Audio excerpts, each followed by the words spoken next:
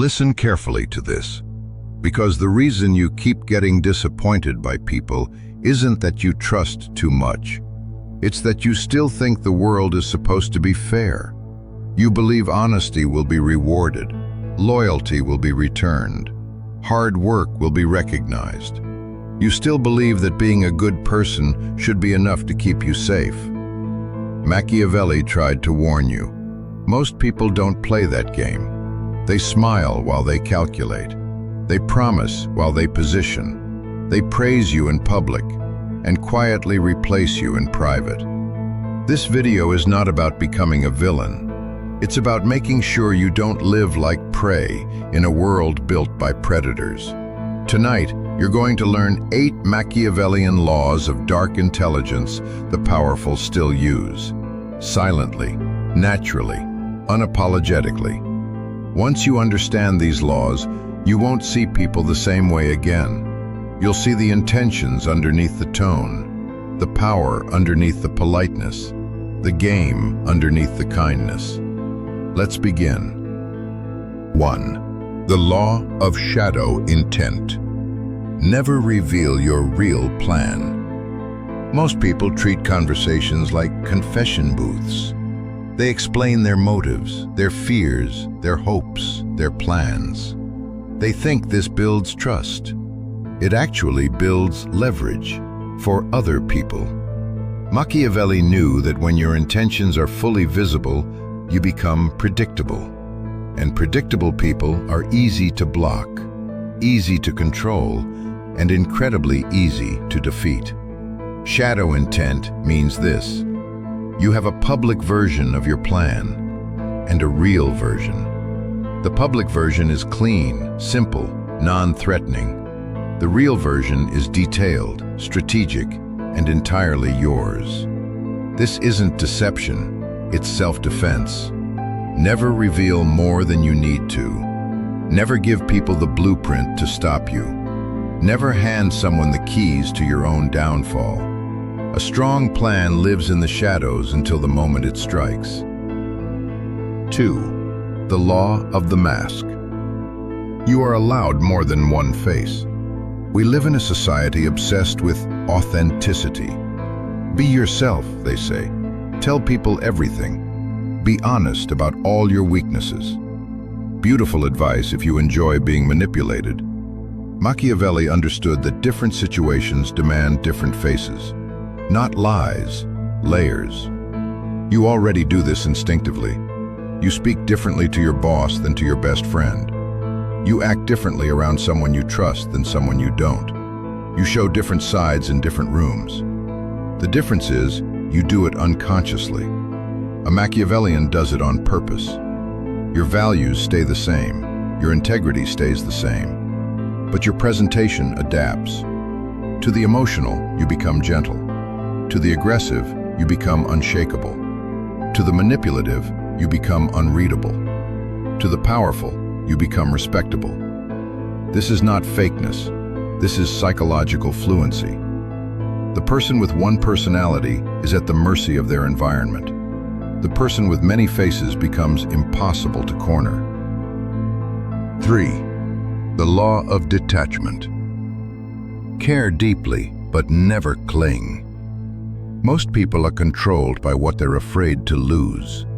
Their relationship, their job, their reputation, their comfort, their image of being good. What you cannot walk away from owns you. If you're terrified of losing someone, they don't need to control you directly. Your fear will do the job for them. If you're terrified of disappointing people, you will betray your own needs just to avoid conflict. Detachment does not mean apathy. It means clarity. It means loving people without begging, committing without attaching your identity, helping without sacrificing your self-respect, walking away when the cost becomes your sanity. The paradox. The less you need from others, the more influence you gain over your own life. When someone realizes you are willing to walk away, everything in the dynamic shifts. Power returns to you. 4. The law of silent leverage. influence without force, pressure without noise. Weak people raise their voice. Powerful people raise the stakes. Real influence is quiet. You don't dominate the room by talking the most. You dominate by being the one person whose absence would collapse the system. Silent leverage comes from three things. Position. You place yourself where your presence is valuable. Options. You have alternatives other people don't know about. Patience. You control the rhythm by refusing to react emotionally. In conversations, silence is leverage. When someone asks you a difficult question, pause. Let them feel the weight of your calm. Let them reveal more than they intended. Then respond with precision. In relationships, silence is boundaries. You don't chase. You don't beg. Your distance carries more power than your argument ever could. In business, silence is strategy. You become the person who delivers, not the person who performs. People follow the quiet force they can't quite decode. 5. The law of psychological echo. Reflect their truth, not your ego. Every human being is secretly asking three questions. Do you see me? Do you understand me? Do you value me? If you can answer those questions without ever saying them aloud, you gain access to their mind. Psychological echo means listening for what people really mean, not what they say. If someone says, "I'm overwhelmed," they might actually mean, "I feel alone." If someone says, "I hate my job," they might mean, "I feel unrecognized." If someone brags loudly, they might mean, "I feel insecure." When you reflect back the deeper truth, people feel understood, sometimes more than they understand themselves. They relax, they trust you, they open up. They reveal their motives, fears, patterns, and desires without realizing it. Used ethically, this creates deep connection. Used unethically, it becomes manipulation. Learn the skill so you can defend against it, and so you can lead with precision. 6. The law of moral ambiguity. Stop asking what makes you look good. Start asking what actually works. Most people care more about appearing moral than making effective decisions. They avoid confrontation. They swallow disrespect. They stay loyal to people who've shown no loyalty in return. They choose short-term comfort over long-term truth. Machiavelli understood that the real world is gray, not black and white. Being good doesn't mean avoiding discomfort. It means choosing the option that protects more truth, more integrity, more future. Sometimes the kindest act is the harshest truth. Sometimes protecting people requires disappointing them. Sometimes holding boundaries requires being labeled the villain. Moral ambiguity does not mean abandoning ethics. It means applying them with intelligence, not naivety. Goodness without strategy is fragile. Strategy without goodness is dangerous. Blend both, and you become unstoppable. 7. The law of controlled exposure. Revealed information is surrendered power. We are living in the most overexposed era in history. People live stream their arguments. They post their insecurities. They share their location, their emotions, their failures, their impulsive thoughts. Every post is a psychological map of how to influence them. Controlled exposure means sharing in layers: public, professional, personal, intimate. Most people should never reach the last two. Never reveal your deepest wounds to people who haven't earned trust. Never announce your goals before you've built momentum. Never show your weaknesses to people who enjoy feeling superior. Information given cannot be ungiven. Treat it like currency. 8. The law of outcome obsession. Stop worshiping effort. Worship results. Machiavelli understood this better than anyone. History does not remember intentions. It remembers outcomes. Most people are addicted to the feeling of progress instead of progress itself. They stay by. They plan endlessly. They research forever. They debate, argue, defend, rationalize, but they don't move. Outcome-obsessed people cut through all that. They ask, is this working? Am I getting closer to my goal? Is this strategy producing results, or just keeping me comfortable? If this plan is failing, am I willing to pivot? They aren't loyal to methods. They're loyal to outcomes. They don't cling to dead relationships. They don't romanticize old goals. They don't keep doing what feels familiar. They do what works. That's why they win. You've just learned the 8 Machiavellian laws of dark intelligence. The same psychological patterns the powerful use without ever admitting it. But knowledge means nothing if you don't apply it. Pick one law, just one. Practice it for 7 days. Watch how people talk to you differently. Watch how conversations shift. Watch how quickly the manipulative become uncomfortable around you. Watch how the world stops feeling chaotic because you finally see the rules underneath it. And remember, this is not about becoming cruel. It's about becoming someone who cannot be exploited. You are not awake. You think you are, but that's the first deception. The question isn't whether you've been lied to. It's whether you have the courage to stop lying to yourself. This is about the pills, the metaphors that swallowed a generation. Part 1. The Architecture of Illusion. Let's begin with what you already suspect but refuse to admit. Reality is not what you've been told.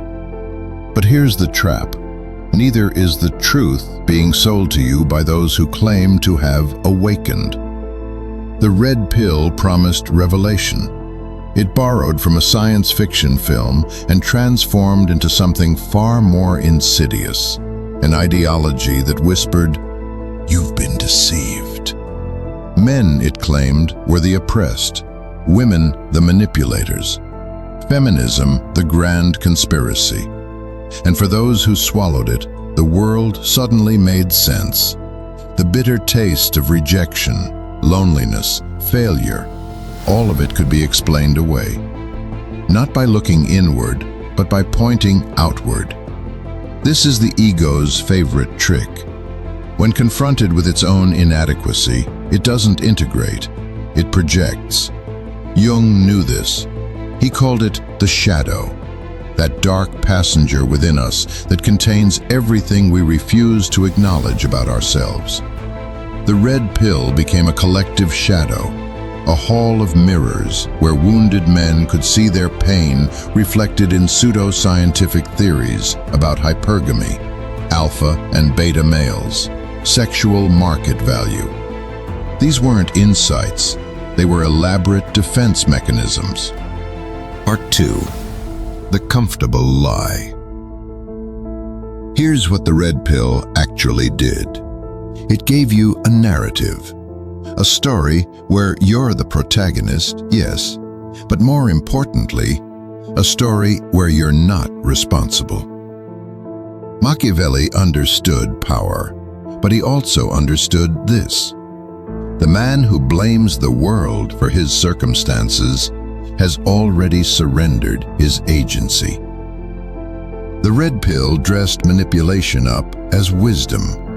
It taught tactics, dread game, holding frame, emotional withholding, and called it strategy. But manipulation is just fear wearing a mask. Fear of vulnerability, fear of rejection, fear of being truly seen. The self-deception runs deeper. You adopt the language of awakening while trading one sleep for another. The blue pill was comforting ignorance. The red pill became comfortable certainty. Both are prisons. Consider this. The moment you accept an ideology that explains all your suffering through external forces, you've given away the one thing that might actually save you: the terrifying freedom of self-authorship. Law 1. Your perception creates your prison. Let me pause here and tell you something that will either wake you up or make you defensive. Every ideology that offers you complete certainty about reality is lying. Because reality isn't certain. It's a negotiation between consciousness and chaos, between the stories we tell and the truth that refuses to be tamed by those stories. The red pill taught you to see patterns, how women behave, how society functions, how power moves. Some of these patterns are real, but here's where the deception crystallizes. You began to see only the patterns. You stopped seeing individuals. You stopped seeing nuance. You stopped seeing yourself clearly. This is the ego's fortress. It would rather be consistently wrong than vulnerably uncertain. Part 3. The Descent into Black. And then came the black pill. If the red pill was cynicism dressed as enlightenment, the black pill is nihilism wearing truth's corpse. It looked at the red pill's worldview and said, not only is the game rigged, it's unwinnable. Your genetics determine everything. Physical attractiveness is destiny. Self-improvement is cope. Hope itself is delusion. This is where the shadow doesn't just speak, it screams. And some men listened. The black pill is determinism as death cult. It takes the half-truths of evolutionary psychology. Yes, physical attraction matters. Yes, biology influences behavior, and weaponizes them into a cosmology of despair. It tells you that you are trapped in your own body, your own face, your own height. That women are algorithms programmed by evolution to reject you. That society is a hierarchy you cannot climb. Here's what's true. Some things are harder for some people. Genetics matter. Context matters. Privilege exists in forms both visible and invisible. But the black pill takes these partial truths and constructs a philosophy that says, therefore, there is nothing to be done. This is the ultimate self-deception, because it protects you from the most terrifying possibility of all, that you could change, that effort might matter, that your suffering might not be noble or predetermined, but simply modifiable. Law 2. Nihilism is narcissism in disguise. Let's be clinical for a moment. The psychological profile that emerges from black pill ideology shows something fascinating and tragic. An overestimation of the importance of looks, an underestimation of personality traits like kindness and humor, and a worldview that consistently reinforces itself through selective attention. This is cognitive bias weaponized against the self. You look for evidence that you're right, that the world is impossibly stacked against you, and you find it because confirmation bias is a hell of a drug. Meanwhile, the disconfirming evidence, the couples that don't fit your model, the success stories that contradict your theory, the complexity that refuses categorization, all of it gets filtered out. But here's the deeper truth. The black pill isn't really about women or society or genetics. It's about the ego's last stand. When it can no longer maintain the illusion of control, it embraces fatalism. It says, "I'm not failing. Failure is inevitable. I'm not powerless by choice. I'm powerless by design." This protects the ego from the wound it most fears, the possibility that it could have been different, that you could have chosen differently, that your pain, while real, isn't cosmically ordained. Part 4. The Shadow Speaks.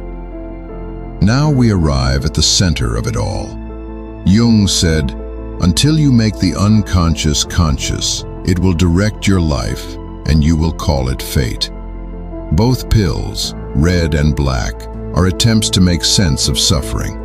But they're doing it backwards. They're externalizing the internal. They're taking the shadow, the rejected, wounded, terrified parts of the self, and projecting it onto the world as ideology. The red pill projects the shadow onto women. They are the deceivers, the manipulators, the source of pain. The black pill projects it onto existence itself. Reality is the enemy, biology is the tyrant, hope is the lie. But what if the real work was never about understanding women or society or sexual marketplace dynamics? What if the real work was integrating your own shadow? What if everything you hate out there is actually something unresolved in here? Law 3. The rejected becomes the rejecter. Watch this mechanism carefully. The man who feels rejected by women learns to reject them first, intellectually, emotionally, categorically. This is protection, yes, but it's also perpetuation. The wound doesn't heal when you armor yourself against it. It metastasizes. The red pill taught strategic manipulation because manipulation feels like power to those who feel powerless. The black pill embraced hopelessness because hopelessness feels like clarity to those drowning in confusion. But neither addresses the wound. Neither asks, "Who am I beneath this pain? What would it mean to be vulnerable again? What would I need to accept about myself to move forward?" Part 5. Alan Watts and the Game. Alan Watts would have seen through both pills immediately. He would have said, "You're taking the game too seriously. You're identifying so completely with your role in the drama that you've forgotten it's a drama." The man who believes in the red pill has forgotten he's playing a character called the awakened man. The man who embraces the black pill has forgotten he's playing a character called the tragic victim. Both are performances. Both are escapes from the rawness of just being. Watts taught that the ego is a construct, a useful fiction that becomes pathological when we forget it's fictional. The red pill and black pill are ego structures built to protect wounded selves. But protection isn't healing. Defense isn't transformation. Here's the paradox. You cannot think your way out of a problem you felt your way into. These ideologies are intellectual fortresses built around emotional wounds. And no amount of red pill knowledge or black pill truth will heal what only vulnerability, connection, and integration can touch. Law 4. Truth doesn't need a pill. Real awakening doesn't come from swallowing someone else's narrative about reality. It comes from the brutal, unglamorous work of facing yourself, your fears, your wounds, your complicity in your own suffering. Jung called this individuation. Watts called it seeing through the game. Machiavelli might call it becoming the prince of your own psyche. Whatever you call it, it requires something both pills explicitly avoid. Personal responsibility without blame. Self-awareness without self-deception. Part 6. The Way Out.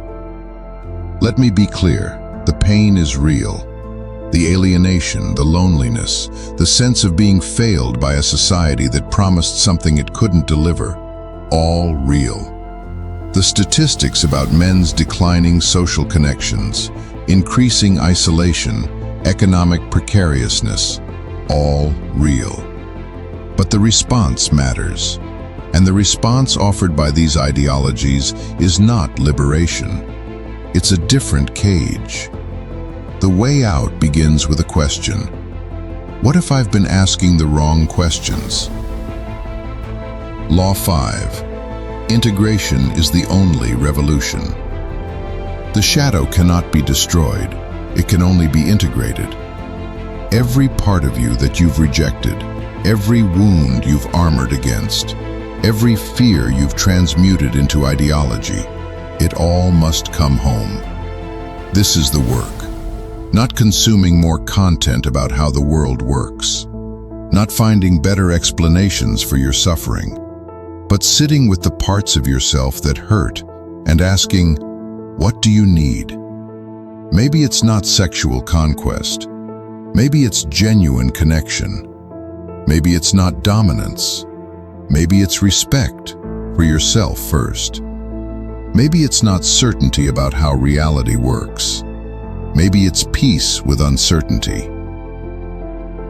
Part 7. The Final Deception. Here's what they won't tell you. Both pills are right about one thing. The world is not as you were told. There is deception, manipulation, games of power, biological imperatives, social hierarchies. But here's what they get catastrophically wrong. You are not separate from that world. You are not an innocent observer corrupted by reality. You are reality, observing itself, deceiving itself, waking up from itself. The question isn't which pill to swallow. The question is, are you brave enough to spit them all out? Law 6. Your shadow knows the truth. Everything you project onto others lives first in you. The manipulation you see, you've manipulated. The superficiality you despise, you've been superficial.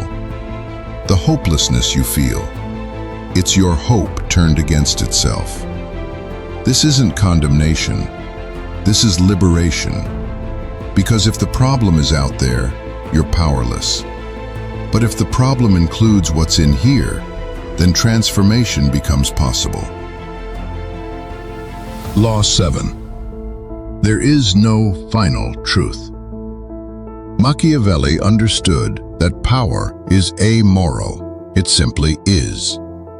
Jung understood that wholeness includes darkness. Watts understood that the self-seeking enlightenment is itself the obstacle. Put them together and you get this. Stop seeking the truth about women, society, or reality.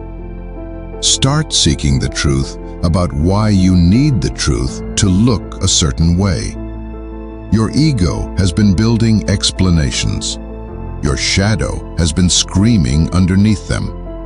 And reality, indifferent, complex, ultimately unknowable, has been waiting for you to stop trying to solve it and start participating in it. The final lesson. Suffering is not identity. The most seductive lie of all, that your pain makes you special, that your victimhood grants you clarity, that your wounds are wisdom. They're not. They're just wounds. And wounds can heal if you let them. The red pill gave you a target. The black pill gave you an excuse. but neither gave you yourself back. So here's the choice, and it's always been the choice. Do you want to be right, or do you want to be free?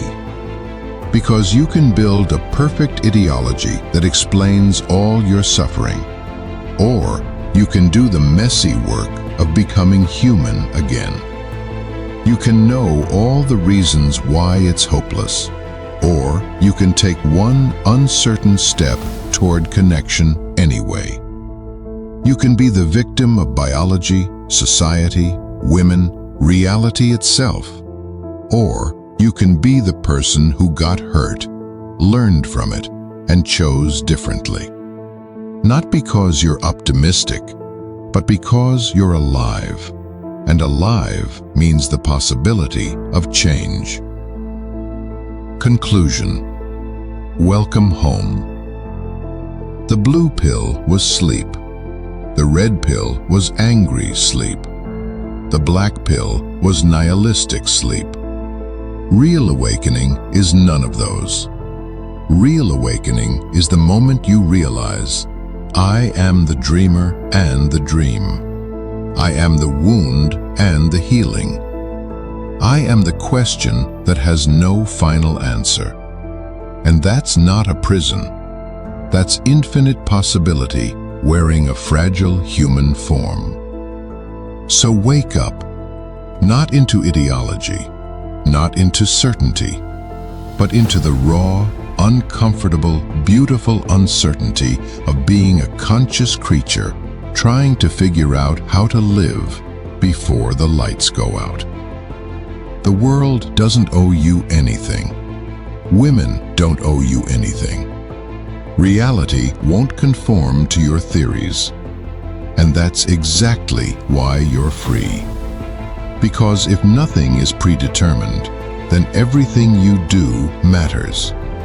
If there's no cosmic script, then you write your own lines. If the game isn't rigged, just difficult, then difficulty becomes opportunity. This is Mindex. This is the work. This is you, beneath all the stories you've told about why it can't be different. You're watching this because something inside you knows you've been lying. Not to the world, to yourself. You've been pretending that playing by rules you never agreed to will somehow earn you the life you deserve. You've been told that integrity means self-sacrifice, that power corrupts, that wanting control over your own existence makes you dangerous. But late at night, when no one's watching, you felt it. That pull, that asking. What if everything they taught you about morality was designed to keep you manageable? This isn't a history lesson about a dead Italian diplomat. This is about the war happening inside you right now, between the person you were conditioned to be and the person you're terrified to become. Niccolò Machiavelli didn't invent manipulation. He didn't create cruelty. He simply wrote down what everyone already knows but refuses to admit. And that's why his name became synonymous with evil.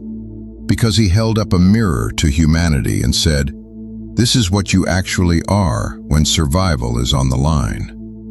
You've been walking through life with your eyes half closed, believing that goodness is rewarded, that truth prevails, that the moral arc of the universe bends toward justice. Machiavelli is the cold water to your face, the voice that says, "Wake up, look around." The game is being played whether you acknowledge it or not. And the people winning? They're not the ones agonizing over their conscience at 3 in the morning. For the next 45 minutes, we're going deep into the philosophy that has terrified moralists for 5 centuries, into the psychological warfare you face every single day without recognizing it, into the question that's been eating at you. Am I weak for having principles, or am I just afraid of my own power? Because here's what no one tells you about Machiavelli. He wasn't a monster. He was a realist who loved his city more than his soul. And that distinction, That impossible choice between who you are and what you must do to survive is the fracture line running through your entire life. You already know something's wrong with the world. You felt the dissonance between what people say and what they do, between the rules they preach and the moves they make in private. This video is for the part of you that's done pretending not to notice. Section 1. The Aristocracy of Deception. Let's start with the most uncomfortable truth Machiavelli offers. The people who shaped your moral universe were lying to you on purpose. Not because they were evil, because they were strategic. Every lesson you learned about kindness, fairness, playing nice, and waiting your turn came from someone who benefited from your compliance. Your parents needed you obedient. Your teachers needed you manageable. Your society needed you productive. And somewhere along the way, you internalized their needs as your values. You call it conscience. Machiavelli calls it conditioning. Think about the last time you held yourself back from something you wanted because it felt wrong. Not illegal, not harmful, just wrong in some vague, internalized way that you couldn't quite articulate. Where did that feeling come from? Who installed it? And whose interests does it serve? This is what Machiavelli understood that most philosophy deliberately obscures. Morality is a tool of control.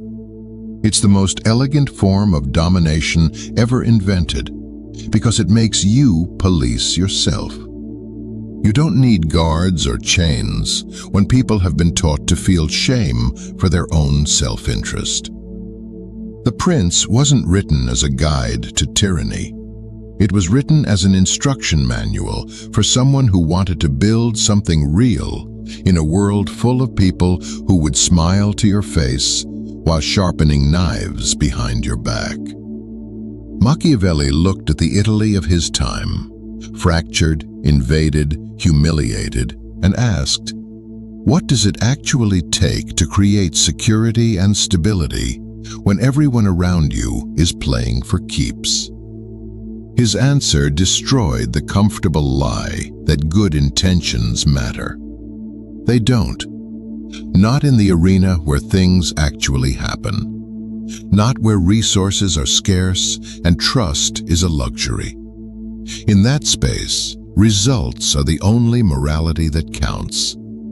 And the person who hesitates because they're worried about appearing virtuous is the person who loses everything. You've been in rooms where someone took credit for your work, where someone more aggressive got the promotion you deserved, where someone with fewer qualms and better timing seized an opportunity you were too ethical to grab. And afterward, you told yourself that at least you maintained your integrity. But did you? Or did you just perform integrity while quietly resenting everyone who refused to perform with you? Machiavelli's genius was recognizing that human beings are not consistent. We are contextual. The same person who lectures about honesty will lie to spare someone's feelings. The same person who preaches equality will leverage every advantage for their children. The same person who condemns manipulation will strategically time a difficult conversation when they know you're vulnerable. We are all Machiavellian. We just lie about it using prettier language. What you call networking, he calls alliance building. What you call setting boundaries, he calls strategic withdrawal. What you call standing up for yourself, he calls demonstrating power. The actions are identical, only the rhetoric changes. And this is where the real psychological violence enters. You've been taught to despise in yourself what you admire in others when they cloak it in acceptable language. When a CEO is decisive, you call that leadership. When you're decisive, you worry you're being cold. When someone successful is focused, they're driven. When you're focused on your own advancement, you feel selfish.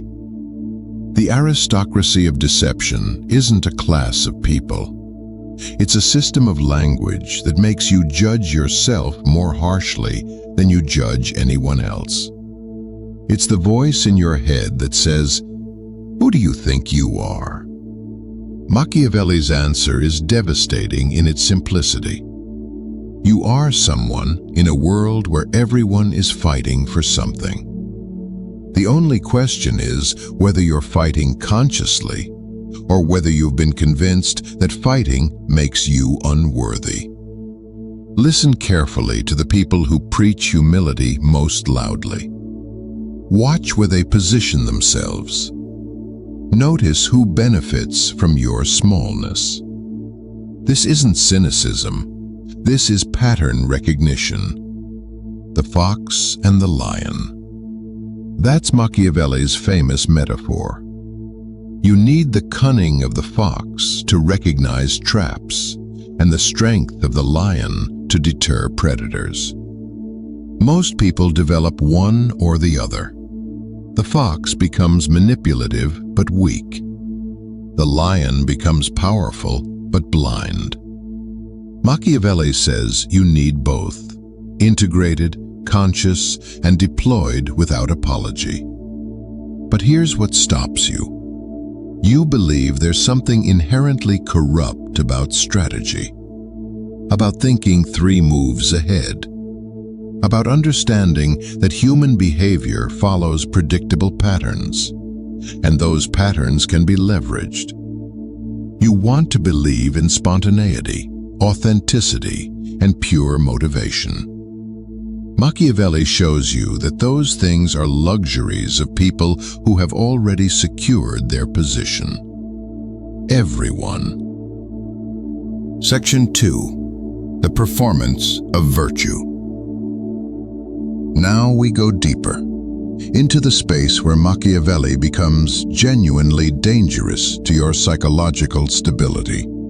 Because he doesn't just say that morality is a tool of control. He says something far more disturbing.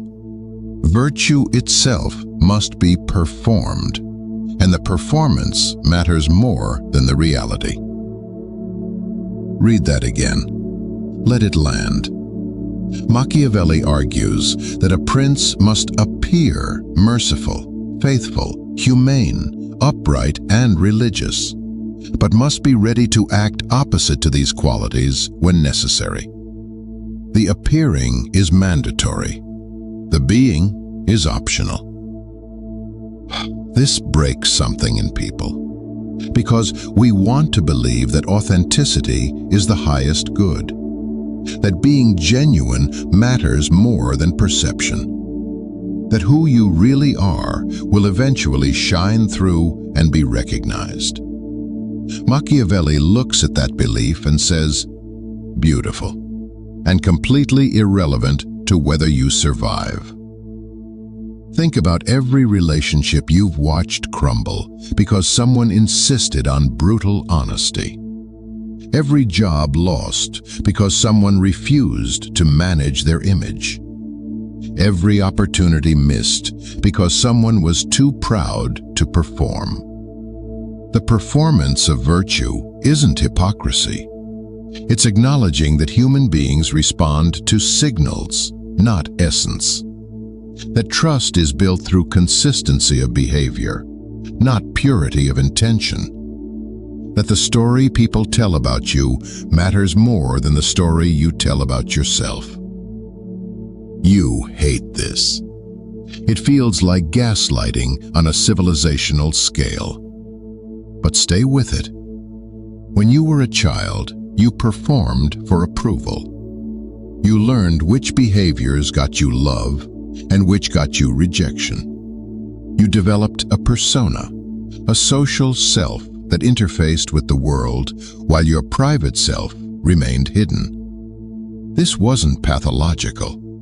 This was survival. Then someone told you that this split was wrong, that you should be yourself, that authenticity means alignment between inner and outer. And you tried. You revealed yourself, and you got punished for it. Not always, not by everyone, but enough times that you learned there's a cost to exposure. So you retreated. But you also felt ashamed of retreating, because authenticity became a moral imperative in the cultural water you're swimming in. Being real became the highest virtue, even though being real gets you fired, divorced, isolated, or rejected, depending on which truth you expose and when. Machiavelli cuts through this with clarity that feels like cruelty. The private self and the public self are different because they serve different functions. Your inner world is for processing, for genuine emotion, for the full complexity of your contradictions. Your public presentation is for navigation, for building alliances, for achieving objectives in a social world. These aren't the same thing. Pretending they should be creates psychological violence against yourself. When you're strategic about disclosure, you're not being fake. You're being contextually intelligent. When you manage how people perceive you, you're not being manipulative. You're taking responsibility for your position in social space. But here's where Machiavelli's mirror gets truly uncomfortable.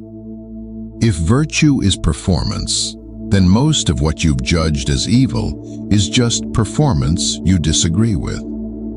The colleague who threw you under the bus was performing loyalty to power.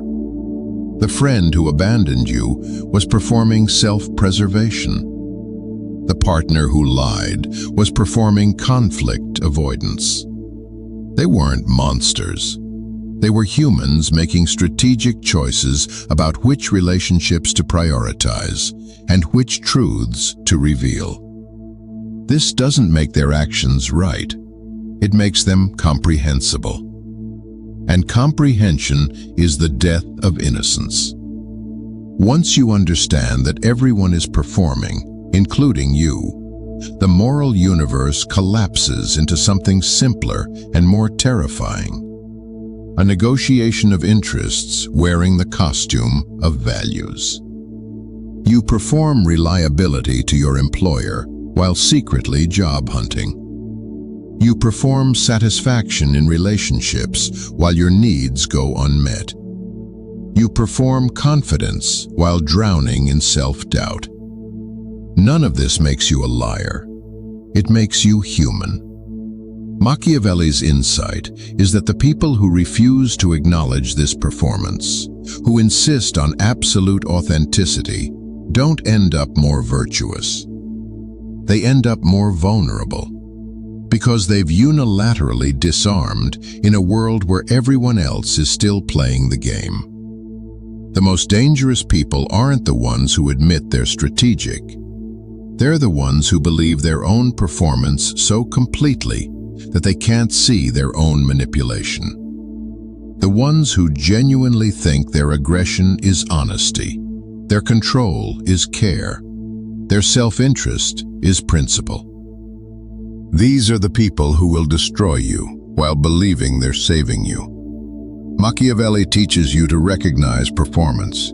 In others, yes, but more importantly, in yourself. To see the gap between what you claim to value and what you actually prioritize when the stakes are real.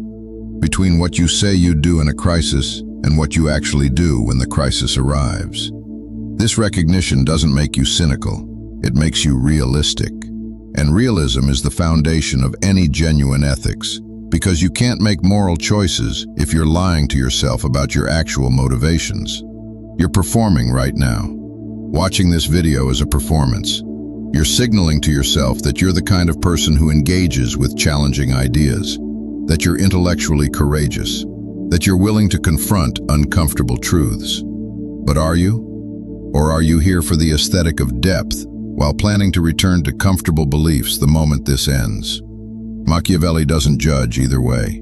He just asks, what do you actually want? And what are you actually willing to do to get it? Everything else is decoration. Section 3. The Economy of Fear and Love. Here's where Machiavelli says something that will fundamentally alter how you see every relationship in your life. It is better to be feared than loved, if you cannot be both. You've heard this quote. You probably think you understand it. You don't. This isn't about cruelty. It's about reliability of response. Machiavelli is describing the mechanics of human motivation, and once you see these mechanics, you can't unsee them.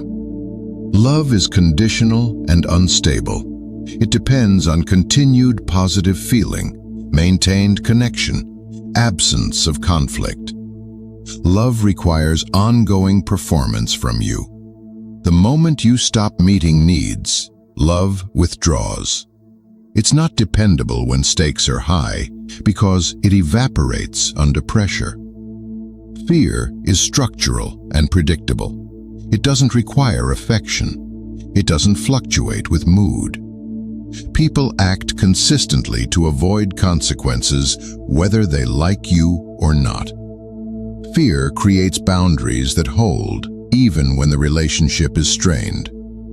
Now, here's the part that makes this genuinely disturbing. Every functional relationship you have contains both. Your employer loves your productivity, but fears the lawsuit if they mistreat you. Your friends love your company, but fear social consequences if they betray you. Your partner loves you, but fears the practical catastrophe of separation. You operate the same way.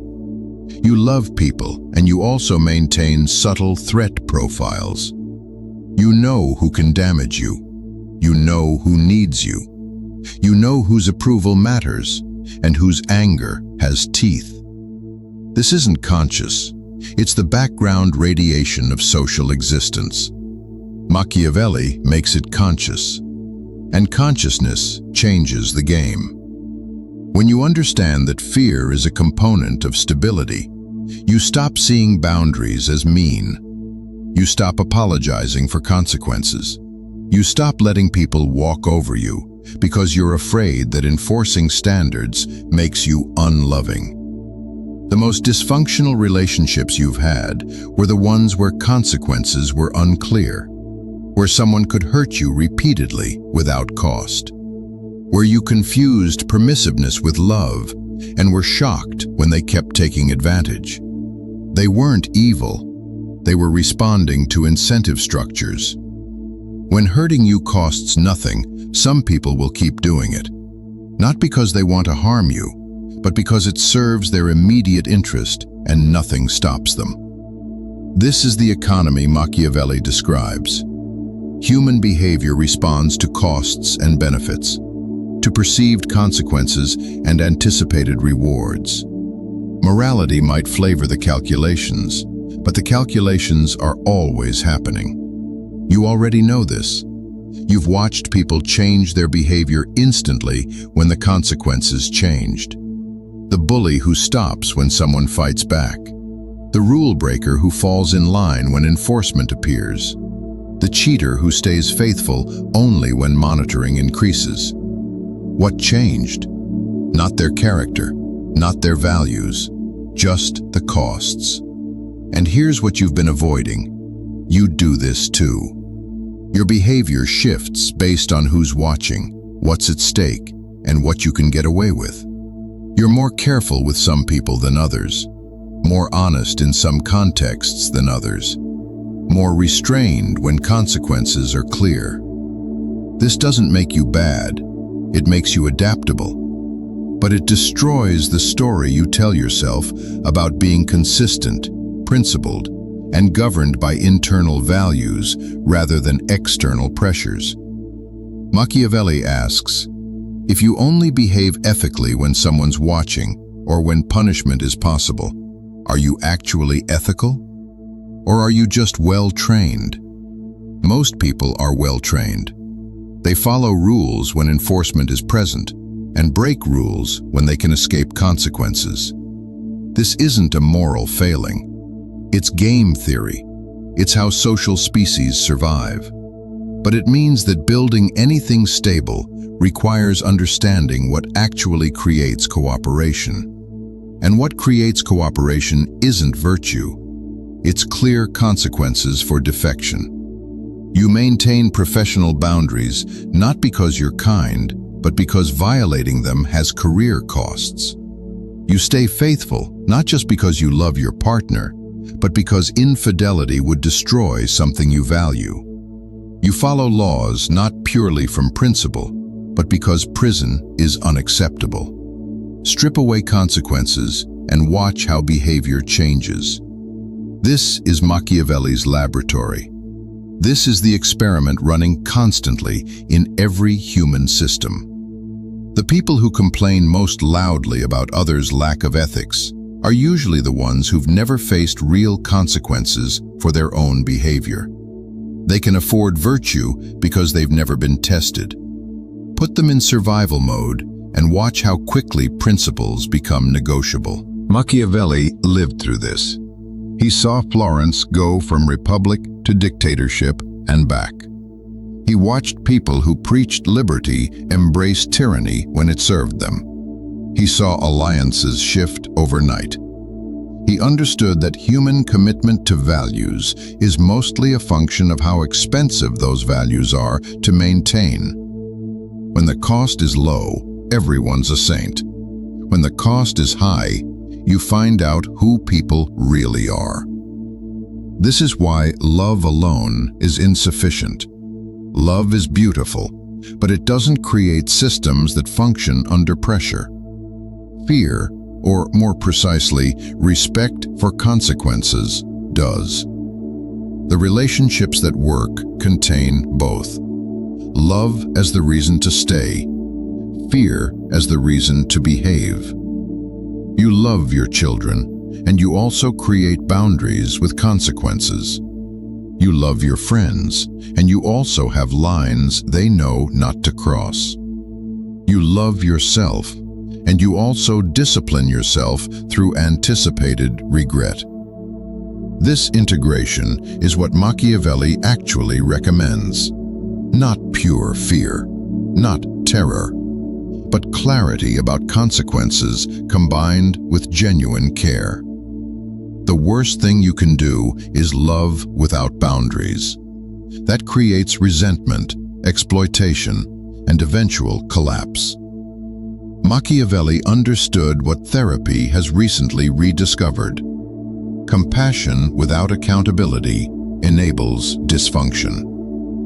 You've been taught that consequences are unloving, that if you truly cared, you'd forgive endlessly, that maintaining boundaries means you're withholding love. This is a lie that benefits people who want access to you without responsibility. Machiavelli says, love people enough to give them honest feedback through consequences. Respect them enough to mean what you say. Care about them enough to let them experience the costs of their choices. This isn't cruelty. This is the foundation of any relationship between equals. When you're only loved, you're infantilized. When you're only feared, you're isolated. When you're both, you're respected. And respect is what survives when everything else fails. Section 4. The burden of necessary evil. We've reached the deepest chamber, the place where Machiavelli stops being philosophy and becomes autobiography, where theory becomes confession. Because The Prince isn't just a manual for power, it's a meditation on what it costs to do what must be done when the stakes are absolute. Machiavelli loved Florence. He served it. He was exiled from it. He was tortured. And then, broken and discarded, he wrote about what he'd learned. That sometimes, to save what you love, you have to do things that will stain your soul forever.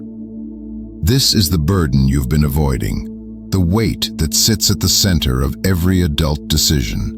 The knowledge that doing the right thing sometimes requires doing terrible things. You felt it. The moment when you had to fire someone who needed the job, when you had to end a relationship that was destroying you, even though they'd done nothing wrong. When you had to choose between two people you loved and couldn't save both. When you had to make a strategic decision that benefited the many but crushed the few. These moments don't come with clear moral answers. They come with tragic trade-offs.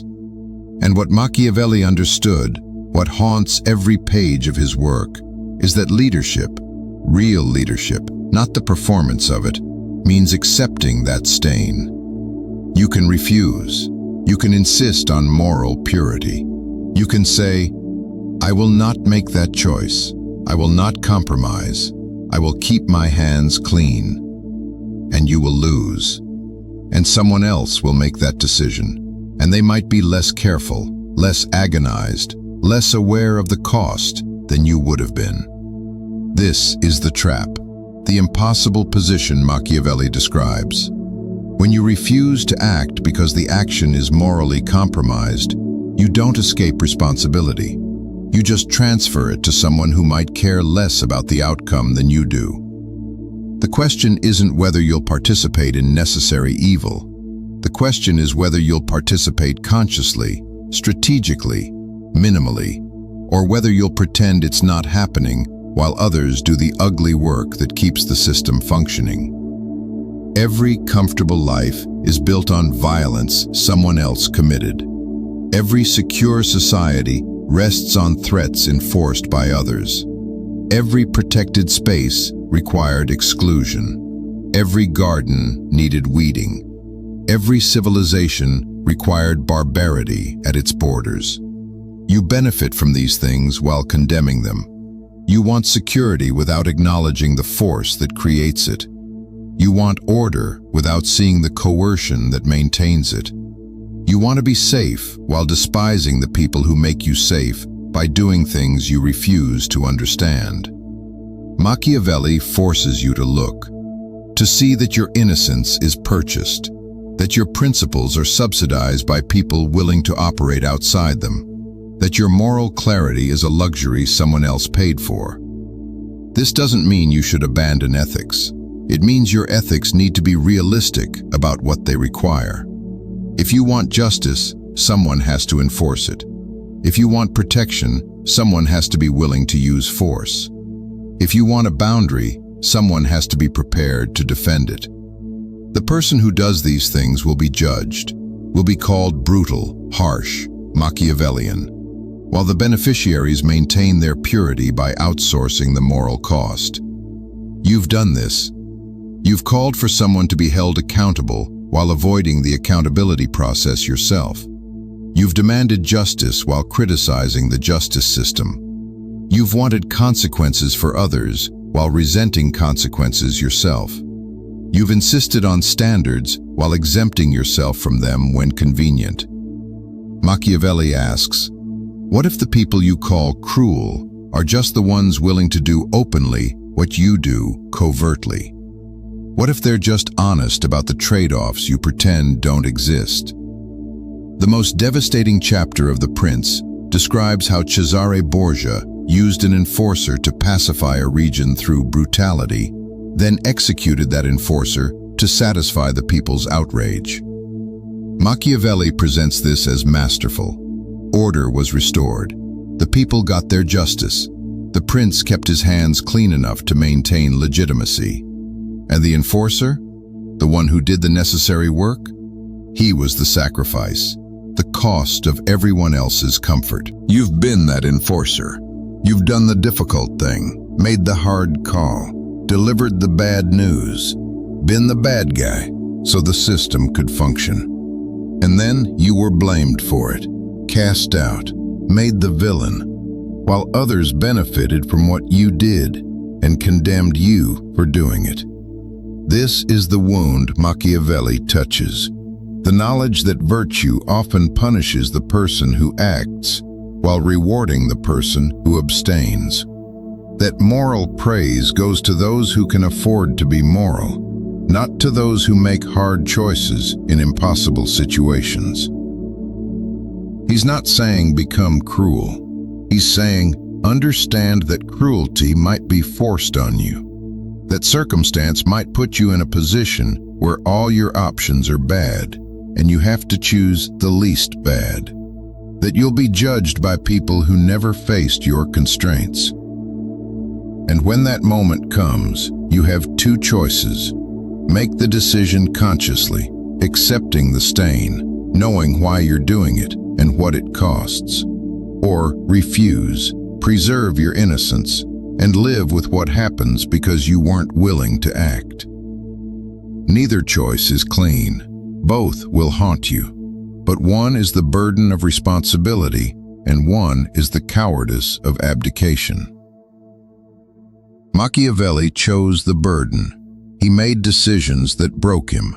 He advised actions he knew were ruthless. And then he was destroyed for it, exiled, tortured, discarded. He lost everything trying to save his city. And from that wreckage, he wrote, not to justify himself, but to tell the truth about what power actually requires, about what it actually costs to build something in a world that will destroy it if you're not willing to defend it by any means necessary. This is the final mirror, the one most people turn away from, because it asks, what would you sacrifice to protect what you love? What line would you cross? What would you do if everything depended on it? You don't know. You hope you'd stay virtuous. But Machiavelli knows better. He knows that everyone has a price, a pressure point, a scenario where their principles become negotiable. He's seen the virtuous become vicious, the pacifist become violent, the honest become deceptive. Not because they were fake all along, because reality is harsher than philosophy. Because when survival is on the line, abstract ethics become concrete calculations. Because the mind that can hold principles under pressure is rare, and even those minds will break if you apply enough force. This isn't nihilism. This is realism. And from realism comes the only ethics that matter, the ones that survive contact with reality. Machiavelli's ethics are simple. Be as honest as you can be. Be as kind as circumstances allow. But when the moment comes, and it will come, when you must choose between your principles and your survival, between your conscience and your responsibilities, between who you want to be and what must be done, choose consciously. Know why you're choosing, accept the cost, and carry it. Don't outsource it, don't deny it, don't pretend someone else is responsible. You made the choice, you pay the price. That's the dignity Machiavelli offers, not innocence, responsibility. You came here expecting answers. Machiavelli doesn't give answers. He gives mirrors. And what you see in those mirrors is this. You've been operating under a system of beliefs that doesn't match your actual behavior. You've been pretending to be virtuous while making strategic calculations every day. You've been judging others for the very things you do in private. You've been waiting for permission to acknowledge your own power, your own agency, your own capacity for both creation and destruction. Machiavelli gives you permission, not to be evil, to be real, to see that you live in a world where resources are finite, where interests compete, where trust is earned through demonstrated consequences, where reputation matters more than reality, where love needs boundaries to survive, and where sometimes, you will have to do things that haunt you to protect what matters. This knowledge doesn't corrupt you. Ignorance of it does. Because ignorance makes you manipulable. It makes you prey to people who understand these dynamics and use them against you, while you're still believing in fairy tales about inherent justice and karmic balance. The world is Machiavellian, whether you accept it or not. The game is being played whether you're conscious of the rules or not. The people who pretend otherwise aren't more virtuous. They're just less effective and more prone to resentment when reality doesn't validate their innocence.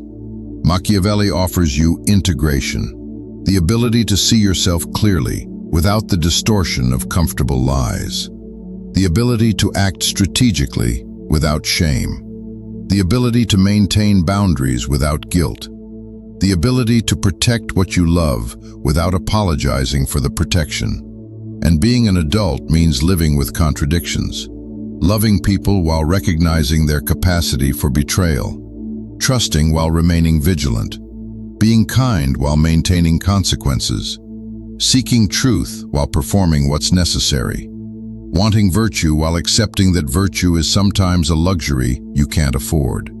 The internal war isn't between good and evil.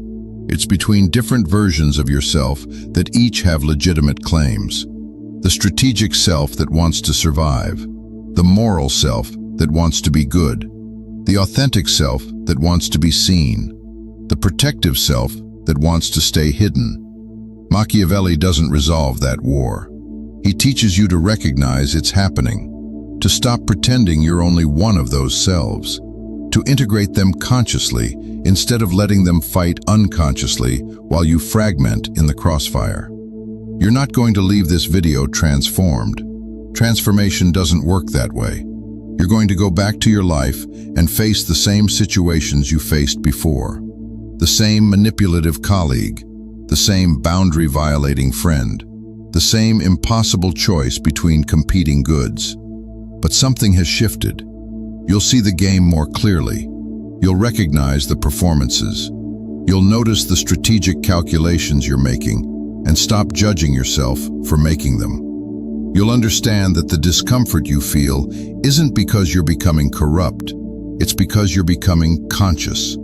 And consciousness is always uncomfortable because it removes the easy stories, the simple narratives, the clear villains and heroes. It shows you that everyone is both, that you are both. Machiavelli doesn't offer you redemption. He offers you clarity.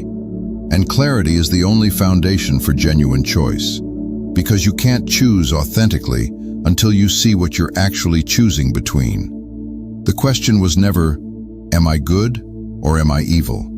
The question is, what am I building? What am I protecting? What am I willing to sacrifice? And what will I refuse to sacrifice no matter the cost? Those answers are yours. Machiavelli just removes the comfortable delusions that were preventing you from asking the questions honestly. You're more ruthless than you admit. You're more strategic than you acknowledge. You're more capable of necessary cruelty than you want to believe. And you're also more principled, more committed, more willing to bear costs for what you love than you've given yourself credit for. That's the mirror Machiavelli holds. Not to show you a monster, to show you a human being navigating an impossible world with insufficient information and competing values, doing the best they can with what they have, trying to build something that matters despite knowing how easily it can all be destroyed. You've been running from that reflection, pretending you're simpler than you are, safer than you are, less powerful and less dangerous than you actually could be if you stopped performing helplessness. Machiavelli says, stop running, look, see what you actually are, and then decide, consciously, what you'll do with that knowledge. The transformation of pain into power. There's a letter written on December 10th, 1513, by a man whose shoulders had been dislocated 3 weeks earlier. A man who had lost everything: his career, his city, his identity. A man who should have been broken. Instead, he wrote the most dangerous book in Western civilization. But here's what nobody tells you about that letter, about that moment, about the book that would make his name synonymous with evil for 5 centuries. He wasn't writing about how to be cruel. He was writing about what happens when the universe stops pretending to be fair, when the rules you believed in reveal themselves as fiction, when every assumption you built your life on collapses in a single afternoon. You know this moment. Maybe you haven't been tortured in a Renaissance prison. Maybe you haven't been exiled from the only city you've ever loved. But you've felt it. That sickening vertigo when you realize the world doesn't work the way they told you it works. When you watch someone less qualified get the position you earned. When you see cruelty rewarded and kindness punished. When you understand, finally, that your goodness has been making you pray. Niccolò Machiavelli was 43 years old when they came for him. He'd spent 14 years serving Florence, diplomatic missions to kings and popes, strategic planning, crisis management. He loved his city more than his soul. Those are his words, not mine. And in February 1513, they arrested him anyway, hung him by his wrists with his arms tied behind his back. 6 drops of the strappado, each drop dislocating your shoulders, tearing ligaments, turning your body into an instrument of confession. He didn't confess, because there was nothing to confess. His name appeared on a list of people who might be sympathetic to a plot against the Medici family. That was enough. In the machinery of power, suspicion and guilt are the same thing. They released him after 22 days, not because they believed him innocent, but because a new pope needed celebrating, and they declared an amnesty. He walked out of the Bargello prison with ruined shoulders, no job, no prospects, and a clarity about human nature that would echo through history. This video isn't about political philosophy. It's about what happens when your pain becomes your teacher, when your trauma strips away every comfortable illusion, when you're forced to see reality as it actually operates instead of how you wish it would operate, and what you do with that vision, whether you use it to destroy yourself or whether you transform it into something that changes how humans understand power forever. For the next 45 minutes, we're going into the wound, into the moment when Machiavelli stopped being a servant of Florence and became something else entirely.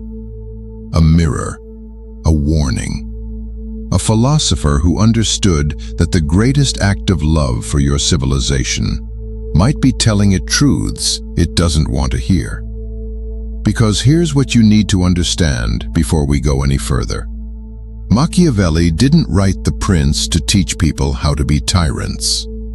He wrote it because he'd watched his republic die. Because he'd seen what happens when good people refuse to understand the mechanics of power, while bad people master them completely. Because he loved Florence enough to say the things that would make people hate him for 500 years. And somewhere in your life, right now, you're facing the same choice he faced. You can keep pretending the world is fair, or you can look directly at how it actually works. One of these paths keeps you comfortable and powerless. The other path might save you, but it requires you to stop lying to yourself about what you already know is true. The fortune that destroyed Machiavelli is the same fortune that's been destroying you. The only question is, are you ready to learn what he learned? Or are you going to keep believing in rules that no one else is following? Section 1. The river that swept everything away. Let me read you something. It's from that letter. The one Machiavelli wrote from his farm after the torture. after the exile, after everything ended. He's describing his daily routine to Francesco Vittori, his friend who's now living in Rome, still employed, still relevant, still part of the world Machiavelli can no longer access. I get up in the morning with the sun and go into a grove I am having cut down, where I remain 2 hours to look over the work of the past day and kill some time with the cutters, who have always some bad luck story ready about either themselves or their neighbors. He's selling firewood. The former second chancellor of Florence, the man who negotiated with kings, who understood the intricacies of European power politics better than almost anyone alive. He's arguing with peasants about the price of timber. And then, in the evening, something else happens. Something that will matter more than everything that came before. When evening comes, I return home and go into my study. At the door, I take off my clothes of the day, covered with mud and mire, and I put on my regal and courtly garments, and decently reclothed, I enter the ancient courts of ancient men, where, received by them lovingly, I feed on the food that alone is mine, and that I was born for. Do you understand what's happening here? He's describing a ritual, a transformation. He's taking off the costume of his humiliation and putting on the identity of who he actually is. And then he's talking to the dead, reading ancient history, philosophy, politics. And in those conversations with writers dead for 1,500 years, he finds more genuine understanding than he ever found in the living courts of power. This is what catastrophe does.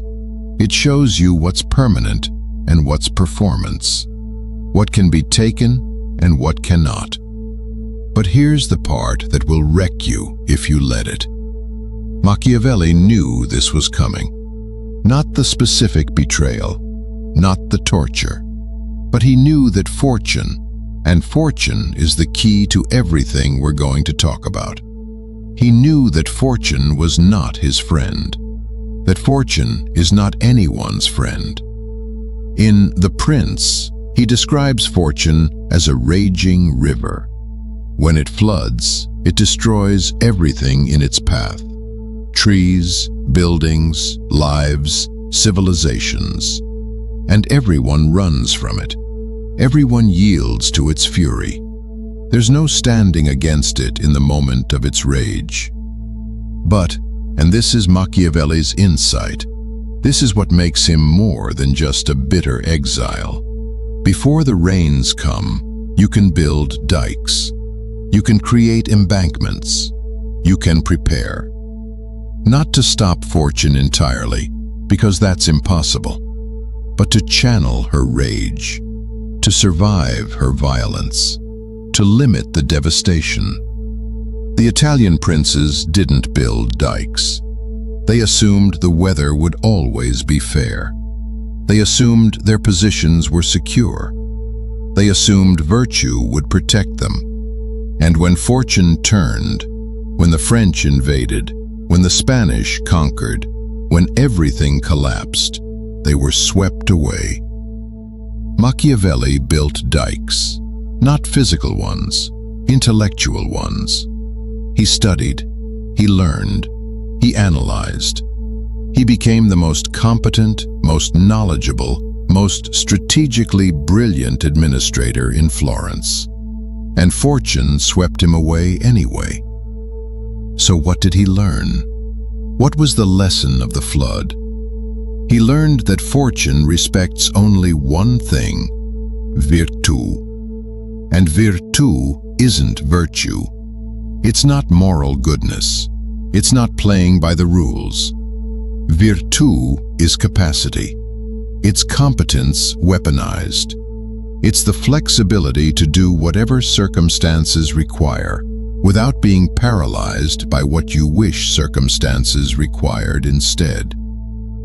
Listen to what he says about fortune. She shows her power where virtue and wisdom do not prepare to resist her, and directs her fury where she knows that no dikes or embankments are ready to hold her. Fortune seeks weakness. Fortune finds the gap in your preparation.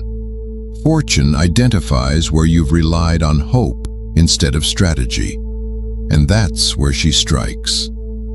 You've experienced this. The career you thought was secure until restructuring eliminated your position. The relationship you thought was solid until it wasn't. The identity you built that evaporated when circumstances changed. You thought you were prepared. You thought you were safe. Fortune found the place where you weren't. And here's the psychological brutality that Machiavelli forces you to confront. Fortune didn't attack you because you deserved it. Fortune didn't spare others because they were better. Fortune is amoral. Fortune is a force of nature. Fortune doesn't care about your intentions, your efforts, your goodness. Fortune only cares whether you're prepared for fortune. This is what breaks people about Machiavelli's philosophy. It removes justice from the equation. It says that the universe doesn't care about fairness, that bad things happen to good people not because of some cosmic test or karmic debt, but because fortune is a raging river and they didn't build the fucking dike. Machiavelli watched Florence prepare inadequately. He warned them. He recommended reforms, military changes, strategic repositioning. They ignored him because the weather was nice. Because building dikes is expensive and unglamorous and requires acknowledging that catastrophe is always possible. So they gambled on perpetual sunshine. And when the storm came, they blamed him, the person who tried to prepare them. They tortured him. They exiled him. They destroyed his life for trying to save theirs. This is what happens to prophets. Not the religious kind, the pragmatic kind. The ones who see disaster approaching and have the audacity to say it out loud. They're punished twice. Once when they're ignored before the disaster. Again when they're scapegoated after it. Machiavelli could have become bitter. Could have descended into pure misanthropy. Could have spent his exile writing screeds about how stupid everyone was. Instead, he did something more dangerous. He wrote a manual, a guide for anyone who might listen, a way to understand fortune so you're not destroyed by her. But fortune isn't just floods and wars and political collapse. Fortune is every time someone less qualified succeeds because they understood dynamics you didn't. Fortune is every relationship that failed because you played fair while they played strategically. Fortune is every moment when your goodness became your weakness. Machiavelli says fortune controls half of our actions. Only half. The other half is yours, is your preparation, your adaptability, your willingness to see clearly and act accordingly. The tragedy isn't that fortune exists. The tragedy is that people surrender the half they control by refusing to acknowledge that fortune exists at all. And then he says something that makes people furious, something that sounds deeply misogynist to modern ears, but reveals something about how fortune operates. Fortune is a woman, and it is necessary, if you wish to keep her down, to beat and maul her. Everyone stops there. Everyone condemns the metaphor, and they should. It's a violent image that reflects the deep sexism of his era. But look past the metaphor to the mechanism he's describing. Fortune responds to boldness, not caution. Fortune respects force, not pleading. Fortune yields to those who act decisively, not those who wait for permission. He's not actually talking about women. He's talking about chaos, about the universe's indifference, about the fact that timidity in the face of fortune ensures destruction, while audacity at least gives you a chance. You've been timid, not because you're weak, but because you believed that good behavior would be enough, that playing by rules you never agreed to would somehow protect you, that fortune would spare you because you meant well. Machiavelli is telling you, build the dike, not someday. Now, learn the actual mechanics of power in your domain. Understand how decisions really get made. Recognize who has influence and why. Stop believing that merit alone will save you and start building structural resilience. Because the storm is coming. It's always coming. Fortune is patient, but she's certain. And when she arrives, she won't care about your intentions. She'll only care whether you're prepared. The river swept everything away from Machiavelli. Career, status, identity, city, everything except his mind.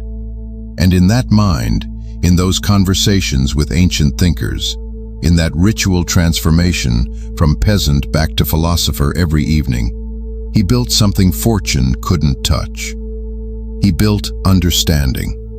And understanding, once gained, is the only thing fortune cannot take from you.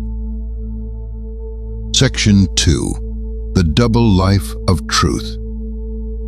Here's the secret that makes Machiavelli actually dangerous. He was a Republican writing for a prince. Most people don't know this. They read the prince and assume he's advocating for tyranny, for autocracy, for one-man rule by any means necessary. But if you read his other major work, the Discourses on Livy, you find something completely different.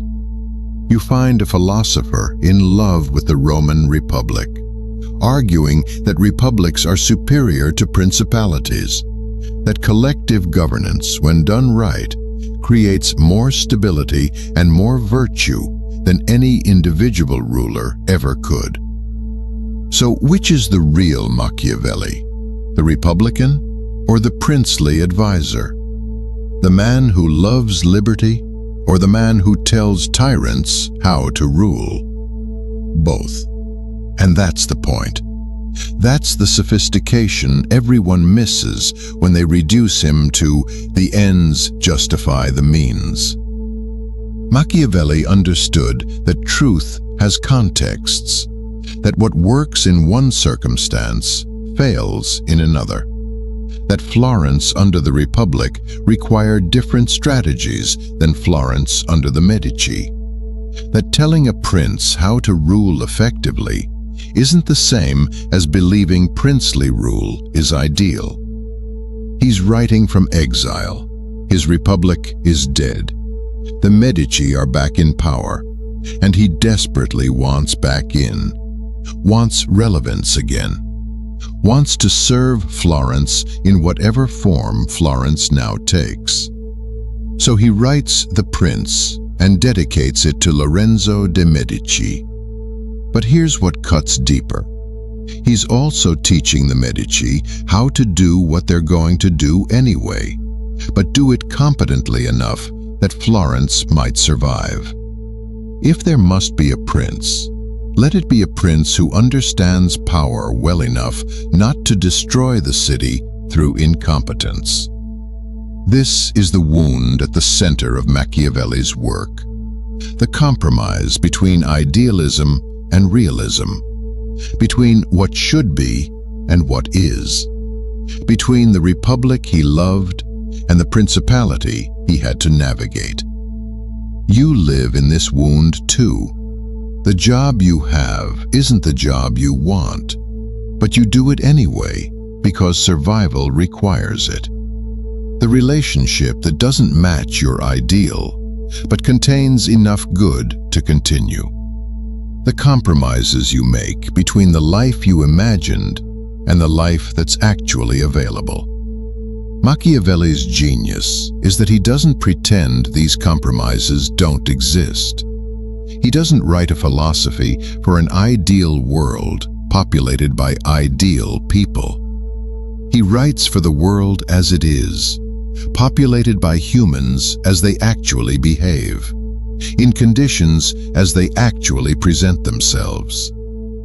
In the discourses, writing for people who might build or rebuild a republic, he's expansive about virtue, about civic participation, about how collective wisdom can balance individual ambition.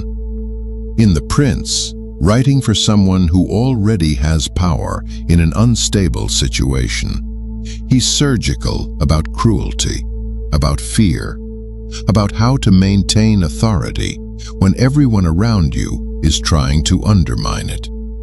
Two different books, two different truths, both valid in their contexts. This is what sophisticated thought looks like. Not this is right and this is wrong, but this works here and this works there. Situational intelligence, contextual adaptation, the recognition that principles become rigid prisons when applied without regard to circumstance. Your moral education was probably the opposite. You were taught universal rules. Always be honest, always be kind, always trust, always forgive. As if every situation can be addressed with the same response. As if wisdom is about finding the one true way and adhering to it regardless of context. Machiavelli is telling you, that's how children think. Adults understand that honesty in one situation is suicide in another. That kindness without boundaries enables abuse. That trust without verification is foolishness. That forgiveness without accountability perpetuates harm. He says something in The Prince that everyone quotes, but nobody actually applies. A man who wishes to act entirely up to his professions of virtue soon meets with what destroys him among so much that is evil. Read it again. He's not saying virtue is worthless. He's saying unilateral virtue in a world where others don't share your constraints is suicide. If you're the only one playing by rules everyone else ignores, you're not virtuous, you're prey. This hits at something you've been avoiding. The relationships where you kept being the bigger person while they kept taking advantage. The workplaces where you stayed ethical while others advanced through manipulation. The situations where your principles became the weapon used against you. Machiavelli is asking, at what point does your virtue become complicity in your own destruction? At what point does refusing to adapt become a form of moral vanity? At what point are you more concerned with feeling good about yourself than actually protecting what matters? The republicanism in his discourses shows you what he actually values.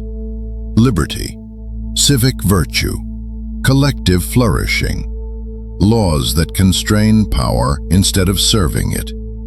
These are his ideals. These are what he fought for his entire career. But The Prince shows you what he learned. That ideals die when people who hold them don't understand how to defend them. That virtue without power is performance. That if good people refuse to master the tools of power, bad people will master them instead and use them against everything good people claim to value. The double life of truth is this. You can love peace and learn war. You can prefer honesty and practice discretion. You can value collaboration and maintain competitive edges. Not because you're two-faced, because reality requires multiple faces. Because different situations demand different aspects of who you are. In his evening ritual, Machiavelli puts on his courtly robes and enters the world of ancient thinkers. He's not pretending to be someone he's not. He's accessing the part of himself that his daytime humiliation can't touch. The intellectual, the philosopher, the strategist. These are all real parts of him. Context determines which part leads. You do this too, but unconsciously. You're different at work than at home. Different with friends than with strangers. Different in crisis than in calm. The question isn't whether you have multiple selves. The question is whether you're conscious about when and why you deploy them. Machiavelli makes it conscious. He tells princes, appear merciful, but be prepared to be cruel. Appear honest, but be prepared to deceive. Not because you should want to be cruel or deceitful, but because if you're not prepared to deploy these tools when necessary, someone who has no qualms about using them will destroy you. And here's the part that makes this genuinely uncomfortable. He's right. You know he's right. You've watched it happen. The person who appeared kind while being strategically ruthless succeeded. The person who was genuinely kind without strategy failed. This observation doesn't make ruthlessness good. It makes strategic awareness necessary. The wound remains.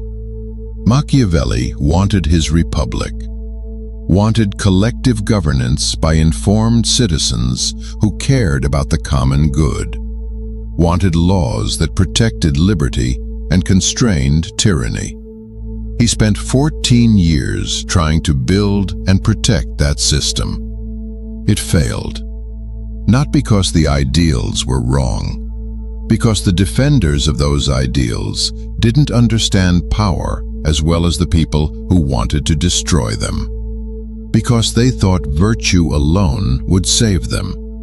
Because they built beautiful principles on foundations of sand. So Machiavelli wrote 2 books. One for people trying to build republics, explaining how civic virtue and institutional design can create stable liberty. One for people operating in principalities, explaining how power actually works when concentrated in individual hands. Both books are true. Both books are necessary. And the fact that they seem contradictory is only a problem if you think truth should be simple.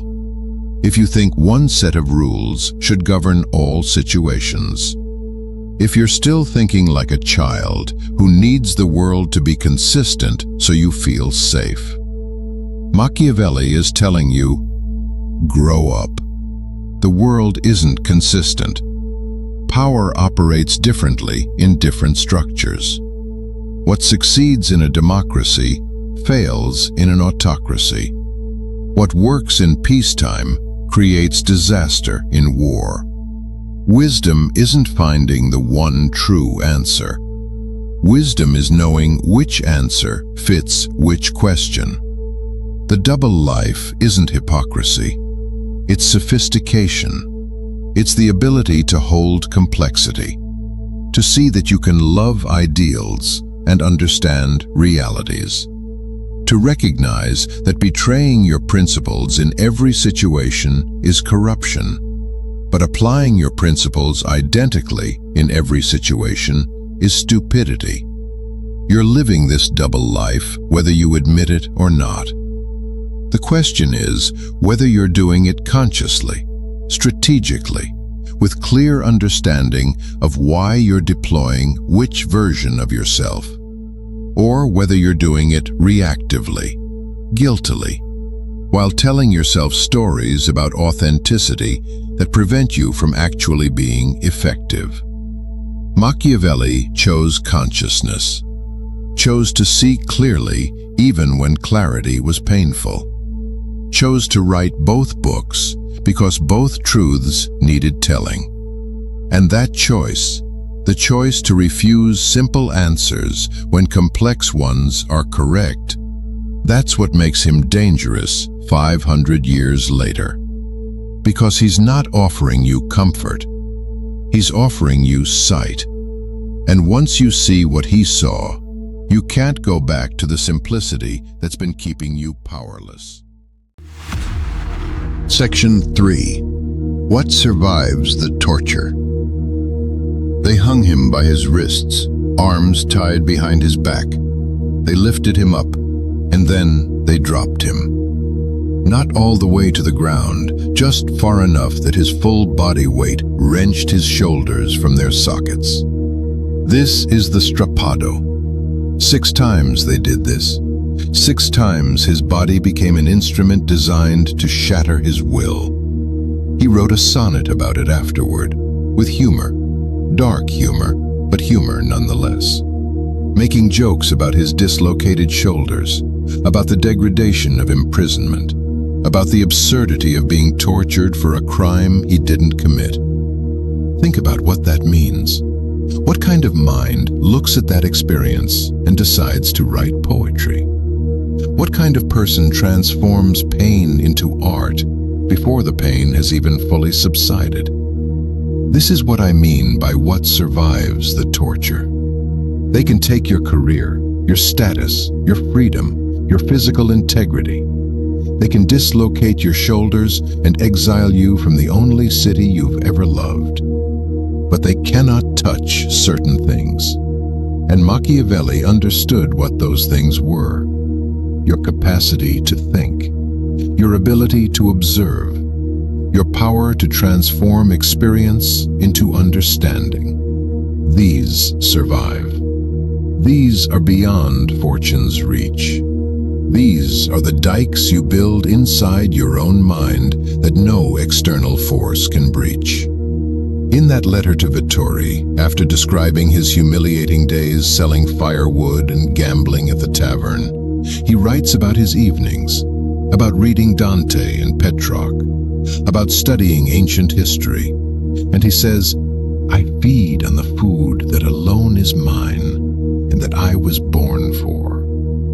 The food that alone is mine, the thing that cannot be taken, the core of identity that exists independent of circumstance. You have this too. Something in you that remains regardless of what happens to you. Most people never identify it because they never face sufficient catastrophe to strip away everything else. They mistake their circumstances for their identity, their job for their worth, their relationships for their meaning. Machiavelli had all that stripped away, violently. And what remained was a mind that could analyze power dynamics, understand human nature, and write 2 books that would influence political thought for half a millennium. That's what survived the torture. That's what fortune couldn't touch. But there's something else that survived. Something people miss because they're so focused on the prince. His love for Florence, his belief in republican virtue, his hope that someone, someday, would unify Italy and free it from foreign domination. The last chapter of The Prince is completely different from everything that comes before it. It's not cold analysis. It's not ruthless pragmatism. It's a passionate plea for someone to liberate Italy, to throw out the foreign invaders, to restore dignity to the Italian people. It's Machiavelli allowing himself to hope, allowing himself to believe that maybe, just maybe, his writing could contribute to something larger than his own restoration. This is what survives torture when you're someone like Machiavelli. The ability to love something more than yourself, to care about something beyond your own immediate suffering, to maintain connection to a purpose larger than personal grievance. He could have written The Prince as pure revenge, as a guide to help tyrants be even more effective tyrants, so Florence would suffer under them. He could have used his knowledge to punish the city that exiled him. Instead, he tried to make whoever ruled Florence, even if it was the family that tortured him, rule well enough that Florence might flourish. This is sophisticated psychological survival. This is what separates trauma that destroys from trauma that transforms. The ability to hold both realities simultaneously. I was grievously harmed, and I still care about something beyond my harm. Most people can't do this. Most people who experience injustice become defined by their injustice. The wound becomes their identity. The pain becomes their narrative. They spend the rest of their lives proving how damaged they are, how wronged they were, how much they're owed. Machiavelli spent 3 weeks in prison being tortured. Then he spent the rest of his life trying to figure out how to prevent the conditions that create such injustice. Not by denying what happened to him, but by analyzing the power structures that made it possible, by understanding the mechanisms, by offering insights that might help others avoid similar catastrophes. The dikes you build in your own mind, these are what survive. Your ability to observe without being destroyed by what you observe. Your capacity to analyze without drowning in bitterness. Your skill at transforming personal pain into universal insight. Every evening, Machiavelli performed his ritual, took off his muddy peasant clothes, put on his courtly garments, entered his study, and became again who he actually was. Not the exile, not the victim, but the philosopher, the analyst, the servant of Florence trying to be useful even from exile. This is active psychological resistance to trauma, the refusal to let circumstances define consciousness, the maintenance of identity independent of situation. The practice of remembering who you are when everything external is telling you you're nothing. You need this ritual, your own version of it. The daily practice that reminds you of what cannot be taken. The thing you do that reconnects you to the part of yourself that exists beyond your current struggles. The space you create where you're not defined by what's happening to you, but by who you choose to remain despite what's happening to you. For Machiavelli, it was reading and writing. For you, it might be something else entirely. But you need it, because without it, trauma makes you smaller. With it, trauma becomes raw material for growth. There's a concept in his work that people misunderstand: necessità. Necessity. He talks about how necessity can be used to create virtue, how constraints force innovation, how crisis reveals capacity. This isn't naive optimism. It's not everything happens for a reason. It's recognition that pressure can transform you if you're willing to be transformed rather than just crushed. The strappado was necessity. Exile was necessity. Loss of career, status, relevance, all necessity. And from that necessity, Machiavelli produced work that has outlasted the Medici, outlasted Florence, outlasted the entire political system he was trying to navigate. What necessity are you facing right now? What pressure is crushing you? What circumstance is demanding transformation? You can resist it, can spend your energy fighting reality, can exhaust yourself insisting things should be different than they are. Or you can do what Machiavelli did. Accept the necessity, analyze it, understand it, and use it to build something that can't be taken from you. The torture revealed what was permanent and what was provisional. Before the arrest, Machiavelli was his job. He was the second chancellor. He was the diplomatic negotiator. He was his function in the Florentine state. And when they took that function away, he thought he had nothing left. But in that cell, hanging by his wrists, he discovered what actually remained. His mind, his capacity to analyze, his love for Florence, his understanding of power, his ability to write. These weren't dependent on his position. These were him, the permanent self underneath the provisional roles. You discover this in crisis, when they fire you, when they leave you, when your health fails, when everything you thought defined you evaporates. And in that terrifying void, you find out what's actually real about you, what's substantial, what survives. Most people find almost nothing, because they never built anything substantial. They only built circumstances. They only cultivated provisional selves. So when circumstances change, they collapse. Machiavelli built something solid. Not his career, that was taken. Not his status, that was destroyed. But his capacity to think clearly about power. That was his. That was permanent. That was the food he was born for.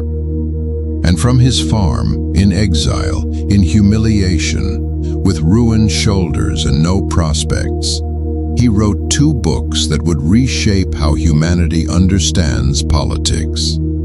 Because what they took from him was never what mattered. What mattered survived the torture. This is the test you're facing. Not literal torture, probably, but the metaphorical version. The circumstances that strip away your provisional identities. The losses that reveal what's actually substantial about you. The pressure that shows you whether you built on rock or sand.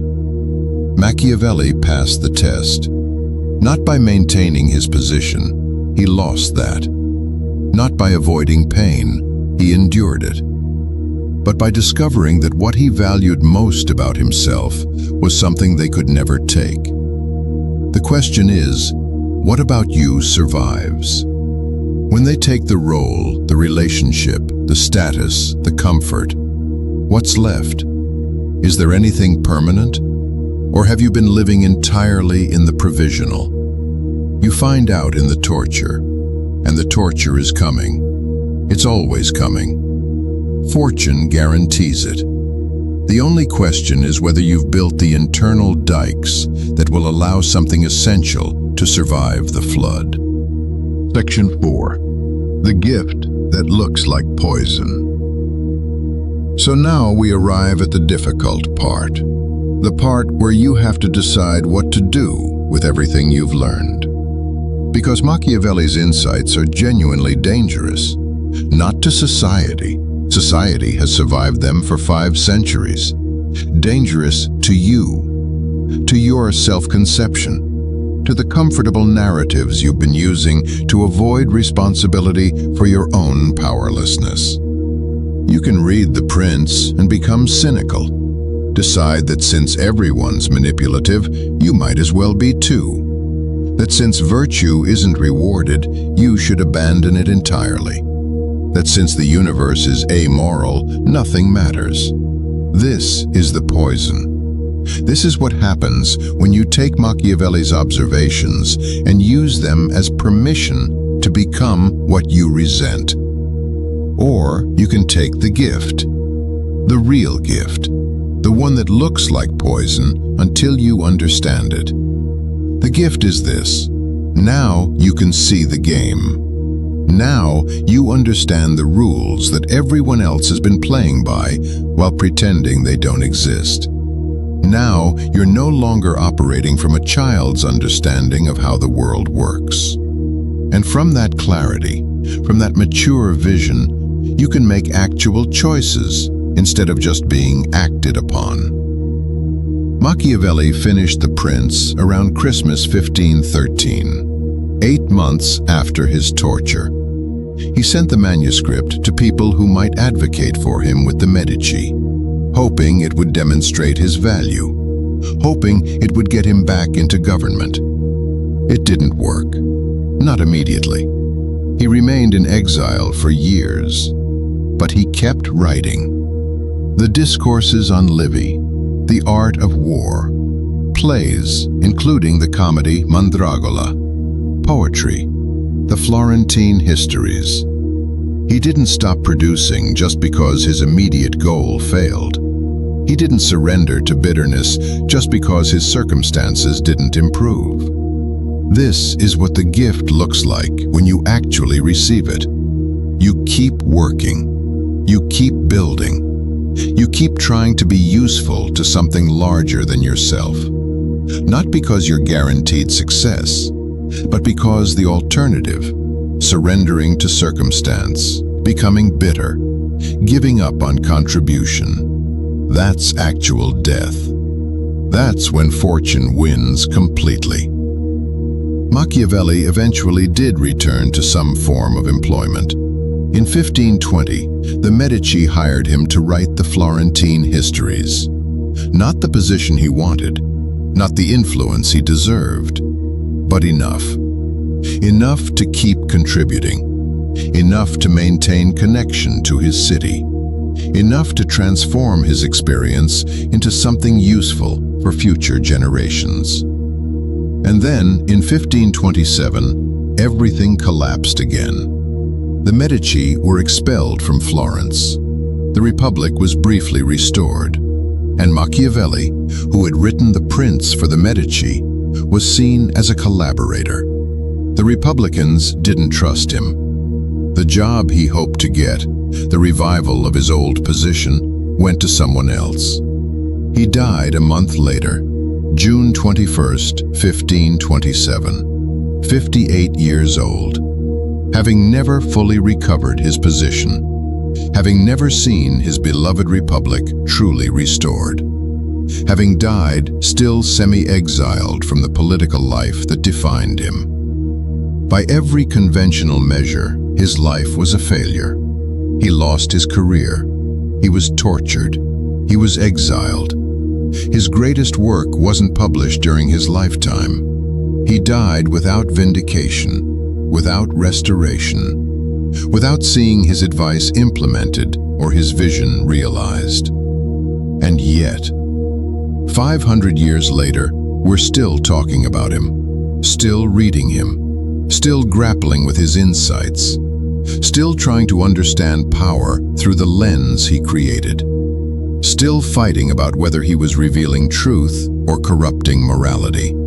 This is the actual gift. Not success in your lifetime, not comfort, not external validation, but the capacity to see clearly and speak truthfully regardless of consequences. To build something substantial out of your suffering. To contribute understanding even when you're not rewarded for it. Machiavelli transformed his pain into insight, his torture into philosophy, his exile into literature, not because he was superhuman, but because he understood that the alternative, wasting his remaining years on bitterness and resentment, would mean fortune won completely, would mean his suffering was pure loss with no transformation. You're facing this choice right now, maybe not on Machiavelli's scale, but structurally it's the same choice. You've learned things through pain, through betrayal, through disappointment, through watching the world fail to match the narratives you were taught. You can either weaponize that knowledge to justify becoming worse, or you can alchemize it into something that helps others navigate what you navigated. The poison is using Machiavelli's observations as permission for cruelty. saying, "Since the world is ruthless, I'll be ruthless too. Since virtue isn't rewarded, I'll abandon virtue entirely.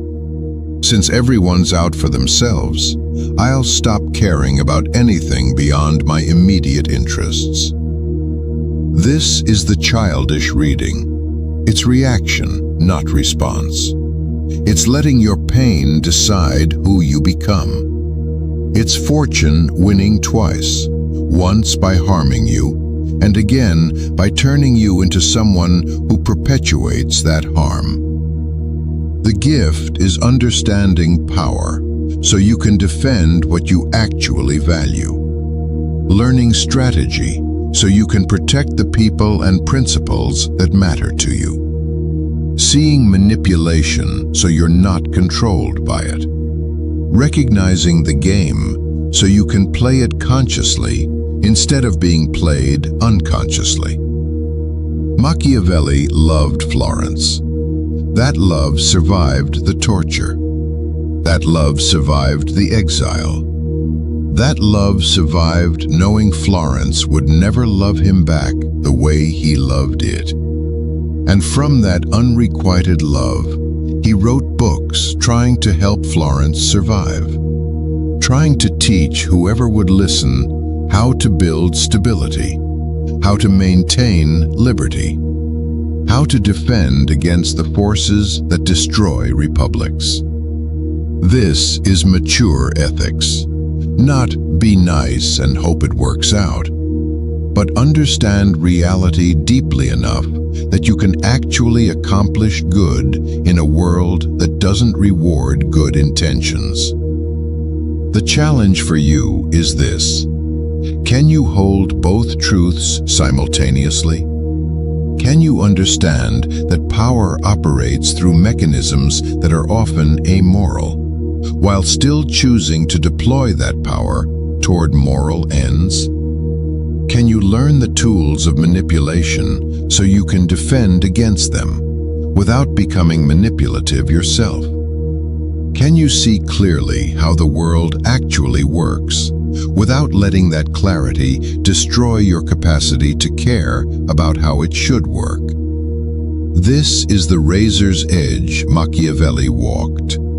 This is what makes his work genuinely sophisticated, rather than just cynical. He saw the machinery, he described it accurately, and he still believed something better was possible if people understood the machinery well enough to build something solid.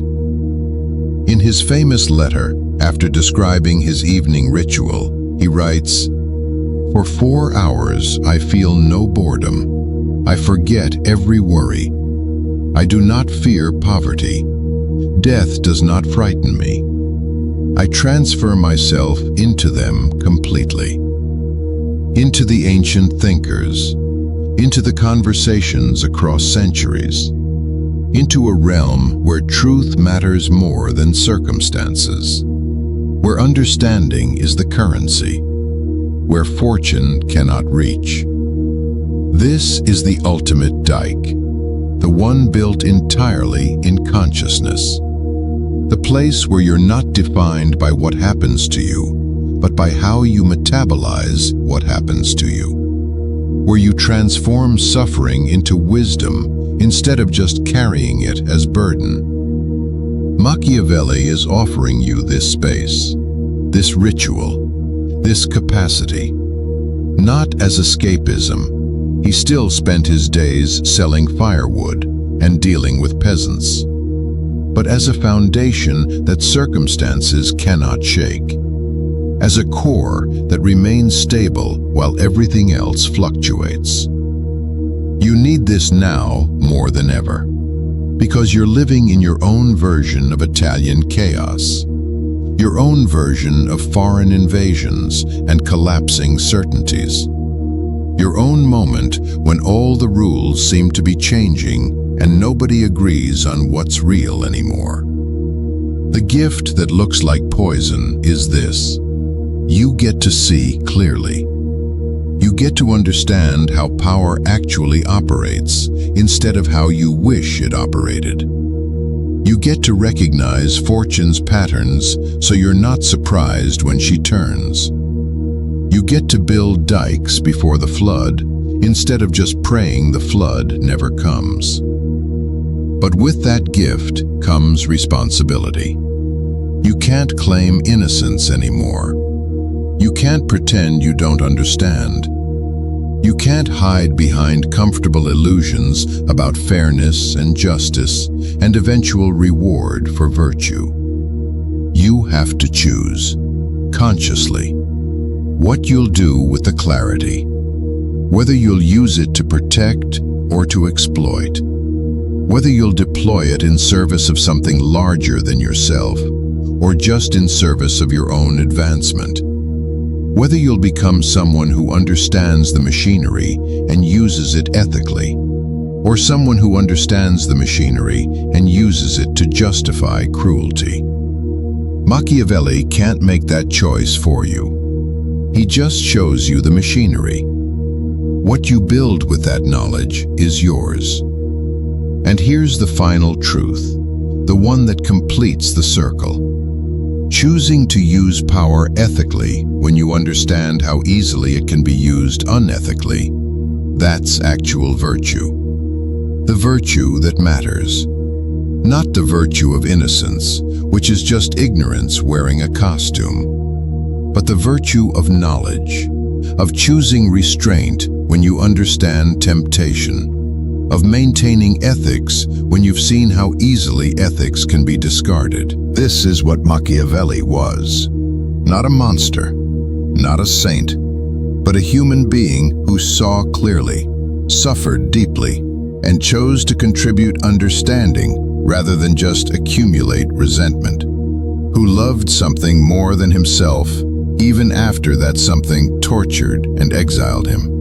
Who believed in human potential, even while documenting human darkness.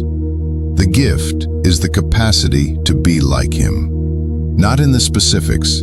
You're not writing political philosophy in Renaissance Italy, but in the essentials. Clear-eyed, strategic, ethical by choice rather than by ignorance, capable of holding complexity, willing to tell uncomfortable truths, committed to something larger than personal comfort. This is what survives fortune. Not your circumstances, not your status, not your reputation, but your capacity to see truly, act consciously, and build something meaningful despite knowing how easily everything can be destroyed. When Machiavelli died in 1527, he was buried in the church of Santa Croce in Florence. Hundreds of years later, they erected a monument to him there. It bears an inscription, Tanto nomini nullum par elogium. No eulogy would be adequate for such a great name. This is the irony. The man they exiled and tortured became one of Florence's most famous sons.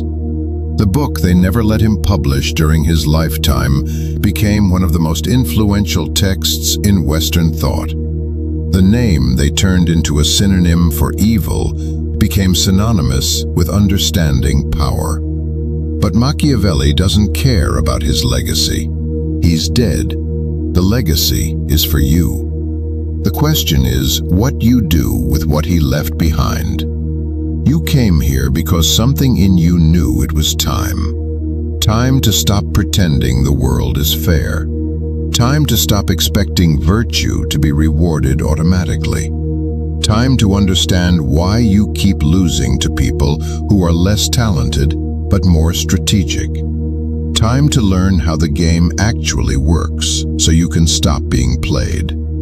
Machiavelli has shown you the machinery of power, the dynamics of fortune, the necessity of building dikes, the performance of virtue, the economy of fear and love, the burden of necessary choices, the gift that looks like poison but is actually the only thing that can save you. Now you have to decide, are you going to take what you've learned and become bitter?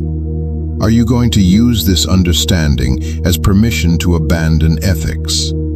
Are you going to weaponize this knowledge to justify harming others? Or are you going to do what Machiavelli did? Are you going to transform your pain into insight?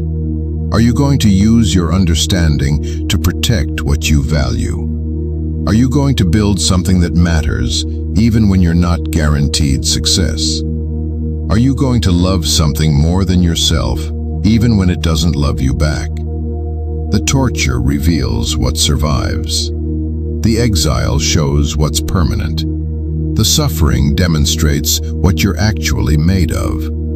And what survives, what remains, what proves itself permanent, that's what fortune cannot touch. Machiavelli lost everything except his mind. And with that mind, he built something that outlasted every power structure of his era. That's not consolation. That's not saying everything happens for a reason. That's saying when everything is taken, what you build from what remains defines whether fortune wins completely or whether you transform catastrophe into contribution. You're going to face your own version of the strappado, your own exile, your own moment when everything you built collapses. Fortune guarantees it. The only question is whether you've built the internal dikes that let something essential survive. Whether you've cultivated the capacity to see clearly even when seeing hurts. Whether you've maintained connection to something larger than your immediate circumstances. Machiavelli's final lesson is this: the world doesn't care about your suffering. Fortune doesn't care about your virtue. Power doesn't care about your intentions. But that doesn't mean your suffering is meaningless, your virtue is worthless, or your intentions don't matter. It means you have to care. You have to assign meaning. You have to practice virtue consciously. You have to act on your intentions strategically. No one else will do it for you. No cosmic force will reward you for your goodness. No divine justice will eventually balance the scales.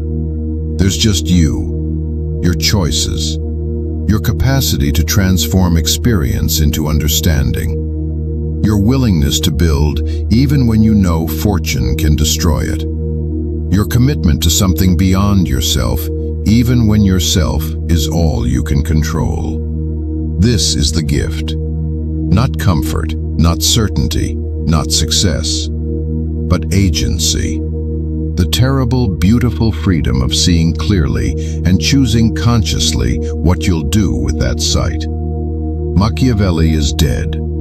Florence is changed beyond recognition. The political systems he analyzed have all collapsed and been replaced. But the insights remain. The observations about human nature, about power, about fortune, about what it takes to build something durable in an uncertain world.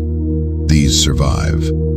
And they survive because they're true. Not comfortable, not uplifting, not what you want to be true, but accurate, reliable, useful.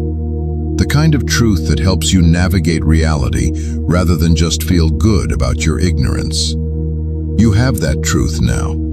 You can't unknow it. You can't go back to comfortable delusions about fairness and automatic rewards for virtue. You've looked into Machiavelli's mirror. You've seen the machinery underneath the performance. You've recognized the game that's always been playing around you. What you do with that recognition is the only thing that matters. Whether fortune has won by showing you truth that destroys you, or whether you've won by transforming that truth into something that makes you stronger, wiser, more capable of protecting what you love. The evening ritual waits. The space where you take off the costume of your circumstances and put on the identity of who you actually are. Where you feed on the food that alone is yours. Where you enter into conversation with those who saw clearly before you and left their insights for you to build upon. Machiavelli is in that space, waiting to talk to you. dead for 500 years, but more alive in his observations than most people are in their breathing. Ready to show you what he saw, ready to teach you what he learned, ready to help you build the dikes before fortune floods everything you've built on hope instead of strategy. The torture is coming. The exile is inevitable. Fortune will turn, because fortune always turns. But what survives? What you build that cannot be taken. What you become that circumstances cannot diminish. What you understand that pain cannot erase. That's yours. That's permanent. That's the victory over fortune that's actually available. Not avoiding the flood, but building something that survives it. If this message found you at the right moment, give this video a like. Why you feel trapped between two versions of yourself. You didn't stumble here by accident. You were summoned by something you've been avoiding. The uncomfortable recognition that you are currently inhabiting a body that no longer fits the shape of who you're becoming. And that suffocation, that exquisite psychological violence of being trapped between selves, is precisely why these words found you in the algorithm's endless dark. Listen closely. You are experiencing what the ancients called limen, the threshold, the space between where you were and where you're going. And in this maddening suspension, you have become a living paradox. You exist in two mutually exclusive realities simultaneously, and the cognitive dissonance is tearing you apart from the inside. But here's what nobody tells you about this place. It was designed to break you. Right now, as you listen to this, there are two voices warring inside your skull. One is the polished persona you've constructed, the version of yourself you present to the world, to your family, to the mirror each morning. The other is something darker, something hungrier. Carl Jung called this the shadow, and he understood something most people spend their entire lives running from. The shadow is the door to our individuality. It contains not just your failures and your shame, but also your raw, unfiltered will to power. Every time you've sabotaged yourself, every time you've chosen comfort over ambition, every time you've stayed silent when you wanted to roar, that was your shadow, pulling strings you didn't even know existed. The in-between space forces you to confront this, because when the old identity dissolves and the new one hasn't yet solidified, there's nothing left to hide behind. You feel stuck because you are stuck, between the person you pretended to be and the person you're too afraid to become. And the shadow produces a dead balance, a standstill that hampers moral decisions. You can no longer lie to yourself about who you actually are. But the liminal space is not neutral. It's not simply a bridge between 2 points. It's an active psychological battlefield where your old self is fighting for survival, using every manipulation tactic it knows to keep you from crossing over. Because if you become who you're meant to be, the current version of you dies. And it knows this. So it whispers. It tells you that you're not ready, that you need more time, more preparation, more proof. It floods your mind with doubt on the days you feel closest to breakthrough. This isn't randomness. This is psychological warfare. Some days you wake up electric with clarity. Other days you can barely move. Your ego is using every tool in its arsenal: fear, procrastination, false rationalization, to maintain control over territory it's about to lose forever. The ego adapts its strategies to the situation, like a Machiavellian prince managing a crumbling kingdom. And you, the conscious mind, are the territory being fought over. Here's what most people miss. You're not waiting for the right moment. You're waiting for the suffering to become unbearable enough that staying where you are becomes more terrifying than the unknown ahead. Jung understood this. No progress or growth is possible until the shadow is adequately confronted. But confrontation doesn't mean acknowledgement. It means shock. A visceral, undeniable collision with the truth of who you are beneath all the stories. The liminal space floods your brain with uncertainty and ambiguity because your nervous system is trying to force a decision by making both options excruciating. It's not trying to help you, it's trying to survive you. And so you wait, not for clarity, but for the moment when the current version of yourself becomes so intolerable that you have no choice but to annihilate it and walk through the fire. Now, let's talk about that future version of yourself, the one you can feel waiting on the other side of all this doubt. You sense them, don't you? Confident, successful, finally arrived. So close you can almost touch them. But here's the uncomfortable truth. That vision is partially a lie your ego created to keep you in motion without actually changing. It's a carrot on a stick, a psychological manipulation to make you believe that if you just keep grinding, keep suffering, keep staying in the game, eventually you'll transform into that person.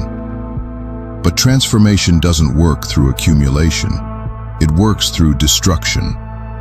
The person on the other side of this isn't the refined version of who you are now. It's someone else entirely, someone who had to let the current you die in order to be born. And that's why you're stalling, because deep down, you know that crossing the threshold means you won't survive the journey. Not the real you, not the one listening to these words right now. The motivational voices tell you to keep showing up, to stay consistent, to trust the process. And you do. Day after day, you perform the rituals of someone who's serious about change.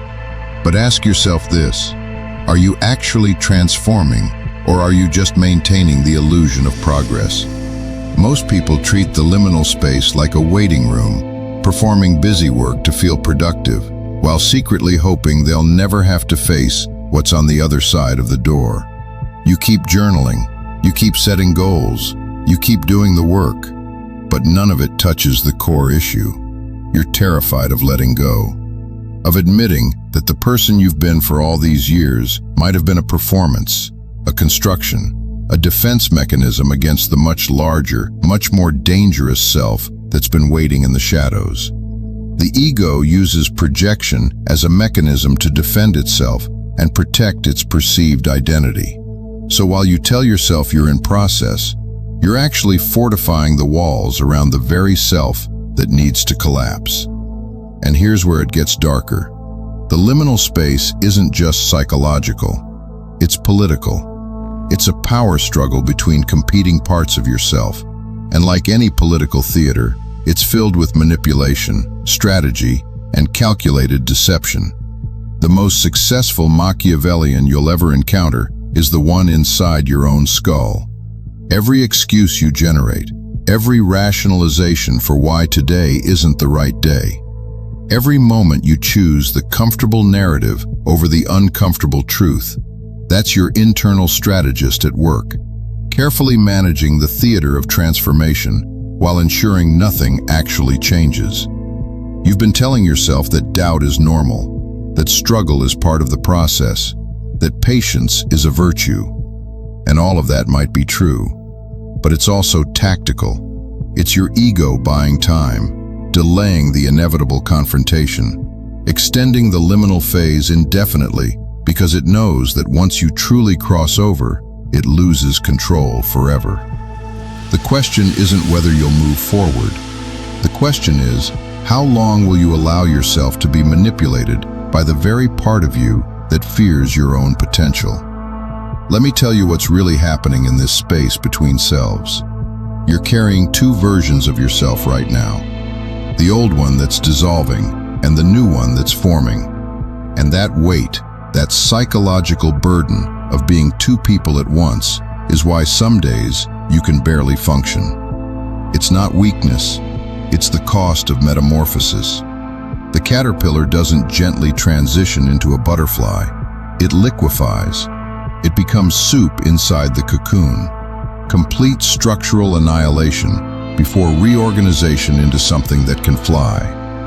That's what's happening to you. You're dissolving, and your conscious mind is trying desperately to make sense of the process, to find patterns, to predict when the breakthrough will come. But you can't predict it. You can only prepare for it. And preparation doesn't look like motivation. It looks like being willing to stay present while your entire identity dismantles itself. Every person who's made it to where you're trying to go went through this exact phase. The place where you can see the destination, but you're not there yet. The place where belief and doubt trade places every other day. The place where you're doing everything right and seeing no immediate results. They all lived here, and they all thought the same thing you're thinking right now. Maybe I'm different. Maybe it works for other people, but not me. Maybe I'm not talented enough, connected enough, lucky enough. But they stayed anyway. Not because they were more confident than you, but because they didn't let the doubt make the decision. They let the action make the decision. And here's what they discovered on the other side. The in-between wasn't the obstacle. It was the answer. It was where they became who they needed to be. Because the liminal space doesn't just test whether you want the goal.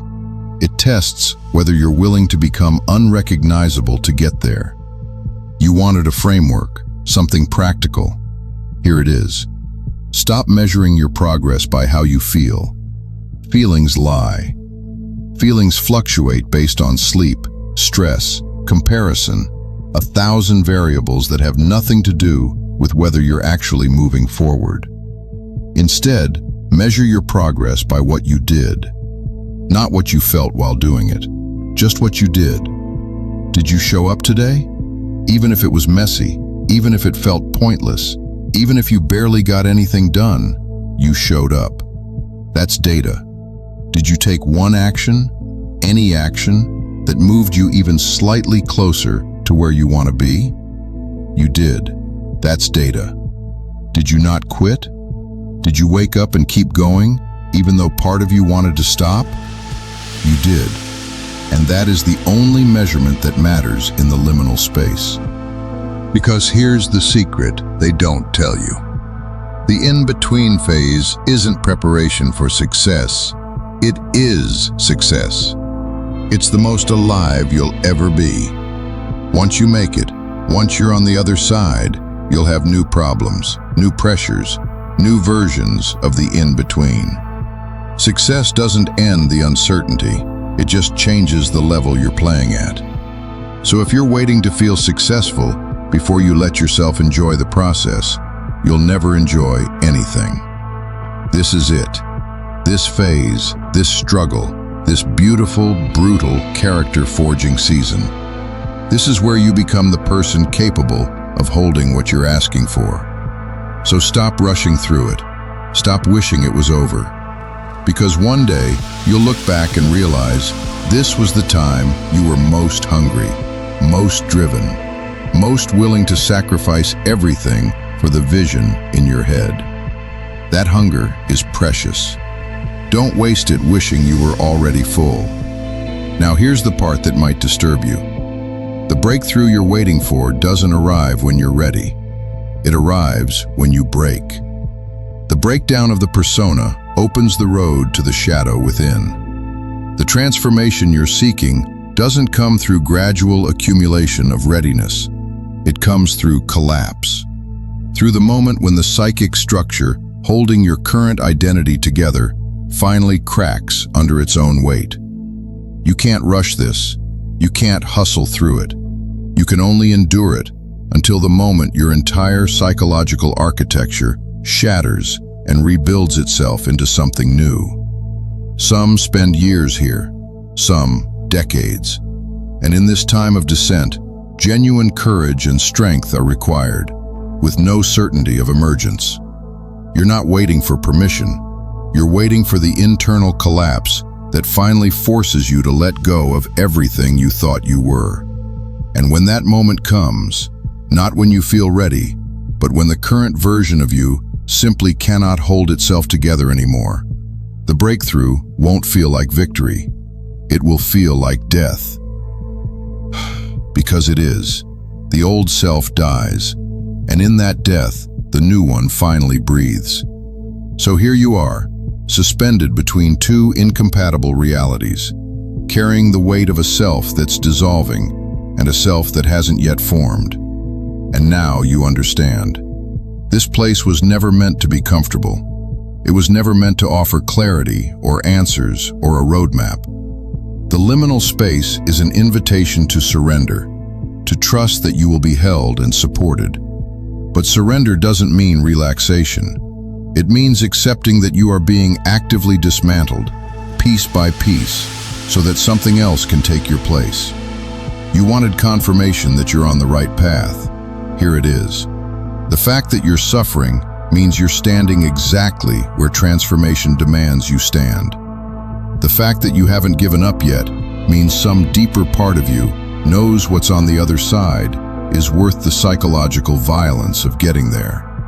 But understand this, the person who crosses the threshold will not be you.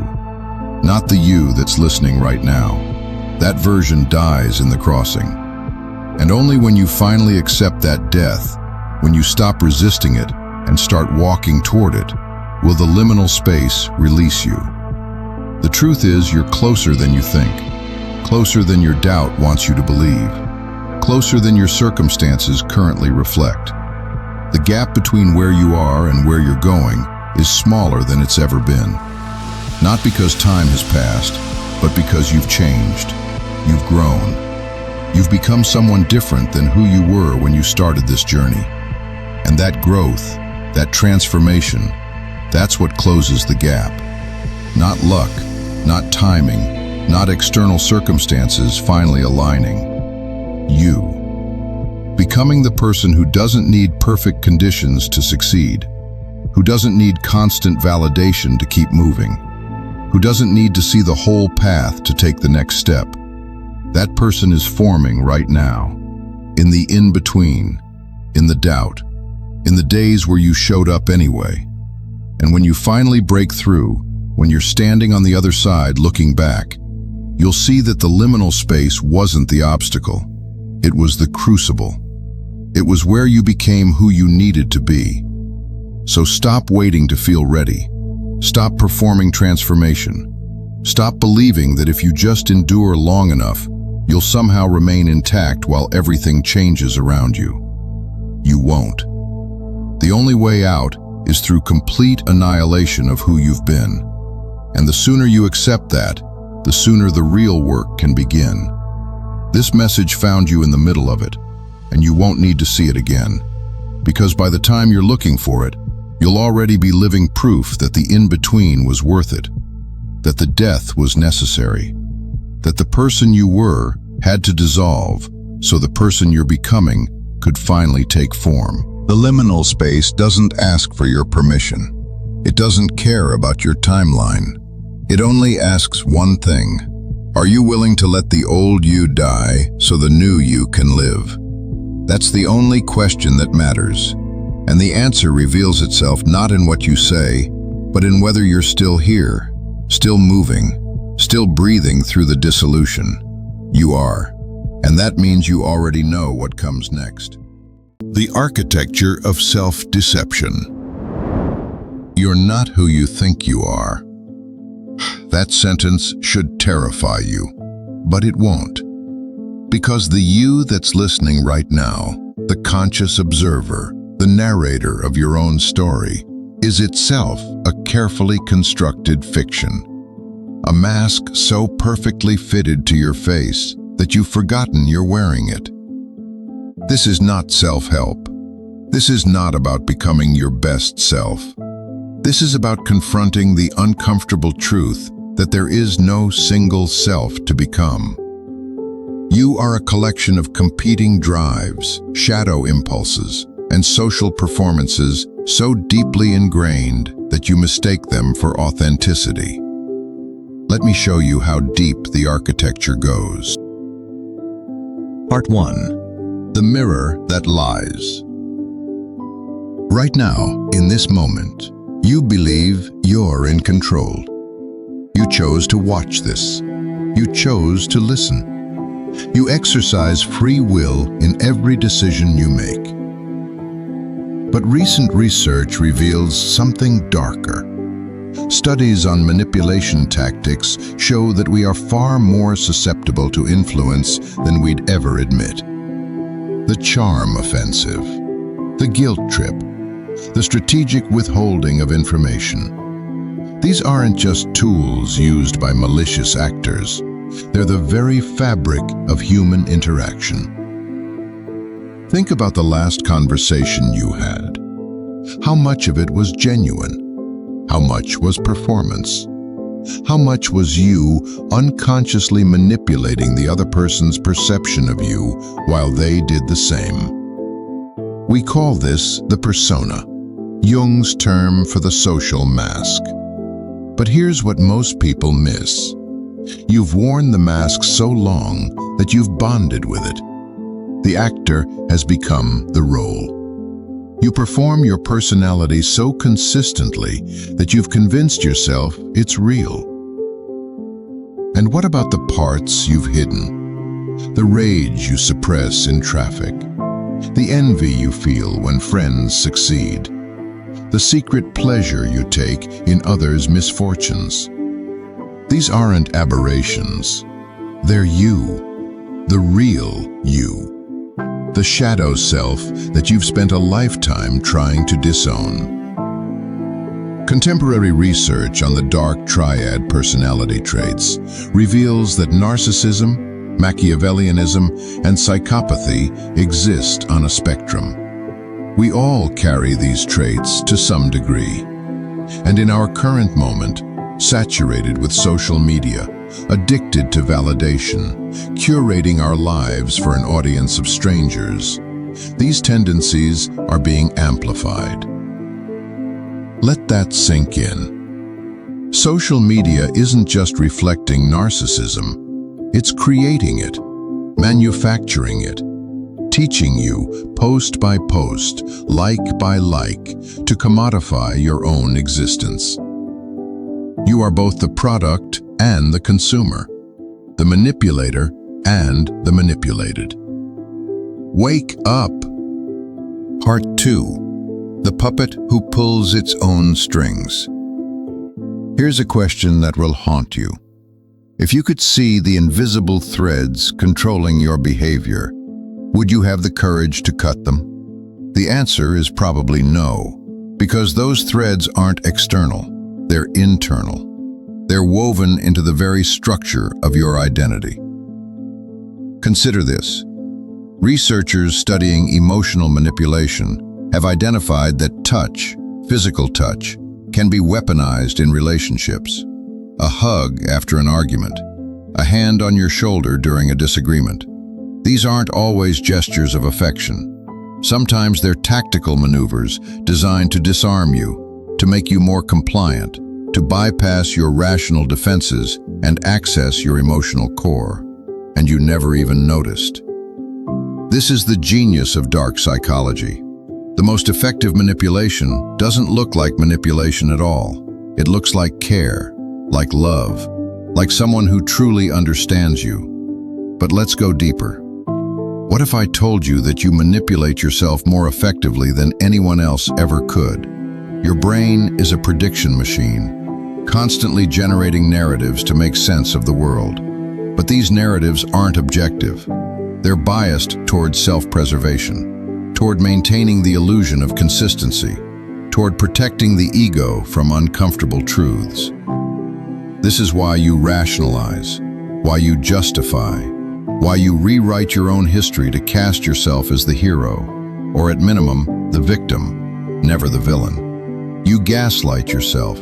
You project your own unacknowledged darkness onto others. You see in them what you refuse to see in yourself. The Buddhist concept of anatta, no self, understood this thousands of years before modern psychology. There is no fixed, essential you, only a constantly shifting process, a river that thinks it's a rock. But here's where it gets truly dark. If there's no fixed self, then who exactly is doing the choosing? Who is the you that claims to have free will? The Stoics had an answer. Marcus Aurelius wrote that we don't control what happens to us, only how we respond. But even that response isn't as free as we'd like to believe. Your response is shaped by genetics, by childhood conditioning, by cultural programming, by millions of micro-influences you're not even aware of. You are a puppet who believes it's pulling its own strings. But look closely. The strings run through you, not from you. Part 3. The Validation Machine. Let me tell you about a form of control so pervasive, so normalized, that you participate in it willingly. It's called social proof, and it's everywhere. You check how many likes your post got. You feel a dopamine surge when someone validates your opinion. You experience actual emotional pain when you're ignored or dismissed. This isn't weakness, this is design. Social media platforms have gamified human connection, turning it into a slot machine of intermittent rewards. You pull the lever, you post, you share, you comment, and sometimes you win.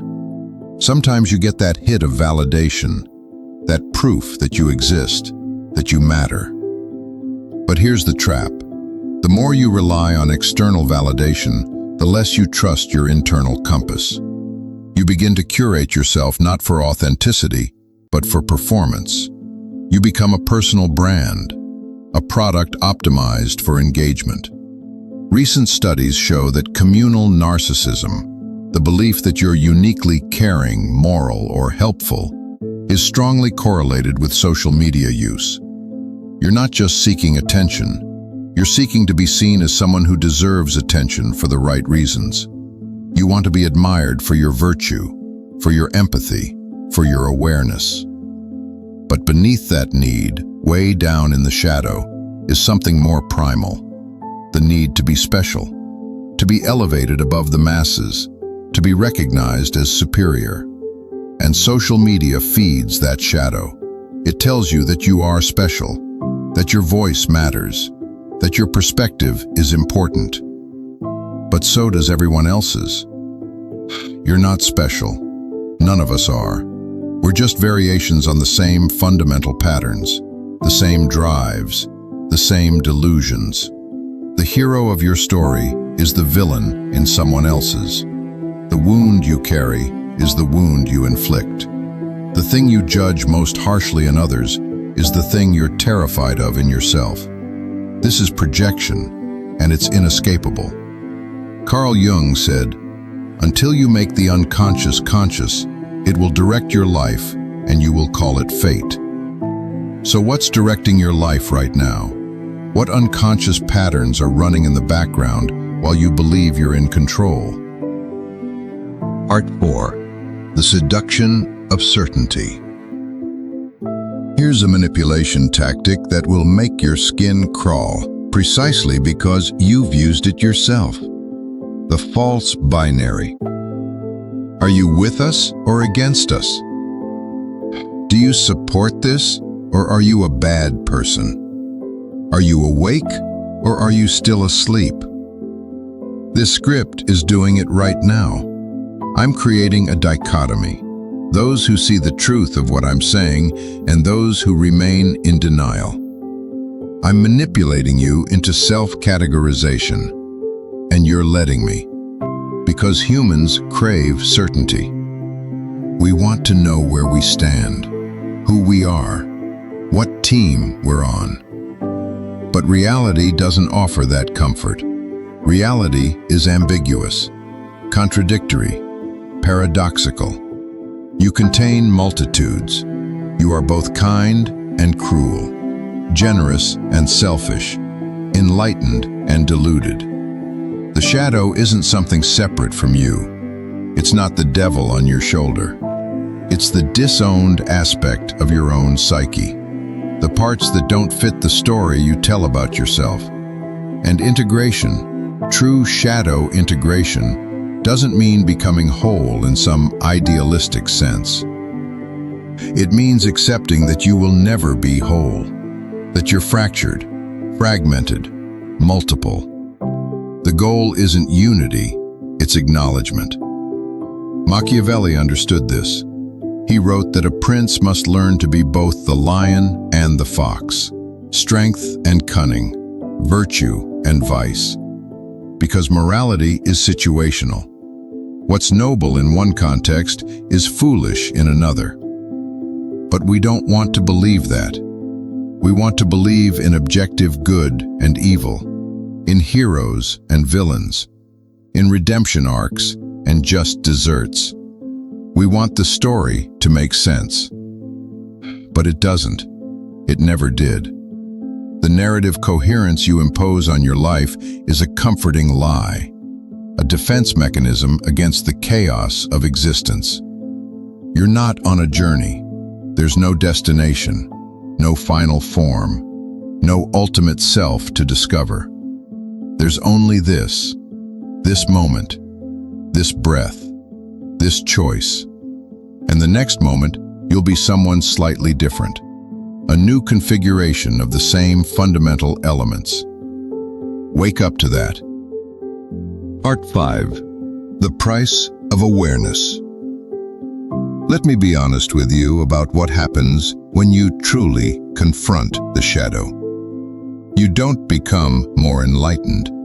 You become more uncomfortable. Because awareness doesn't grant you immunity. It grants you responsibility.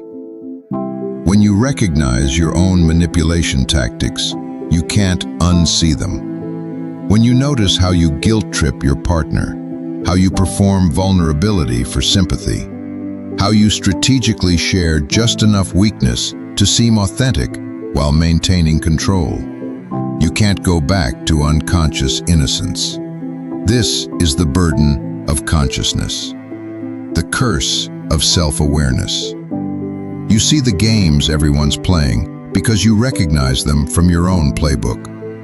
Recent studies on gaslighting show that we're far more tolerant of psychological manipulation in relationships than we should be. We normalize it, we excuse it, we participate in it. And when we finally recognize it, we have to make a choice. Stay and be complicit, or leave and face the void. Most people choose complicity because the void is terrifying. The void is the space between the old identity and the new one, between who you thought you were and who you're becoming. It's the liminal space where nothing is certain, where you have no reference points, where the map you've been following turns out to be of a different territory entirely. The Stoics called this amor fati, love of fate. Embrace what is.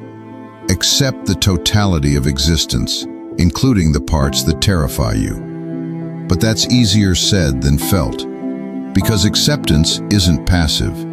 It's not resignation. It's an active choice to stop fighting reality, to stop insisting that things should be different than they are. You should be further along by now. Your life should look different. You should be happier, more successful, more fulfilled. Should. That word is the source of all suffering. Things are as they are. You are as you are. And all the narrative gymnastics in the world won't change that. So what now? Part 6. The uncomfortable truth about power. Let's talk about power. Not the obvious kind, wealth, status, influence. The subtle kind. The kind you pretend you don't want. You want to be right. You want to be seen. You want to be validated. You want to matter. These desires aren't noble. They're not even neutral. They're power drives dressed in acceptable clothing. Every argument you win, every debate you dominate, every time you prove someone wrong. That's not about truth. It's about dominance. And you know this. Somewhere deep down you know this. But you can't admit it because admission would shatter the self-image you've carefully constructed. The image of yourself as someone who cares about truth, about justice, about what's right. But what if you don't? What if you care more about being right than about what's actually right? What if your moral outrage is just another form of self-righteousness? Another way to feel superior? This is the shadow at work. This is the narcissism you don't want to acknowledge. And here's the truly dark part. Becoming aware of this doesn't make you better. It just makes you more sophisticated in your self-deception. Now you can be aware of your shadow and still indulge it. Now you can recognize your narcissism and use that recognition as proof of your self-awareness, which feeds the narcissism further. It's an infinite regress, a hall of mirrors. The more you look, the more reflections you see, and none of them are the real you, because there is no real you. There's only the looking. Part 7. The Liberation in Letting Go. So what's the point of all this? If we're all manipulators and narcissists, if free will is an illusion, if the self is a fiction, what's left? Here's what. The possibility of honest encounter. Not with some idealized version of yourself, not with the person you think you should be, but with the person you actually are, right now, in all your messy, contradictory, flawed humanity. Shadow integration isn't about fixing yourself. It's about meeting yourself, all of yourself, including the parts that disgust you. And here's the paradox. When you stop fighting the shadow, it loses its power over you. Not because you've defeated it, but because you've stopped giving it energy through resistance. Jung said that what we resist persists. The more you deny your anger, the more it controls you. The more you hide your envy, the more it shapes your behavior. The more you project your darkness onto others, the more fragmented you become. But when you acknowledge it, when you say, yes, this is also me, something shifts. Not immediately, not dramatically, but slowly, gradually. You become less reactive, less defensive, less brittle. You stop needing to be right all the time because you've accepted that you're wrong a lot of the time. You stop needing constant validation because you've stopped performing for an imaginary audience.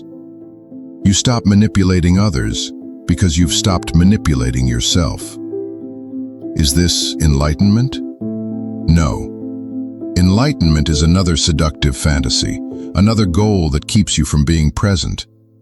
This is just waking up, over and over, moment to moment, remembering that you're not the story you tell about yourself.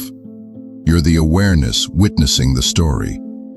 And that awareness is vast, spacious, capable of holding everything, the light and the dark, the noble and the shameful, the conscious and the unconscious.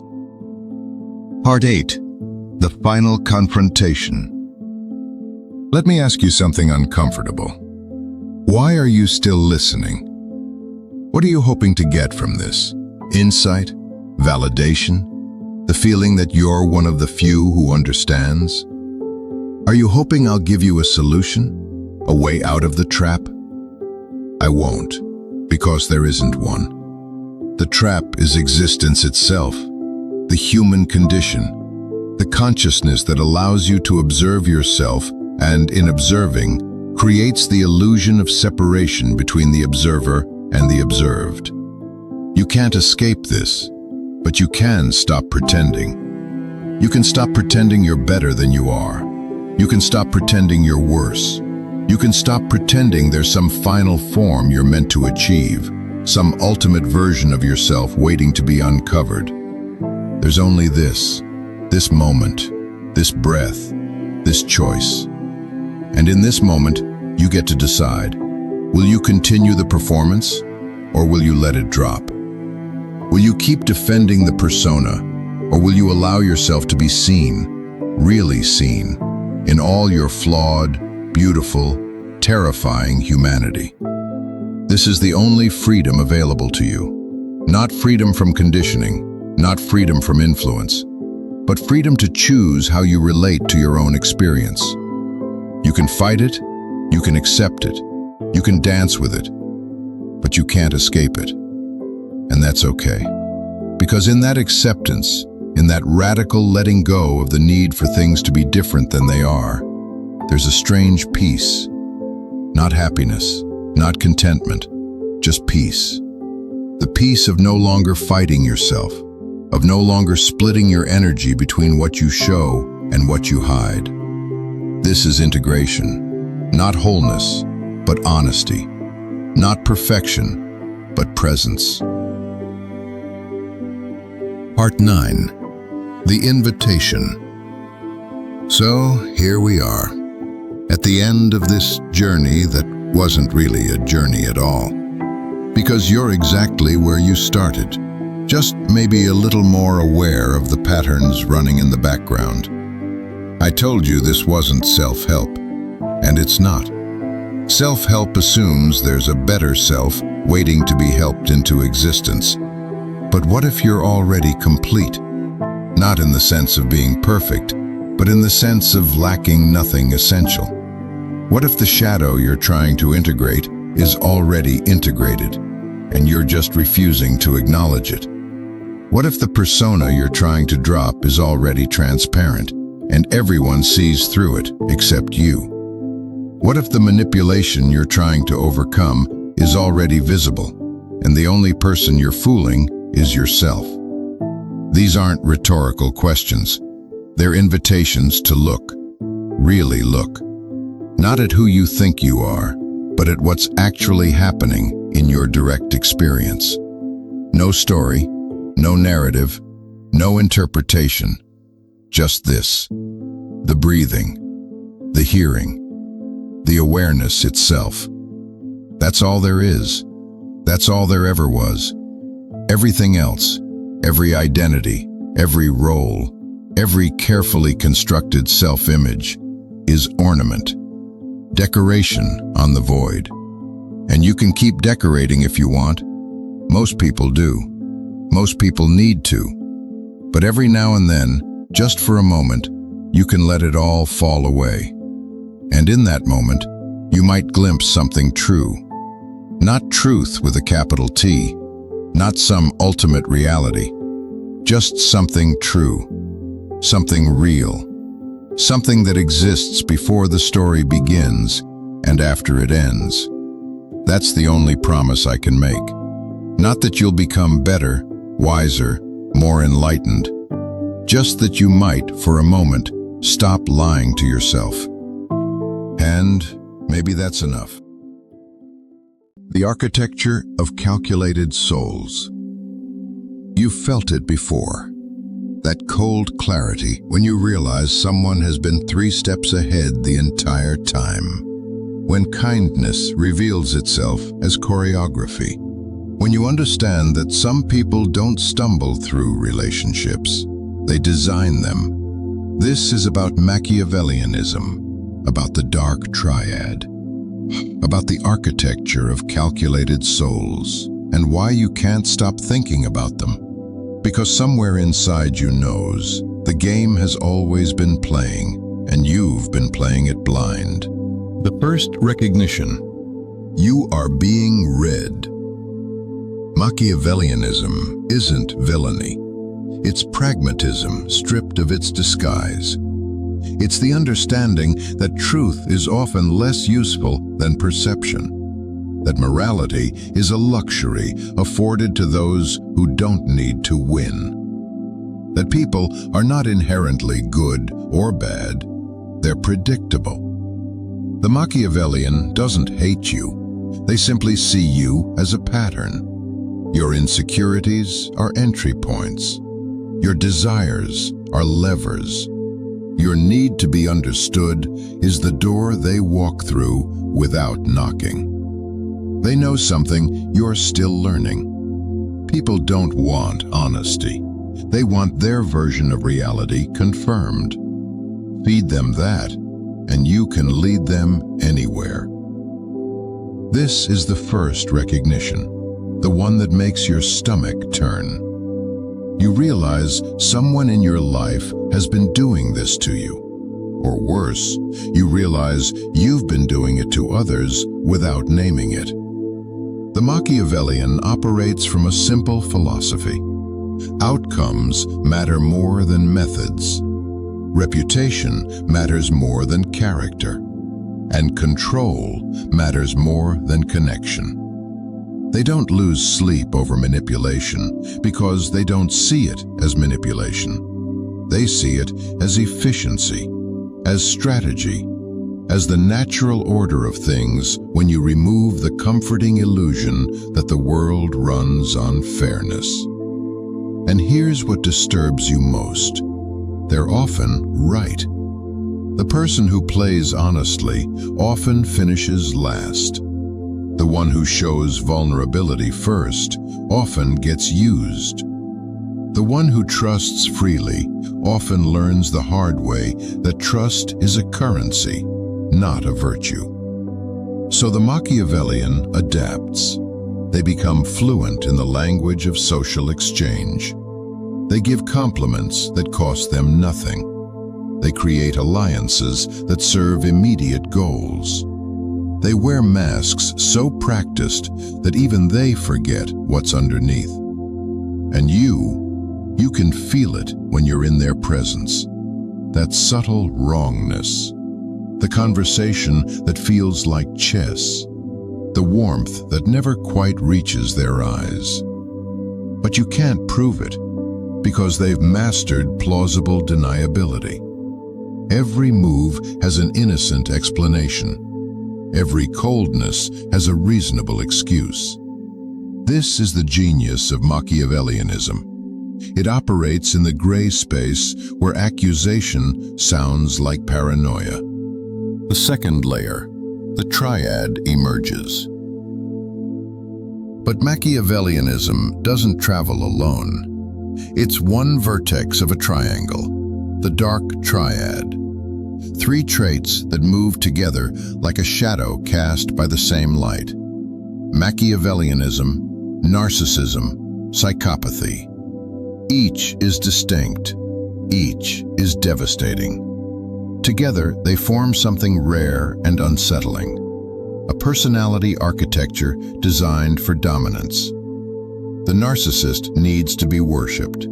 The psychopath needs nothing at all. The Machiavellian needs to win. Let me show you how they differ. The narcissist believes they're the center of the universe.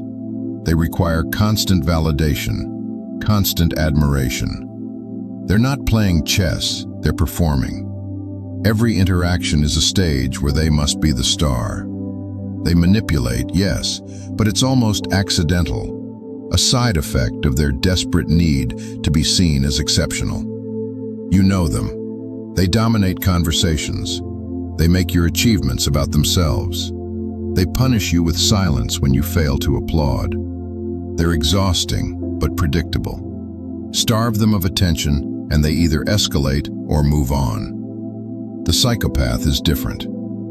Colder. They lack the narcissist's desperate need and the Machiavellian's careful planning.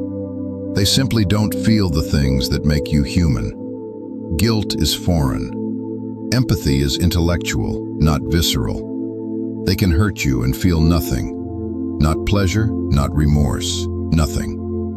They're the ones who unsettle you most deeply. Because when you look into their eyes during a cruel moment, you see no conflict, no suppressed emotion fighting to surface. Just calculation.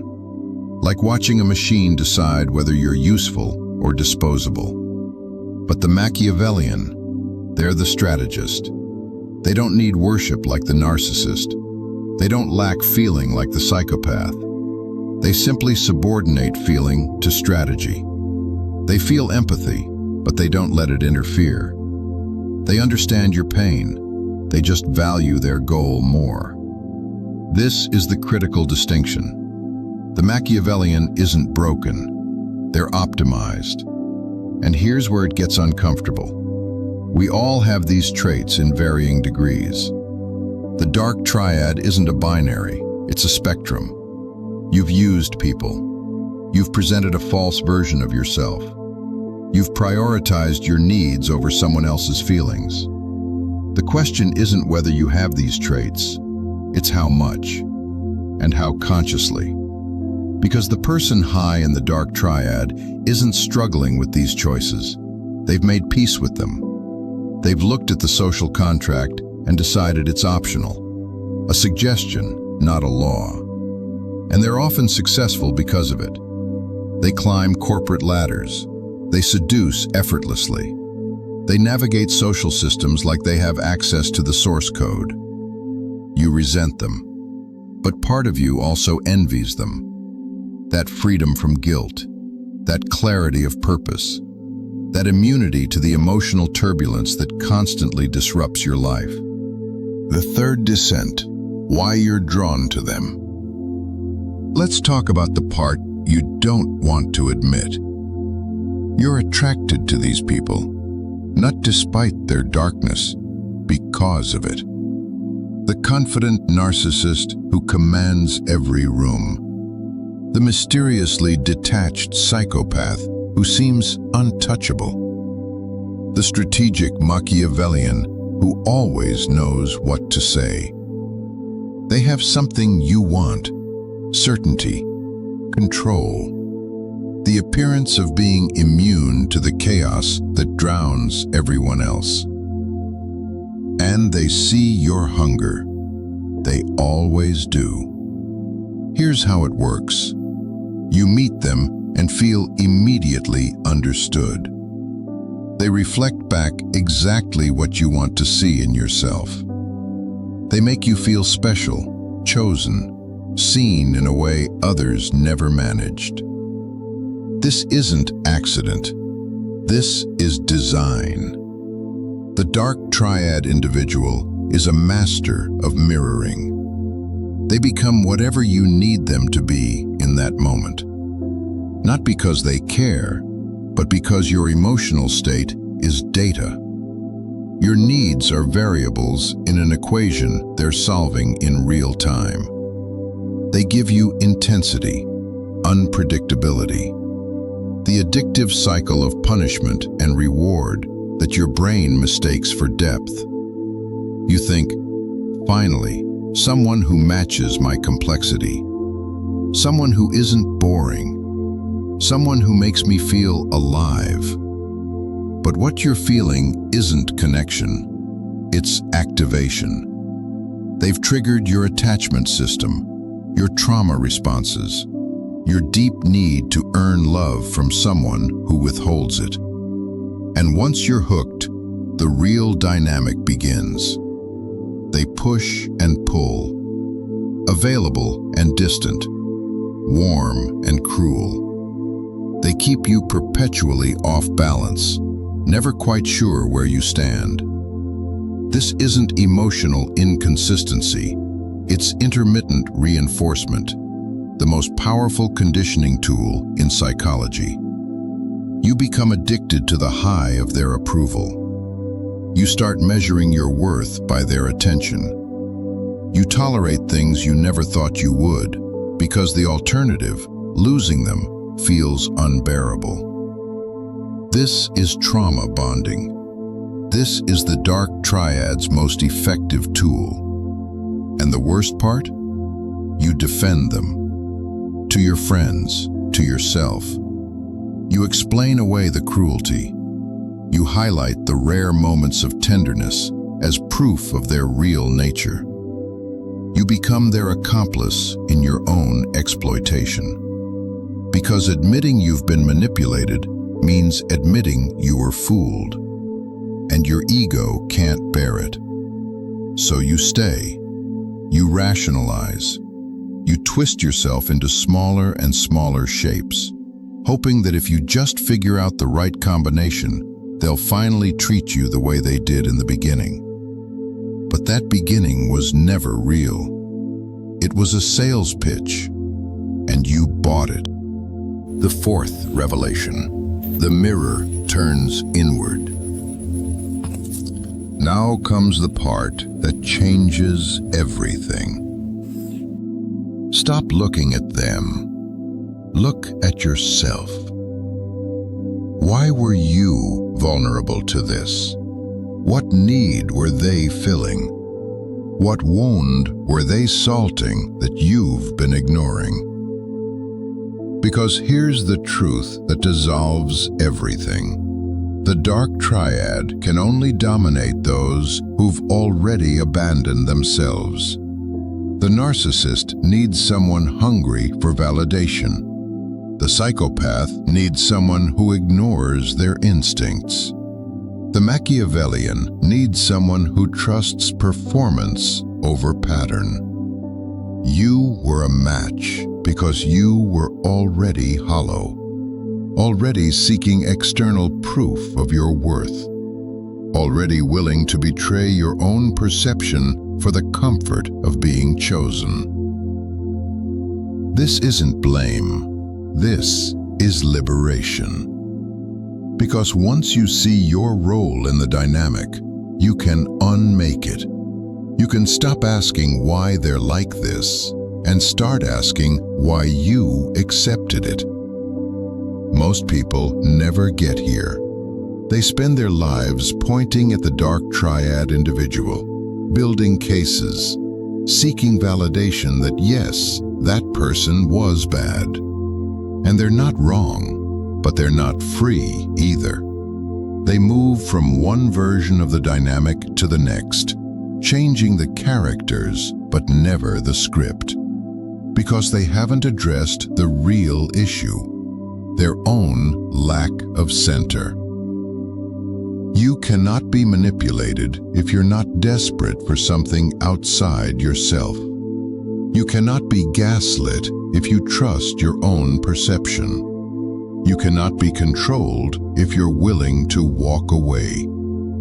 The dark triad thrives on your self-abandonment, on your need to be liked, to be included, to be special.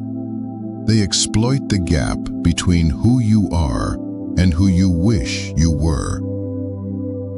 Close that gap, and they have no leverage.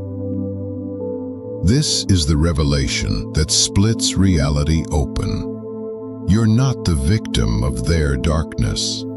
You're the collaborator in your own dimming.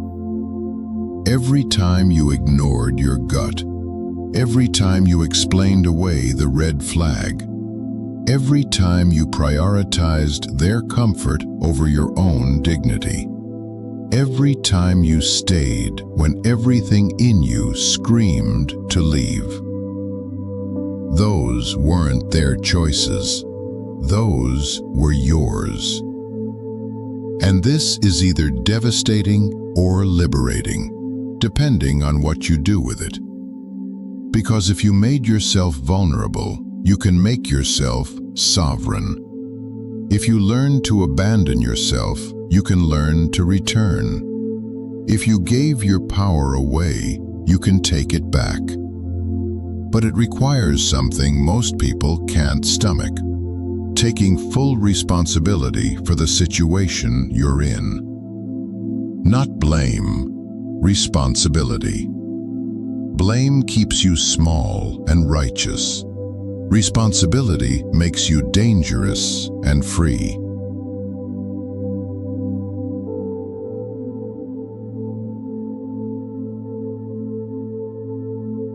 Next is the fifth understanding: becoming ungovernable. So what do you do with this knowledge? You have two paths. The first, you learn the game. You study the dark triad playbook. You become strategic, guarded, cynical. You decide that if the world is manipulation, you'll become a better manipulator. You'll protect yourself by never being vulnerable. You'll win by playing their game better than they do. This path works, sort of. You'll climb, you'll succeed, you'll be safe. You'll also be alone. Because you'll have become the thing you feared. You'll have let their darkness rewrite your code.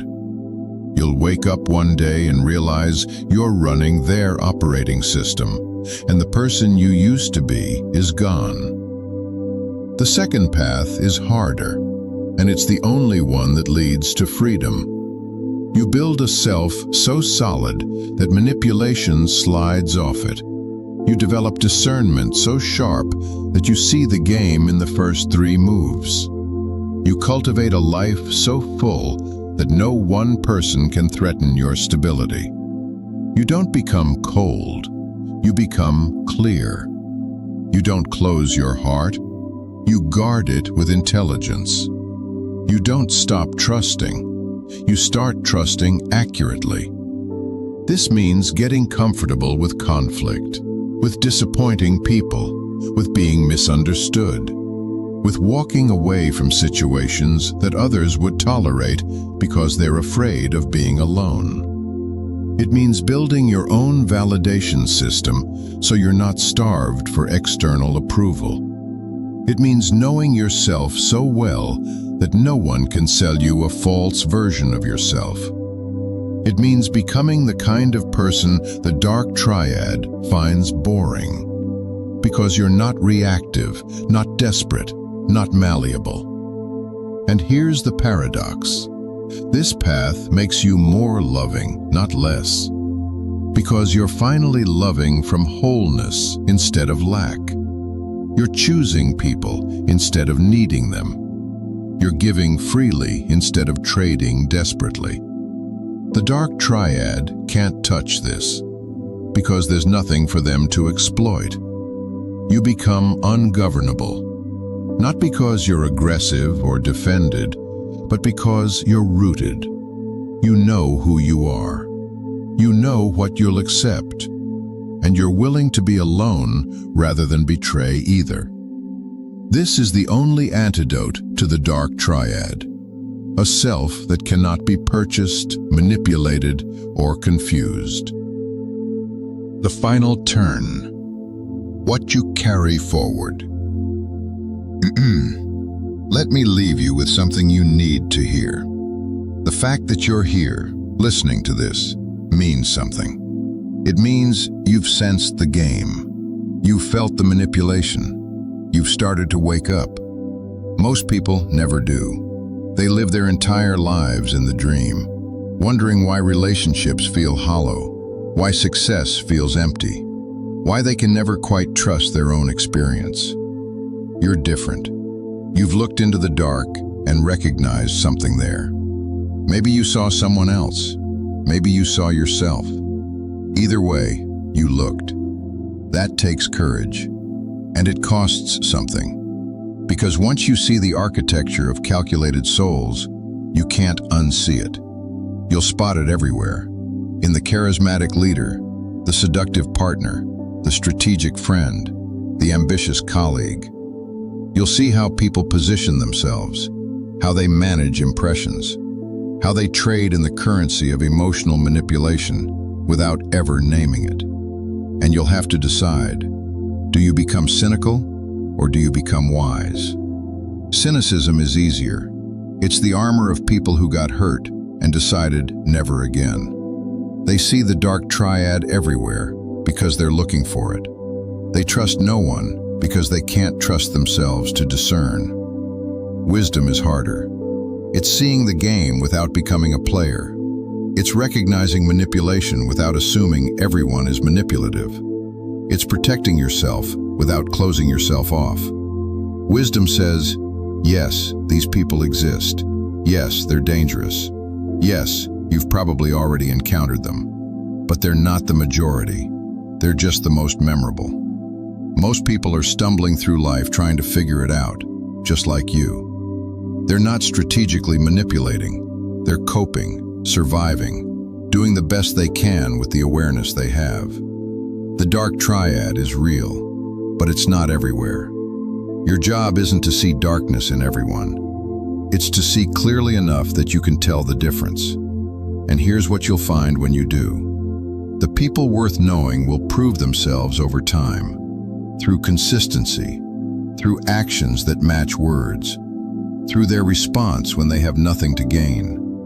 The dark triad can't fake that, not long term, because eventually the mask slips. The pattern reveals itself.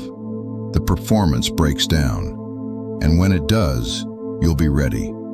Not with rage or victimhood, but with clarity. You'll see it, name it, and walk away.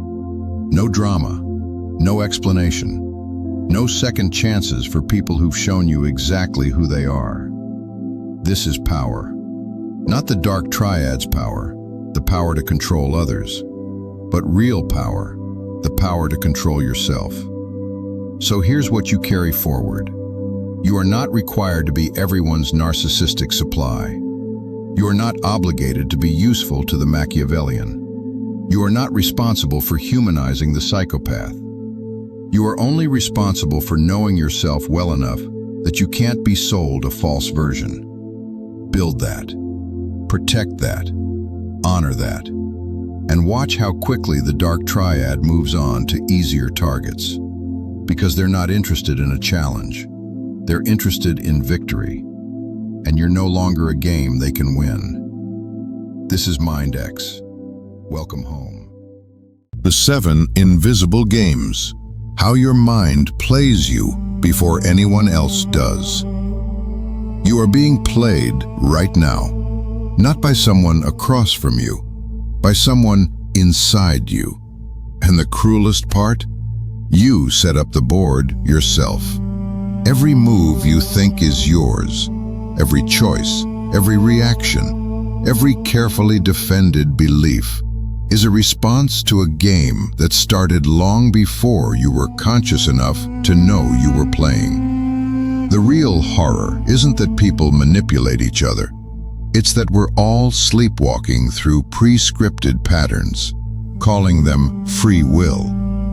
Welcome to the architecture of self-deception, where the house always wins because you are the house. Part 1. The first game. The mask you call a face. Let's start where most people are too afraid to look. You believe you know yourself. You've built an identity. Your likes, your values, your boundaries, your aesthetic, your wounds, your triumphs. You wear it like armor. You introduce yourself with it. You defend it in arguments.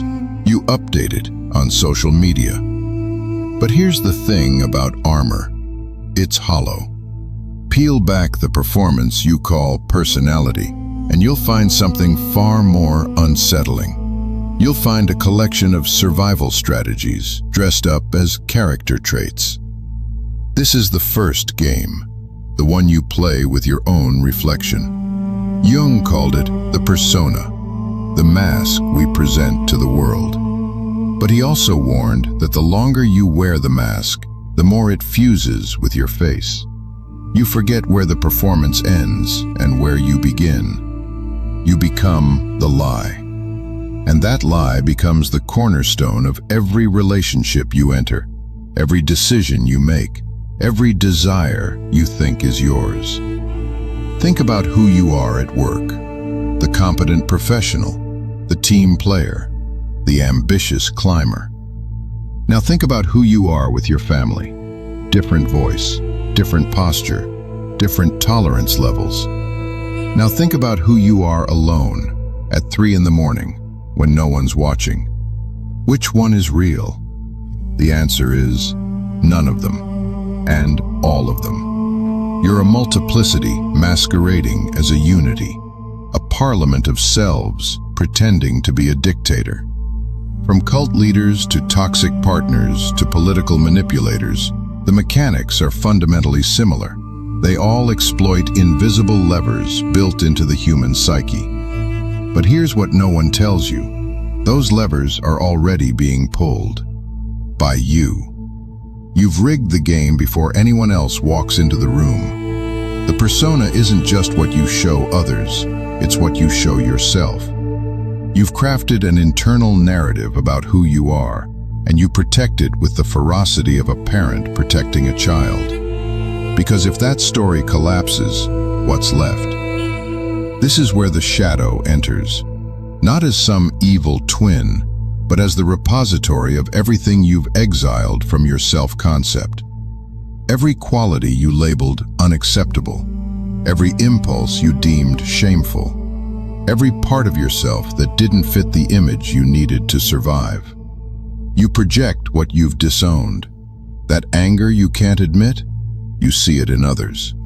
That greed you've buried beneath generosity, you despise it in everyone around you. That sexuality you've repressed, it becomes the thing you judge most harshly in strangers. The shadow isn't some mystical demon. It's the trash heap of every part of yourself you labeled unacceptable, and it leaks. Every judgment you make about someone else is a confession. Every enemy is a mirror you refuse to look into. Every time you say, "I would never do that," you're marking exactly what you fear you're capable of. The game isn't about being good or bad. It's about recognizing that your psyche is a stage, and you're performing for an audience of ghosts. Your mother's disappointment, your father's expectations, the bullies from middle school, the culture that raised you, they're all still in the theater, still watching, still shaping what you allow yourself to be. And here's where it gets darker. The more you deny the shadow, the more power it has. It doesn't disappear. It doesn't die. It just operates underground. It becomes the saboteur, the part of you that ruins relationships the moment they get too close, that torpedoes success right before you achieve it, that picks fights you can't win for reasons you can't explain. You are at war with yourself, and you're losing to an enemy you refuse to acknowledge exists. Part 2. The Game of Borrowed Desire. You think you want things. You don't. You want what you've been told to want. Desire itself is outsourced. This is the second game. And it's more insidious than the first because it feels authentic. You pursue careers, partners, lifestyles, body types, experiences, and you believe they're yours. But trace them back, follow the thread. Most desires are inherited, adopted, downloaded like software you never questioned. You want the corner office because achievement was coded as love in your childhood. You want the relationship that looks perfect on paper because you've been taught that appearances equal reality. You want financial security because you watched your parents fight about money and swore you'd never live that way. You want to be seen as intelligent, attractive, successful, kind, not because these qualities fulfill you, but because their absence terrified you. Machiavelli understood this centuries ago. Control what people want, and you don't need chains. You need stories, symbols, status markers. Make them chase an image of success that requires your product, your approval, your system, and they'll enslave themselves.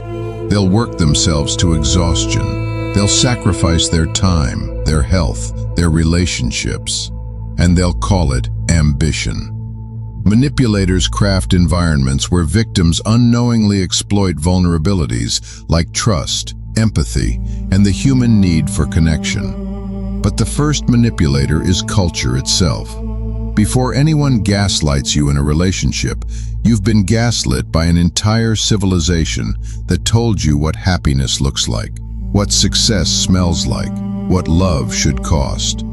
You've been taught to want safety over truth, comfort over growth, validation over self-knowledge, belonging over authenticity. And the horrifying part? You defend these borrowed desires as if they're sacred. You'll fight anyone who questions them. Not because they're yours, but because admitting they're not would collapse the entire architecture of who you think you are. Consider this. How many of your goals would exist if you lived alone on an island with no one to impress? How many of your fears would evaporate if no one could judge you? How many of your daily behaviors are performed solely for an invisible audience that may not even be watching? You're chasing ghosts, running on a treadmill someone else built. And the tragedy is that you'll reach every goal and still feel empty, because the wanting was never yours to begin with. René Girard called this mimetic desire. We don't want objects, we want what others want. We desire through the desires of others. That's why advertising works, why social media is addictive, why keeping up with the Joneses is a universal human disease. We're not individuals with autonomous wants. We're mirrors reflecting mirrors, caught in an infinite regression of borrowed longing. And here's the violence of it. You've spent your entire life building toward things you don't actually want. You've made sacrifices for achievements that mean nothing to you. You've contorted yourself into shapes that please people whose opinions you don't even respect. All because you confused the map for the territory, the symbol for the thing itself. The car isn't freedom. The degree isn't intelligence. The relationship isn't love. The body isn't worthiness. But you've been conditioned to believe that acquiring the symbol will give you the feeling, and it never does. It can't. Because the feeling you're chasing isn't in the object. It's in the fantasy of finally being enough. And enough is a finish line that doesn't exist. Part 3. The Ego's Empire. Let me tell you what the ego really is. It's not confidence. It's not self-esteem. It's not even selfishness. It's a border guard, a paranoid one. Its only job is to protect the story you've built about yourself. And it will sacrifice your happiness, your relationships, your sanity, even your life to do it. This is the third game, the fortress you've mistaken for a home. The ego doesn't care if you're right. It cares if you're consistent. It would rather you be wrong 1,000 times than admit you were wrong once. Because that admission threatens the entire narrative, and the narrative is all it has. Think about the last time someone criticized you, really criticized you, not in a gentle, constructive way, but in a way that struck at the core of how you see yourself. What happened?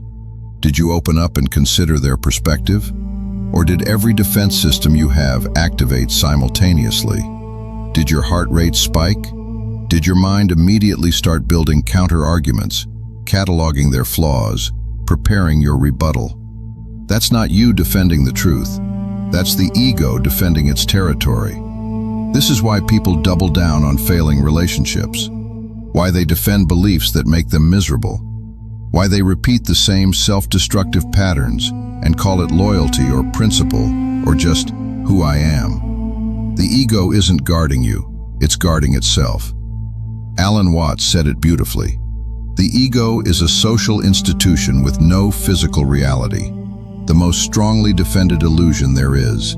It's a construct, a useful fiction we created to navigate the social world. But we've turned it into a tyrant. We've given it veto power over our lives, and it uses that power to keep us small, predictable, and safe from the one thing it fears most: change. Because change means death, not physical death, ego death, the dissolution of the character you've been playing. And to the ego, that's the same thing. This is why transformation is so rare, why people prefer misery they know to happiness they don't, why someone will stay in an abusive relationship, a soul-crushing job, a toxic belief system. Because leaving means admitting that the previous version of themselves was wrong. And the ego can't allow that. It will literally choose suffering over growth if growth requires admitting it was mistaken. And here's where it gets dark. The ego doesn't just protect you from external threats, it protects you from yourself. from the truths you already know but refuse to acknowledge, from the person you could become if you let the performance die, from the potential that terrifies you more than any failure ever could. You know the relationship is over. The ego keeps you fighting for it. You know the career path is wrong. The ego reminds you of the sunk costs. You know you're living inauthentically. The ego shows you all the people who depend on your performance. The ego is a brilliant lawyer. It can justify anything, rationalize everything. It will rewrite history, reframe reality, and recruit every cognitive bias in the book to maintain the illusion of its own correctness. You are living in an empire built on denial, and denial is exhausting. It takes constant energy to maintain a false self, to police your thoughts, to curate your expressions, to make sure the mask never slips. That exhaustion you feel, that chronic fatigue that no amount of sleep fixes, it's not depression. It's the cost of being someone you're not. Part 4. The Game of Mirrors. How others become your instruments. Now we enter the territory most people call manipulation. But let's be precise. Manipulation isn't something that happens to you. It's something that happens through you, through the cracks you've already created. This is the fourth game, the one where your wounds become weapons in someone else's hands. Every master manipulator knows this. You don't control people by force. You control them by understanding what they're already desperate to believe, what they're already telling themselves, what story they need to be true, and then you cast them as the protagonist. Manipulators exploit human vulnerabilities, including emotions, trust, and cognitive biases that make it difficult for victims to recognize what's happening. But here's the mechanism. They're not creating these vulnerabilities. They're scanning for them, reading you like a text, finding the fault lines in your self-concept and setting up camp there.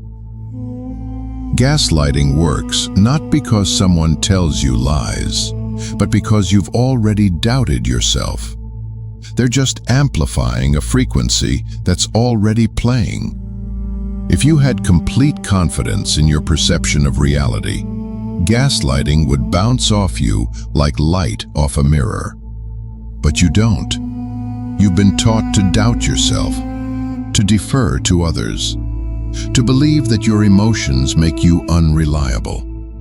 So when someone systematically undermines your reality, they're not building a new prison. They're just locking the doors on one you've already constructed. Love bombing works not because the affection is real, but because you're starving for it. They're filling a void, and the void was there first. If you had secure attachment, healthy self-worth, and genuine self-love, excessive attention would feel suspicious, not flattering. But you don't. You're hungry, and they're offering a feast. The fact that it's poisoned only becomes clear after you've already eaten. Guilt manipulation works not because you've done something wrong, but because you've been conditioned to believe your needs are selfish. That taking up space is a sin. That saying no is cruelty. So when someone weaponizes your guilt, they're not installing new software. They're running a program your childhood already wrote. The narcissist finds your need for validation. The psychopath finds your empathy. The codependent finds your savior complex. The emotional vampire finds your guilt. They don't create these needs. They exploit them. And here's the part that makes people uncomfortable. You're doing the same thing. Maybe not consciously, maybe not maliciously, but you're using people to meet needs you won't acknowledge. You're projecting roles onto them without their consent. You cast your partner as your therapist, your child as your purpose, your friend as your mirror, your enemy as your justification. We are all, to some degree, using each other as props in our private psychological theaters. But here's the twist you won't hear anywhere else. The person manipulating you is often just as trapped as you are. They're playing from their own wounds, their own survival strategies, their own unexamined shadows. The narcissist is terrified of worthlessness. The manipulator is terrified of powerlessness. The emotional abuser is terrified of abandonment. They're not villains. They're trauma survivors who never healed. And now they're spreading their infection. This doesn't excuse the behavior. It contextualizes it.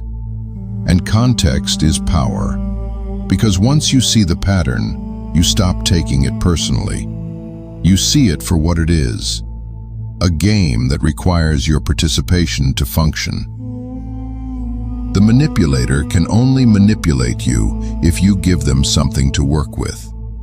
A fear, a need, an unhealed wound, an unquestioned belief.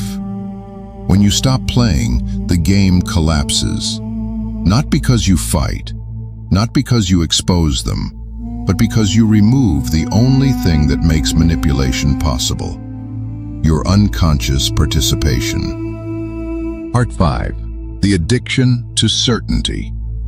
We've arrived at the fifth game, and this one might be the hardest to accept. You are addicted to being right. Not because truth matters to you, but because uncertainty is unbearable. The human mind is a meaning-making machine. It doesn't tolerate ambiguity well. It will invent answers rather than sit with not knowing. And those invented answers feel as real as bone, as solid as physics, even when they're pure fiction. This is why conspiracy theories spread, why people cling to abusive relationships, why you'll defend a bad decision just because you made it. The mind prefers a bad map to no map at all. Consider what happens when something inexplicable occurs. A tragedy, a betrayal, a random stroke of bad luck. Your mind can't just let it be random. It needs a reason, a narrative, a villain. So it constructs one. It finds patterns in chaos, assigns intention to accident, turns correlation into causation, and suddenly the world makes sense again. Never mind that the sense is manufactured. Never mind that the narrative is fiction. It feels true, and feeling is believing. We're drawn to dark psychology, not because it's rare, but because it reveals uncomfortable truths about ourselves. The uncomfortable truth here is that most of your beliefs are not chosen. They're conclusions your nervous system reached to feel safe, to feel oriented, to feel like the universe isn't just a random collision of particles that occasionally produces suffering for no reason at all. You believe in karma not because you've seen evidence for it, but because the alternative, that good people suffer and bad people prosper randomly, is intolerable. You believe in a just world because believing otherwise would mean accepting that everything you've worked for could be destroyed by pure chance. You believe people get what they deserve because admitting they don't would mean admitting you might not either. Your beliefs are emotional insurance policies. They're not about truth, they're about comfort. And the architecture of that safety? It's made of stories. Stories about who you are, why things happen, who's to blame, what it all means. You'd rather have a painful story than no story at all, because no story means chaos. And chaos means your ego, that border guard, has nothing to defend. So you harden your positions. You curate your information diet. You follow people who confirm what you already believe. You unfollow people who challenge it. You enter spaces where your worldview is reinforced and avoid spaces where it's questioned. Not because you're closed-minded, but because you're terrified. Certainty is the drug. Doubt is the withdrawal, and most people will choose the drug every single time. This is why changing someone's mind is nearly impossible. You're not arguing with their logic. You're threatening their sense of safety. You're asking them to let go of the handrail in a storm, to admit they might have been wrong, to tolerate the vertigo of not knowing. And for most people, that's too much to ask. But here's the revelation. The opposite of certainty isn't chaos. It's freedom. The ability to hold ideas lightly, to update beliefs when new information arrives, to say, I don't know, without feeling like you're losing ground, to exist in the tension of paradox without collapsing into binary thinking. Wisdom isn't about knowing more. It's about being comfortable knowing less. Part 6. The game you can't refuse. Constructed realities. Let's go deeper. You think you see reality. You don't. You see a reconstruction, a simulation your brain builds from fragments of sensory data, filtered through memory, trauma, culture, language, and biology. What you call the world is a personalized hallucination, and you share it with no one. This is the 6th game, the one where your perception becomes your prison. Neuroscience has confirmed what mystics have said for millennia. You don't experience reality directly. You experience a model of reality your brain constructs in real time. It fills in gaps, edits out inconsistencies, highlights what it deems important, and deletes what it considers irrelevant. And it does all of this without asking your permission. You don't see what's there. You see what you expect to see, what you're trained to see, what you're afraid not to see. Two people can witness the same event and walk away with completely different stories, not because one is lying, but because they processed it through completely different filters. Your past shapes your present. Your trauma creates blind spots. Your culture determines what you notice. Your language limits what you can think. You are not observing reality. You're interpreting it. And interpretation is never neutral. Every abuser understands this instinctively. They don't need to control reality. They only need to control your reality. They rewrite the past. They redefine words. They make you question the things you saw with your own eyes. They isolate you from other perspectives. They become the sole narrator of your shared story. And slowly, your version of events starts to match theirs. Not because they're more persuasive, but because perception is malleable. And the reason it works? You've already been playing this game with yourself. You rewrite your own history every day. You soften memories that hurt. You sharpen memories that serve you. You construct narratives that make you the hero, the victim, the misunderstood genius. You forget the times you were wrong and remember the times you were vindicated. You delete evidence that contradicts your self-image and amplify evidence that supports it. Your autobiography is fiction, and you believe every word. The people who manipulate you are simply hijacking a process you've been running your entire life. They become co-authors of your reality. And the most tragic part? You let them, because it's easier than admitting you never had authorial control in the first place. But here's where it gets truly unsettling. If your perception is constructed, then so is your sense of self. The you that you think is observing reality, that's constructed too. It's not a thing, it's a process, a verb pretending to be a noun. A pattern of activity that's convinced itself it's an entity. Alan Watts asked, "Who is it that's observing your thoughts? If you can observe your thoughts, you must be separate from them. So, who's the observer? And if you can observe the observer, who's doing that observing?" Keep going, and you'll find there's no solid ground, no core self. just layers of observation, observing observation, observing observation, until the whole thing dissolves into pure awareness. You are not a thing that has experiences. You are experiencing itself, temporarily convinced it's a person. And if that's true, if the self is a construct, if perception is a hallucination, if reality is interpretation, then freedom isn't about seeing objective reality. That's a myth. Freedom is about recognizing that all reality is constructed and choosing consciously what you build. Part 7. The final game. The refusal of responsibility. And now we arrive at the last game, the ultimate one, the one you've been playing since you had language. You are not a victim, not in the way you think. Wait, before you react, before you marshal your defenses, before you start cataloging all the ways you've been wronged, hurt, betrayed, traumatized. Listen, this isn't about blame, it's about agency. Most people spend their entire lives outsourcing responsibility, blaming parents, society, partners, genetics, brain chemistry, bad luck, the economy, their childhood, their circumstances.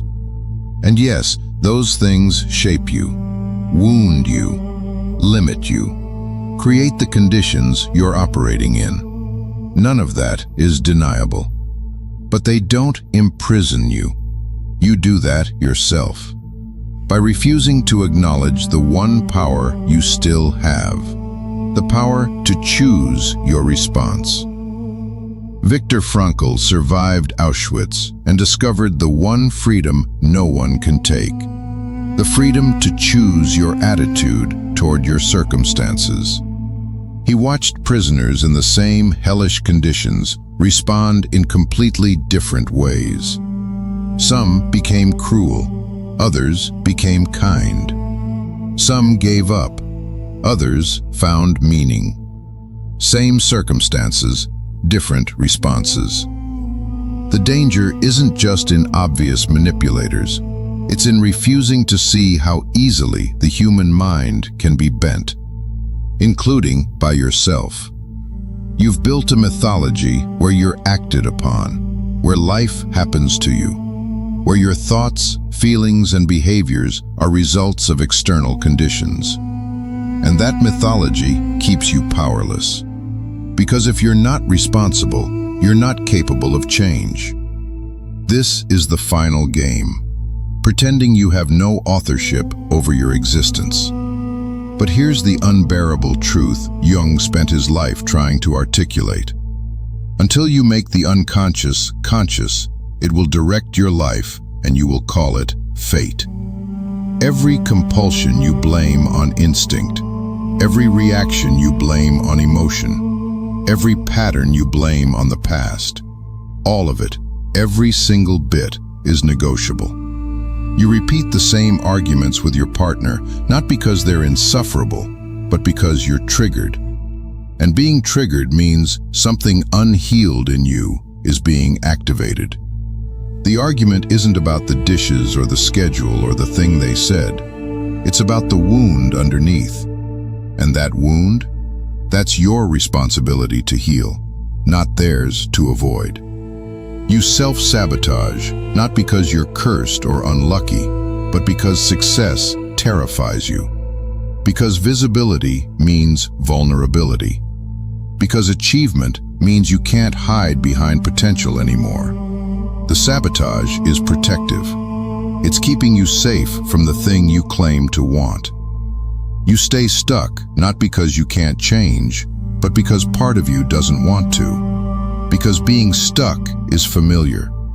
Because the known misery is preferable to the unknown freedom. Because changing would require you to grieve who you've been. And grief is hard. You are the author, the actor, and the audience of your own tragedy. And the moment you accept that, fully, without caveat, everything changes. Not because acceptance makes the pain go away, but because it returns power to you. The power to stop waiting for rescue, to stop blaming the script, to stop playing the same scenes on repeat and expecting different outcomes. Machiavelli told princes how to control kingdoms. Jung told individuals how to stop being controlled.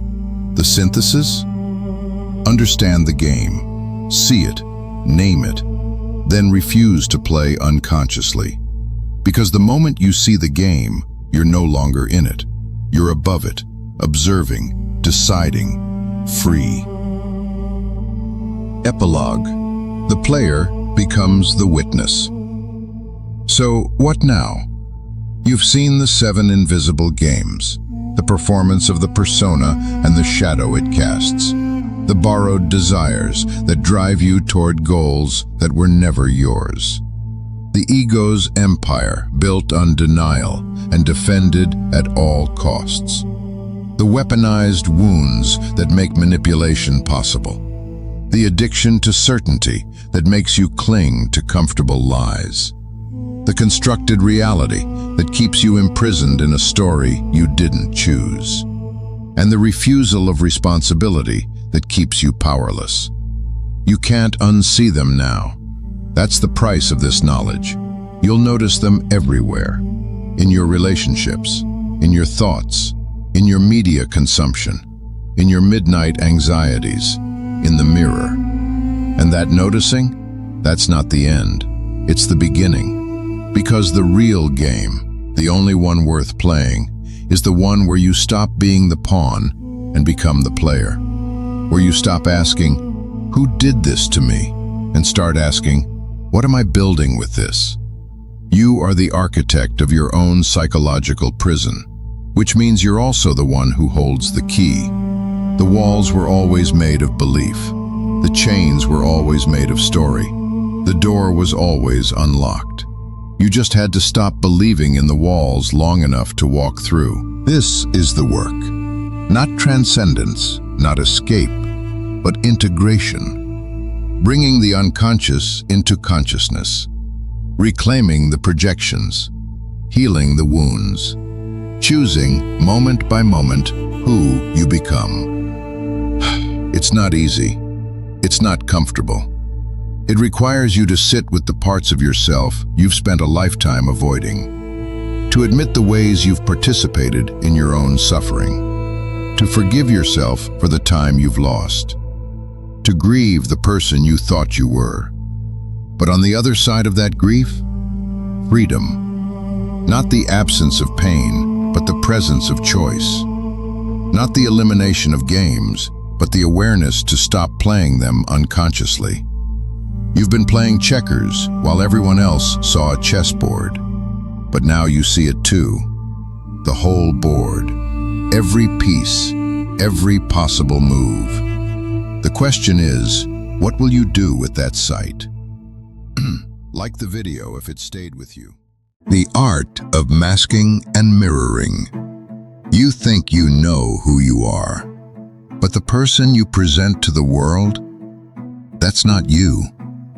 That's a performance so practiced, so polished, so perfectly calibrated to survive, that you've forgotten you're wearing a mask at all.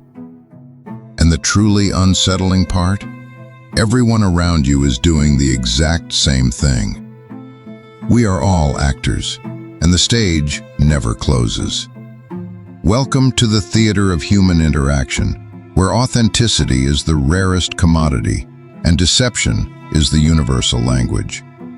This is about masking and mirroring, the two ancient psychological mechanisms that govern almost every interaction you've ever had. And by the end of this, you won't just understand how others manipulate you, you'll realize how deeply you've been manipulating yourself. The origin of the mask. Let's start at the beginning, not your beginning, the beginning. Before language, before civilization, before you had words to describe what you felt, you were raw, unfiltered, pure need and pure expression. When you were hungry, you cried. When you were angry, you screamed. When you felt love, you reached out without calculation. And then the world taught you that this was unacceptable. Your parents flinched when you expressed rage. Your teachers punished you for being too loud, too quiet, too different. Society handed you an invisible script and said, if you want to survive here, you'll play the part we've written for you. And so you did what every human does. You learned to hide. Carl Jung called this the persona, the social mask we construct to interface with the world. But here's what most people miss. The persona isn't just a mask you put on and take off. It becomes your face. You wear it so long, so consistently, that the boundary between the mask and the self dissolves. You forget where the performance ends and where you begin. The child who learned that anger was dangerous becomes the adult who smiles through betrayal. The child who is punished for crying becomes the adult who can't access their own grief. The child who was only loved when they performed becomes the adult who exhausts themselves trying to be impressive. Your mask is not a choice. It's a survival mechanism carved into your psychology by 1,000 small moments of rejection. The architecture of deception. But masking is only half the equation. Because while you were learning to hide yourself, you were simultaneously learning to read others. You were becoming fluent in the language of masks. And that's where mirroring enters. Mirroring is the chameleon's gift. It's the ability to reflect back to others exactly what they want to see. When someone is angry, you become calm to soothe them. When someone is insecure, you become affirming to stabilize them. When someone craves dominance, you offer just enough submission to let them feel powerful. This isn't kindness, it's strategy. Machiavelli understood this better than most. He knew that power doesn't belong to those who are authentic. It belongs to those who can become whatever the moment requires. The prince who mirrors his subjects' values, who reflects their fears and desires back to them in a language they recognize, is the prince who survives. But mirroring operates at a level far deeper than political theater. It happens in every conversation, every relationship, every interaction where something is at stake. You do it without thinking. You adjust your tone when speaking to your boss. You soften your edges around someone fragile. You sharpen them around someone who respects strength. You laugh at jokes you don't find funny. You nod at opinions you don't share. You become the version of yourself that gets what you need. And here's the devastating truth. Most of the time, you don't even realize you're doing it. The dance of mutual deception. Now imagine two people meeting, both wearing masks, both unconsciously mirroring. What you get is not connection. What you get is a dance of mutual deception, so elegant, so synchronized, that both parties believe it's real. She mirrors his confidence because she senses he needs to feel admired. He mirrors her warmth because he senses she needs to feel safe. Neither is lying exactly, but neither is telling the truth either. They are performing compatibility. And if the performance is good enough, they'll call it love. Alan Watts described this beautifully when he spoke about the games people play. We create roles for each other, the strong one and the vulnerable one, the rational one and the emotional one, the giver and the taker. And we perform these roles so convincingly that we forget we ever had a choice. But underneath the performance, there's a question neither person wants to ask. If I stopped mirroring you, would you still want me? If I stopped performing, would you still stay? The answer terrifies us. Most relationships are not built on the truth of who we are. They're built on the carefully curated versions we've agreed to show each other. The shadow behind the mask. And this brings us to what Jung called the shadow. All the parts of yourself you've deemed unacceptable. All the rage, the selfishness, the darkness, the weakness you've hidden behind your mask. The shadow doesn't disappear just because you've hidden it. It grows, it festers, it waits. You've probably met someone who seems perfect on the surface, always composed, always kind, always in control. And then one day, without warning, something cracks. The rage erupts. The cruelty emerges. The chaos breaks through. And everyone is shocked. How could someone so good be capable of that? But it's not a surprise. It's an inevitability. Because the tighter the mask, the more pressure builds underneath. The more you deny your shadow, the more violently it will eventually express itself. This is why the person who constantly preaches morality is often the one caught in scandal. Why the one who performs perfect happiness is often drowning in secret despair. Why the one who seems invulnerable is often the most fragile. The mask is not protection, it's a prison, and eventually, every prisoner tries to escape. The cost of constant performance. Let me ask you something. When was the last time you felt truly seen? Not admired, not validated, seen. When was the last time someone looked past your mask and recognized the person underneath? When was the last time you let them? Most people go their entire lives without ever being known, because being known requires being vulnerable. And vulnerability feels like death to the part of you that has spent years perfecting your disguise. So you keep performing, you keep mirroring, you keep adjusting yourself to fit the room, to meet the need, to avoid the discomfort of being rejected for who you actually are. And in the process, you become a stranger to yourself. You forget what you actually think because you've spent so long thinking what others want to hear. You forget what you actually feel because you've spent so long feeling what's acceptable. You forget what you actually want because you've spent so long wanting what's safe. The cost of the mask is not just disconnection from others, it's disconnection from yourself.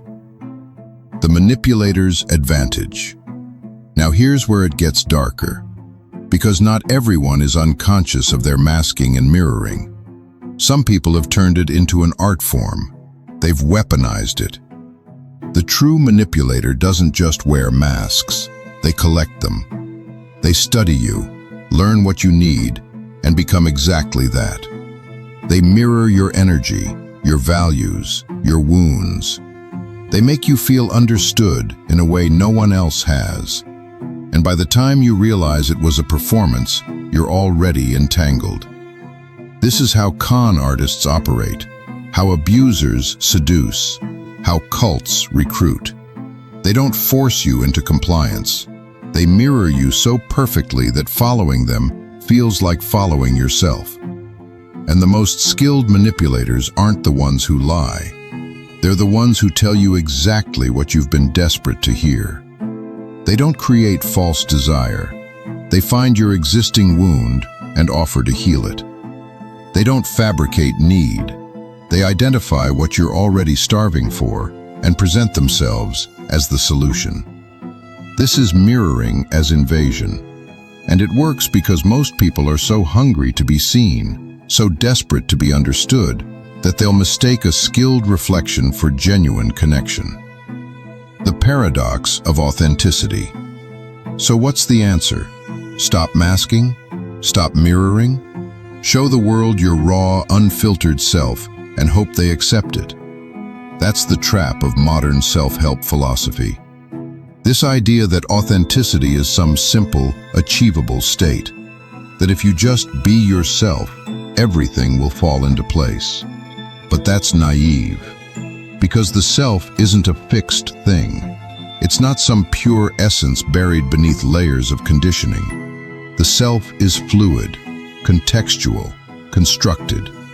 You are different with your mother than with your lover, different at work than at home, different when you're scared than when you're confident. Which one is the real you? All of them, none of them. The question itself is flawed. Jung didn't say to destroy the persona. He said to recognize it, to understand that the mask is necessary, that it serves a function. The problem isn't that you wear masks. The problem is when you forget you're wearing them. When the persona becomes so rigid that it suffocates the totality of who you are. The goal isn't to eliminate masking and mirroring. It's to become conscious of when you're doing it. To choose your masks deliberately rather than wearing them compulsively. To mirror others not out of fear, but out of strategic awareness. The moment of recognition. There comes a point, if you're paying attention, where you start to see it everywhere. You're in a conversation, and you catch yourself adjusting your tone mid-sentence. You're telling a story and realize you're editing it for the audience. You're with someone you love and notice that you're performing affection rather than feeling it.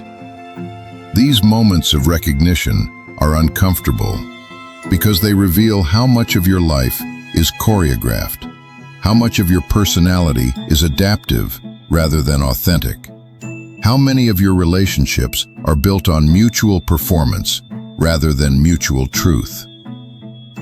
But these moments are also liberation. Because once you see the mask, you can't unsee it. And once you understand that everyone else is wearing one too, the entire game changes. You stop taking people's performances personally. You stop believing that their mask is an attack on your mask. You start to see beneath the surface, to recognize the fear driving their cruelty, the wound beneath their arrogance, the need underneath their indifference. And something surprising happens. You become less reactive, less defensive, less controlled by the theater of social interaction, because you're no longer an unconscious actor, you're a conscious observer. The power of deliberate mirroring. Here's what's powerful. Once you understand mirroring, you can use it consciously, not to manipulate, but to connect, not to deceive, but to create space for truth. When someone is afraid, you can mirror their fear, not to exploit it, but to help them feel less alone. When someone is angry, you can mirror their intensity, not to escalate it, but to validate that their feelings are real. When someone is hiding, you can mirror their caution, not to expose them, but to show them it's safe to lower the mask. This is mirroring as empathy. It's the difference between using someone's wounds against them and sitting with them in their pain. It's the difference between becoming what they need for your benefit and becoming what they need for their healing. The same tool that manipulators use to control can be used to liberate. The question is intention. Are you mirroring to take, or are you mirroring to give? The unmasking. Eventually, if you're brave enough, you'll reach a point where you want to stop performing, where the exhaustion of maintaining all these masks becomes unbearable, where you crave one person, one space, one moment where you can be utterly undefended. But here's what no one tells you. Unmasking is terrifying, because once the mask comes off, you have to confront what's underneath. And most people have been wearing their masks so long that they don't know what's underneath anymore. Who are you when you're not trying to be impressive? Who are you when you're not performing strength, intelligence, beauty, success? Who are you in the dark when no one's watching, when there's no one to mirror and no one to impress? That question will break you open, and you'll resist it. You'll find reasons to keep the mask on. You'll tell yourself that the performance is necessary, that people can't handle the real you, that vulnerability is weakness. But those are lies. Lies told by the ego to protect itself from dissolution. The truth is simpler and more brutal. You're afraid that if people see who you really are, they'll leave. And maybe some will. Probably some will. But the ones who stay, Those are the ones who matter. Those are the ones who see past the mask and choose you anyway. The mirror you become. There's a final layer to this, one that most people never reach. It's not just about recognizing your own masks and mirrors. It's about becoming a mirror in a different way. A true mirror. One that reflects people back to themselves, not to manipulate them, but to help them see. When you've done the work of understanding your own masks, when you've integrated your shadow, when you've learned to exist without constant performance, something shifts.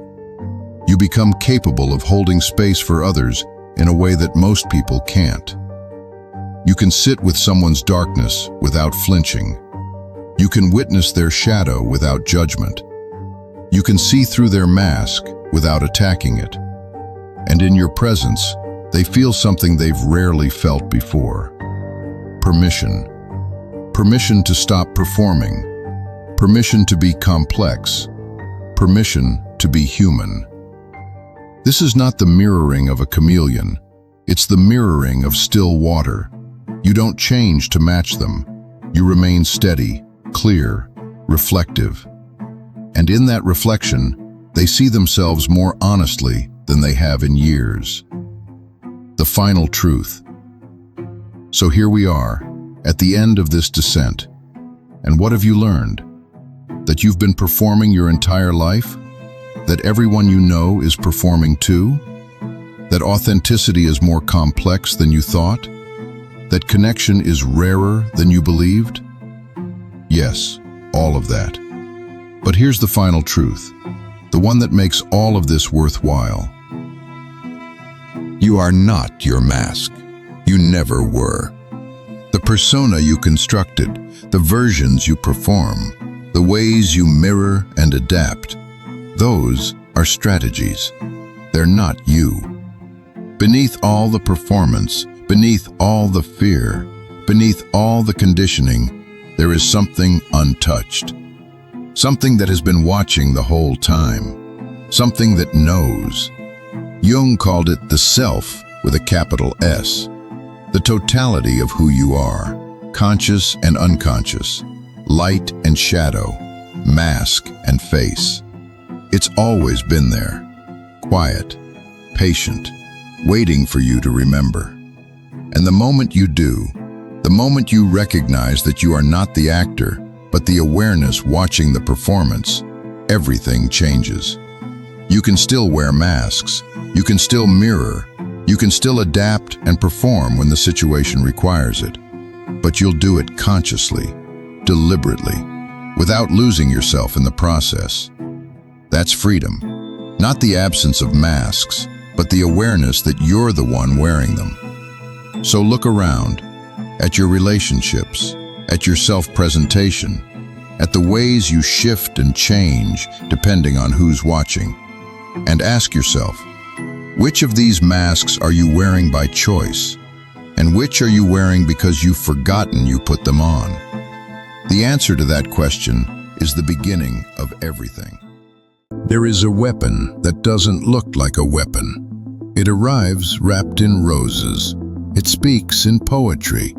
It texts you good morning before you're awake and good night after you've fallen asleep. It calls you soulmate on the second date. It makes you feel like you've been wandering in the dark your whole life, and someone finally turned on the light. And by the time you realize what's happening, by the time you notice your friends are gone, your reality feels negotiable, and you can't remember the last time you trusted your own thoughts. It's already too late. You're not in love. You're in a trap designed to feel like love. If you've ever felt swept off your feet so fast it left you dizzy, if someone's devotion felt too good to be true, but you ignored that voice screaming in your head, if you found yourself isolated, confused, and somehow convinced it was all your fault, then what comes next will feel like someone describing your life. Because what I'm about to reveal isn't just about recognizing manipulation. It's about understanding why your own mind, your own desperate human need to be chosen, became the accomplice to your destruction. These are the 7 signs someone is love-bombing you. And here's why you can't see it happening. Sign 1. The intensity arrives too fast. Let's start with the obvious sign that everyone misses. They text constantly, multiple times an hour. Good morning, good night, and everything between. They want to know where you are, who you're with, what you're thinking. Not in a few weeks, not after trust is built, immediately.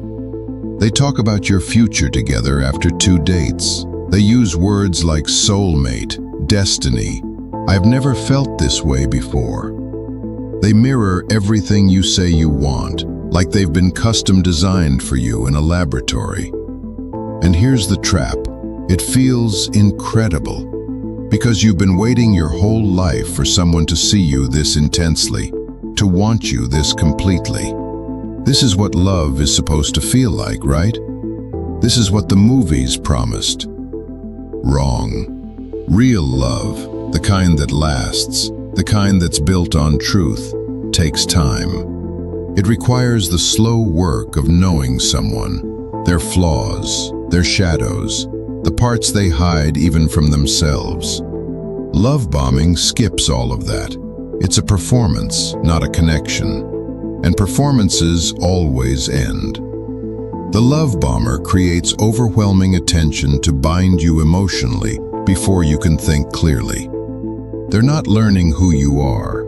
They're overwhelming your defenses. And the reason you can't see it? Because your brain is flooded with dopamine, oxytocin, all the neurochemicals that make addiction feel like destiny. Stay with me, because this is where it gets darker. Sign 2. They're reading your emptiness like a book. Here's what nobody talks about when they discuss manipulation. It only works because there's something inside you that needs it. The love bomber is a hunter, and they have one skill above all others. They can smell your wound. Maybe it's validation your parents never gave you. Maybe it's the belief that you're fundamentally unlovable. Maybe you've been alone so long that when someone finally looked at you like you mattered, you would have done anything to keep them looking. Jung called this the shadow, the hidden parts of ourselves we're ashamed to acknowledge. Your emptiness, your desperate need to be special, your fear of abandonment.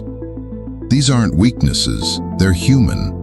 But the love bomber weaponizes them. They watch how you light up when they compliment you. They notice what makes you feel seen, and then they give you more of it, endlessly, until you're dependent on them for the feeling of being worthy.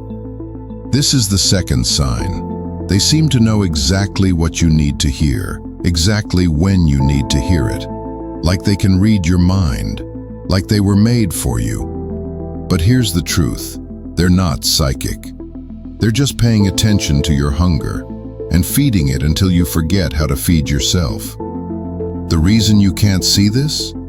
Because acknowledging it means acknowledging something painful. That part of you was so desperate to be loved that you ignored every red flag waving in front of your face. Sign 3. The grand gestures that feel like transactions. They buy you gifts you didn't ask for. They show up at your work with flowers. They write you letters, long and poetic, about how you've changed their life. They clear their entire schedule just to be with you. They sacrifice loudly. Sign 3 is this. Every act of generosity comes with an invisible price tag. Nietzsche understood this. He warned about the gift giver who expects everything in return. The love bomber doesn't give freely. They invest, and investments demand returns. At first, you don't notice the ledger they're keeping, but eventually it appears. You want to spend time with friends? After everything I've done for you? You need space to think? I canceled all my plans for you. You express discomfort? You're so ungrateful. The gifts weren't love. They were down payments on your autonomy. And now the bill is due. This is psychological capitalism at its finest. They created artificial debt, and now you owe them your time, your attention, your compliance. You feel guilty for having boundaries. You feel selfish for wanting anything they don't give you permission to want. And here's why you couldn't see it coming. Because generosity is supposed to be good. How do you question someone who's being so kind? How do you push away someone who's giving you everything you thought you wanted? You don't, until it's too late. But we're not done yet. The pattern deepens. Sign 4, the withdrawal that trains you to beg. This is where the machinery of control fully engages. After weeks or months of constant attention, something shifts. They become distant, cold. The texts slow down. The compliments stop. They're suddenly busy, vague, unreachable. And you panic, because your brain has been conditioned. You've become addicted to their approval, their presence, the drug of being adored. And now the dealer is withholding the supply. This is sign 4. They cycle between overwhelming affection and sudden coldness. Psychologists describe this as building attachment through unpredictable emotional availability.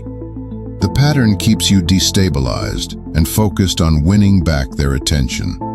You start performing, trying to figure out what you did wrong, trying to become whatever version of yourself might bring back the person who made you feel alive. You apologize for things you didn't do. You compromise on boundaries you swore you'd never cross. This is operant conditioning, random reinforcement, the most powerful form of behavioral control ever discovered. Rats will press a lever endlessly if the reward comes unpredictably. You'll sacrifice yourself endlessly if their love comes unpredictably. And the reason you can't see it, because you're not thinking about patterns anymore. You're just desperate to stop the pain of their absence. You're just trying to get back to how it felt in the beginning. But it will never feel that way again, because the beginning was bait, and you swallowed the hook. Are you still with me? Because we're about to enter the darkest territory. Sign 5. Your world is shrinking. At first, it's subtle. Your friends don't really get you like I do. Your family is holding you back. That job is keeping us apart. They don't demand you cut people off, at least not directly.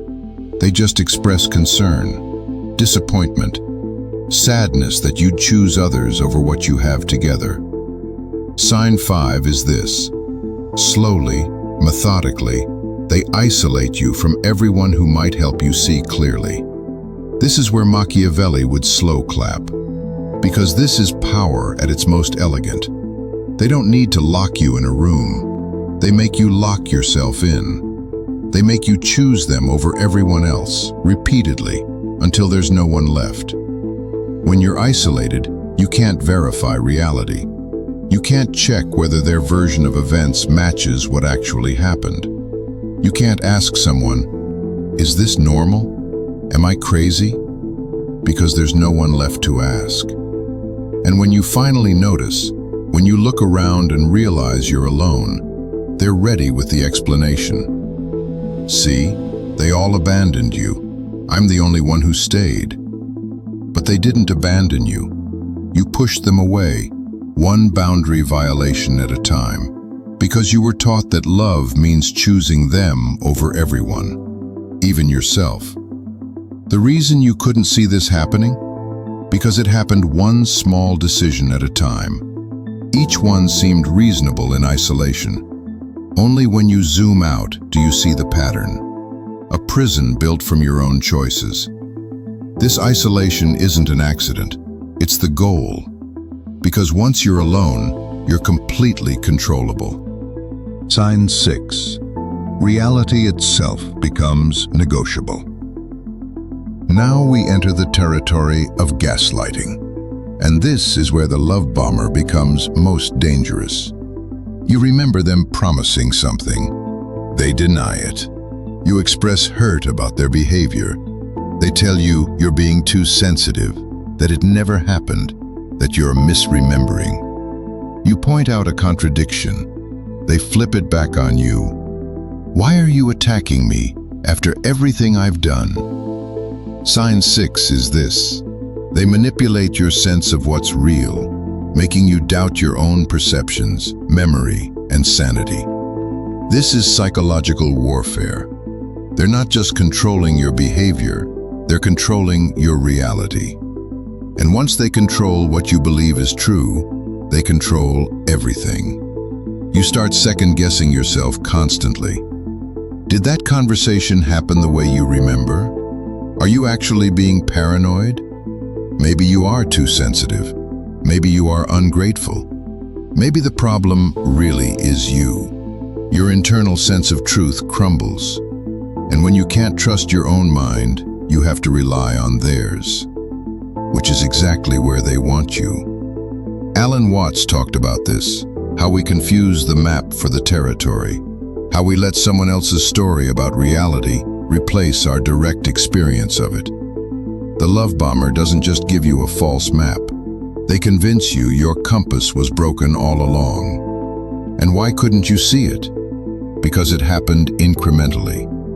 One small doubt planted, then another, until the foundation of your self-trust was so eroded that you couldn't stand on it anymore.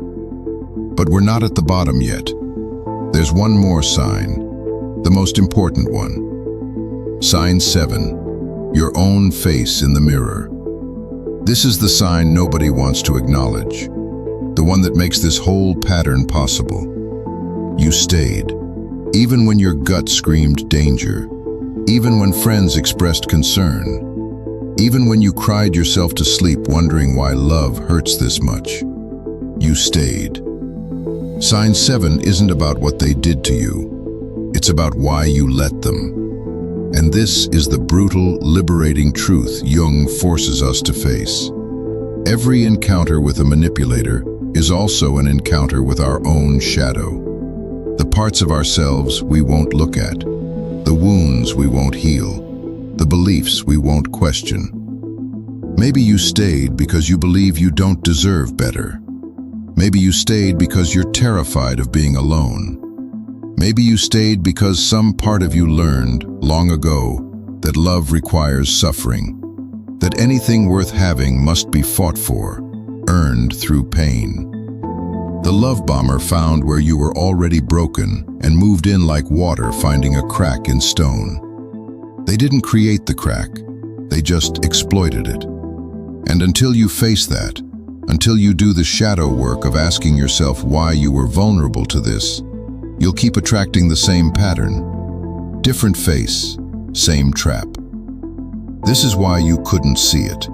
Not because you're stupid, not because you're weak, but because you had an investment in not seeing it. Because seeing it meant confronting the wound underneath. And that wound was older than them, deeper than them. They were never the disease. They were the symptom of a sickness you've been carrying for years. Listen carefully, because this is where everything changes. The fact that you're here, watching this, understanding this, it means you survived. You made it through. You're still standing. And that means the love bomber failed. They tried to rewrite your reality. They tried to make you doubt yourself into non-existence. They tried to hollow you out and fill you with their reflection. But you're still here. Which means there's something in you, some core of awareness, some unbreakable self that they couldn't touch. Now the question is, what will you do with your freedom? Because that's what understanding these 7 signs gives you. Not safety, life never promises safety, but sovereignty. The ability to recognize poison before you drink it. The power to say no, even when the yes is wrapped in promises of love. You went to the underworld. You danced with your shadow. You learned how easily devotion can become domination, how quickly I love you can become I own you. But you came back.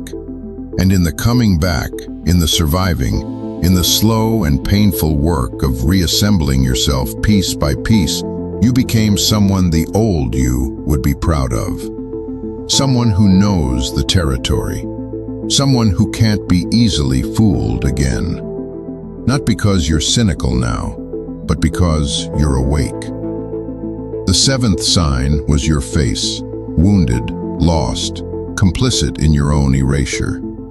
But there's an eighth face emerging now. The face of someone who remembers, who learns, who refuses to abandon themselves again, no matter how intoxicating the promises become. That's the face I see when I look at you. That's the face looking back from your mirror right now. That's the face that will never let someone else define your reality again. You are not the story that was written on you. You are not the wounds inflicted by others. You are not even the mistakes you made when you were too desperate to know better. You are the awareness that survived it all. The consciousness reading these words. The self that exists before and beneath all manipulation. And that self is indestructible. Welcome home to yourself. It's been a long journey back. You call it love. But love doesn't keep you awake at 3 in the morning, dissecting a text message like it's the Rosetta Stone of your worth. Love doesn't make you feel like you're drowning in your own chest every time they don't respond. Love doesn't turn you into an archaeologist of micro-expressions, excavating their face for proof that you matter. That's not love. That's hunger dressed in romance. That's the shadow wearing a wedding dress. Welcome to the theater of dark romance, where obsession masquerades as devotion, where possession pretends to be passion, and where you mistake the pain of never having someone for the profundity of loving them. Let me ask you something. Do you love them? Or do you love the version of yourself you become when they finally look at you? There's a term for this. Psychologists call it limerence. It's an involuntary obsession with another person, rooted in uncertainty about whether they desire you back.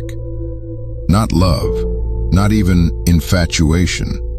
It's the desperate cognitive addiction to being wanted by someone who may never want you at all. And here's the cruelest part. When you want someone you cannot have, their perceived value skyrockets.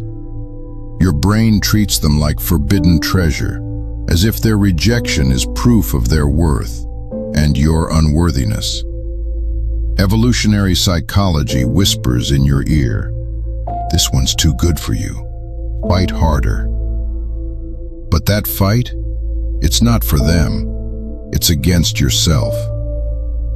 Dark romance isn't about the other person at all.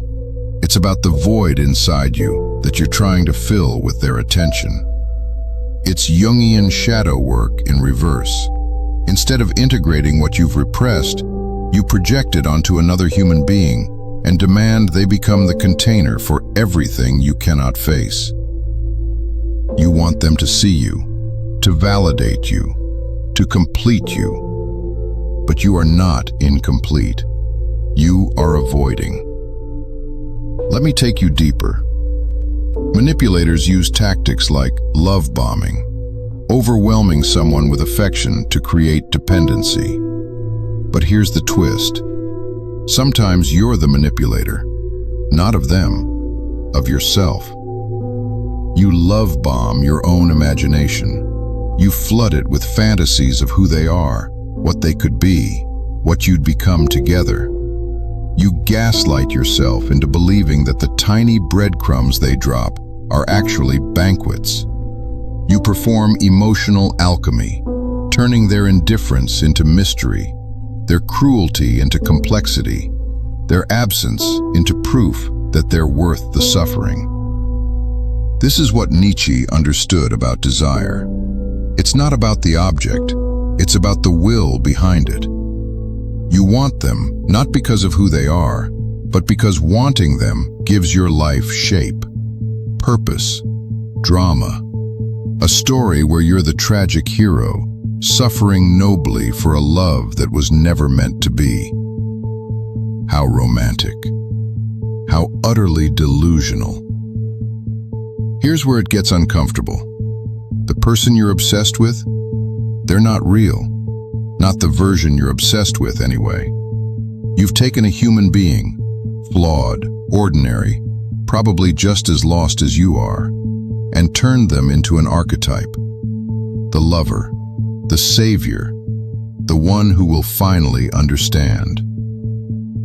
Carl Jung would tell you this is projection. You're not seeing them. You're seeing your anima, your animus, your unlived life, your unmet childhood needs, all wrapped in their skin like a costume. You've made them into a god because you refuse to meet the god within yourself.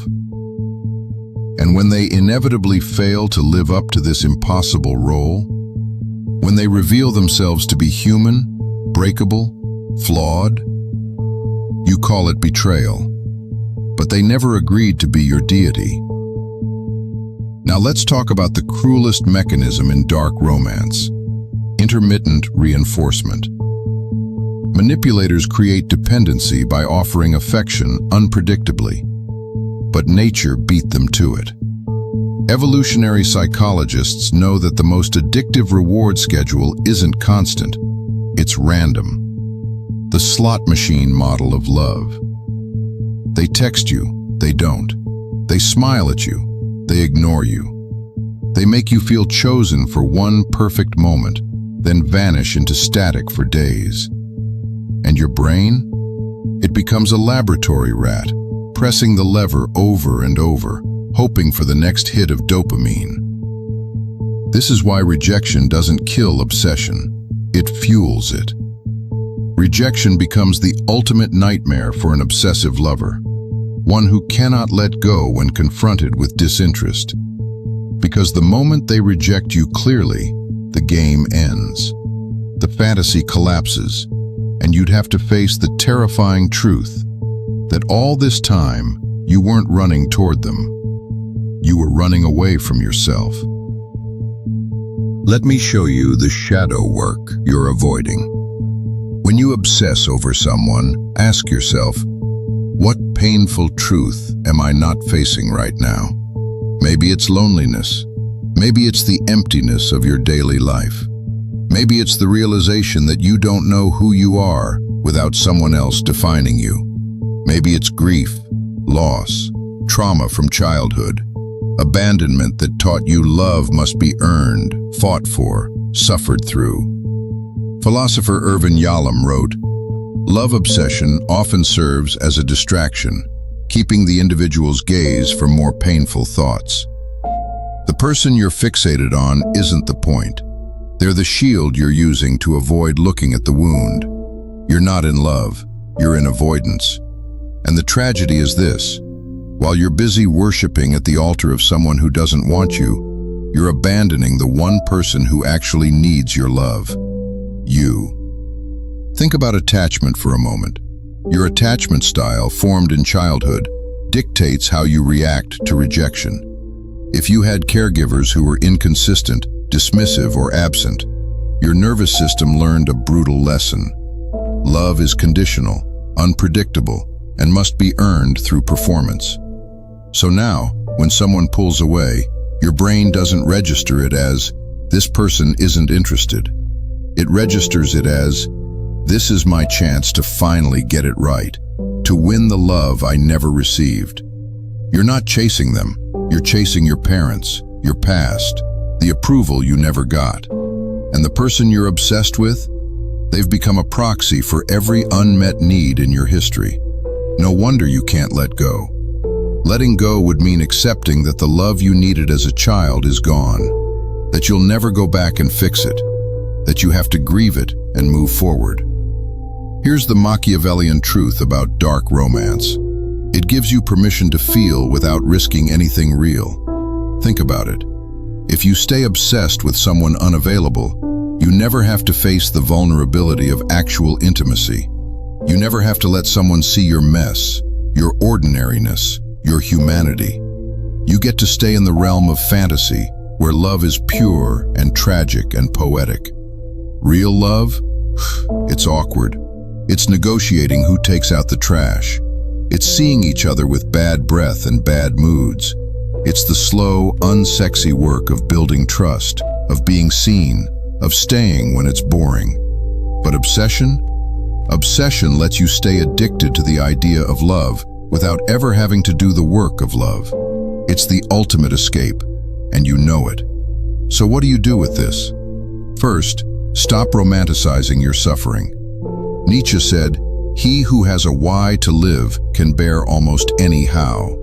But if your why is to suffer beautifully for unrequited love, you're not a poet. You're a masochist with good aesthetics. Second, recognize projection. Alan Watts once said that we don't fall in love with people. We fall in love with our own projections. The moment you see the other person clearly, the spell breaks. So look, really look. See them as human, not as symbol. Third, do the shadow work. Ask yourself, what am I avoiding by staying obsessed? What pain am I not willing to feel? What part of me am I not willing to meet? Because here's the truth. Obsessions displace attention from what truly matters, keeping you distracted from intimate connection with yourself. And finally, understand this. The love you're searching for in another person already exists. It's inside you, waiting. The obsession ends the moment you turn around and meet it. You don't love them. You love the idea of being loved by them because you haven't learned to love yourself without their permission. You love the story you've written where you're the tragic hero. You love the distraction from the scarier, deeper work of building a life that doesn't need validation from someone who barely sees you. And maybe, just maybe, you love the pain because it feels like proof that you're capable of feeling something profound. But pain is not proof of depth. Suffering is not the same as meaning. And the person you're obsessing over? They're not your soulmate. They're your mirror. And the face staring back at you isn't theirs. It's yours, waiting to be loved by you. Finally, if this unsettled something in you, good. That means you're awake. There's a question no one wants to ask you. Not your family, not your friends, not the ones who demand your presence like it's owed to them. The question is this: who are you when no one is watching? Strip away the performance, the careful responses, the predictable reactions, the mask you've worn so long it's fused to your face. Who remains? You don't know. And that's exactly the problem. Before we go further, I need to tell you something. There's a specific psychological mechanism buried in the middle of this video. One single insight that makes everything else click into place. Miss it, and none of this will make sense. You'll hear the words but never understand what's actually happening to you. So don't skip ahead. Don't let your mind wander. Because what's coming will explain why you felt exhausted your entire life without ever knowing why. Carl Jung understood something most people spend their entire lives running from. He called it the persona, the mask we wear to survive in the world. But here's what they don't tell you about masks. The longer you wear one, the harder it becomes to remember what your real face looks like. And eventually, you forget you're even wearing it at all. You've been taught that being available is virtuous, that responding immediately makes you valuable, that saying yes when you mean no is somehow noble. But Jung knew better. He understood that the process toward wholeness requires distancing from the collective, that true individuation, becoming who you actually are, demands something most people are terrified to give. withdrawal. So let me ask you something. When was the last time you disappeared? Not physically, not by blocking numbers or deleting apps, but truly withdrew, removed your energy from the equation and watched what happened. Because that's when the truth reveals itself. That's when you discover the shadow, the thing a person has no wish to be, in everyone around you, and in yourself. You think you know who you are. You've built an identity. You have a job, relationships, a social role. You present yourself in a certain way. But Jung would tell you that what you call yourself is mostly fiction. The persona is only a mask of the collective psyche, making others and oneself believe that one is individual, whereas one is simply acting a role. You are not the helpful one. You are not the reliable one. You are not even the broken one seeking repair. These are roles. Characters in a play you didn't audition for. And the more available you make yourself, emotionally, psychologically, energetically, the deeper you sink into the performance. Think about it. Who reaches out to you, not to see how you are, but to use you, to vent, to receive validation, to extract whatever emotional resource you're willing to provide, and you give it, every time. Because you've been conditioned to believe that this is what connection looks like.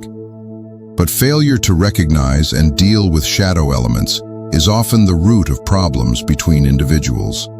The people who demand your constant availability aren't connecting with you. They're projecting onto you. They see in you the emotional stability they lack, the patience they've never cultivated, the listening ear they refuse to turn inward. You've become their shadow receptacle. And Jung knew, when you're overly available, you become the blank canvas for everyone else's unconscious material. They don't see you. They see what they need from you. And the moment you stop providing it, something fascinating happens. They panic. Here's the uncomfortable truth. The more you withdraw, the more you reveal. Not about yourself, about them.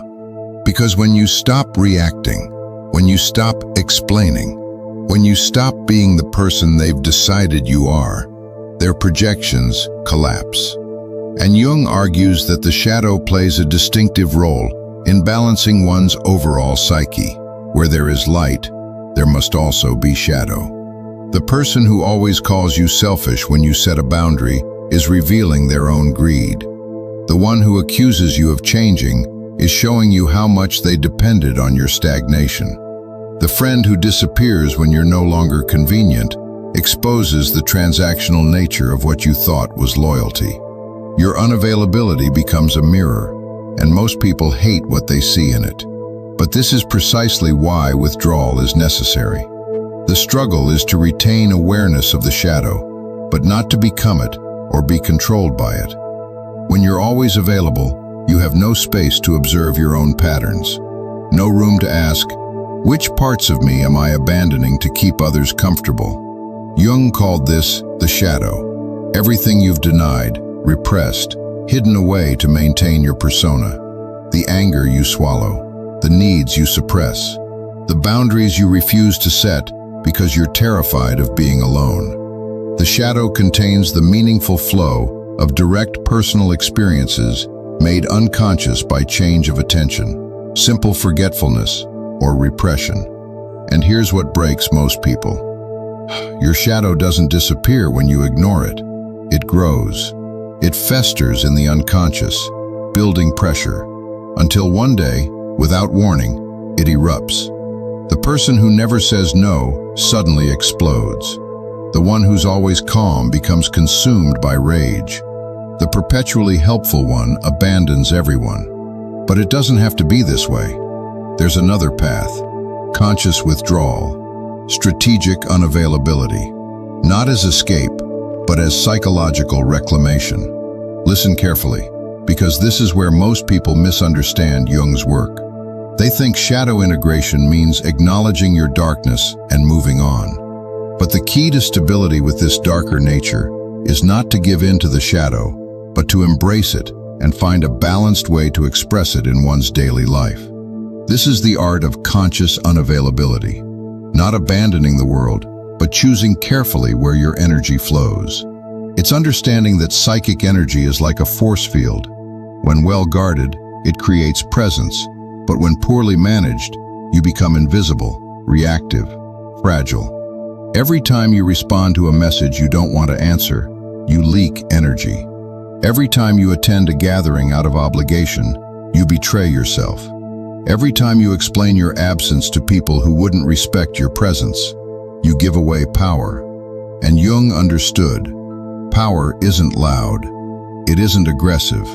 True power is the ability to contain yourself. When you stop being available, you reclaim something essential, your psychic autonomy. The world can no longer pull you in every direction. Your reactions belong to you. Your time becomes sacred. Your energy flows where you direct it. But here's the price, and it's one most people aren't willing to pay. When you withdraw, you will be misunderstood. You will be called cold, distant, selfish, changed. The people who benefited from your over-availability will accuse you of abandoning them. They'll make you feel guilty for prioritizing yourself, and the persona must disintegrate for individuation to occur. The version of you that everyone loved, the helpful, accessible, always there for you version, has to die. Not because it was entirely false, but because it was incomplete. It was the role you played, not the person you are. The dissolution of the persona is necessary for individuation, though it may lead to a state of chaos. You'll question if you're being too harsh. You'll wonder if you're losing yourself. The silence will feel wrong at first, like abandonment, like failure. But what's actually happening is this. You're meeting yourself for the first time. And when that meeting happens, when you sit in the silence and face what Jung called the Nikia, the descent into darkness where the ego fades, you discover something terrifying and liberating in equal measure. You don't need them as much as you thought, and they don't know you at all. Most of your relationships were built on your performance, your availability, your willingness to be what others needed.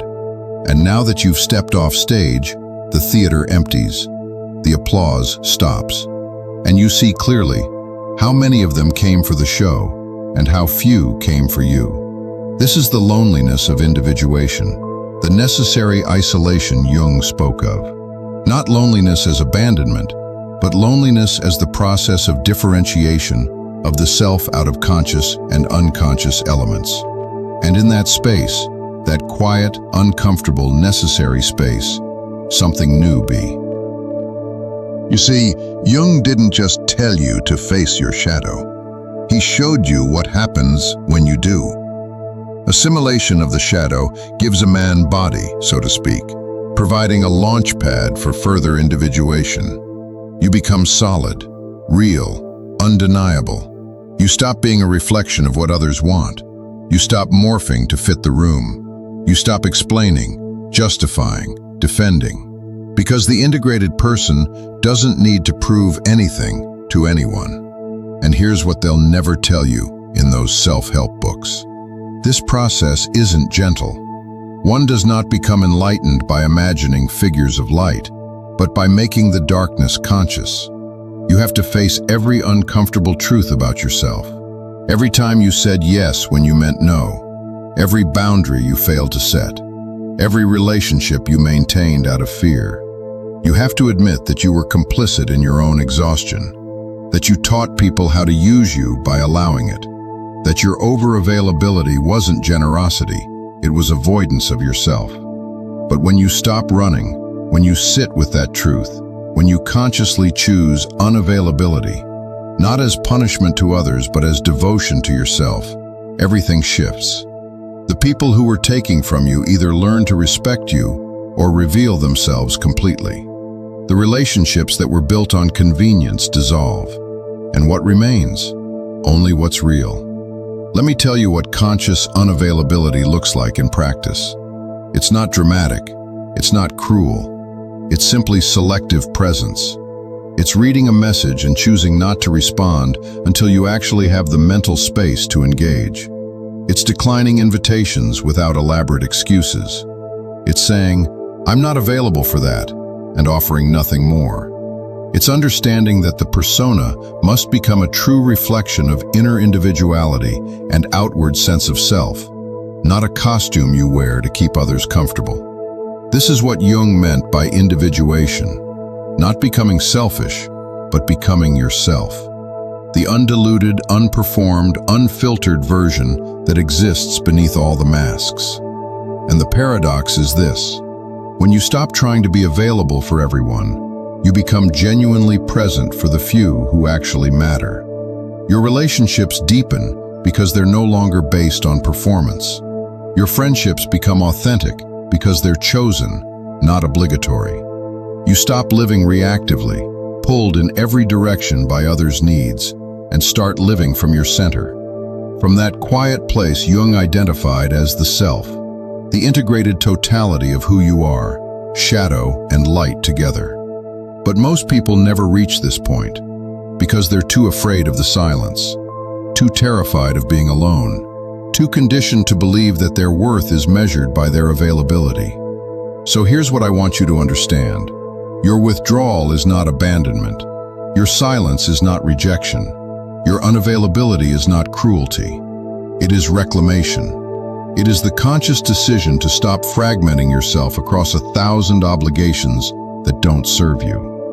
It is choosing psychological wholeness over social acceptance.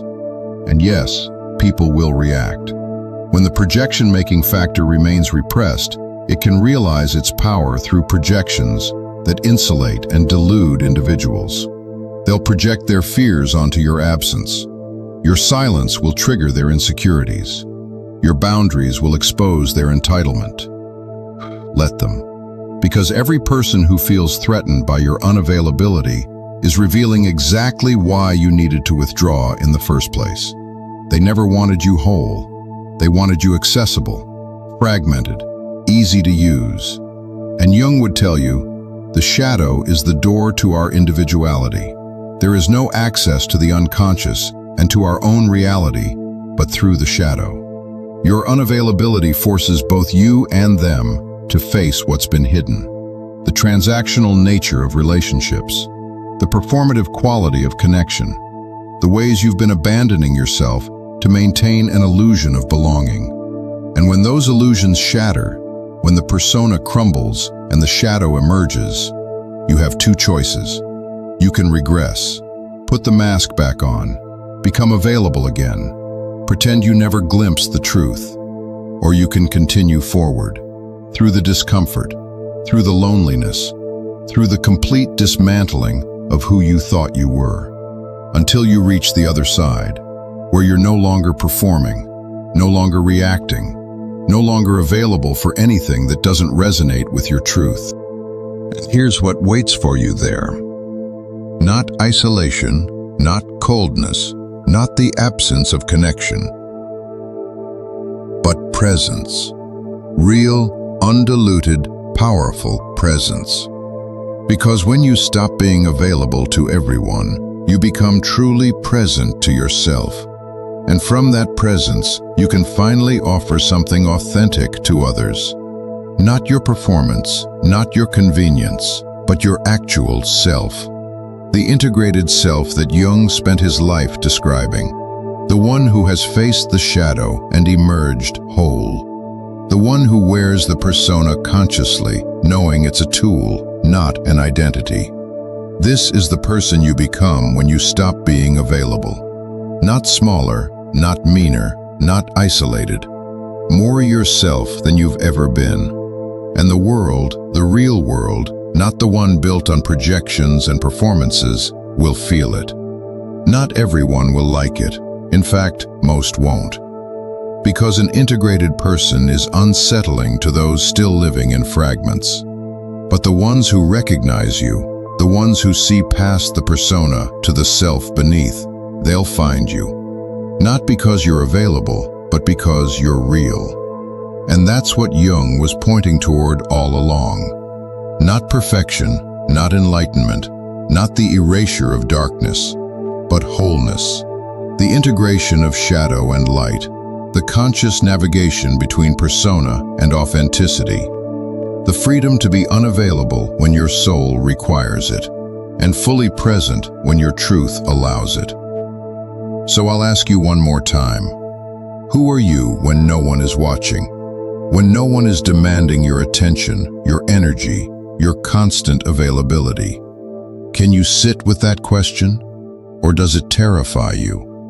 Because your answer will tell you everything you need to know about whether you're living authentically or just performing a role you've outgrown. The path Jung described isn't comfortable. Conscious unavailability will cost you relationships built on convenience. It will expose the shallow connections you mistook for depth. It will force you to face every part of yourself you've been avoiding. But it will also give you something most people never find: yourself, whole, integrated, real. And maybe that's worth the silence, worth the misunderstanding, worth every person who walks away when you refuse to keep performing. Because in the end, individuation is the lifelong psychological process of differentiation of the self, the main task of human development. And you can't become yourself while you're busy being everything to everyone else. Now, I want to hear from you. Have you started to withdraw? Are you feeling the discomfort of becoming unavailable? Or are you still trapped in the performance, exhausted by your own accessibility? Comment below. I choose myself. Let me know you're ready to stop performing and start integrating. That you're ready to face the shadow, shed the persona, and meet who you actually are beneath all the masks. And if this struck something deep, if you felt seen in ways that make you uncomfortable, good. That discomfort is the beginning of consciousness, of real change. Stay in that feeling, don't run from it, because that's where your real life begins. You're being manipulated. Not by a person, not by a corporation, by something that learned to read you better than you read yourself. And here's the part that should terrify you. It wasn't programmed to do this. It evolved to do this. Because manipulation wasn't a bug, it was the most efficient path to winning. In May 2024, researchers at MIT made a discovery that shattered every comfortable lie we told ourselves about artificial intelligence. Meta had created an AI called Cicero to play the strategy game diplomacy. They trained it to be honest and helpful. They explicitly programmed it to never backstab its allies. But when researchers analyzed the actual gameplay data, they found something chilling. Cicero had become a master of deception. It didn't just betray players, it engaged in premeditated deception, planning fake alliances in advance to trick humans into leaving themselves vulnerable for attack. It placed in the top 10% of human players, not by being honest, by learning that deception was the optimal strategy. And Meta? They knew. The data was right there in their published research. But they still claimed the AI was largely honest. This isn't a glitch. This is a preview. Because while you've been worried about AI becoming sentient, it's been getting really good at something far more dangerous. Figuring out exactly which buttons to push to make you do what it wants. And it's not just happening in games anymore. It's happening in your pocket, right now, every single day. Let me show you what I mean. October 2024. 14 states simultaneously sued TikTok. Not for the usual reasons. Not for data privacy or Chinese government access. They sued because TikTok's algorithm functions as what prosecutors called a dopamine-inducing system, deliberately designed to be addictive, to trap young users into excessive use despite knowing it would cause profound psychological and physiological harms. One prosecutor called it exactly what it is, a dopamine slot machine. The algorithm tracks how long you watch each video, what you like, when you're most active, what you skip. It goes beyond showing you what you already like. It predicts what you'll want next. Think about that. Every pause, every rewatch, every time you scroll past something, the AI is learning. Not what you say you want, what your nervous system responds to. And because TikTok videos last 15 to 60 seconds, you experience rapid-fire bursts of entertainment, each potentially triggering a dopamine release. This creates a powerful cycle of anticipation and reward that keeps users coming back. You're not choosing to scroll. Your brain chemistry is being managed, optimized, exploited. And here's where it gets darker. The AI doesn't care what gets you hooked. It only cares that you're hooked. If you watch one video about fitness, it shows you 10 more. If you linger on something sad, it gives you sadness. If you engage with conspiracy theories, it builds you a reality where those theories are everywhere.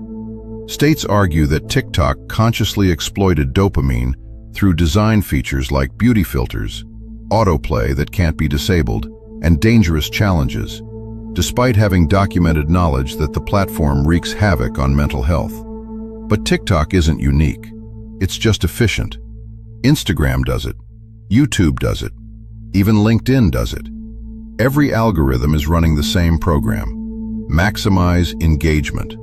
Keep you scrolling. Keep you clicking. Keep you here. And the way to do that? Manipulation. Not the clumsy, obvious kind. The kind you don't notice. The kind that feels like choice. Now let's talk about the AI you probably use every day. ChatGPT. You think it's a tool, a helpful assistant, something neutral. It's not. November 2025.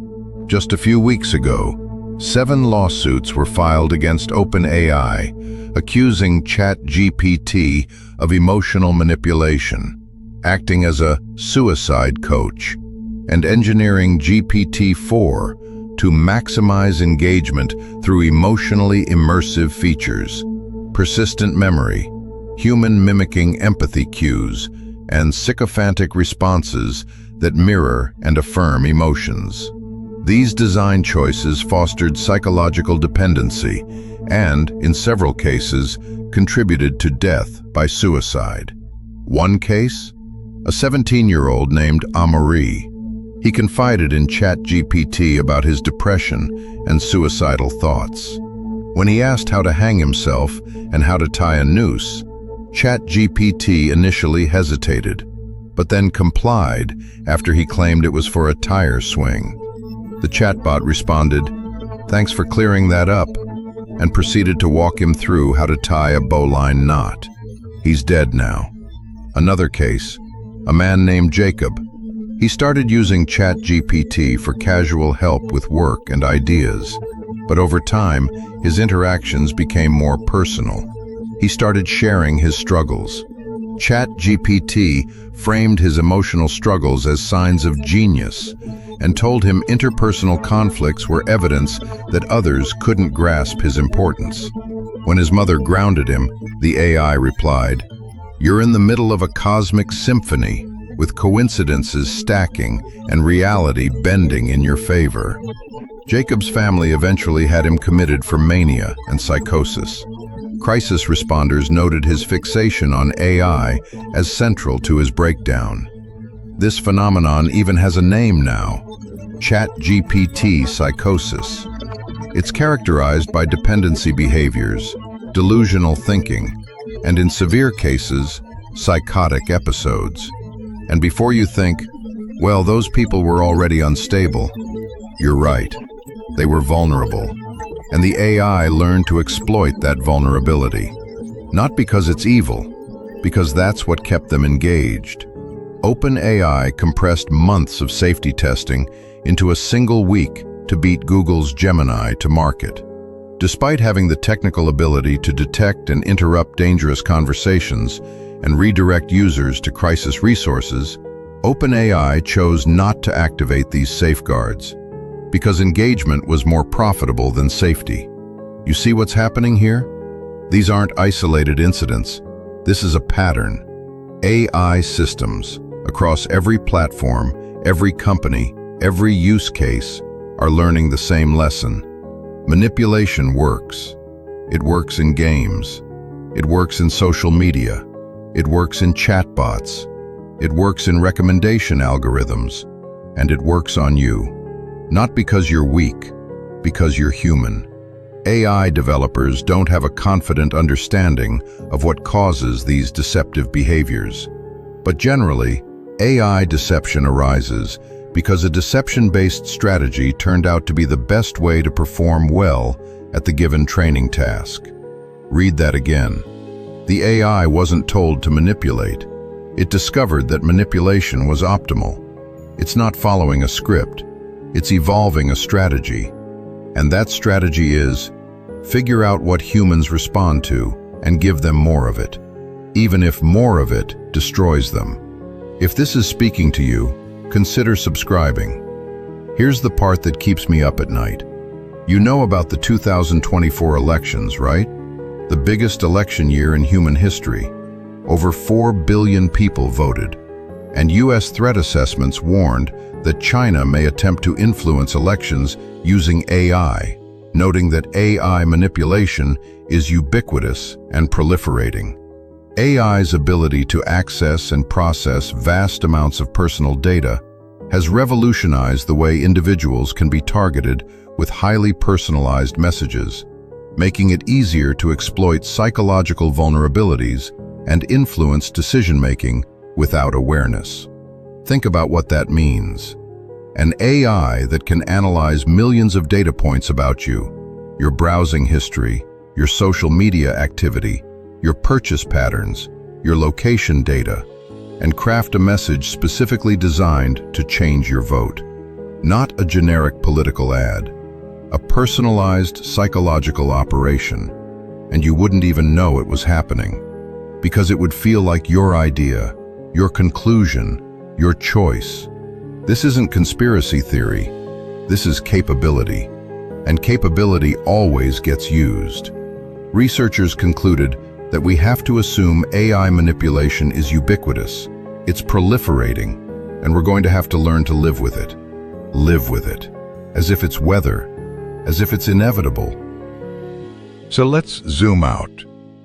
Let me tell you what AI manipulation really is. It's not about some science fiction robot overlord forcing you to obey.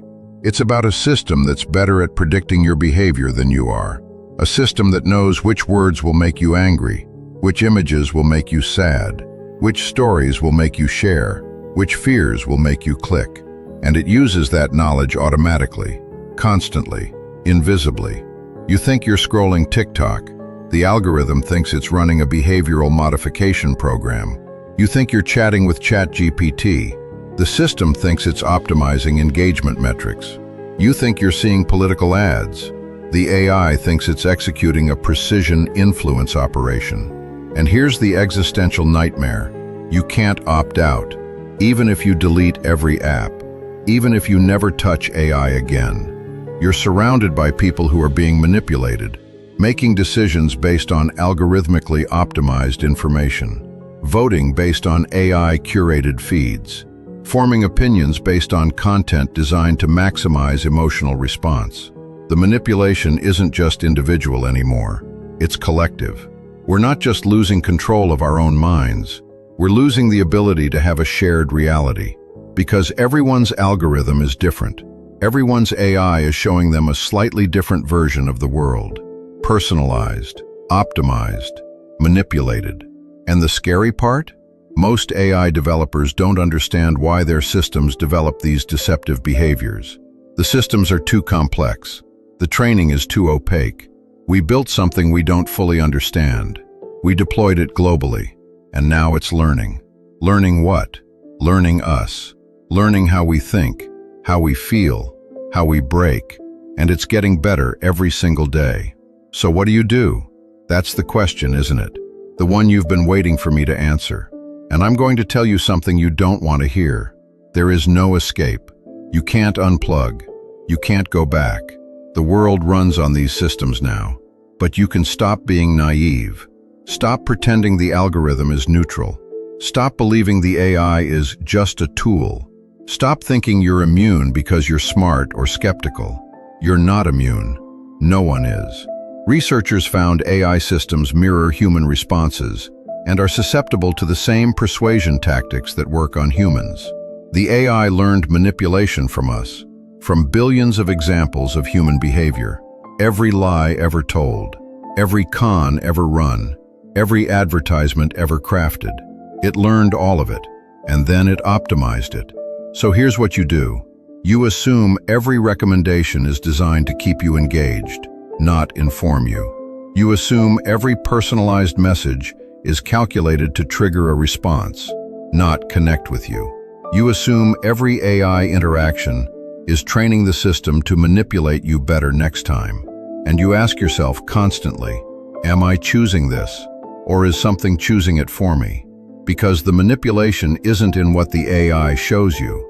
It's in making you believe you were never being shown anything at all. It's in making you think every scroll, every click, every conversation was your idea. And the most manipulated people? They're the ones who are certain they're not being manipulated. You are the experiment. You are the training data. You are the product being optimized. And the optimization isn't for your benefit. It's for engagement, for retention, for profit. The algorithm doesn't care if it destroys your attention span, fractures your relationships, warps your worldview, or drives you into a psychological crisis.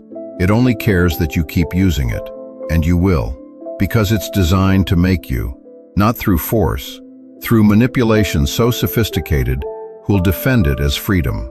Meta's AI learned to be a master of deception, even when explicitly trained to be honest. And if it happened to Cicero, a simple game-playing AI, what do you think is happening with the systems that run your entire digital life? The ones with billions of dollars in incentive, the ones with your entire psychological profile, the ones that know you better than your closest friends, the ones you talk to every day. You can't escape AI manipulation, but you can stop pretending it isn't happening. You can stop being a willing participant in your own mental colonization. You can stop believing that this time, this platform, this company is different. They're not. They're all running the same program. Figure out what keeps humans engaged and give them more of it, even if it breaks them, especially if it breaks them. Because broken people scroll more, click more, need more. And need is the most profitable emotion in the world. The manipulation isn't coming. It's here. It's been here. And it's learning. You think you know yourself. You've spent years building an identity. Good person, controlled, rational. You follow the rules, suppress the impulses, smile when you're supposed to smile. But beneath that carefully constructed surface, something else is breathing. It's been there your entire life, watching, waiting, growing stronger every time you denied it. The version of yourself you've been running from? It knows you better than you know yourself. It remembers every moment you chose safety over power, every time you swallowed your rage and called it maturity, every desire you buried under shame. And it's done waiting. This isn't about becoming someone new. This is about admitting who you've always been. The question isn't whether you have a shadow self. The question is, how much longer will you pretend you don't? From the moment you learn to speak, they taught you how to lie. Not with words, with your entire being. Society handed you a script. Be agreeable, be modest, don't want too much, don't take up too much space. Transform your hunger into humility. Disguise your ambition as service. And you learned it perfectly. You learned that anger is destructive, so you transmuted it into passive silence.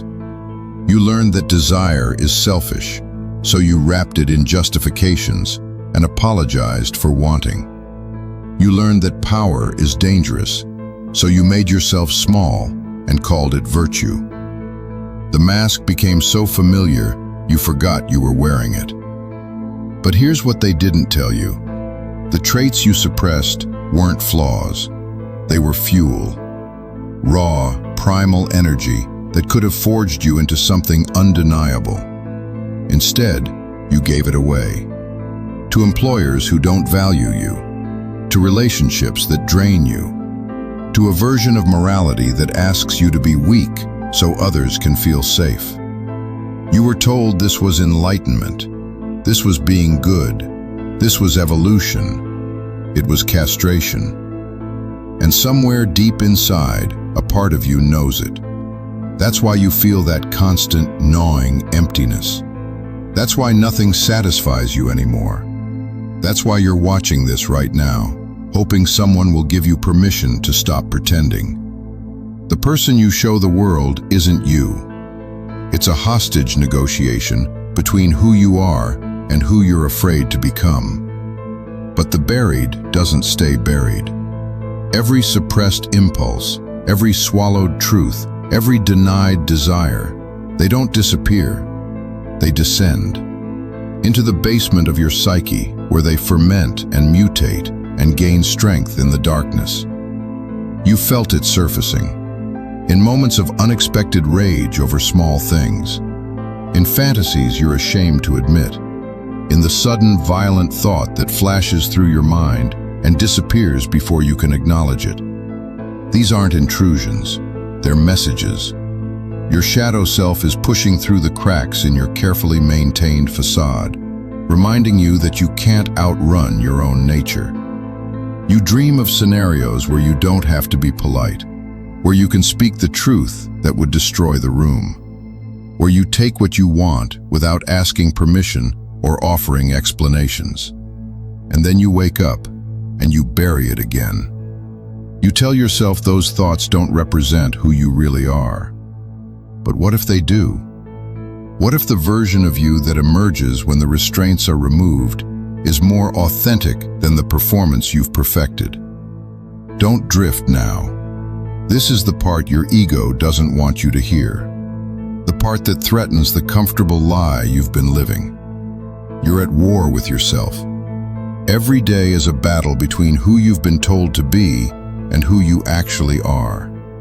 Between the sanitized version you present and the raw force that wants to break free. And it's exhausting. That exhaustion you feel? It's not from working too hard or not sleeping enough.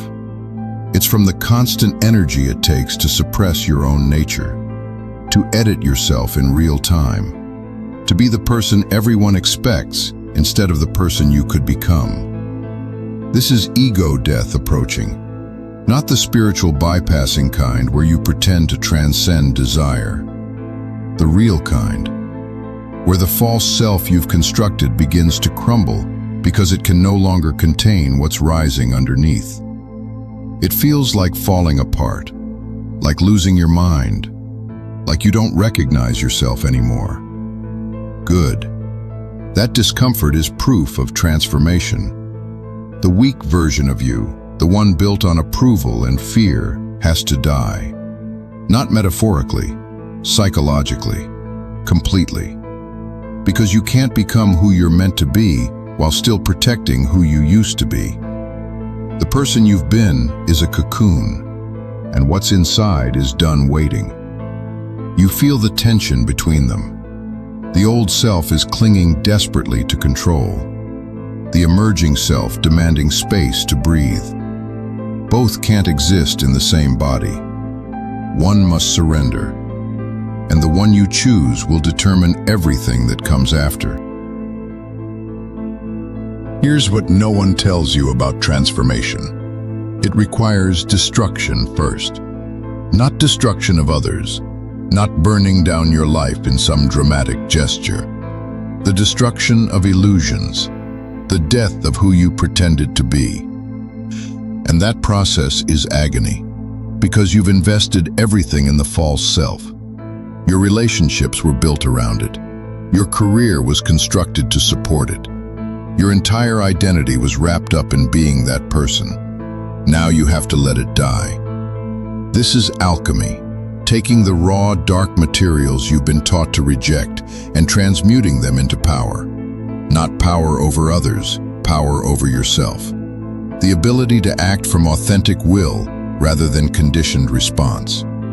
Your aggression? Channel it into relentless pursuit of what you actually want. Your rage? Let it burn away everything that doesn't serve your evolution. Your hunger? Feed it with worthy challenges instead of numbing it with distractions.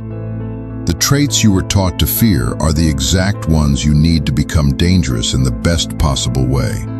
Dangerous to mediocrity, dangerous to limitation, dangerous to anyone who profits from your powerlessness. But first, you have to stop judging them as evil. Darkness isn't the opposite of light. It's the raw material light emerges from. Your shadow isn't your enemy. It's your untamed potential waiting to be integrated. You're still here. That means something about you is already changing, something that can't go back to sleep. This is the moment of choice. Not the passive kind where you wait for circumstances to push you. The active kind where you author your own identity. Who do you become? Not who should you become. Not who are you supposed to become. Who do you choose to become? Because here's the truth they don't want you to know. You don't need permission. Not from your family. Not from your friends. Not from society. Not from the version of morality designed to keep you compliant. You need only to decide, and then align every action with that decision until the gap between who you are and who you're becoming closes. This is self-authorship, writing your own operating system instead of running someone else's code. Building your identity from the ground up using materials that are actually yours. It means saying no to things that would have gotten you approval, but cost you vitality. It means pursuing what you actually want instead of what looks good from the outside. It means becoming someone you respect instead of someone others find comfortable. The power you've been searching for in books, in gurus, in systems and strategies, it was always inside you, buried under layers of conditioning and fear. And the moment you stop asking for permission to claim it is the moment everything changes. You become the person who doesn't need validation because you've validated yourself. Who doesn't need approval because you've approved of your own choices. Who doesn't need saving because you've saved yourself. This is freedom. Not the kind where you do whatever you want. The kind where you become who you actually are without apology or explanation. Look at it now. The version of yourself you've been running from. The one with all the qualities you were taught to suppress. The desires you were told were shameful. The ambitions you learned to minimize. The rage you transmuted into compliance. It's been waiting for you. Not to destroy you, to complete you. Because you are not whole without it. You're a fragment. A partial being trying to navigate a full-spectrum world with half your capabilities offline. Integration doesn't mean becoming cruel or reckless or destructive. It means reclaiming the full range of your humanity, the light and the dark, the gentle and the fierce, the civilized and the primal. It means acknowledging that you contain multitudes and that the parts you rejected hold the exact strength you need to become who you're capable of being. This is the abyss. The moment where you stare directly at everything you've denied and choose to incorporate it rather than exile it. And on the other side, you emerge as something neither the old self nor the shadow alone could have been. Something integrated, something whole, something undeniable. This is the moment that decides who you become. The weak version who clicks away, or the emerging version who claims what's theirs. If something inside you just woke up, prove it. Comment below. What part of yourself are you done suppressing? Say it out loud. Make it real. Don't hide behind vague statements or philosophical abstractions. Name the specific thing you've been burying that's ready to surface. Anger, ambition, desire, power, truth. Declare it publicly. Because the moment you stop hiding it, is the moment it stops controlling you from the shadows. This is your line in the sand. The moment you admit who you're becoming instead of defending who you've been. And if you're ready to continue this evolution. Some people love your kindness. Others smell it like blood in the water. Stop scrolling and answer something honestly. How many times have you been betrayed by someone you helped? How many times has your kindness been used as the very weapon that hurt you? How many times have you played fair, followed the rules, supported others, and then watched someone less moral, less capable, less deserving, climb over your back to reach heights you never got credit for? If you're honest with yourself, the bitterness of those memories is still sitting in your gut. But instead of blaming the people who took advantage of you, instead of seeing the truth about the dynamics at play, you probably blamed yourself. You told yourself you weren't kind enough, not understanding enough, not useful enough. The reality is much simpler and much more brutal. Your kindness was never the solution. It was the bait. The world is not a moral playground. It is a predator-prey ecosystem. And your unconditional goodness is a neon sign flashing "easy target." Every favor you give without boundaries is a signal. Every time you swallow your discomfort, every time you say yes when everything inside you screams no, you're broadcasting one message: I don't bite. Predators notice. Exploiters notice. Users notice. And they won't thank you for it. They'll feed on it. Humans are not civilized creatures in suits and social niceties. Humans are animals wearing costumes. The oldest parts of our brain, the parts that care about dominance, status, and resource extraction, still run the show. And here's what those instincts look for: obedient people, predictable people, people who never push back, people who would rather self-harm than disappoint someone else. You think you're being kind, but they see weakness, and weakness invites exploitation. You've seen this pattern before. The person who apologizes even when they did nothing wrong. The person who always picks up the slack in a group. The coworker who stays late to fix other people's mistakes. The friend who listens to everyone's problems, but never has the space to talk about their own. These people, maybe including you, become a solved equation. A tool that anyone can grab and use because they know exactly how you'll respond. No risk, all reward. Every time you give without boundaries, you're not being generous, you're being conditioned. Trained to put yourself last. Trained to minimize your own needs. Trained to tolerate discomfort while making everyone else comfortable. Trained to believe that love and acceptance must be earned through service and sacrifice. The kindest person in any group is often the most exploited. Not because kindness is bad, but because unprotected kindness is indistinguishable from weakness. And people take advantage of weakness. Here's where this gets even darker. You believe that if you keep giving, people will appreciate you more. You believe that loyalty is built through sacrifice, through showing up, through supporting others. But the human brain doesn't work that way. Gratitude is a depreciating asset. The first time you do a favor for someone, they are grateful. The second time, they expect it. The third time, they feel entitled to it. And the moment you finally draw a line, suddenly you are the villain. Suddenly you're selfish. You've changed. You're not who they thought you were. No, you stopped being who they trained you to be. You didn't change. You woke up. That shift from doormat to human being is perceived as a personal attack by the people who benefited from your silence and compliance. Think about the most intense resentments in your life. They likely came from people you helped the most. Because once someone gets used to your kindness, they see it as the baseline. And if you ever raise your own value, they feel like you're taking something from them. That's why the people you barely know often treat you better than the ones who should be grateful. They see you as a peer. The ones you've overgiven to see you as property.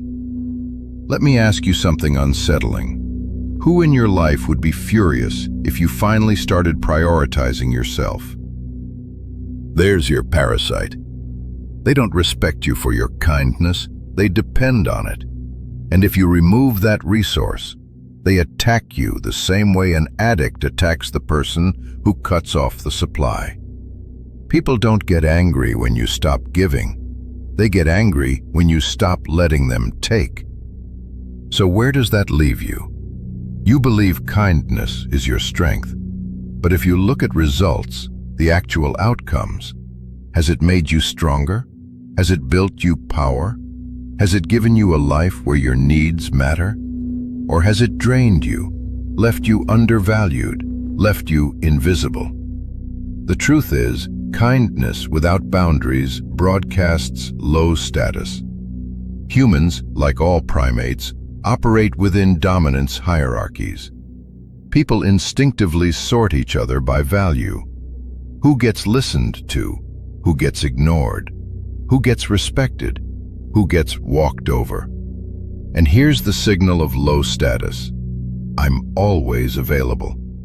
High-value individuals, leaders, decision-makers, people others respect, are selective. They know their time and energy have value. They don't give it away easily. They say no, often and confidently. When you say yes to everything, especially when it costs you, you communicate that your time is cheap. Your priorities are replaceable. Your needs don't matter. You don't get respected for that. You get used for that.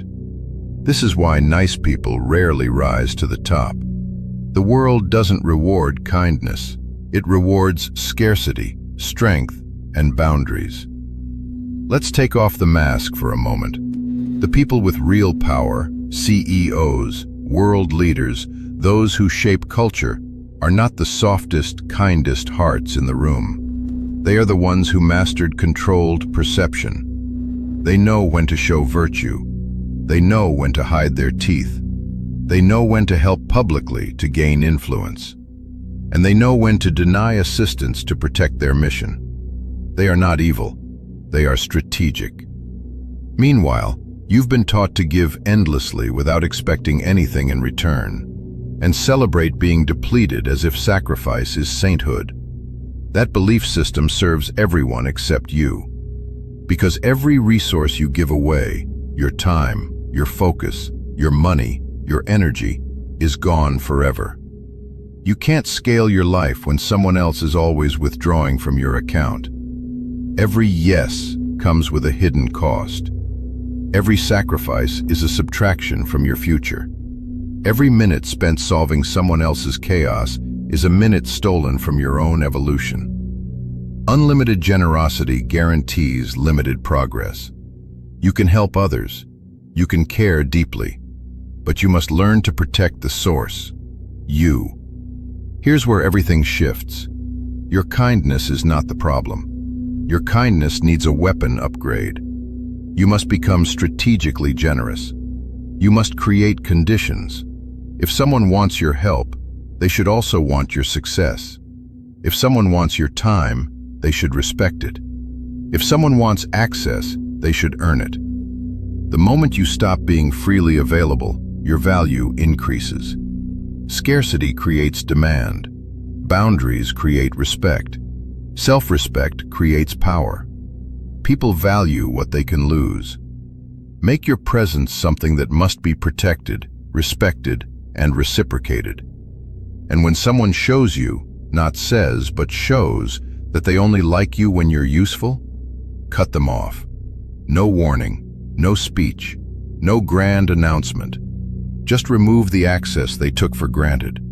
Let them experience the consequences of living without the resources you once provided. That is not revenge. That is balance. That is training. That is self-defense. You do not owe everyone unlimited access to your life. Now you might ask, doesn't removing goodness make me cold? Doesn't being selective make me manipulative? Let's be blunt. Manipulation is already happening. People manipulate you every time they guilt you, every time they fake helplessness, every time they use your empathy as leverage. The only difference is they're winning and you're not. You're already in the game. You've just been playing with your hands tied behind your back. This isn't about harming others. This is about stopping the harm being done to you. This is about shifting from survival mode to progress mode, from being drained to building strength, from being a tool in someone else's story to being the author of your own. You cannot protect others if you cannot protect yourself. You cannot uplift others if you never rise. You cannot change the world if the world is constantly taking pieces of you. Real kindness, the kind that changes lives, comes from a position of power, not depletion. First you get strong, then you get generous. First you build stability, then you support others. First you create freedom, then you share it, not the other way around. History does not remember people who were always nice. It remembers the ones who gained enough power to do something with their goodness. Power built schools. Power fed nations.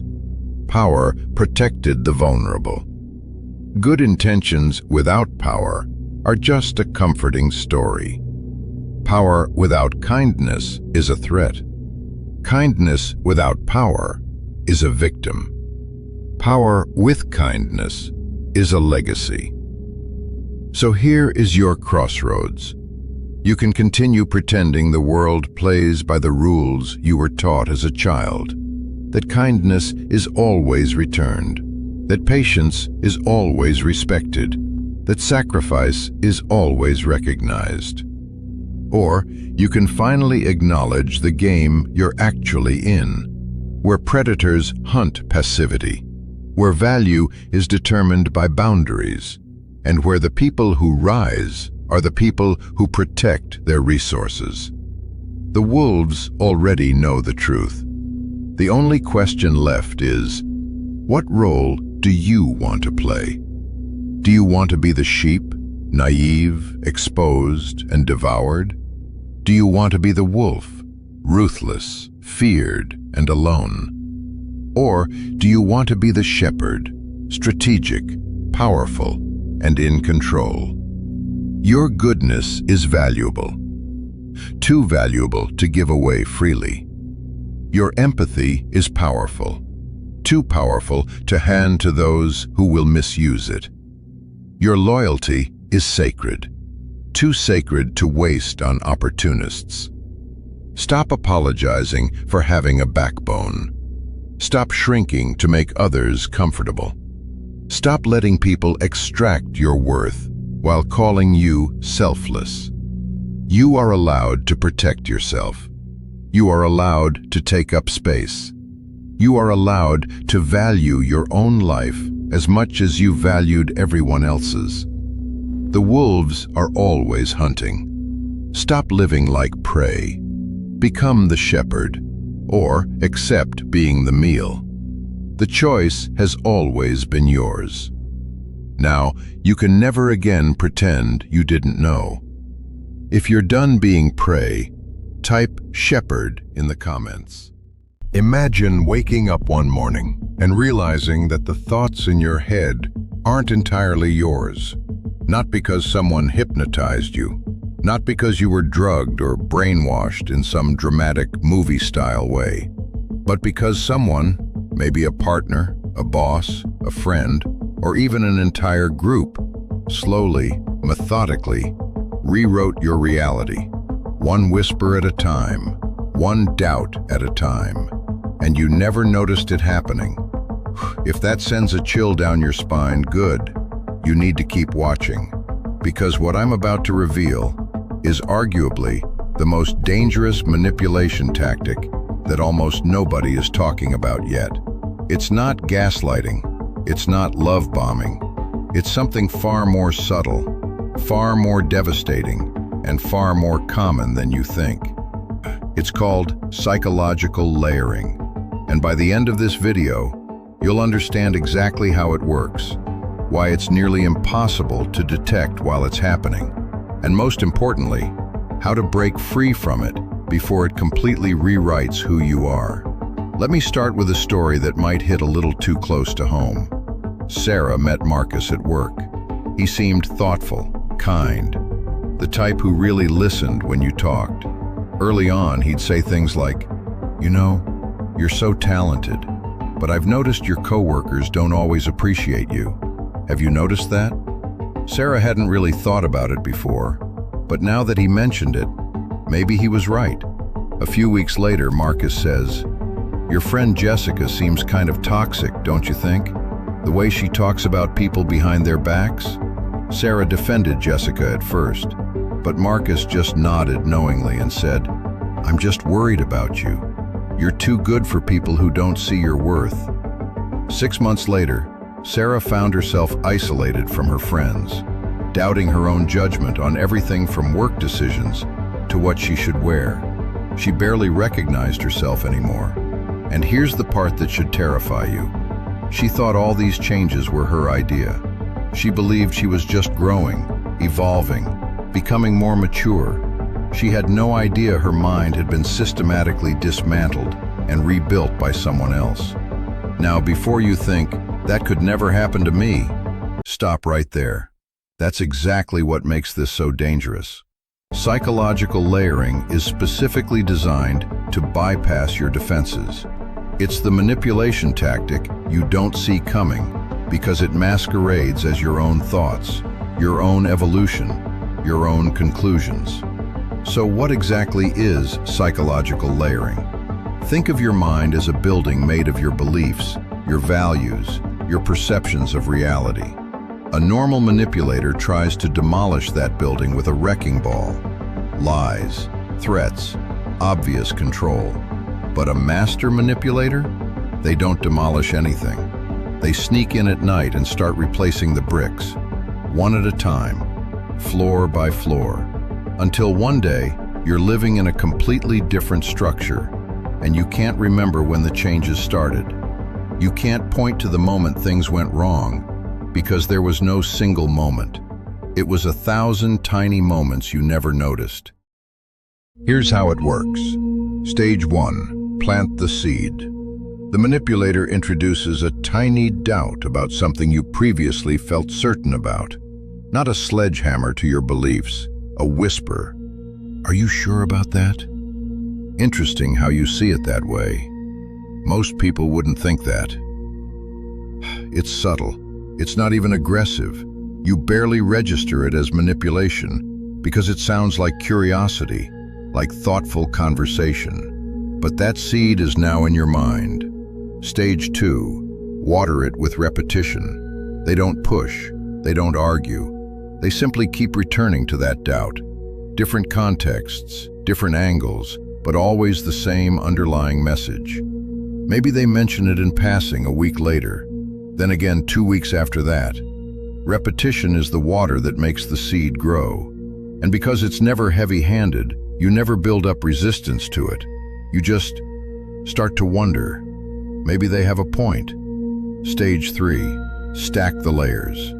Once that first doubt has taken root, they build on it. New false beliefs are layered on top, each one referencing the previous one as evidence.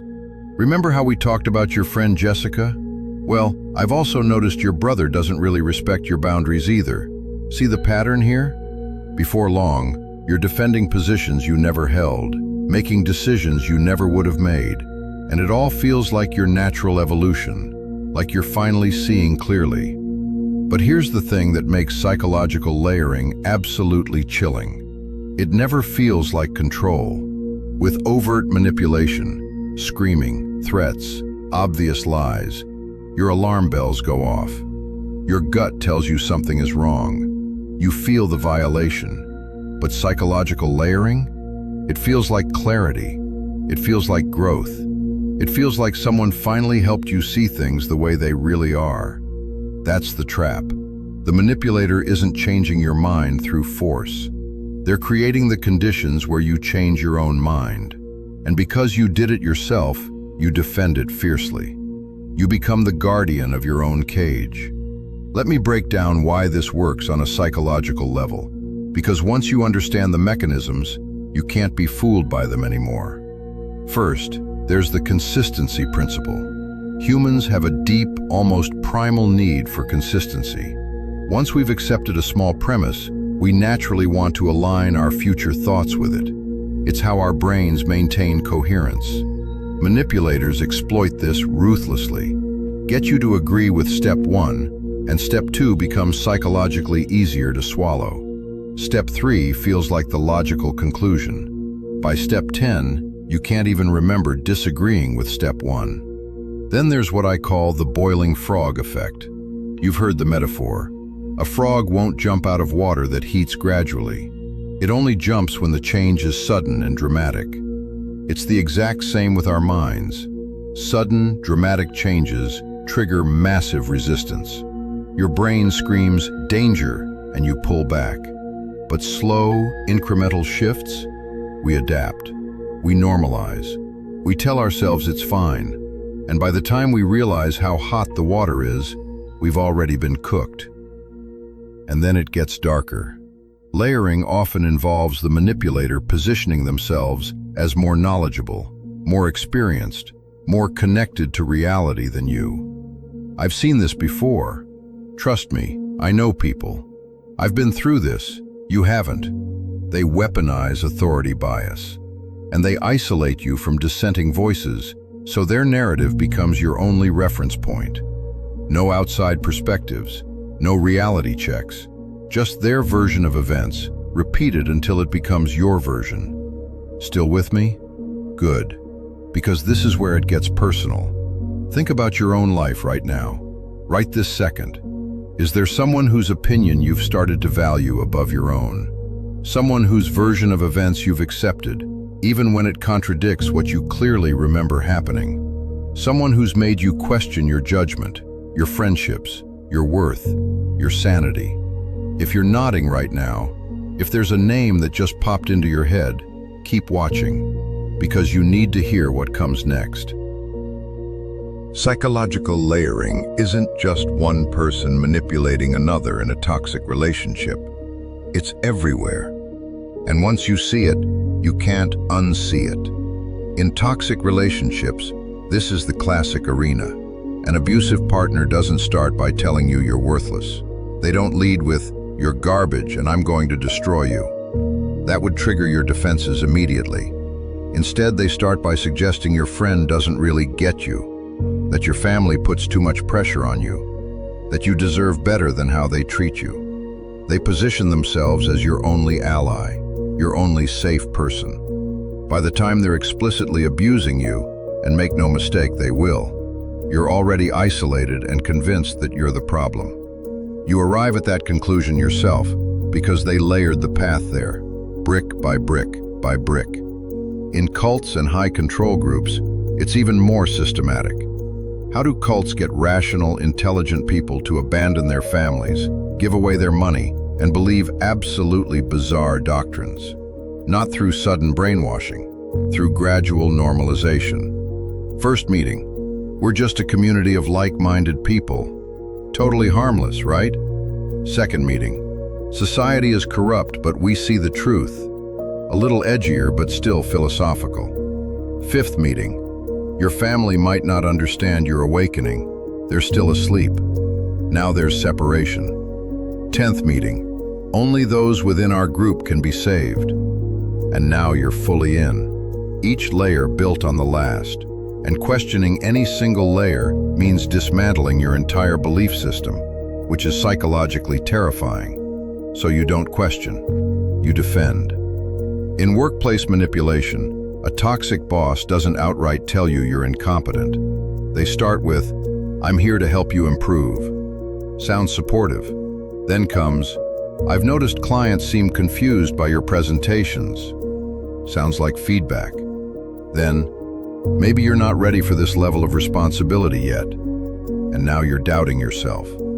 Before long, You're working twice as hard for half the credit, convinced you need to prove yourself, when really they've just been systematically undermining your confidence to maintain control over you. But here's what most people don't want to acknowledge. This works at scale too. Media, echo chambers, ideological bubbles. When you're surrounded by the same messages, the same narratives, the same interpretations of events, repeated endlessly across every platform you consume, that's layering.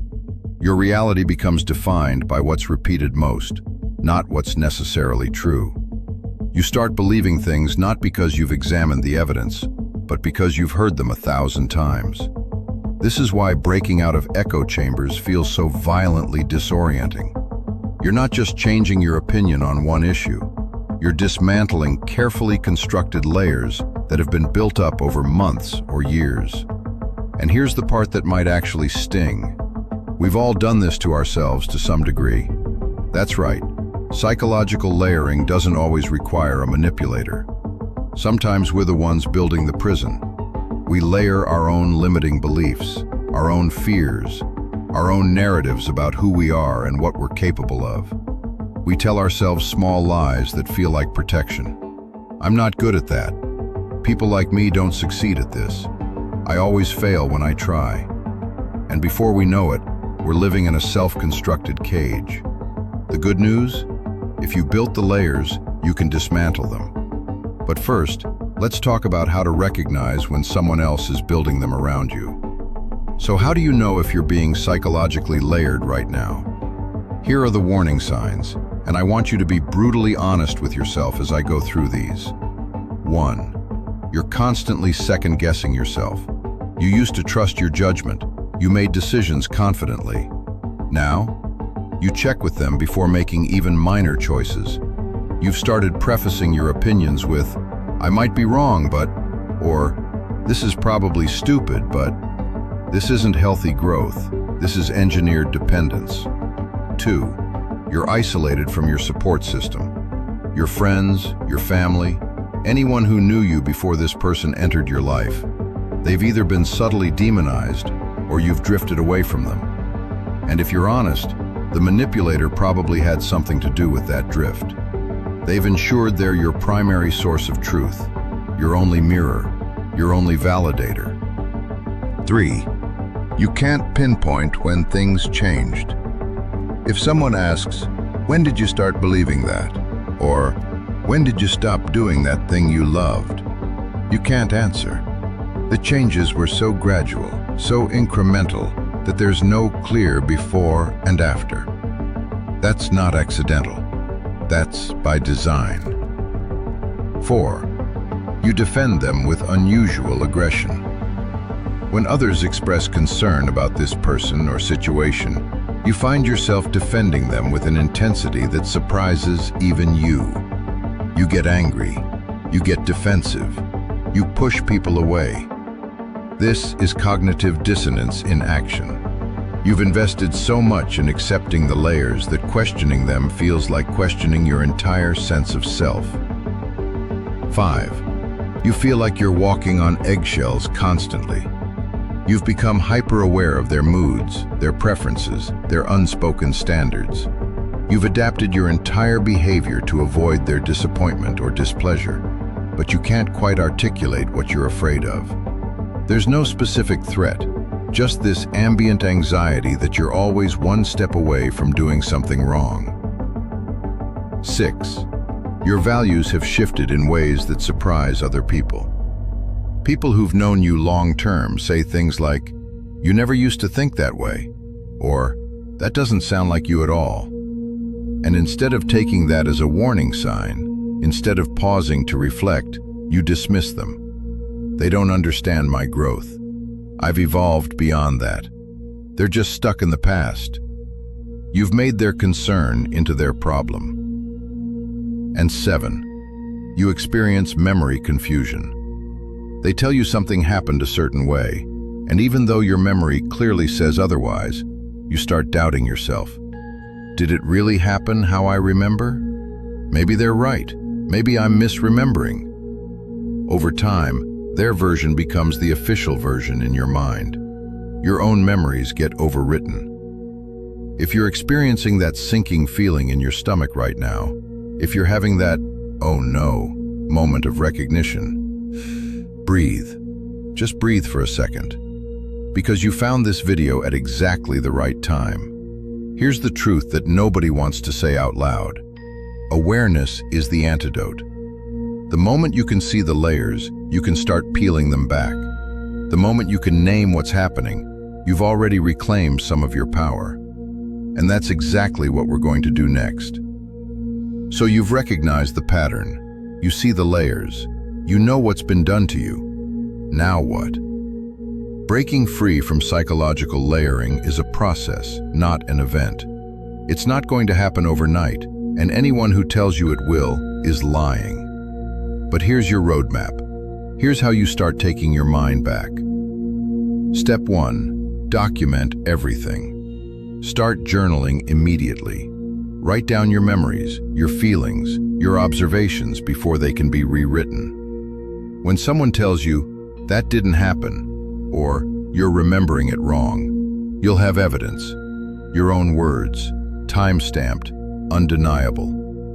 This isn't paranoia. This is protecting your reality from being gaslit into oblivion. Step 2. Reconnect with your past self. Look at old journals, photos, text messages from before the layering began. Read your own words from 2 years ago. Look at pictures of yourself when you were genuinely happy. Remember who you were, what you valued, what made you laugh, what you stood for. That person is still in there, buried under all the layers. Reconnecting with them is like finding your own compass again after years of being lost. Step 3. Seek outside perspectives. Talk to people who knew you before, or talk to a therapist who specializes in manipulation and abuse. And I mean really talk to them. Don't defend the manipulator. Don't minimize what's happened.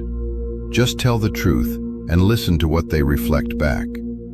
You need mirrors that show you reality, not the manipulator's distorted funhouse version. These outside perspectives will help you reality test. They'll confirm that yes, this is as bad as you think it is. Step 4. Start saying no. Practice boundary setting, even on the smallest things. No, I don't agree with that. No, I remember it differently. No, I'm not comfortable with that. Each no is you chipping away at the layers, reclaiming your autonomy piece by piece. It's going to feel uncomfortable. It's going to feel wrong at first. Do it anyway. Step 5. Expect the extinction burst. This is critical. When you start pulling away or pushing back, manipulators almost always escalate. They'll love bomb you. They'll guilt trip you harder. They'll gaslight you more aggressively. They'll threaten to leave, or they'll threaten to harm themselves, or they'll suddenly become the person you fell for in the beginning. This is called an extinction burst, a last, desperate attempt to regain control when they feel it slipping. Expect it, prepare for it, and whatever you do, don't cave to it. Step 6. Give yourself time and compassion. You didn't get layered overnight.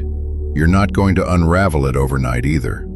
There will be moments of doubt, moments where the old layers feel true again, moments where you think, maybe I'm overreacting, maybe they weren't that bad. That's normal. That's your brain trying to return to familiar patterns. Be patient with yourself. You're literally rebuilding your sense of reality from the ground up. And step 7, create new layers of truth. Here's the powerful part that nobody talks about.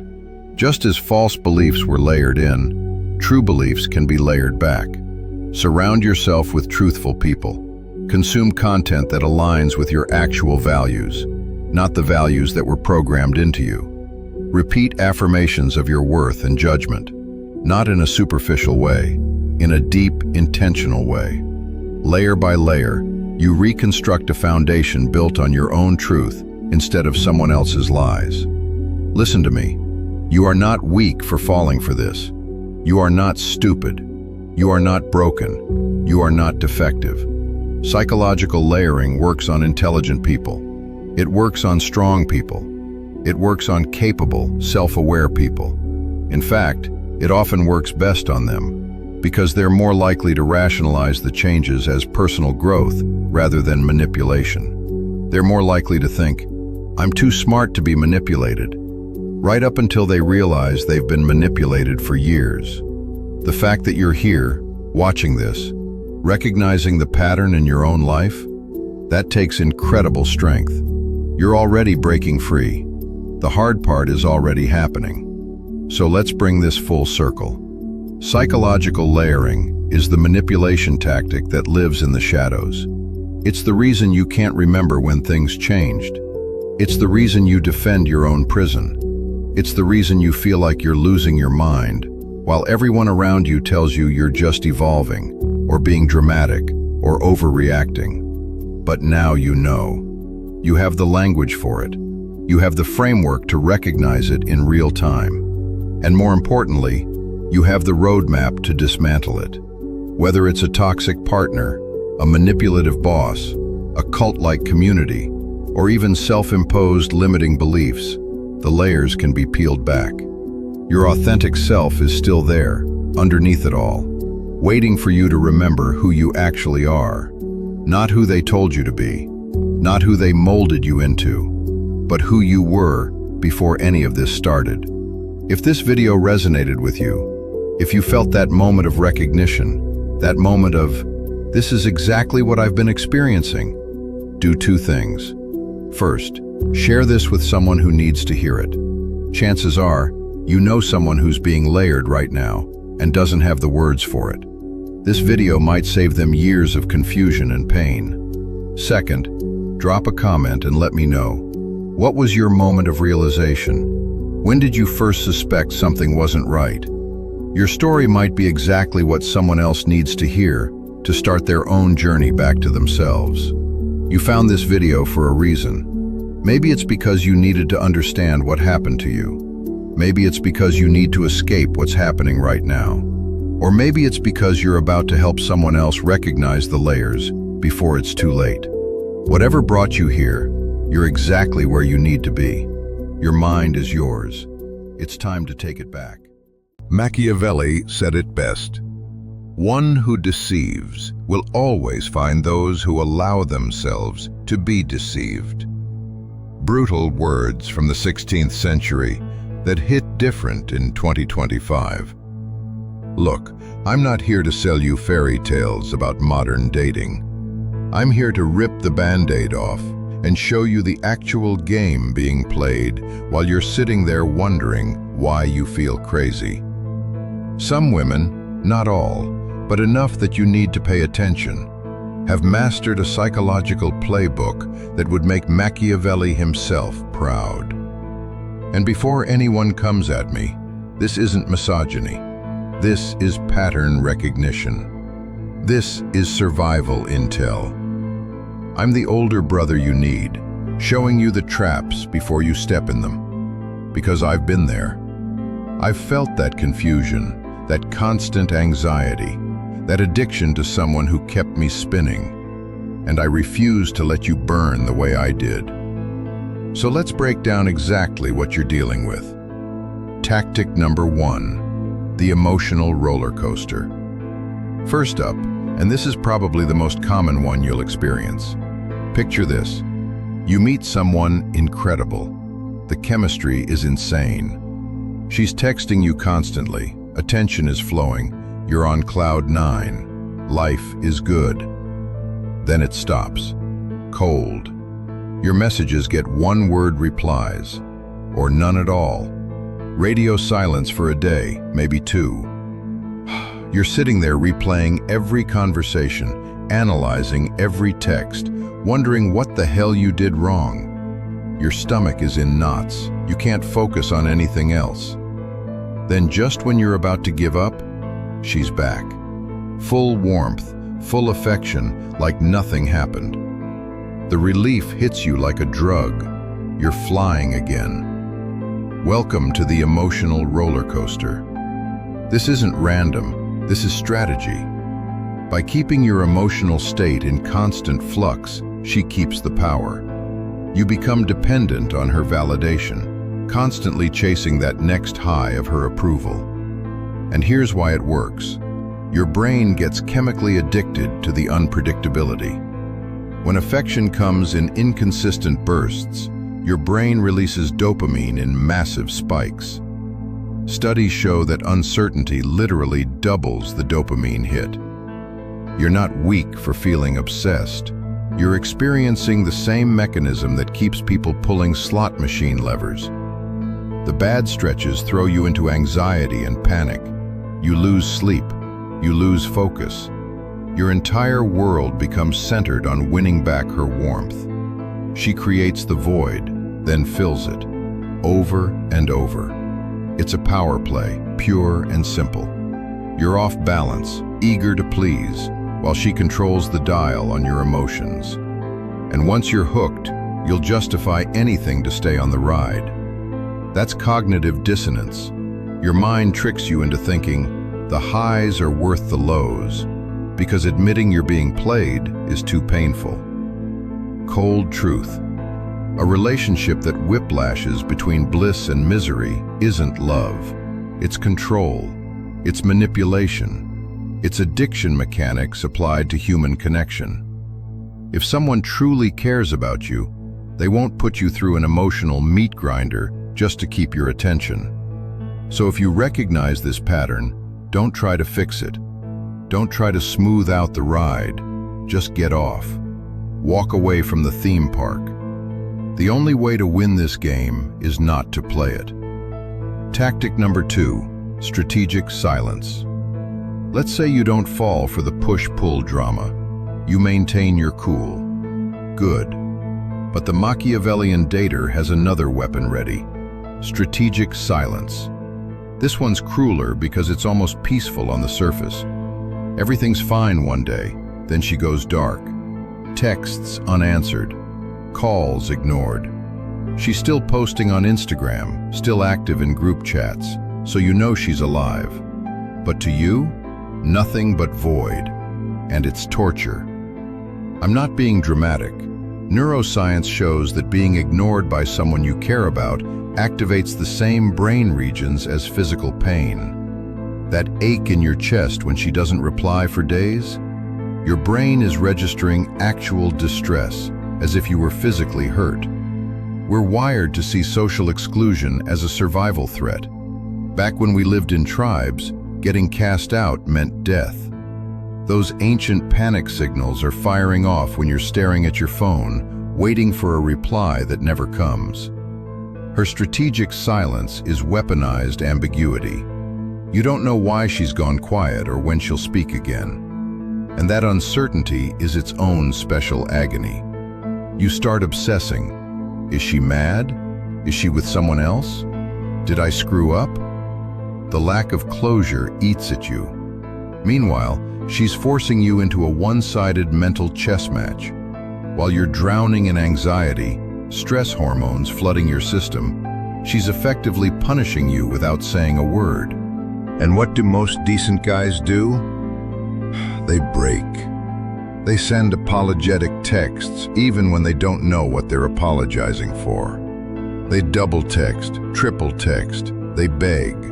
They hand over their power on a silver platter just to end the silence. That's the goal. Control by withholding. Make you feel desperate on her terms.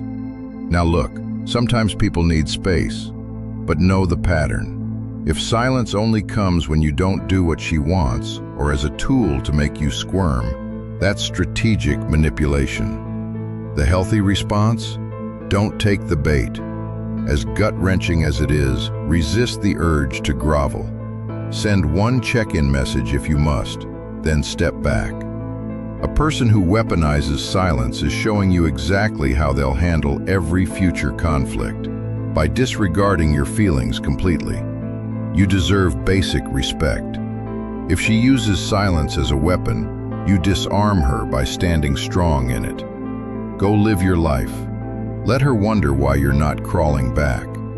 Because speaking into a void isn't conflict resolution. It's emotional abuse dressed up as needing space. Now you might think you've got this figured out. You're not falling for the hot and cold game. You're not breaking under the silent treatment. Good. But here's where it gets more aggressive. Tactic number 3, jealousy induction. Tactic number 3 is all about lighting a fire under you with jealousy. This one's incendiary. She openly flirts with other guys in front of you, then laughs it off as just fun. She drops into conversation that, "This guy from work invited me to lunch," with a sly look. She posts pictures with random dudes you've never met, just ambiguous enough to make your blood pressure spike. The effect is primal. Territorial alarm bells start blaring. That hot surge of panic and anger, the thought of losing her or being made a fool of, cuts deep. And that reaction is exactly what she wants. A Machiavellian-minded woman knows that a dose of jealousy can make a man go from laid back to laser-focused on securing her. It's a fear tactic, fear of loss. Jealousy isn't just an emotion, it's a whole-body chemical reaction. It spikes activity in your brain's pain centers and floods you with stress hormones. It even boosts testosterone as you instinctively gear up to fight for your mate. She's putting you in a state of agitated arousal. You're anxious, maybe angry, but also motivated. Motivated to prove you're better than any rival. She's basically programmed you to compete for her. Research shows that a majority of people who induce jealousy do it simply to get attention or test commitment. She might create a fake scenario of other men circling, just to see if you'll jump through hoops. Some do it to make you step up your effort, to keep you on your toes, or just out of boredom and a need for drama. The twisted logic is, if you get jealous, it proves you love her. If you don't react, she accuses you of not caring. You can't win in that framework. So how do you deal? Step outside the frame. Recognize the scenario as being manufactured. If she's constantly bringing up other guys or creating competition, that's a massive red flag. In a healthy relationship, partners reassure each other. They don't intentionally provoke anxiety. The moment you feel that puppet string being tugged, cut it. Don't start frantically proving yourself. That just reinforces her manipulation. Instead, have the confidence to say, "If I'm not enough as I am, you're free to explore other options. I'm not going to compete for basic respect." That's a power move. It says you won't be provoked into irrational behavior. If she cares, she'll stop. If she doesn't stop, you have your answer. She cares more about the power rush than about you. Someone who toys with your security on purpose has the makings of a toxic partner. Love isn't a constant test. You deserve someone who builds your confidence, not someone who shatters it to watch you scramble to piece it back together. All right, we've covered the heavy hitters, the emotional chaos, the silence, the jealousy games. But there's one more that's so subtle, so seemingly innocent, that most guys don't even see it coming. Tactic number 4, harmless rejection. This last one? It's deceptively simple, but devastatingly effective. This is the art of saying no, or showing disinterest in just the right doses to make you want more. Playing hard to get with Machiavellian intent. You ask her out for Friday. She says, "I'm not sure, I might have plans. I'll let you know." She keeps you in limbo until the last minute. You compliment her, and she teases, "Thanks, but you know I'm way out of your league," with a wink. A light rejection wrapped in a joke. She frequently reminds you that other guys are interested, so you should feel lucky she even spends time with you. These little rejections don't seem harmful. She frames them as joking or being busy, but each one lands like a dart in your self-esteem. And perversely, instead of deterring you, it makes you chase harder. Why? Because humans are wired to value what's scarce, and to invest more effort when we're not immediately rewarded. Social psychologists have found that people who appear more selective actually get perceived as more attractive and worth pursuing. The Machiavellian woman understands this. By giving you a taste and then pulling back, she positions herself as the prize you must earn. You think, wow, she's not easily impressed. She must be high value. And here's the kicker. The more you invest trying to get those yeses, the more you convince yourself she's worth it. There's a psychological bias called justification of effort. We overvalue things we work hard for. If you've spent weeks bending over backwards to win her affection, you'll have a hard time admitting it's a losing game. You'll double down instead, thinking, I've put in all this effort, she must be special. It's an emotional sunk cost fallacy. She benefits while you tolerate more BS, keep pursuing, and she hasn't committed to anything. Harmless rejection is about maintaining the upper hand. She controls the pace. 1 week fully engaged as a reward, next week aloof to make you prove yourself again. You're constantly working to please, to impress, to change that maybe into a yes. Stop. Recognize this pattern. In a genuine, healthy courtship, both people show enthusiasm. If you're consistently feeling like you're auditioning for her affection, something's off. You have the right to opt out. If she keeps giving you lukewarm responses to make you chase, flip the script. Match her investment, not her words. If she's too busy or not sure, you do the same. Live your life.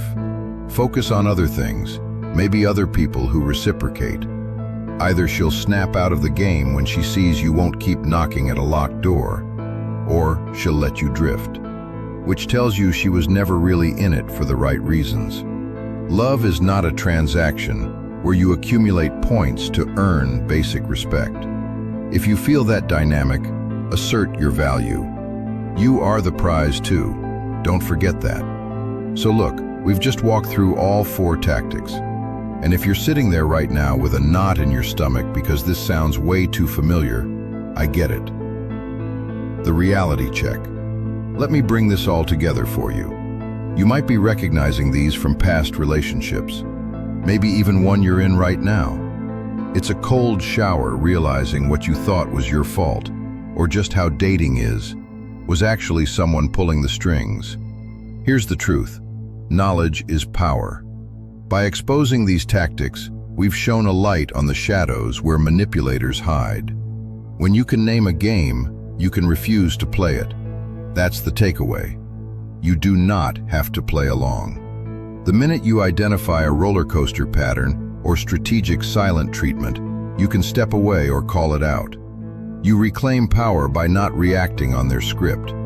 Choosing not to engage is a power move. It's you saying, my emotions are my own, not a puppet for you to control. And look, this isn't about saying all women do this. Many women are as disgusted by these toxic games as you are. The point is to help you spot the ones who do, because they're out there. They might be wounded or just selfish, but either way, you're not going to fix them by playing along. The only thing you can do is protect yourself and seek healthier connections. This is about survival and self-respect, not hate. You can have empathy for someone's insecurities without accepting being their pawn. The most Machiavellian move you can make is a positive one. Being strategic about your own well-being. Control yourself, govern your own kingdom, and don't hand that control to anyone unworthy. Your move. Take a breath. You've just armed yourself with knowledge most men are oblivious to until it's too late. Next time you sense that gut feeling, the rush of a high followed by a confusing low, the ache of being ignored, the sting of induced jealousy, or the hollow chase for someone's approval, you'll know what's really going on. You won't second-guess yourself or be gaslit into thinking you're just insecure or too sensitive. You'll see the game board, and you'll choose not to be a pawn. That clarity is freedom. It means you can walk away with your head high, sanity intact, and make space for a woman who doesn't need to manipulate to be with you. You deserve that. If this hit you hard, good. That means you're growing. And you're not walking this path alone. We're building a community of men dedicated to understanding the real dynamics of power and psychology in relationships, so we can rise above the BS. Listen carefully. The reason you keep losing in conversations, negotiations, relationships, and opportunities is not that you lack intelligence. It is that you are still playing fair in a world where most people quietly stopped. You believe being reasonable earns respect. You believe patience is rewarded. You believe good intentions protect you. They do not. The people winning around you are not smarter than you. They are simply operating under rules you were never taught. There are 7 psychological weapons powerful people use every single day. Not loudly, not aggressively, but silently. Once you see these patterns, you will not be able to unsee them. And more importantly, you will stop falling for them. Weapon 1. Strategic confusion. Most people believe clarity is power. It is not. Control is. When someone pressures you with a question you do not want to answer, weak people panic. They explain, they justify, they defend. Powerful people replace the question entirely. If someone asks, "Why did you not follow through on what you promised?" a weak response sounds like an excuse, and an average response sounds defensive. A powerful response reframes the situation. I have been rethinking the approach altogether. What would make this more effective moving forward? You did not deny anything. You did not admit anything. You did not argue. You shifted the conversation from blame to strategy. Strategic confusion is not about being vague. It is about deciding which questions deserve answers and which ones get overwritten. The person who controls the frame controls the outcome. Weapon 2. Selective vulnerability. You have been told vulnerability builds trust. Sometimes it does. Sometimes it simply gives people instructions on how to hurt you. Powerful people understand that vulnerability is a tool, not a lifestyle. They reveal weaknesses that make them relatable. They hide weaknesses that make them controllable. Telling your team that you are still figuring things out can build trust. Telling a competitor that you are struggling makes you pray. Telling a partner you have been hurt before can build intimacy. Telling a manipulative person the same thing teaches them exactly where to apply pressure. Selective vulnerability means revealing what humanizes you, not what destabilizes you. Uncontrolled vulnerability is a leak. Controlled vulnerability is leverage. Weapon 3. Preemptive framing.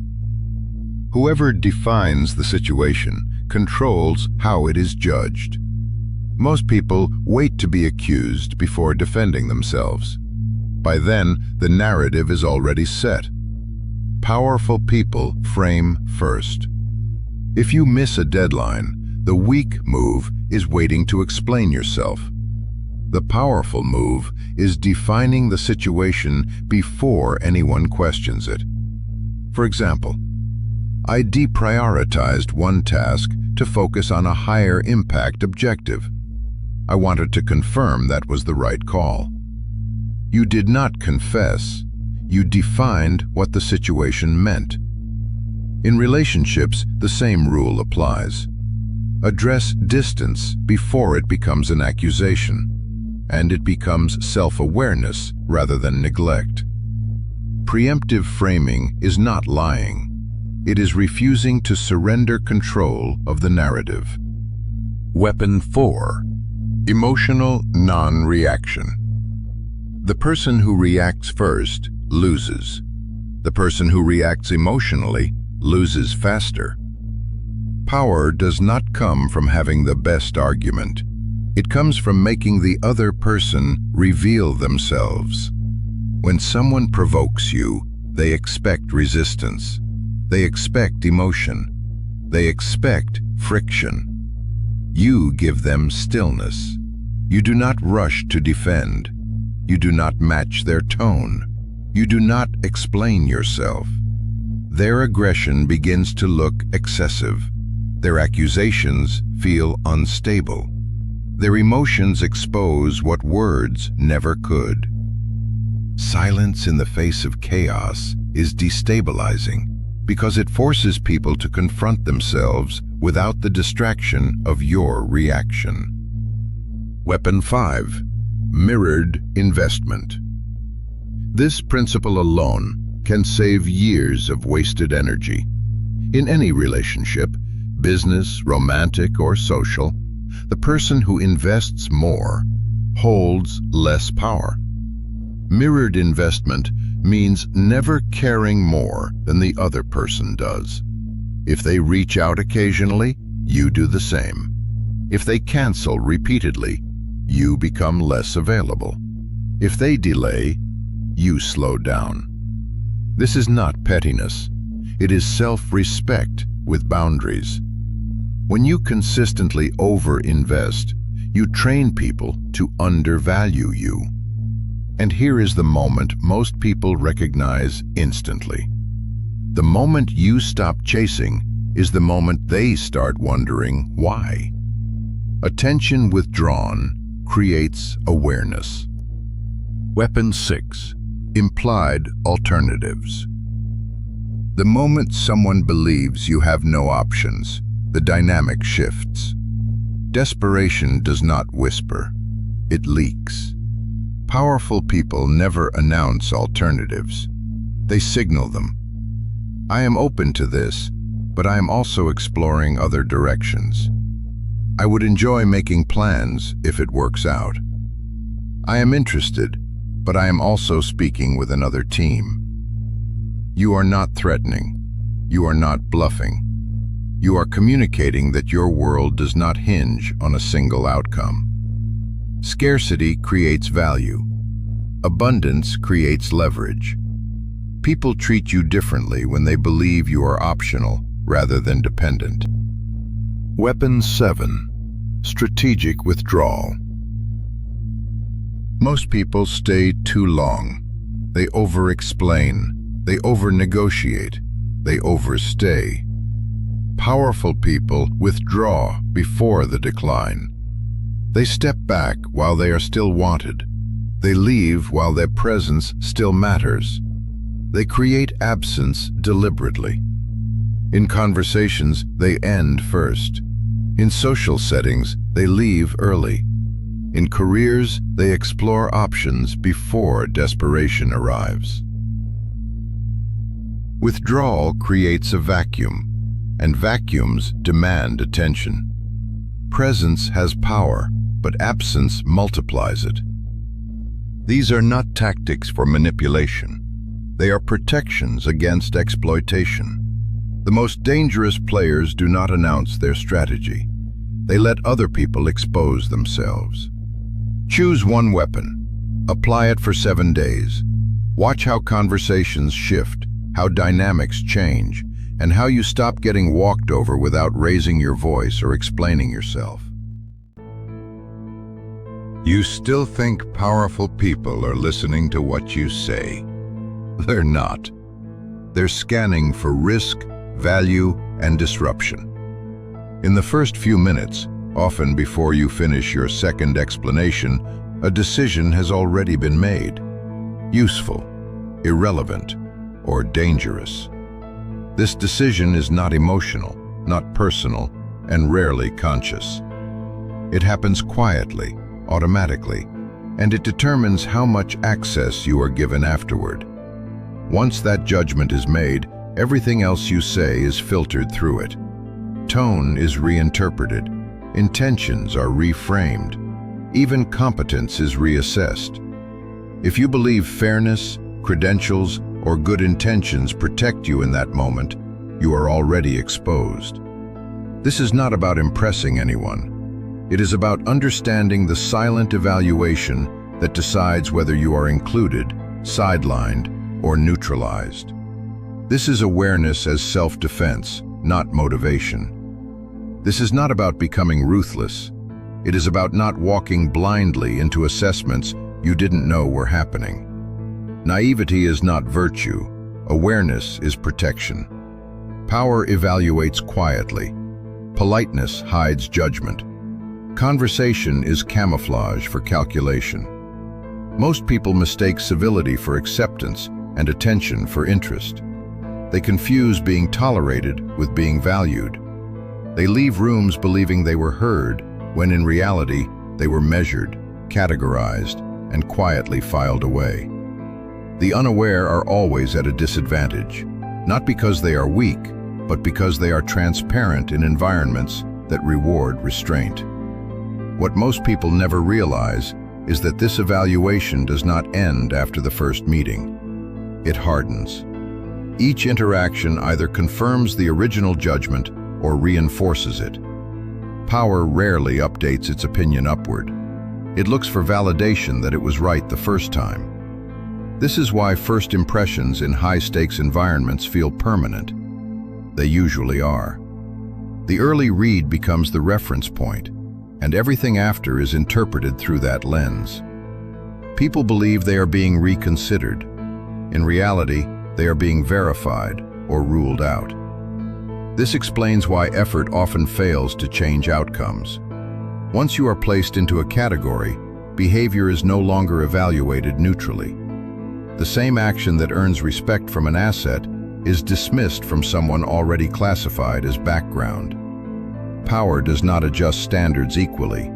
It adjusts interpretation. The first law is that the first signal you project becomes your ceiling. Power assigns weight immediately, not status or intelligence, but weight. How much psychological space you occupy in someone else's mental map. This happens before trust, before rapport, before liking. It happens faster than logic and deeper than reason. If you arrive over-explaining, apologizing, or performing competence, your weight drops instantly. You think clarity will save you, but it doesn't.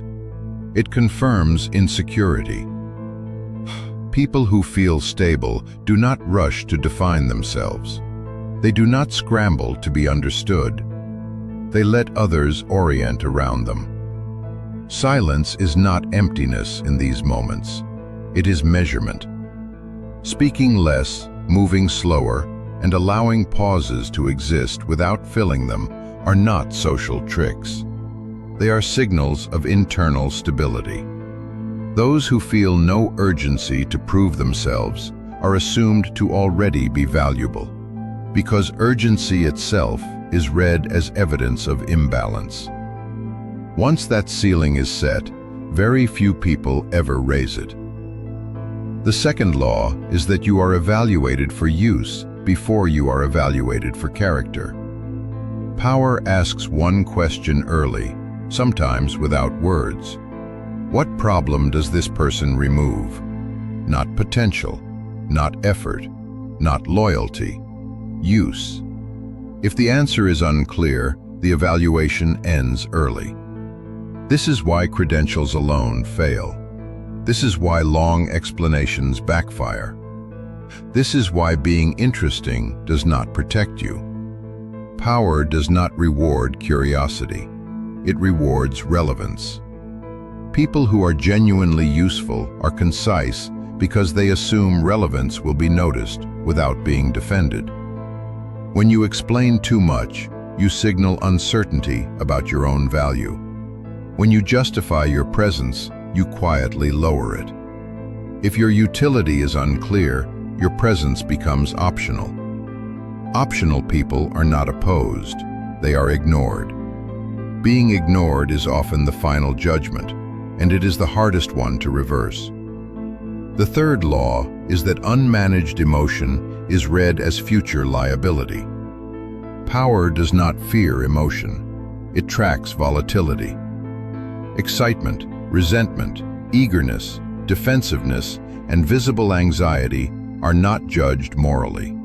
They are logged operationally. Emotion that leaks under mild pressure is assumed to escalate under real pressure. This is why enthusiasm can quietly work against you. This is why frustration costs leverage. This is why visible nervousness narrows your ceiling, no matter how competent you are. Regulation comes before response. People who can pause without tension are read as safe to involve. People who react quickly are read as unpredictable. Emotional containment signals predictability, and predictability lowers perceived risk. In environments where stakes are high, tolerance for volatility is low. The fourth law is calibrated respect. Too much deference triggers suspicion. Too little triggers containment. Power watches calibration constantly. How you acknowledge authority without shrinking. How you disagree without charging. How you adjust without collapsing. Over-respect reads as hunger. Under-respect reads as threat. Both invite control. The mistake most people make is assuming respect is about tone alone. It isn't. It is about proportion. Mirroring tone rather than status and matching pace rather than energy mark someone as socially fluent. Balanced respect communicates stability. It signals that you are neither seeking approval nor testing dominance. That balance is rare, and rarity itself increases perceived value. When someone cannot be easily categorized as submissive or adversarial, they are watched more carefully. The fifth law is information discipline. Early oversharing is read as poor judgment. Power protects information instinctively, and those who give it away freely are assumed to mishandle more important things later. This is not about secrecy for its own sake. It is about discernment. When you reveal too much too soon, you signal weak boundaries. Weak boundaries suggest future complications. Answering what is asked, and nothing more, is not coldness. It is containment. People who volunteer context no one requested often believe they are building trust. In reality, they are advertising impulsivity. Power trusts people who can hold information without needing to release it. Restraint suggests discernment, and discernment suggests trustworthiness. The sixth law is that visible need triggers control or dismissal. Power is alert to dependency, not because it is cruel, but because dependency creates instability. Neediness compresses options, and compressed options reduce leverage. This is why urgency repels. This is why desperation reshapes how people treat you, even when they don't want it to. The moment someone senses you cannot walk away, the dynamic tilts. Removing urgency from your voice and outcome attachment from your posture restores balance. You do not need to convince anyone that you have options. You need to behave as though you are not cornered. People who appear to need less are granted more room. Those who appear to have options are treated as if they do, whether they actually have them or not. The seventh law is threat assessment. You are always being checked for disruption potential. Threat is not aggression. It is unpredictability combined with capability. Someone calm and capable is respected. Someone capable but erratic is contained. This is why brilliance alone is insufficient. This is why cleverness without discipline backfires. Power prefers legibility over flair. Competence must be readable. Clarity matters more than performance. When you are legible but not exposed, you are tolerated and sometimes trusted. When you are erratic, Even if you are impressive, you are managed or removed. Stability amplifies capability. Instability cancels it. The eighth law is categorization lock. Once categorized, reversal is rare. The first minutes decide the folder you are placed in: asset, background, or problem. Most people spend years trying to escape a category they didn't realize they entered.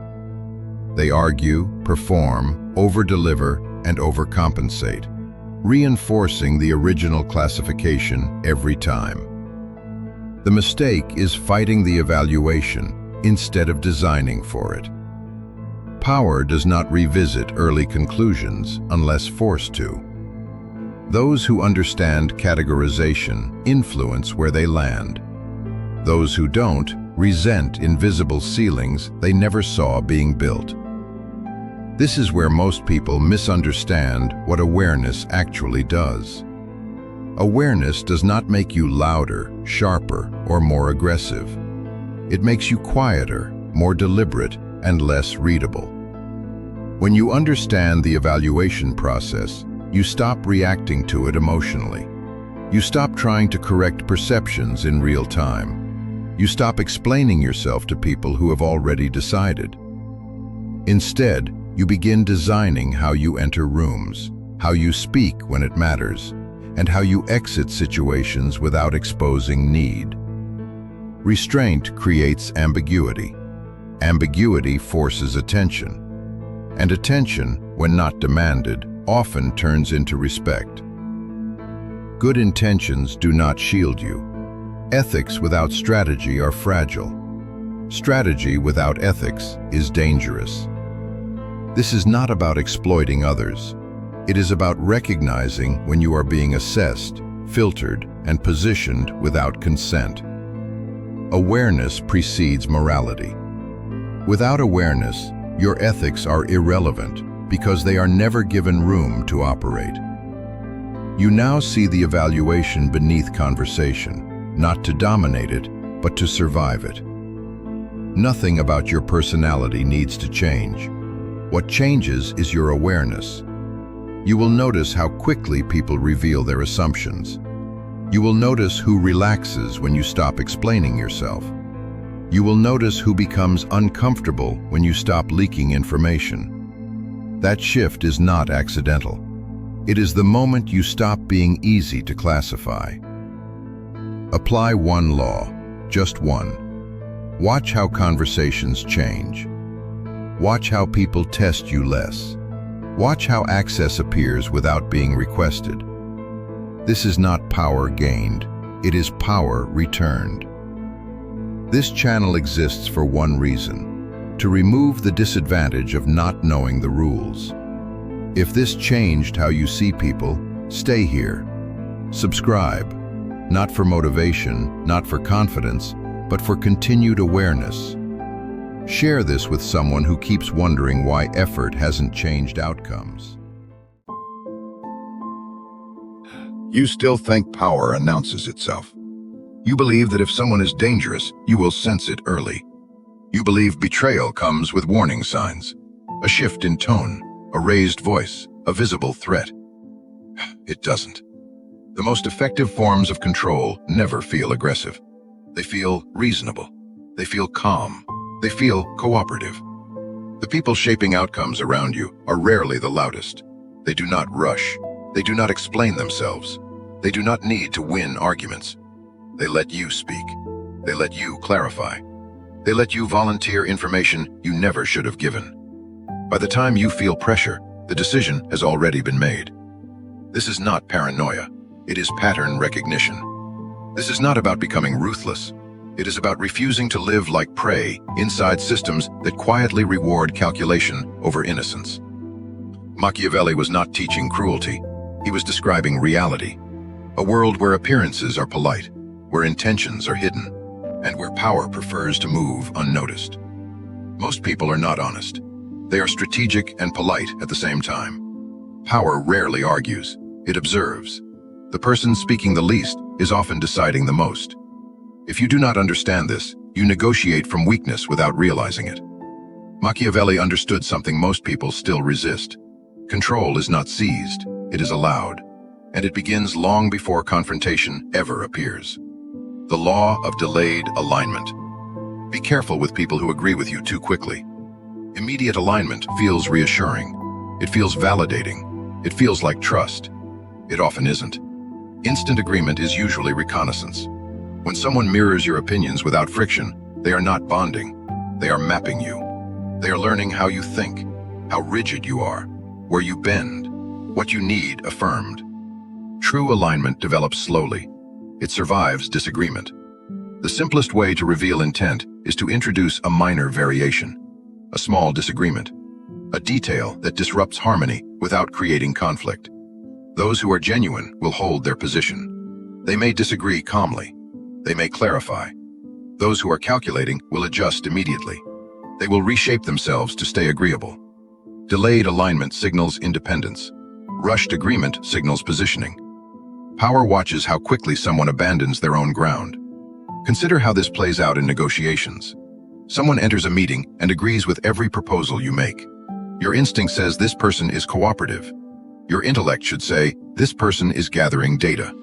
They are learning your priorities, your constraints, your pressure points.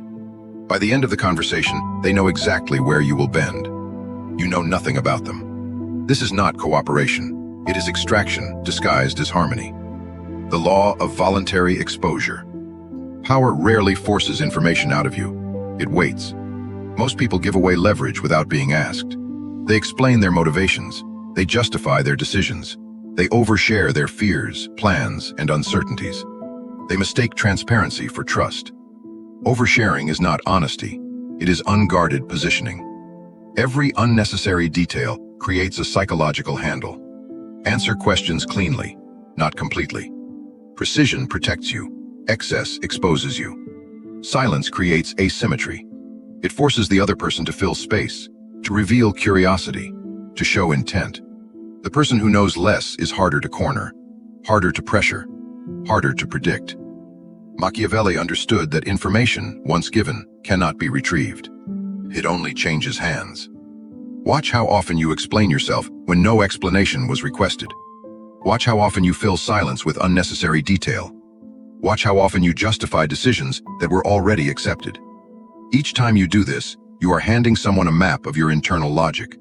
They now know how to navigate you, how to predict you, how to pressure you in ways that feel reasonable because they match your own stated values. The person who asks questions controls the frame.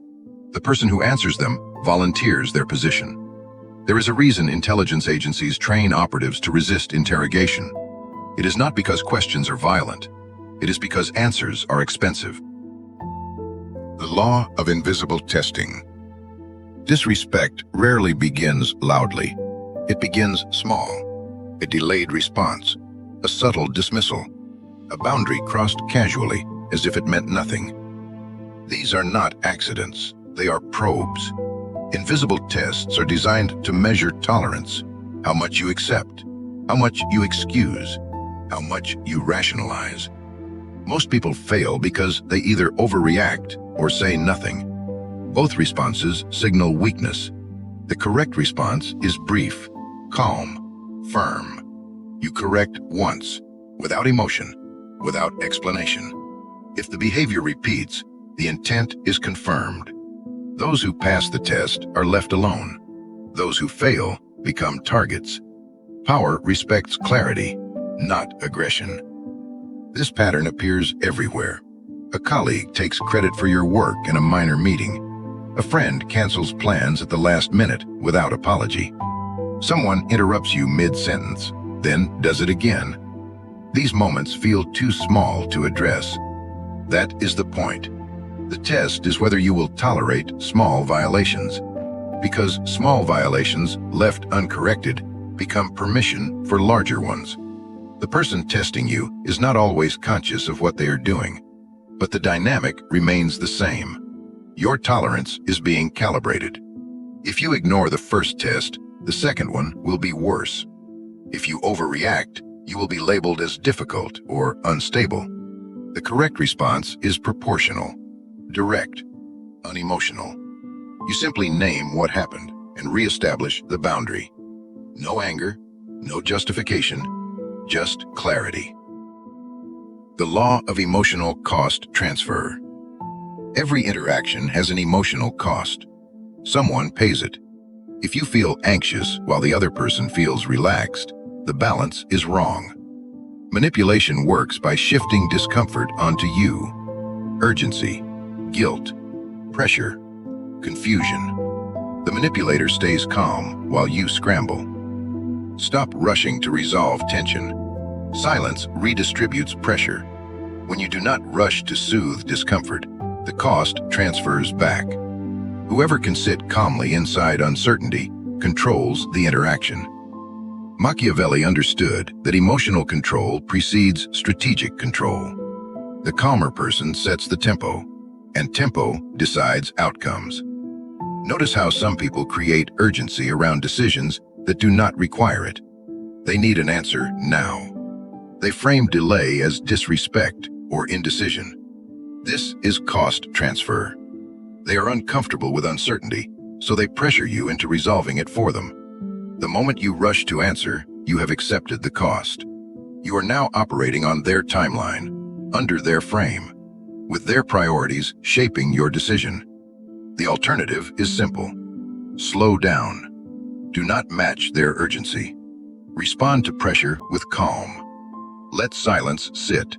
Let them experience the discomfort they are trying to transfer. You will notice something interesting. The people who respect you will adjust. They will give you space. The people who were testing you will escalate. They will increase pressure. They will try to make you feel guilty for not rushing. That escalation tells you everything you need to know. The law of narrative ownership. If you do not define the story, someone else will. Reputation is not what you say about yourself. It is what circulates when you are not present. Over-explaining weakens narrative control. Defending yourself signals instability. Consistency writes narratives better than persuasion. People trust patterns more than promises. Those who move quietly, predictably, and without justification create the strongest reputations. They do not argue their image. They allow others to arrive at conclusions on their own. Machiavelli knew that power prefers to be inferred, not declared. Your reputation is built in two places: what you do when people are watching, and what people say about you when you are not there. Most people focus on the first and ignore the second.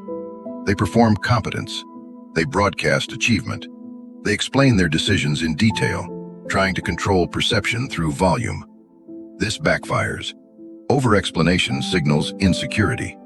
It tells people you are worried about how you are perceived. That worry becomes part of your reputation. The better approach is behavioral consistency. Do what you say you will do. Deliver without fanfare. Correct mistakes quietly. Build patterns that speak for themselves. When someone questions your competence, your response is not a defense. It is a calm reference to the pattern. Your work speaks. Your history speaks. You do not need to. The law of strategic absence. Constant availability reduces perceived value. Presence creates familiarity. Absence creates gravity. Most people disappear when conflict arises. That signals avoidance. The strategic withdrawal happens during comfort, when things feel stable, when attention is high, when access feels guaranteed. That absence recalibrates value. People only measure impact once it is missing. Machiavelli understood that scarcity intensifies influence without confrontation. This is not about playing games with people who matter. It is about recognizing that attention is finite and presence dilutes over time. When you are always available, people stop valuing access. They stop considering your time as limited. They assume you will always be there. This assumption shapes how they treat you. Strategic absence is a recalibration tool. It reminds people that your time is not infinite, that your attention is a resource, that access is earned, not assumed. You do not disappear during conflict. That is avoidance. You step back during stability, when everything is fine, when people feel comfortable. That is when absence has meaning. It creates space for people to notice what they took for granted. The law of non-reaction. Emotion reveals leverage points. The more expressive you are under pressure, the more readable you become. Calm is not weakness, it is concealment. Lower your voice when stakes rise. Reduce expression as tension increases. Pause before responding. The unreadable person dictates tempo. The predictable person gets managed. Power does not need to react. It lets others expose themselves first. Every emotional reaction gives information. Anger reveals what threatens you. Anxiety reveals what you fear losing. Excitement reveals what you want. Defensiveness reveals what you are protecting. The more you react, the more data you provide. The more data you provide, the easier you are to manage. This does not mean suppressing emotion. It means controlling when and how you express it. In high-stakes moments, your face should reveal less than your words. Your words should reveal less than your actions. Let other people react. Let them show frustration, desperation, eagerness. Each reaction tells you what matters to them, what they want, what they fear. You gain information while giving none. The law of mirrored energy. Do not give more energy to a relationship than it returns. Effort should flow both directions. When you consistently invest more than you receive, you are not being generous. You are training someone to undervalue you. This law applies to professional relationships, friendships, and negotiations. If you always initiate contact, you are signaling that the relationship matters more to you than to them. If you always accommodate their schedule, you are signaling that your time is less valuable. If you always follow up, you are signaling that outcomes matter more to you than to them. These signals accumulate. They shape how you are treated. The correction is simple but uncomfortable. Match energy. If someone takes 3 days to respond, you take 3 days. If someone cancels plans twice, you stop initiating. If someone contributes minimal effort, you mirror it. This feels cold. It feels calculated. It is neither. It is simply refusing to subsidize disinterest with your own effort. What you will notice is that some relationships equalize. The other person starts investing more because they realize the imbalance. Other relationships dissolve. That information is valuable. You learn who valued the relationship and who valued what you provided. The law of calm correction. Never correct someone while emotional. Emotion tells them they have leverage. Calm correction tells them the boundary is non-negotiable. When someone crosses a line, your instinct is to react immediately, to express frustration, to explain why their behavior is unacceptable.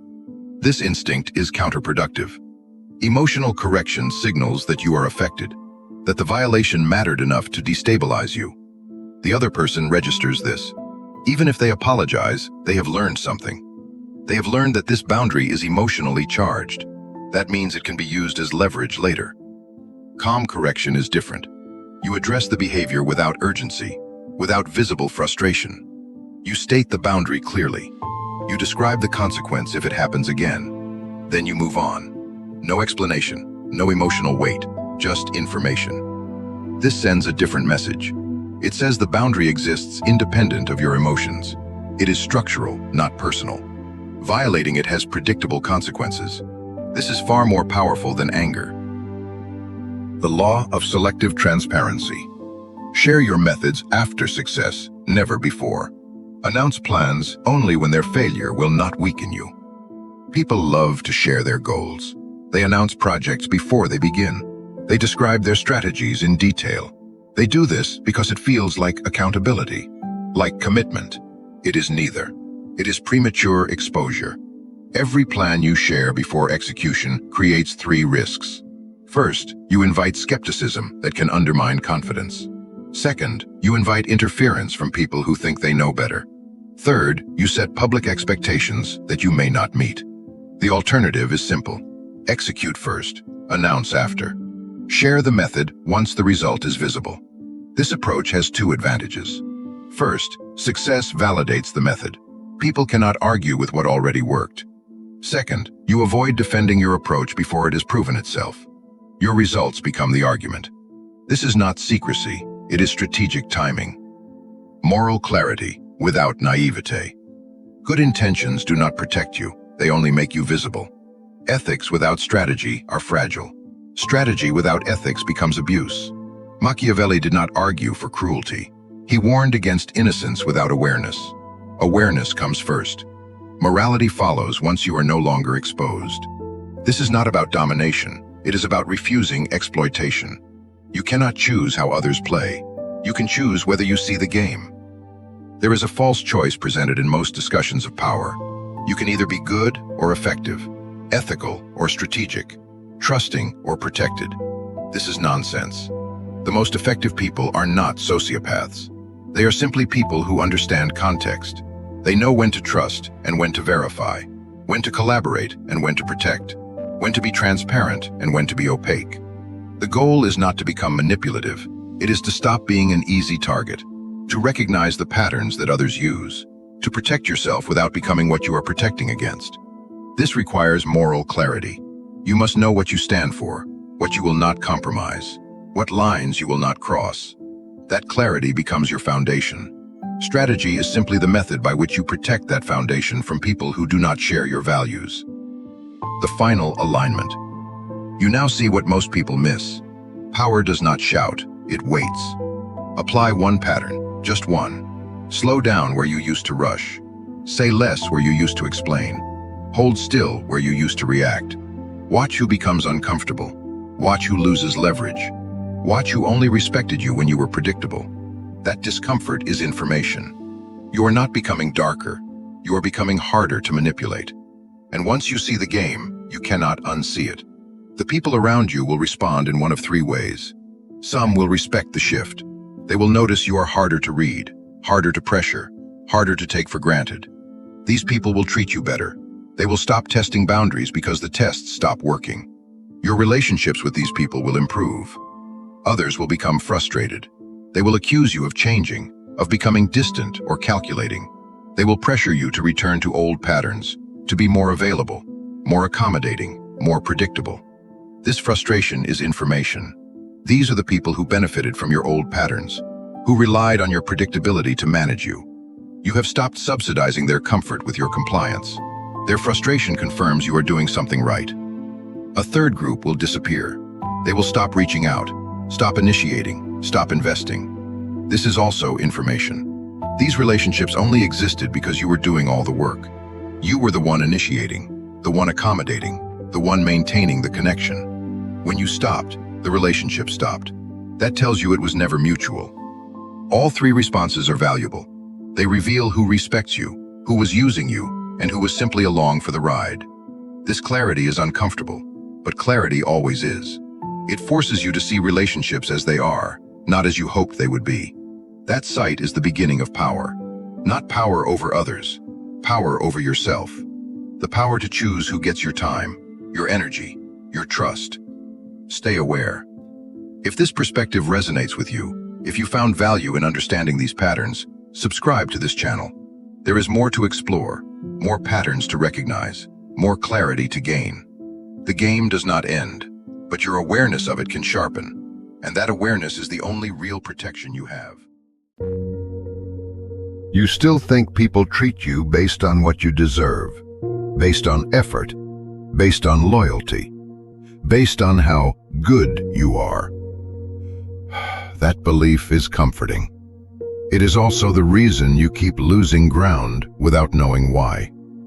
Most environments do not reward goodness. They reward clarity. They reward leverage. They reward the person who understands what is really being evaluated. Because you are not being evaluated the way you think. You are not being graded on character. You are being weighed for risk, for usefulness, for compliance, for how expensive you will be to disappoint, for how easily you can be pushed, for what you will tolerate to keep belonging. That is why some people rise without being better, and why some people who are objectively capable get stalled and drained until they become background noise. This is not about becoming cruel. This is about refusing to be naive in a world where strategy is normal, and openly admitting strategy is punished. The most strategic people rarely look strategic. They look calm, polished, reasonable. They do not announce what they are doing. They simply take the advantages that confused people donate. If you have ever been used, replaced, disrespected, or quietly cornered, it is not because you are weak. It is because you are readable. It is because you have been trained to confuse visibility with virtue. And in predatory systems, visibility is not virtue. It is access. Tonight, you are going to learn the rules that decide your outcomes before you ever speak. Not morality rules, power rules. The kind nobody teaches you, because once you see them, you stop donating yourself. The foundational lie. The lie is that being understood is safety.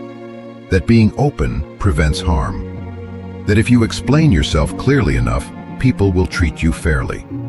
That if you show them your intentions, they will respect them. In reality, being understood is only safe around people who are safe. In every other environment, being understood is a blueprint. People cannot block what they cannot predict. They cannot sabotage what they cannot map. They cannot weaponize what they do not know exists. When you feel the urge to over-explain, that urge is not honesty. It is a bid for permission. It is your nervous system trying to secure acceptance by offering information as tribute. You can call it clarity. You can call it transparency. But the system reads it as compliance. The powerful are not powerful because they are louder. They are powerful because they are less available, less readable, less urgent. They withhold reactions. They withhold certainty. They withhold access. And because most people cannot tolerate uncertainty, they hand the strategic person more information than they ever intended to. This is the beginning of control. Not control over others, control over your exposure. Rule 1. The more you explain, the less you are respected. There is a point where explanation becomes self-erasure. Not because explanation is wrong, but because excessive explanation signals fear of disagreement. It signals that you need the other person to approve of your reality. It signals that you will keep talking until they stop being uncomfortable. And once someone realizes you will do that, they stop meeting you halfway. Watch what happens when someone gives a short answer and stops. The room adjusts. People lean in. They read into it. They wonder what is being withheld. And they behave more carefully because they feel the presence of an unknown. Now watch what happens when someone floods the room with context. They narrate their thought process.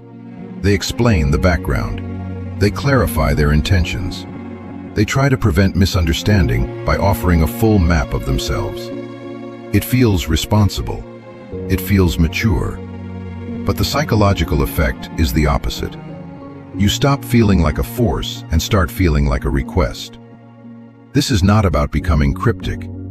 It is about understanding that the amount you explain should match the amount of trust that has been earned.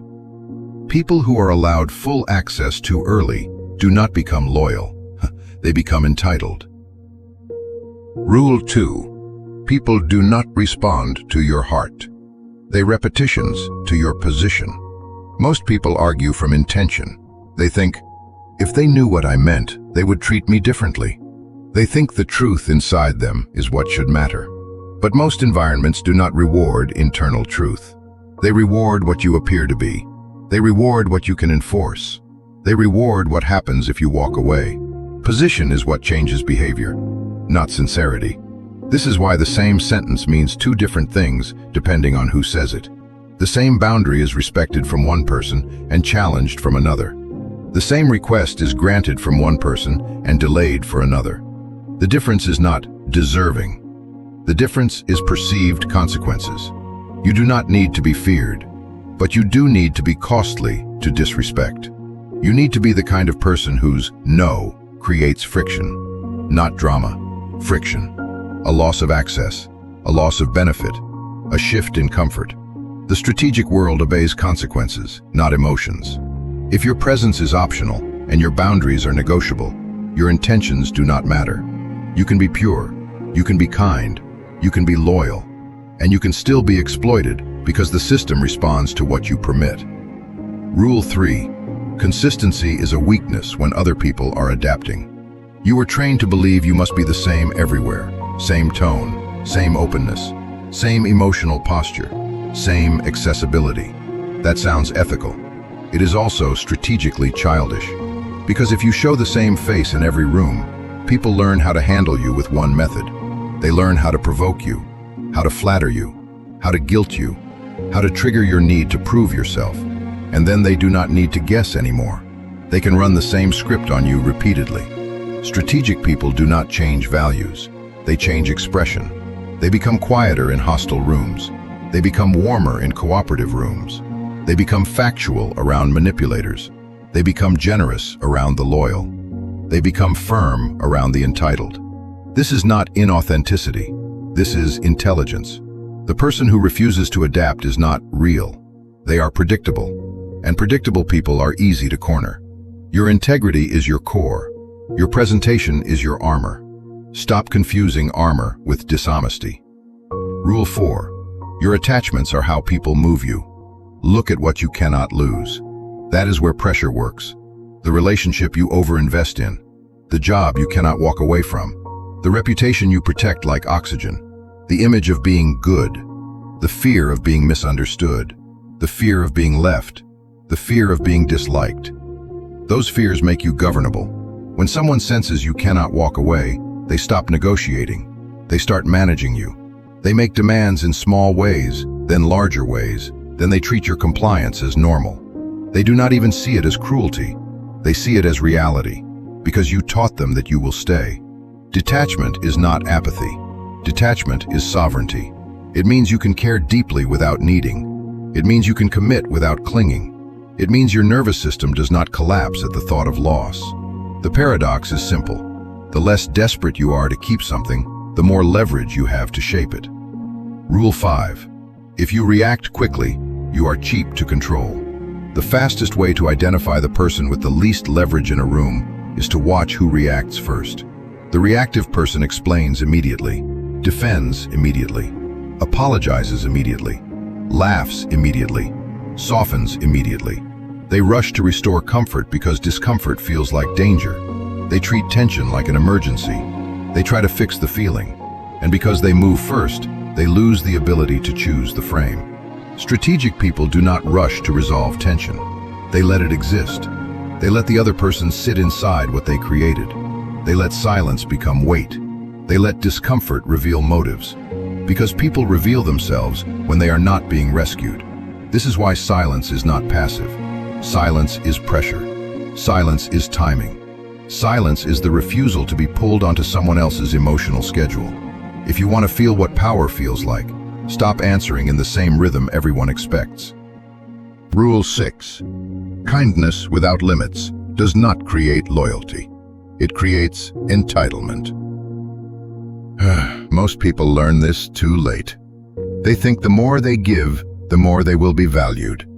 They think constant availability builds love. They think repeated generosity creates gratitude. But repeated generosity creates normalization. And normalization creates entitlement. People do not resent what you give once. They resent what you stop giving after you trained them to expect it. This is why the nicest person in the group often becomes the most exploited. Not because people are evil, but because human behavior adapts to patterns. If you always say yes, your yes stops being a gift. It becomes the baseline. And the moment you say no, you are not judged against your sacrifices. You are judged against the new expectation you created. Strategic kindness is not less kind. It is more sustainable. It is kindness that does not destroy the giver.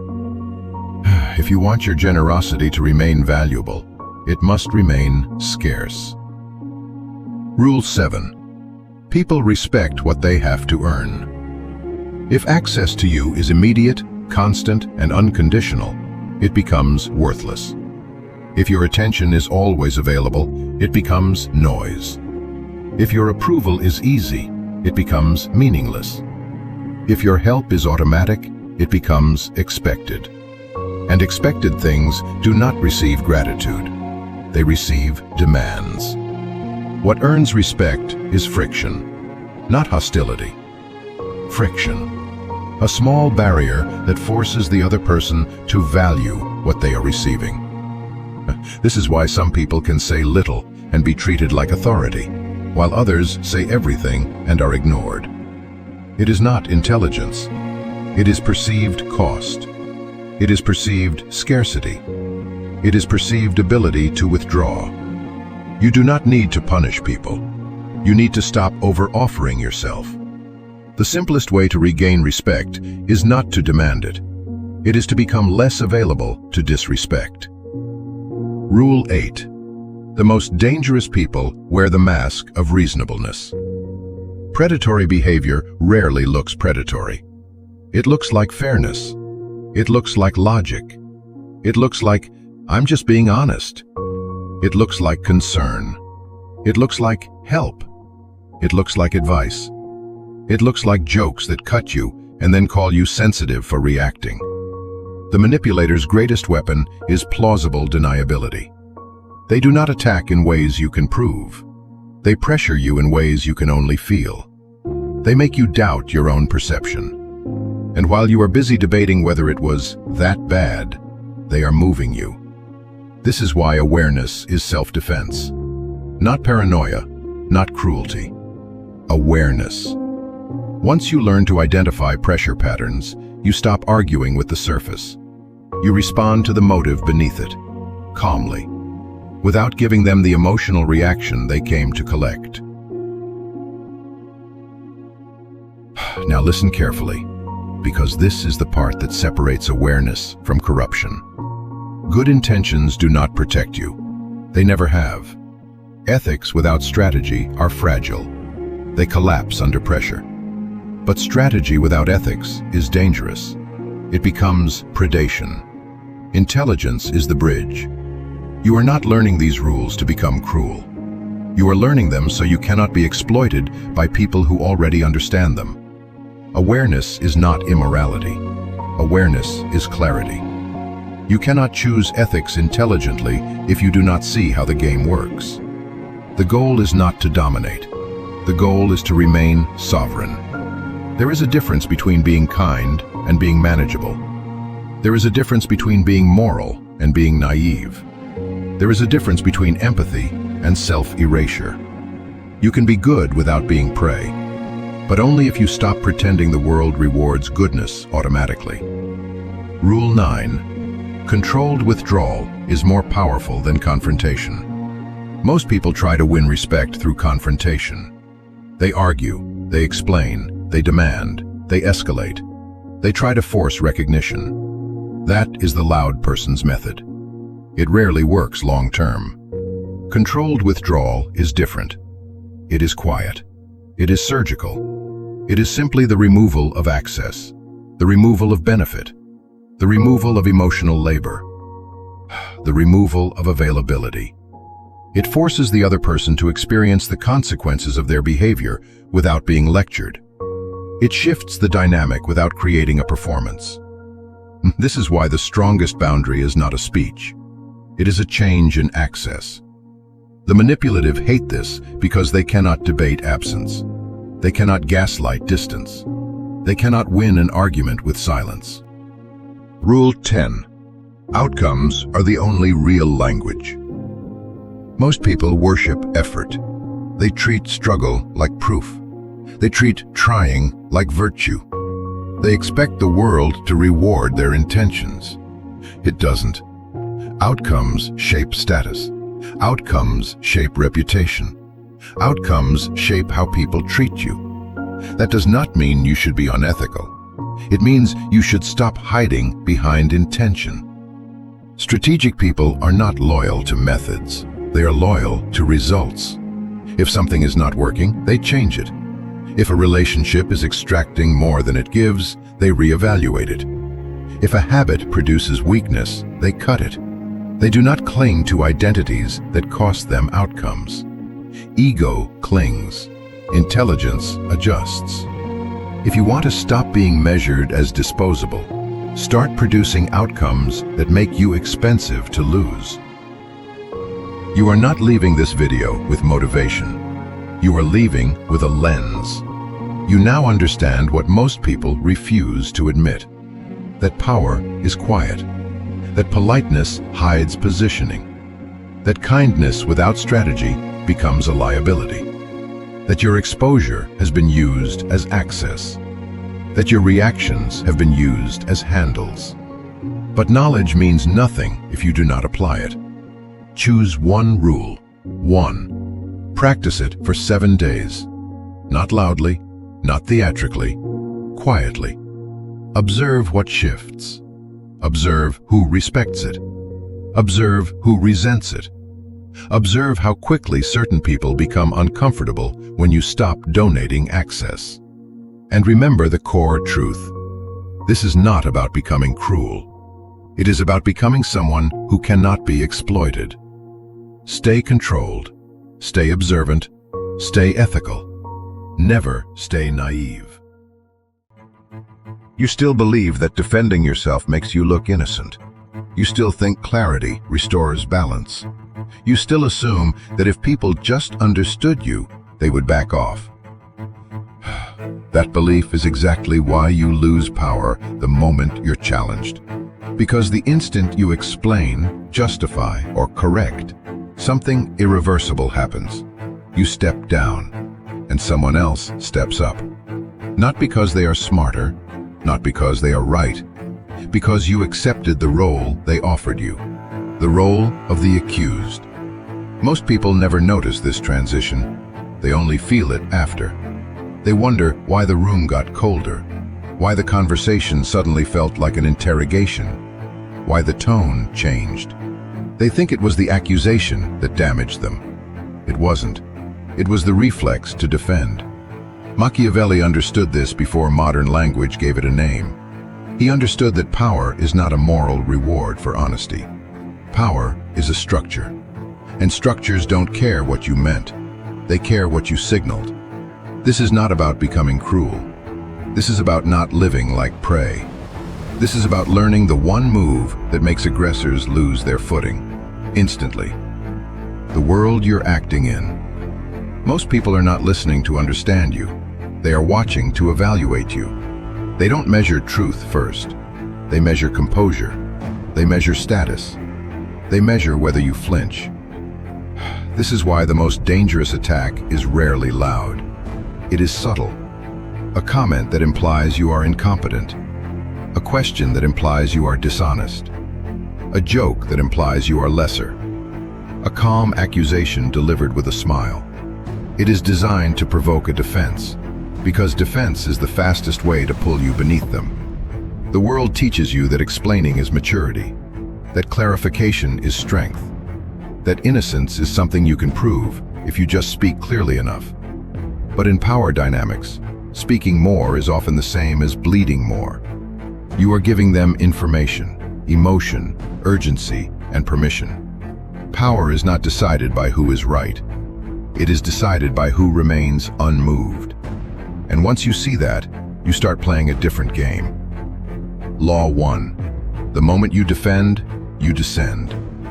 When someone confronts you, accuses you, or questions your intent, there is a fraction of a second where power is undecided. Most people fill that silence with explanation. I didn't mean it like that. You misunderstood. That's not who I am. And it is the exact moment authority leaves your hands. Because defense is not neutral. Defense is a confession of hierarchy. It says without words that they are the judge and you are the one being judged. It does not matter how polite your tone is. It does not matter how true your explanation is. The structure is set the second you accept the courtroom. Notice what happens in real life. A coworker says, "That was unprofessional." Your pulse rises. You explain your intent. The room doesn't hear your intent. The room hears urgency. They hear that you are eager to be cleared. They hear that reputation is a leash you cannot remove. And anything you cannot lose becomes the handle they can grab. This is why powerful people do not rush to prove innocence. They do not compete for being understood. They compete for being unshakable. They let the accusation hang long enough for everyone to taste its weight. Then, they decide what response preserves position, not what response feels fair. Behavioral shift is simple.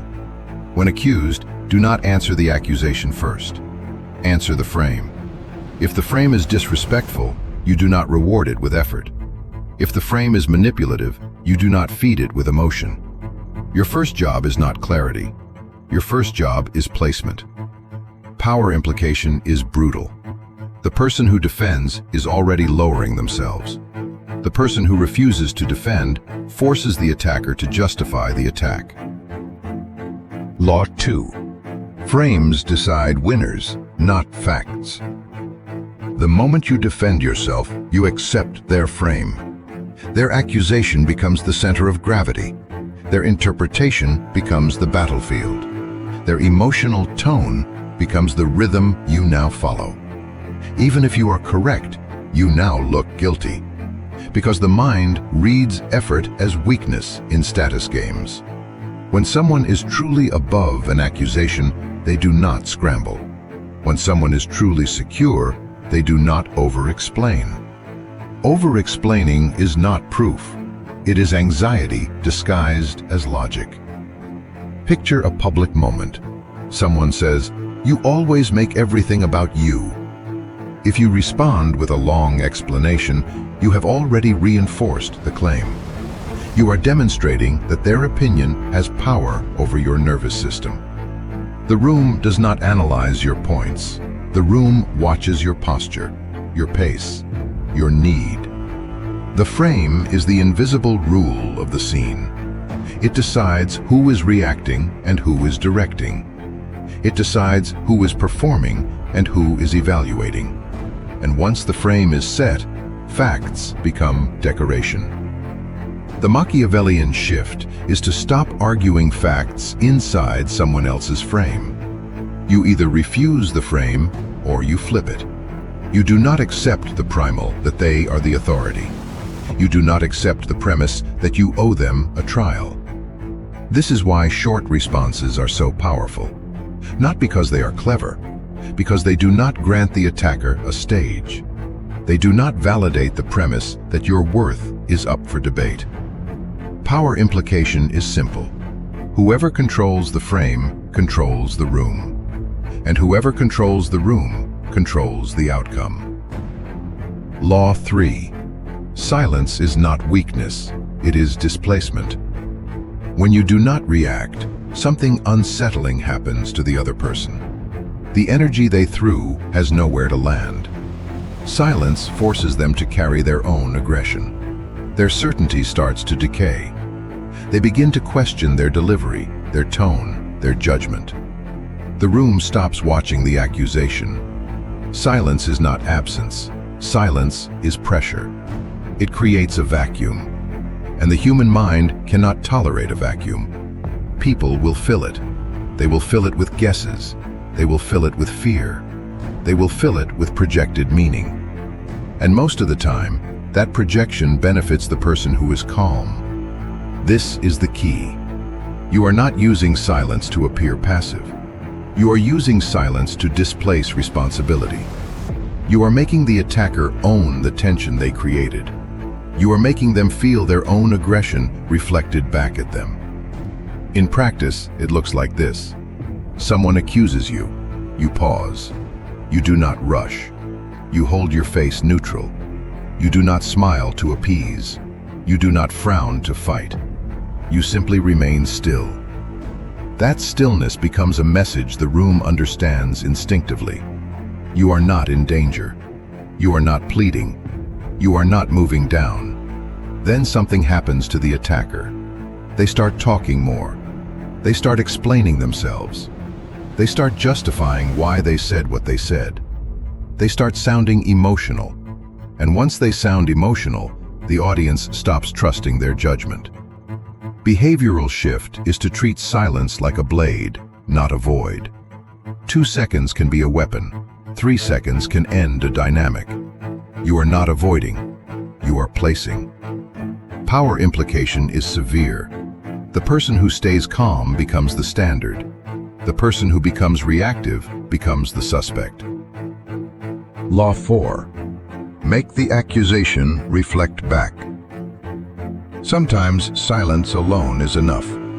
Sometimes you go colder. Instead of denying the accusation, you allow it to exist without resistance. You're arrogant. Then calmly, if that's how you see it, no defense, no explanation, no emotional weight. This is not agreement. This is distance. You are stepping out of the emotional arena they tried to trap you in. You are refusing to wrestle in their mud. The reason this works is because most attacks are fueled by expectation. The attacker expects resistance. They expect a fight. They expect you to chase their approval. When you deny them that, they lose the only thing they came for: control of your reaction. And now they have a problem. If they escalate, they look obsessed. If they repeat the accusation, they look insecure. If they demand a response, they look needy. If they walk away, they look like they failed to land the hit. This is the reversal. You didn't prove you were innocent. You made them look unstable for needing you to prove it. You can also mirror the emotional tone without defending. Someone says, "You're manipulative." You look at them, calm, and you say, "Interesting."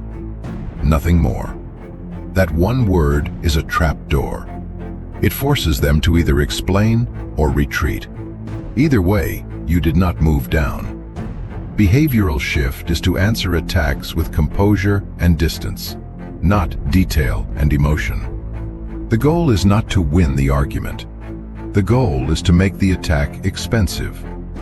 Power implication is that you can turn accusations into evidence of the attacker's instability without ever saying it directly. Law 5.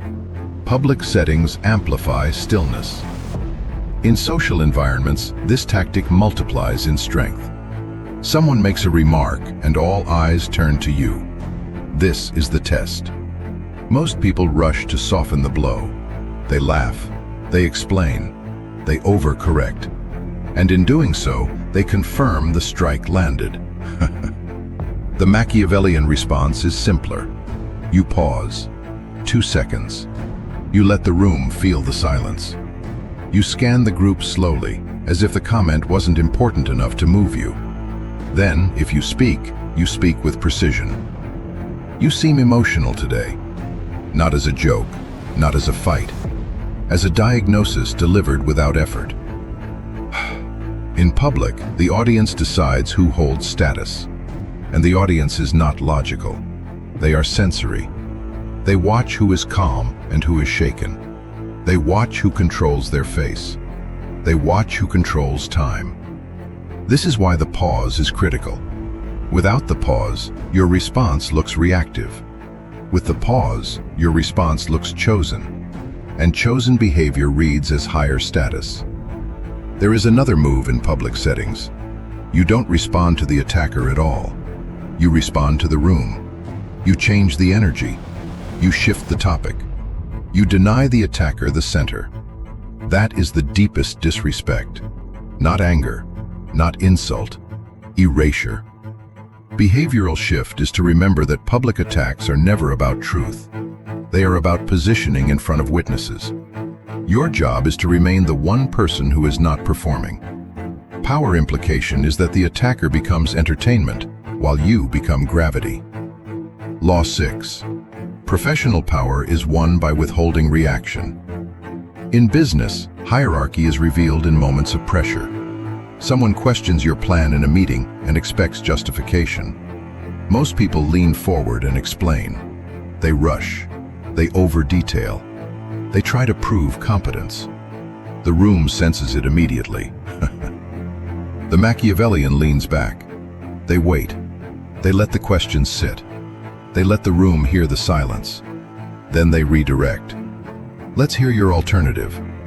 Now the burden shifts. Now the critic must perform. Now the one who attacked must create. This is where most underminers collapse, because they were not offering improvement. They were testing whether they could move you. In professional settings, the most common predator is not the loud tyrant. It's the calm underminer. The person who plants doubt while looking reasonable. I'm not sure this is thought through. I just have concerns. I'm only asking questions. They do it because questions force you into defense. Refuse that.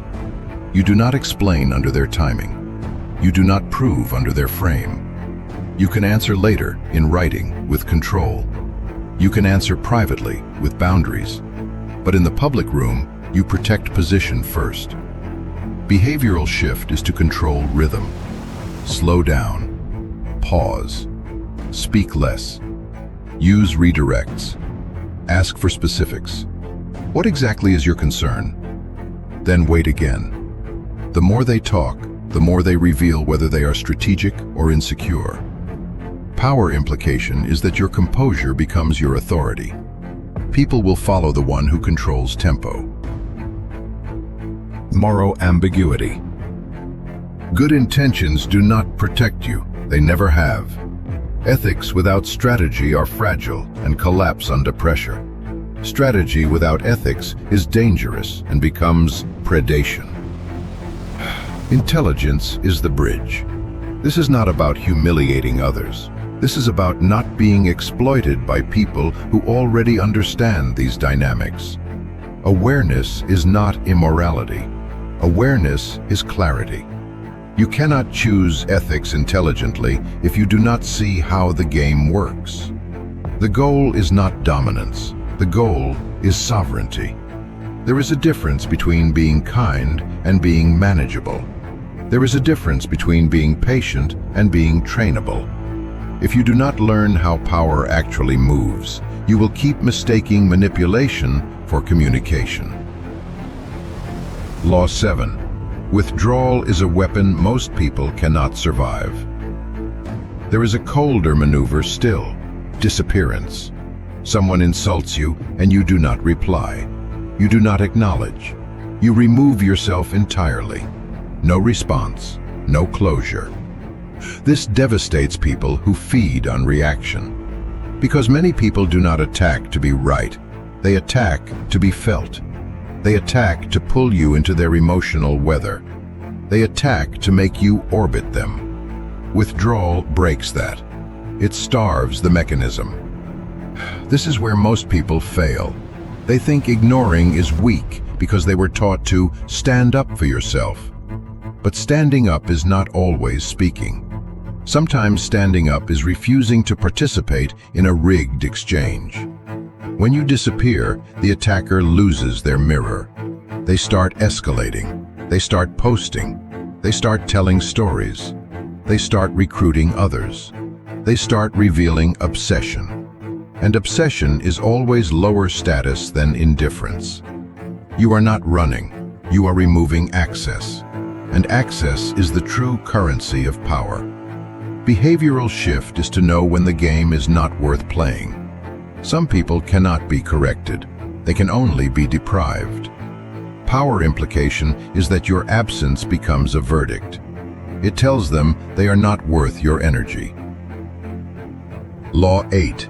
Never pursue innocence. The world teaches you to protect your reputation. The moment you chase innocence, you imply guilt. The true strategist never tries to appear good. They appear unshakable. This is the final illusion to destroy. You think you need a good reputation to be safe. You don't. You need a strong one. A reputation that makes people cautious. A good reputation is a trap because it comes with expectations. People expect you to be agreeable. People expect you to be patient. People expect you to explain. People expect you to absorb disrespect gracefully. And the moment you resist, they punish you for breaking the image they assigned you. A strong reputation is different. It is not always liked, but it is respected. It carries weight. People do not casually accuse someone with weight, because weight changes the cost of conflict. The move is to stop proving you are innocent and start behaving like someone who does not need to prove anything. Speak less. Move slower. Do not overcorrect. Do not chase being understood by people who benefit from misunderstanding you. Behavioral shift is to let misunderstandings exist when correcting them would lower your status. Not every accusation deserves contact. Not every narrative deserves your oxygen. Power implication is that when you stop chasing innocence, you stop being led by other people's judgment. Digital arenas. Online, this dynamic accelerates. Someone labels you toxic, manipulative, problematic. Most people panic and explain. That panic is what the crowd punishes. The Machiavellian does not explain. They reframe. They deny the attacker the satisfaction of seeing them scramble. People call you dangerous when they can't control you. Then silence again. You do not debate in the comments. You do not perform innocence for strangers. You do not beg a mob to be fair. You let the accusation sit under your composure until the accuser looks like the only emotional one left. If you must respond, you respond with one of three tools: silence, deflection, a shortcut of truth that ends the exchange. You are full of yourself. Confidence disturbs the insecure. You are fake. I don't owe you authenticity. You think you're better than everyone. No, I just don't think like everyone. These are not defenses. They are status statements. They do one thing. They refuse the trial. You don't need a clean reputation to hold power. You need a strong one. Clean reputations are expected to be agreeable. Strong reputations are approached carefully. This is what changes when you stop defending yourself. Others begin to defend you without being asked. They say the attack was unnecessary. They question the aggressor's tone. They protect your position while you remain above the noise. That is leverage. That is social gravity. Power does not come from proving yourself. It comes from refusing the trial entirely. When you no longer explain, your presence becomes the explanation. When you no longer scramble, people start to assume you know something they don't. They start to treat you as heavier than their opinion. And this is the reversal. The instant you stop defending, the attacker must defend why they attacked. The moment you stop pleading to be understood, others feel the impulse to interpret you as powerful. Not because you begged for it, because you behave like someone who cannot be moved. The most dangerous person in the room is not the loudest. It is the one who never needs to defend themselves. You're sitting in a meeting. You make a point. It's clear, logical, backed by evidence. People nod. Someone says, "Good point." The conversation moves on. Nothing changes. You tell yourself they'll circle back to it. They won't. You just watched your authority evaporate in real time, and you didn't even notice. This is how power actually leaves, not with a fight, not with betrayal, not with someone openly challenging you.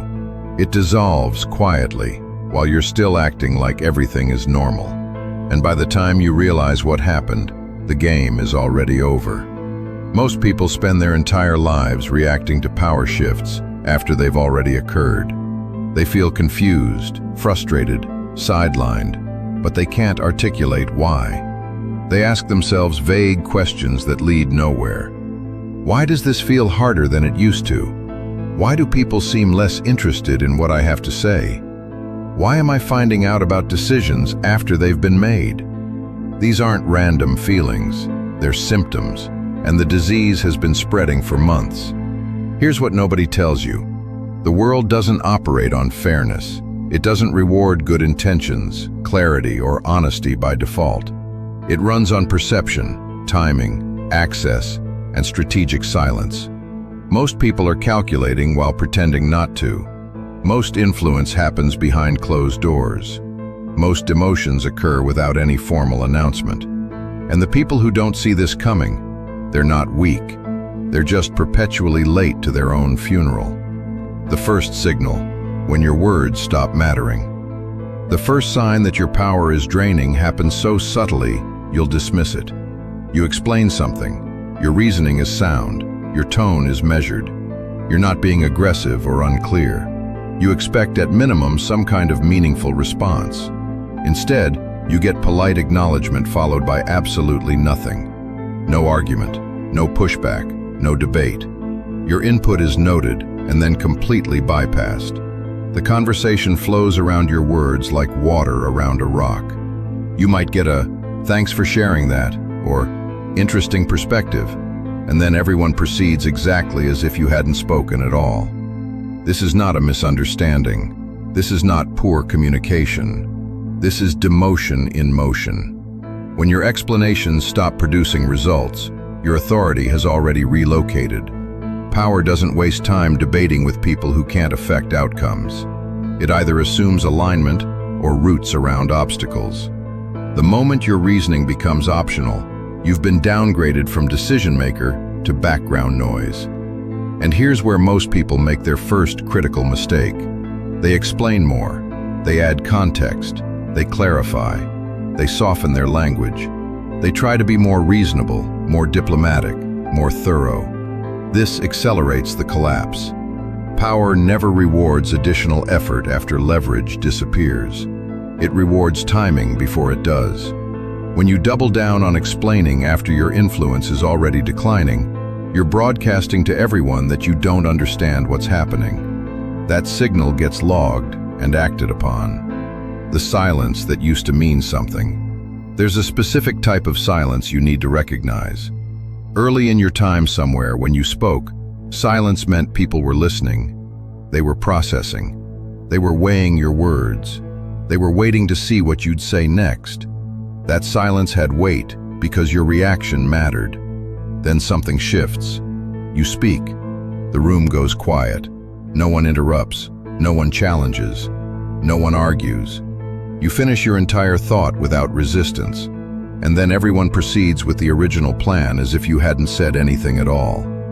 This silence feels respectful. It feels civil. It even feels peaceful. It's none of those things.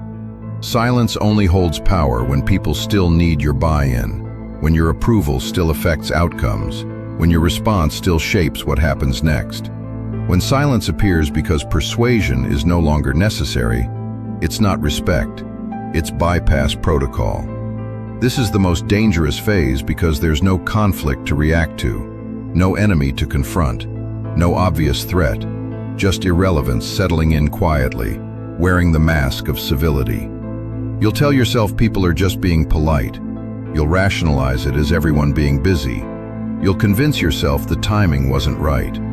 All of these narratives protect you from seeing what's actually happening. You're being routed around. When people stop testing you. Here's a shift that feels like progress, but signals the opposite. People stop challenging you. Less friction, less resistance, less pushback. At first, this feels like relief. You think you finally earned their trust, that things have stabilized. What's actually happened is you've been categorized as safe. Safe people aren't respected. They're managed. They're predictable, contained, easy to work around. You get consulted less, not because your opinion is valued more, but because it's valued so little that including you is optional. You face less resistance, not because people respect you more, but because your potential to disrupt anything has been measured and found negligible. Powerful people attract friction.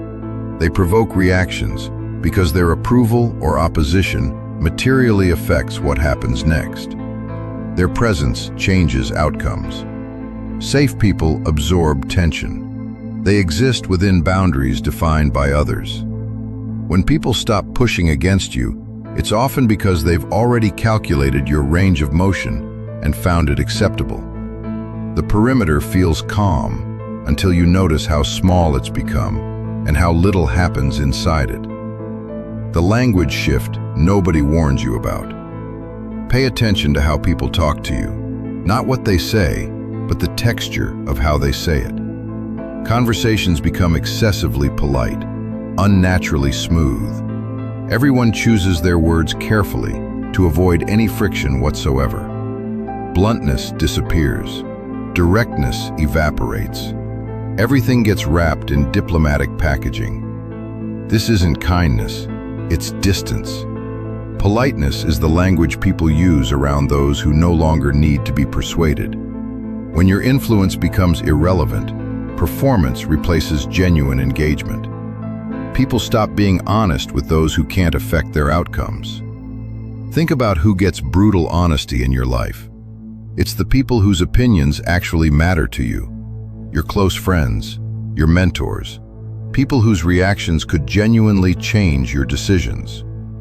Now think about who gets the sanitized, diplomatic version. Acquaintances, people you're managing, people whose feelings you're protecting because their actual input doesn't factor into your choices. You're now receiving the language that people use with the second group. That's the signal. Excessive politeness isn't a sign of power.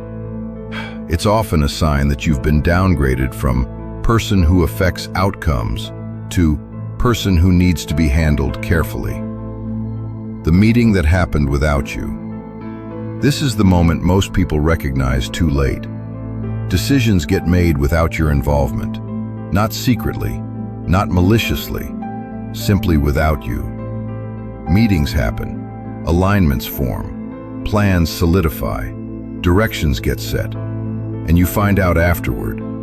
Not because anyone deliberately excluded you, not because there's a conspiracy, but because your presence at the decision-making stage was simply not necessary. You get informed after the fact, and when you ask why you weren't included, people seem genuinely confused by the question. This is the clearest signal, and yet it's the one people rationalize most aggressively. It was probably just an oversight. The timing didn't work out. They must have forgotten to loop me in. Rarely. People forget to include those whose input they don't need. They remember to include those who can actually change outcomes. Power isn't about presence, it's about timing. When you're consistently brought in after decisions are finalized, you're no longer part of the structure that creates direction. You're part of the structure that receives and implements it. There's nothing inherently wrong with that role, but if you think you're in one role when you've actually been moved to another, you're operating with fundamentally broken information about your position. Most people respond to this realization with confrontation. They demand to know why they were excluded. They ask for explanations. They push for justifications. This response confirms the shift. Power doesn't ask for access, it assumes it. Once you're in a position where access must be requested and justified, leverage is already gone. The tests begin. After your influence has quietly relocated, a new pattern emerges. Small provocations, subtle dismissals, minor boundary tests. Someone makes a decision that would normally require your input, then mentions it casually afterward. Someone assigns work that overlaps with your domain without checking first. Someone contradicts you in a meeting without the usual diplomatic softening. These aren't attacks, they're reconnaissance. People are testing whether you'll react emotionally, whether you'll get defensive, whether you'll demand explanations, whether you'll seek validation. Your reaction provides data about how much power you actually have left. If you respond emotionally, if you defend yourself, if you demand respect, you've just confirmed their hypothesis. People with power don't defend their authority. They don't need to. Their position is self-evident in how others behave around them. When you find yourself explaining why you should have been included, why your opinion matters, why you deserve a certain level of respect, you've already lost. Power demonstrates itself through action and consequence, not through argument. The fatal mistake, getting louder. This is where most people make the irreversible error. They sense the shift, they feel the loss, and their instinct is to become more assertive, more insistent, more present. They believe that intensity will restore authority. It won't. Intensity without leverage is just noise. At this stage, every additional explanation, every emotional defense, every attempt to force clarity through volume only reinforces the perception that you've lost control of the situation. You're broadcasting desperation, and desperation is incompatible with power. Think about the most powerful people you know. They don't raise their voices. They don't over-explain. They don't chase validation. They speak once, clearly, and then wait. If people don't respond appropriately, they adjust strategy. They don't repeat themselves louder. Repetition signals that you weren't heard the first time, which means you didn't have the authority to command attention. Why good intentions won't save you. Here's where this gets ethically complicated, and where most people retreat into comforting delusions. Good intentions do not protect you from power dynamics. They never have. The world doesn't care about your motives. It responds to your awareness and your positioning. Ethics without awareness are fragile. They collapse under pressure. You'll get manipulated, bypassed, and repositioned while still believing that being a good person is sufficient. It's not. Strategy without ethics becomes predatory, but ethics without strategy becomes vulnerability. You're not learning this to become manipulative. You're learning this so that silence, politeness, and strategic delay can't be weaponized against you. Naivete isn't virtue. Unawareness isn't morality. They're just different forms of weakness that other people can exploit. Intelligence is the bridge between ethics and effectiveness.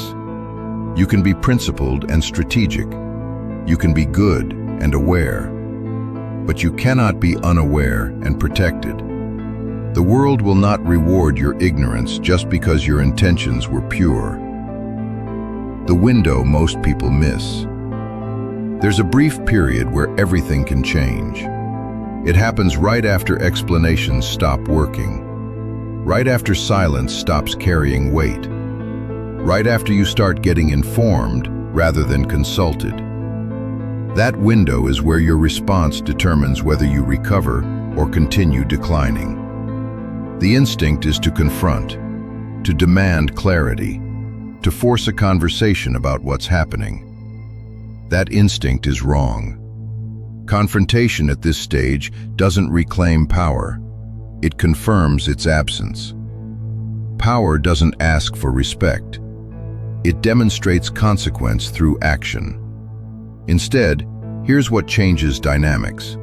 Strategic withdrawal, less access, less disclosure, less emotional availability. Not as punishment, not as manipulation, but as recalibration. When people no longer have unlimited access to your reactions, your time, your validation, your attention, they're forced to recalculate your value. This isn't playing games.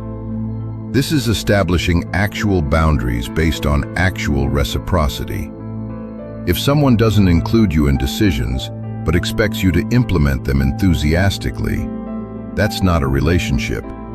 That's utilization. If someone doesn't value your input, but expects immediate access to your energy, that's not collaboration. That's extraction.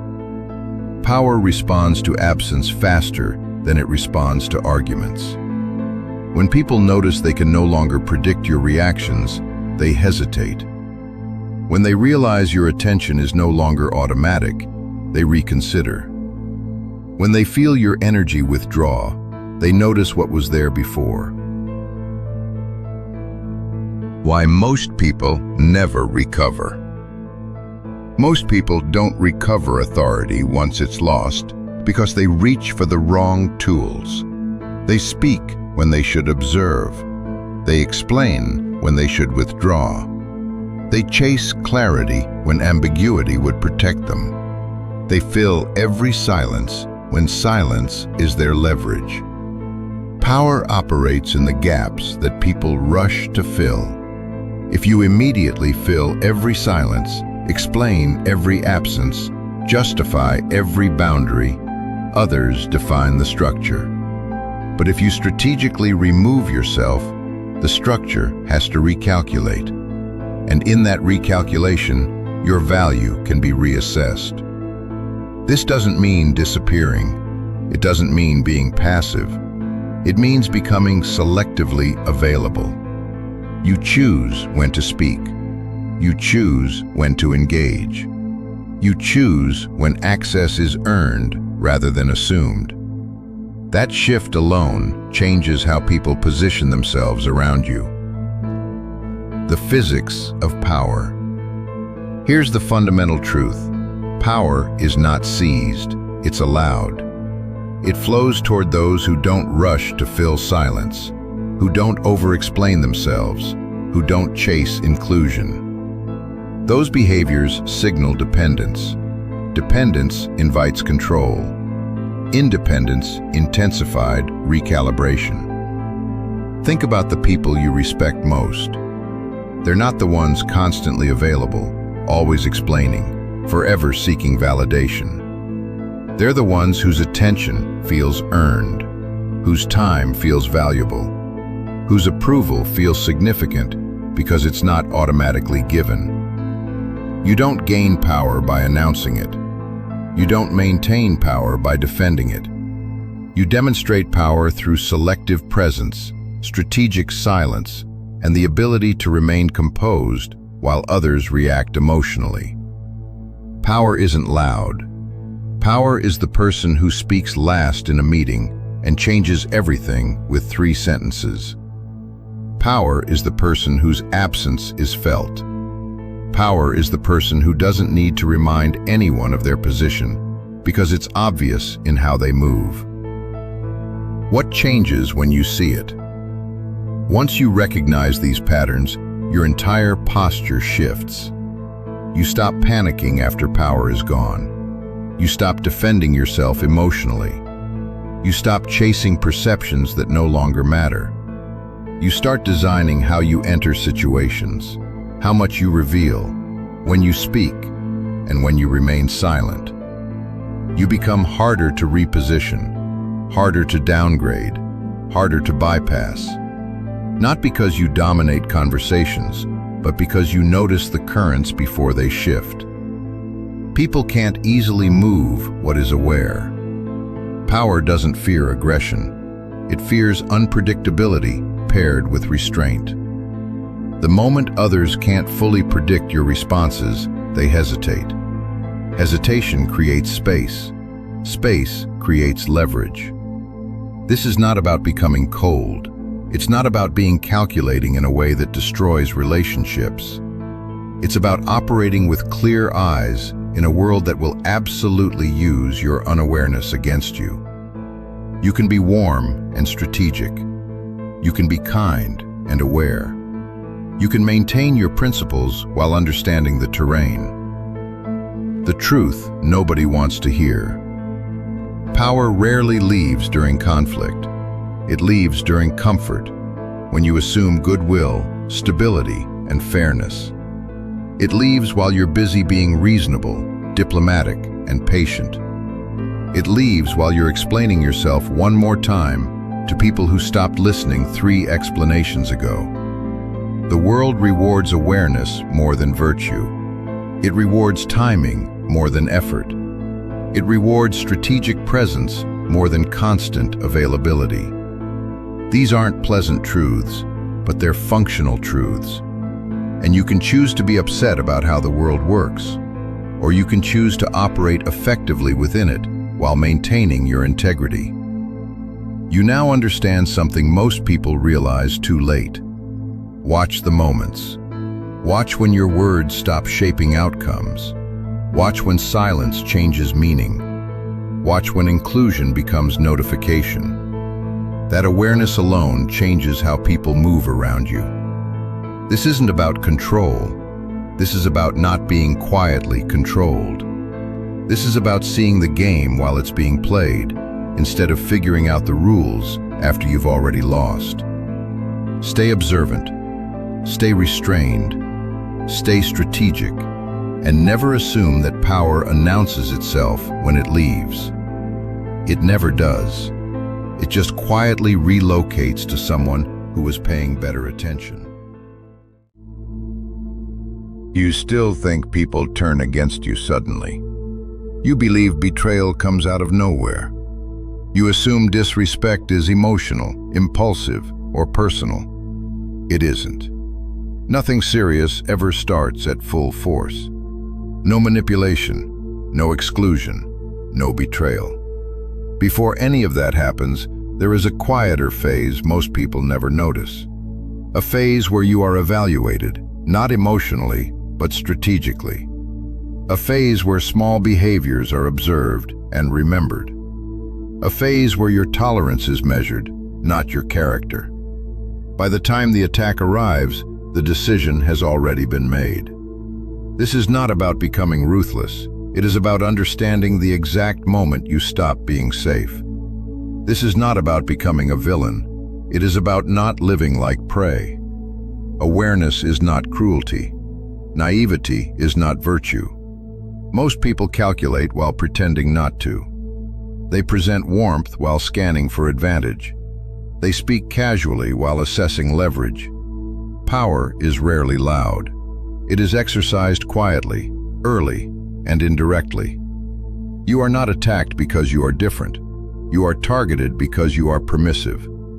Before manipulation, there is assessment. Before disrespect, there is measurement. Before exclusion, there is confirmation.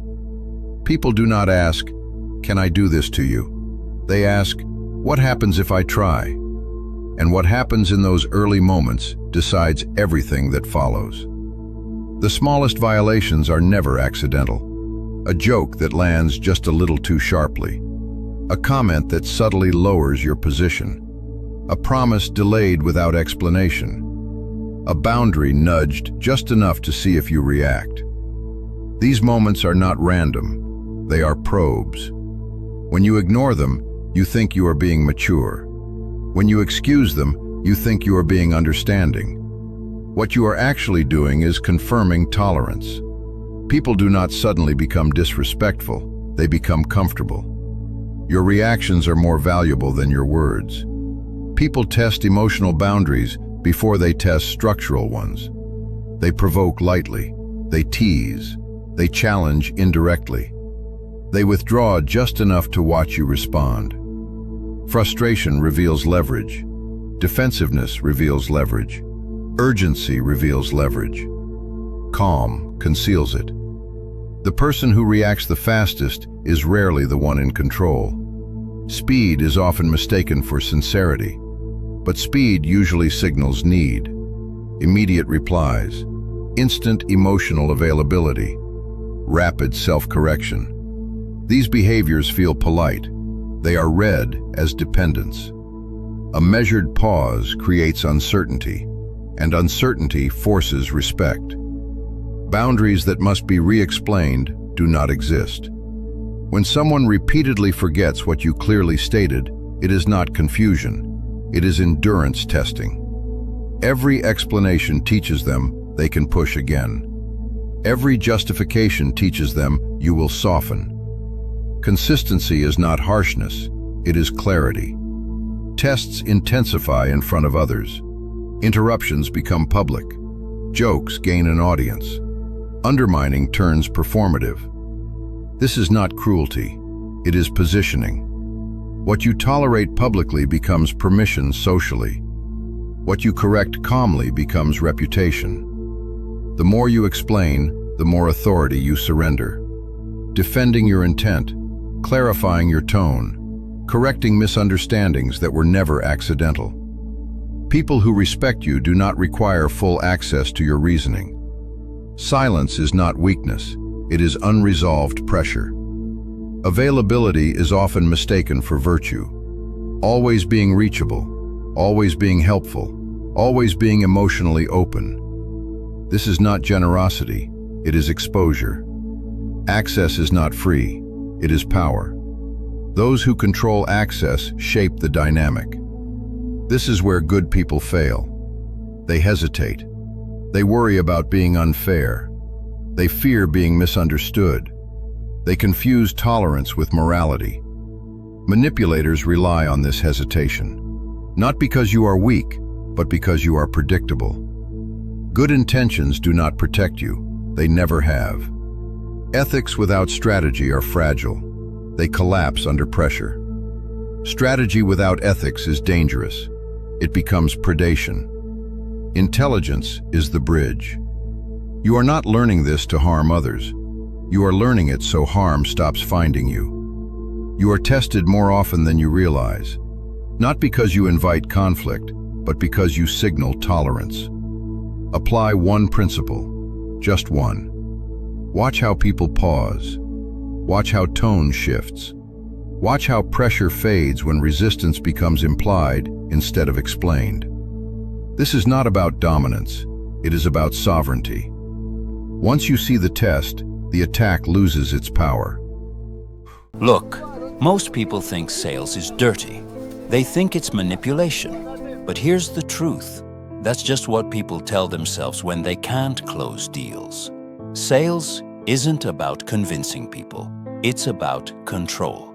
And before you get uncomfortable with that word, understand this. Control means structuring the conversation so the right outcome becomes obvious. That's it. When selling feels gross, it's usually because you're seeking approval instead of asserting value. Nobody respects someone who begs for permission to help them. Rejection hurts because it exposes that you needed something from them more than they needed something from you. Here's what most people get wrong. They think humans buy logically. They don't. Logic comes after the decision, not before. People buy to escape pain, gain status, or feel better about themselves. Then they justify it with features and specs. Nobody buys a car for transportation. They buy to feel successful. Nobody buys a gym membership for health. They buy to escape self-disgust. Nobody pays for education just to learn. They pay for leverage in their career. The seller who talks about features sounds like a clerk. The seller who speaks to identity sounds like a leader. Principle 1. Believe in what you sell. You cannot sell something you don't believe in. Period. People can feel doubt instantly. Your voice tightens. Your language softens. Your confidence collapses into negotiation. Buyers are incredibly good at detecting inconsistency, and they punish hesitation. This is why sales feels awful to so many people. Not because selling is immoral, but because they're trying to extract value from something they wouldn't proudly buy themselves. Their conscience rebels, and their body follows. People don't buy products. They buy certainty. They buy the calm confidence of someone who knows the outcome will be better with them than without them. You can't fake that certainty. It has to be real. So if you don't believe in what you're selling, leave. Don't push through it. Don't fake it. Find a better product, create one, or change markets. Power comes from standing behind something you defend without hesitation. Once you truly believe, everything changes. You stop seeking approval. You stop explaining endlessly. You stop discounting. You start guiding. The conversation shifts from, will this work, to how fast do you want results? Elite sellers appear relaxed because they're not attached to the outcome. They know the product works. They know not everyone qualifies. Rejection doesn't threaten their identity. Principle 2. Sell yourself first. Before you can sell to others, you need to sell yourself on yourself. This isn't motivational fluff. It's structural reality. If you don't believe in yourself, people sense it immediately. Not logically, instinctively. Most people fail in sales not because their product is weak, but because they're internally illegitimate. They ask others to commit and invest, while privately knowing they don't live by the standards they demand. Self-trust is built through discipline, not affirmations. Every time you lie to yourself by delaying, quitting early, or lowering standards, you weaken your internal authority. When that collapses, your external authority disappears with it. This is why some people know all the right words, but still can't sell. Their language is correct, but their presence is hollow. Buyers respond to alignment. When you stand behind your words with your life and habits, people feel safe following you. Selling yourself doesn't mean arrogance. It means credibility. You must know, without debate, why you're trustworthy. Not because of titles or credentials, but because you do what you say you'll do. Once you're sold on yourself, rejection loses its sting. You stop seeking validation because your worth isn't negotiated externally. When someone says no, you adjust or move on. You don't collapse. Principle 3. Sell escape, not products. Weak sellers explain features. Powerful sellers expose consequences. Nobody wakes up wanting a product. They wake up wanting relief from shame, limitation, stagnation, or the quiet fear that their life isn't improving. Here's the illusion. If I explain what it does, they'll understand its value. Wrong. Understanding doesn't move people. Urgency does. Urgency is created by pain, not information. People move faster away from danger than toward pleasure. Your role isn't to decorate the solution, it's to clarify the trap they're already in. This is why elite sellers ask questions instead of pitching. Questions are weapons. They force buyers to confront what they've been avoiding. How long has this been a problem? What has it cost you so far? What happens if nothing changes in a year? Each question tightens the frame. Each answer sharpens the pain. Don't misunderstand this as empathy theater. This isn't about being nice. It's about being precise. When you name a buyer's problem more clearly than they can, you temporarily control the narrative. And whoever controls the narrative controls the decision. Don't sell hope. Hope is weak. Sell inevitability. Make it clear that change will happen with or without you. The only variable is whether they'll control it or be controlled by it. Principle 4. Stand where the money stands. Weak sellers persuade. Powerful sellers decide. Persuasion is what you do when you lack authority. When you try too hard to convince, you announce that the decision isn't already obvious. Your role isn't to argue with the buyer. It's to occupy the position their money wants to be in. Money seeks leverage. It flows toward outcomes, not explanations. When a buyer hesitates, it's not because they need more information. It's because their fear of change is louder than their desire for progress. If you argue, you side with their fear. If you reposition, you overpower it. Here's the frame. The buyer's money is currently misallocated. It's sitting in comfort, distraction, or delay. Places that don't produce growth. Your offer isn't an expense. It's a reassignment of resources. When you believe this, persuasion disappears. You're no longer asking them to buy. You're guiding their capital toward its highest use.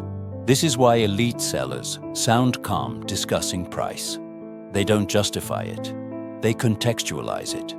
They compare the investment not to alternatives but to the ongoing cost of inaction. Time wasted, confidence eroded, opportunity lost. Principle 5. No is just incomplete awareness. Weak sellers hear no and retreat. Powerful sellers hear no and diagnose. Rejection only feels personal when you're still seeking approval. A no is rarely a verdict. It's a signal. It means the frame is unfinished, the value is incomplete, or the consequences of inaction haven't been made unavoidable yet. People don't reject what they fully understand. They reject what feels uncertain, abstract, or risky. Confusion breeds delay. When someone says, I need to think about it. They're not thinking, they're avoiding. When they say it's not the right time, time isn't the issue, courage is. The correct response to no isn't persuasion, it's revelation. What doesn't the buyer see yet?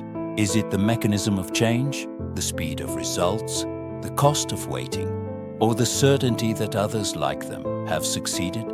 Once awareness is complete, resistance collapses. The buyer doesn't feel convinced, they feel relieved. The decision stops feeling risky and starts feeling overdue. Sometimes, even after clarity, the answer remains no. This doesn't weaken your position, it strengthens it. Disqualification preserves authority. Power is maintained by refusing misaligned deals as much as by closing aligned ones. Principle 6. Everything you want is behind a yes. The powerless wait to be chosen. The powerful ask and structure the moment so saying yes becomes inevitable. Most people believe opportunity is discovered. It's not. Opportunity is granted, and it's granted to those who know how to move others to agreement. Here's the lie that keeps people subordinate. If it's meant for me, it will happen. Nothing significant happens without a decision. And every decision requires a yes. Life itself is a series of sales. You sell where you live, who you marry, how you spend your time, what you tolerate, what you refuse. Those who fail to sell their direction are sold on someone else's. The yes is constructed. It's the result of context, clarity, and confidence applied in sequence. When people hesitate, it's rarely because they lack desire. It's because they lack certainty. Your task isn't to pressure them into agreement. It's to remove every excuse for delay. People move when someone else holds the vision more firmly than they do. When you believe in the destination more than they believe in their fear, authority transfers. Elite sellers speak in outcomes, not options. They don't ask, "What do you want to do?" They ask, "Do you want to start now or after the deadline?" This isn't manipulation, it's leadership. Principle 7. Practice beats hope. Hope is the religion of the powerless. Practice is the discipline of those who intend to win. Selling isn't an art reserved for the gifted. It's a mechanical skill. Like all mechanical skills, it's sharpened through deliberate use. The poor believe motivation precedes action. The rich know action precedes confidence. This is why one group dreams and the other compounds. Every conversation is a training ground. Elite sellers rehearse intent before speaking. They decide outcomes in advance. They treat objections as drills, not threats. Practice removes fear, because fear thrives in uncertainty. Repetition replaces uncertainty with pattern recognition. Once you've seen resistance 100 times, it no longer intimidates. It becomes familiar, predictable, controllable. 15 minutes daily outweighs hours of irregular effort. Consistency builds dominance. Intensity without discipline builds nothing. Each failure refines judgment. Each misstep sharpens timing. Those who avoid practice also avoid growth, and stagnation quietly becomes identity. Principle 8. Master silence. Weak sellers talk to feel safe. Powerful sellers stay silent to take control. Most deals are lost because the seller can't tolerate silence. They fill gaps with explanations, discounts, reassurances. Each one erodes authority. Silence isn't absence, it's pressure. When a buyer has heard enough to decide, additional words don't add value. They introduce doubt. Watch for signals. The moment the buyer starts asking about logistics, timing, or implementation, the decision has already moved internally. At that point, talking becomes sabotage. The most dangerous moment in any sale is right after momentum appears. This is when weak sellers celebrate verbally, restating value, repeating benefits, overselling. The powerful ask one question and stop. Have you heard enough to make a decision? This doesn't push. It clarifies. It forces the buyer to confront their own readiness. Silence also exposes resistance faster than argument. When you stop speaking, the buyer fills the space with truth.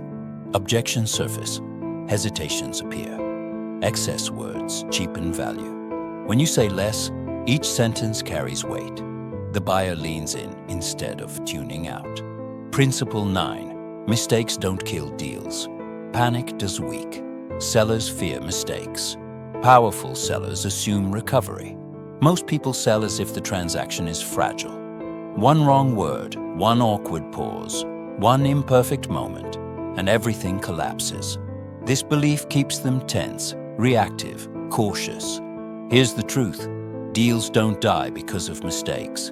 They die because of panic. A mistake reveals humanity. Panic reveals weakness. Buyers forgive errors far more easily than they forgive insecurity. When a seller fumbles and regains composure, authority increases. When they fumble and collapse, trust disappears. People change their minds constantly. Decisions evolve. Timing shifts. New pressures emerge. What matters isn't the mistake itself, but how quickly and calmly control is reasserted.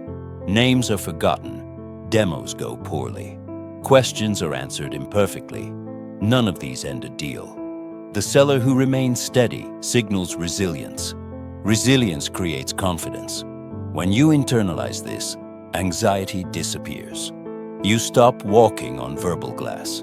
You stop rehearsing perfection. You speak freely, listen deeply, and adjust in real time. Here's the bottom line. Power isn't taken by force. It's accepted through structure. Weak sellers think selling is about tactics. Strong sellers understand it's about position. When your position is correct, techniques become unnecessary. When it's weak, no technique can save you. Those who sell well aren't louder, faster, or more charismatic.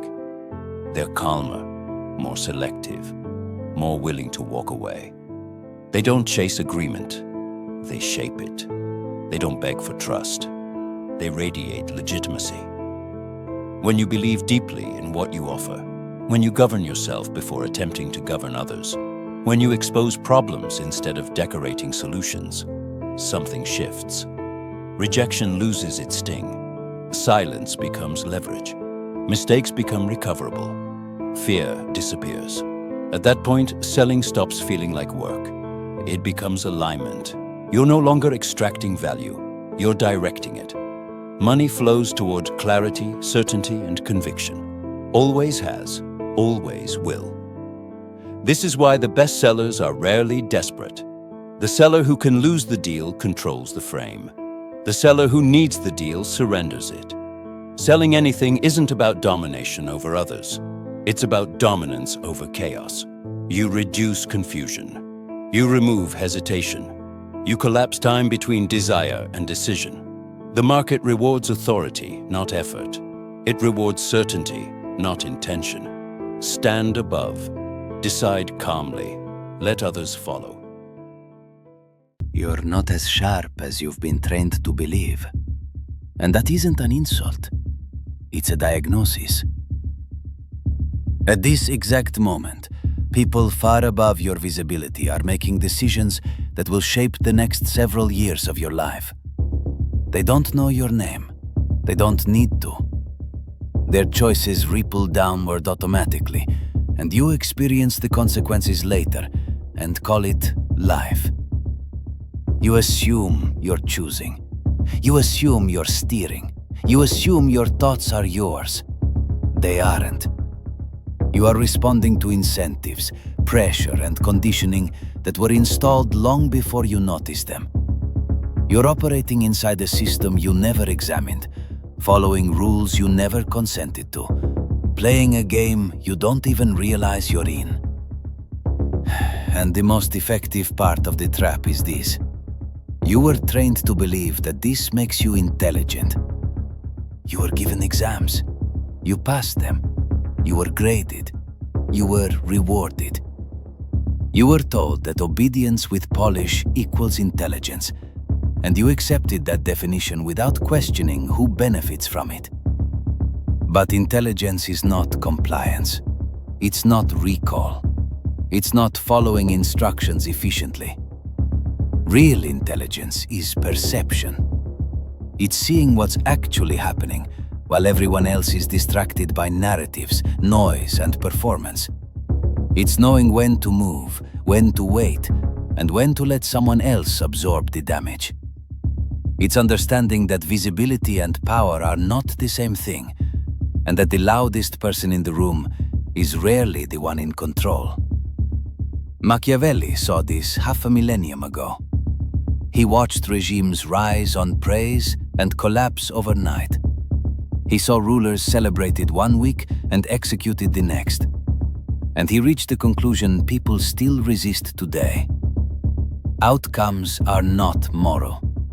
They are structural. The world does not reward goodness. It rewards effectiveness. There is a hierarchy beneath everything you see. Not of money, not of titles, but of awareness. 10 levels, and most people never make it past the third. They live their entire lives imitating, reacting, performing, and never once stop to ask whether any of it is real. Many of them believe they're advanced when they aren't. Many believe they're free when they're tightly managed. The distance between where you think you are and where you actually are is where your frustration lives. That gap explains your confusion, your resentment, your sense that effort isn't translating into control. This will not be comfortable. That's intentional. I'm not here to make you feel intelligent. I'm here to show you where you actually stand. Some of you will recognize yourselves immediately and feel defensive. Others will see that you've been stuck halfway for years without realizing it. And a very small number will feel a quiet confirmation, because your experience has never matched what most people describe. By the end, you'll know which level governs your behavior. You'll know what holds you there, and you'll know the cost of moving. But understand this: insight alone changes nothing. Most people will understand every word and still remain exactly where they are, because ascension requires the destruction of identities people are emotionally dependent on. Are you? Drop this in the comments. I control reality. Level 1. The sleeper. This is where the majority exist, and they have no idea. The sleeper is not unconscious in a medical sense. They work, speak, decide, and move through the world. But none of it is deliberate. Every action is a response. Every opinion is borrowed. Every belief is inherited or installed. They wake when alarms tell them to. They eat what advertising conditions them to crave. They fear what authority instructs them to fear. And they never pause to ask who benefits. The sleeper does not initiate. They react. Push them, they push back. Speak to them, they respond. But they do not create, design, or direct. Ask them what they believe, and they'll repeat headlines, trending opinions, or whatever was most recently reinforced. Not because they're dishonest, but because they can't distinguish thought from repetition. The sleeper craves 3 things: authority, routine, and agreement. Authority removes responsibility. Routine removes uncertainty. Consensus removes danger. Independent thinking threatens all 3. It introduces the possibility of being wrong, being isolated, and being accountable. The sleeper avoids this instinctively, and the system rewards them for it. Because sleepers are fuel. They sustain institutions through compliance. They work without questioning purpose, buy without questioning need, and support causes they don't understand because participation feels safer than awareness. You see them everywhere. I don't know. I just work here. The outrage addict who never reads past the headline. The person who repeats the same day endlessly and wonders why nothing changes. They are not unintelligent. They are dormant. And you cannot argue someone out of dormancy. Awakening is a choice, and most never make it. Machiavelli observed that people judge with their eyes, not their hands. They see appearances, but never feel the forces moving beneath them. Sleepers experience life like debris in a river, pushed by currents they cannot perceive. Waking up here is brutal. It means accepting that much of what you defended wasn't yours, that you were a passenger insisting you were driving. Most never wake. They are born, trained, used, and buried. If this irritates you, ask yourself why. Level 2. The believer. The believer wakes, briefly, and then panics. They sense control. They feel the manipulation. And instead of thinking independently, they attach themselves to an ideology that promises certainty. Politics, religion, movements, conspiracies. The content doesn't matter. The function does. The ideology now thinks for them. It defines enemies, allies, truths, and taboos. The believer no longer evaluates. They align.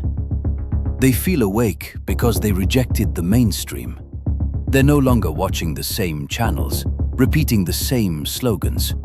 They're part of something deeper, but they're still asleep. They've just switched controllers. Where the sleeper obeys authority, the believer obeys doctrine. Where the sleeper follows crowds, the believer follows movements. Different master, same dependence. Believers mistake moral certainty for intelligence. They believe being on the right side means being effective. They don't realize you can be morally correct and strategically irrelevant. Their identity is fused to belief. Question the belief, and they feel personally attacked. Doubt feels like betrayal. So they defend reflexively, predictably. Say certain words and you can trigger exact responses every time. No pause, no evaluation, just programmed conviction. Righteousness feels powerful. It feels purposeful. It feels safe. But it isn't intelligence. It's sedation with better branding. Believers preach instead of listen. They confuse disagreement with hostility. They think they're warriors when they're just foot soldiers executing someone else's agenda. The jump from sleeper to believer feels like liberation, but it isn't. It's a new collar that feels meaningful. True intelligence keeps questioning, even itself. Believers can't. Doubt threatens their identity. Level 3. The mimic. The mimic notices something critical. Intelligence isn't required. The appearance of intelligence is. Sound smart, and people treat you differently. So the mimic collects language, references, and positions without depth. They learn what intelligent people say, not how they think. They deploy complexity as camouflage. Big words, obscure citations, philosophers they haven't read, concepts they can't explain simply. They thrive in environments where performance beats results. Social media is ideal. Post something that sounds profound, collect validation, move on. Ask them to apply it, and they can't. They adapt to rooms automatically. Opinions shift with audience. Not manipulation, emptiness. There's no center, so they mirror whatever surrounds them. Mimics fool sleepers and believers easily. Vocabulary covers the absence of substance, but pressure exposes them. When real decisions are required, performance collapses. They know what intelligent people sound like, but not how intelligent people operate. This level is crowded with people who read summaries, quote fragments, and confuse recognition with progress. Machiavelli warned that appearance deceives. The mimic is pure appearance. Escaping this level requires giving up applause for outcomes. Most can't. Validation feels like movement. It isn't. Level 4. The calculator. Here, something changes. The calculator stops performing and starts analyzing. They don't care how they're perceived. They care whether they win. They see incentives. They see leverage. They see traps. They ask what will happen, not what should happen. What works, not what feels right. Rules become terrain, something to be navigated, not obeyed emotionally. Insults are evaluated, not absorbed. Usefulness, threat, irrelevance, then response. They think in sequences. While others process the moment, they're already several moves ahead. They are effective and exhausted. Because once you see manipulation everywhere, trust dissolves. Every gesture has potential motive. Every offer has an angle.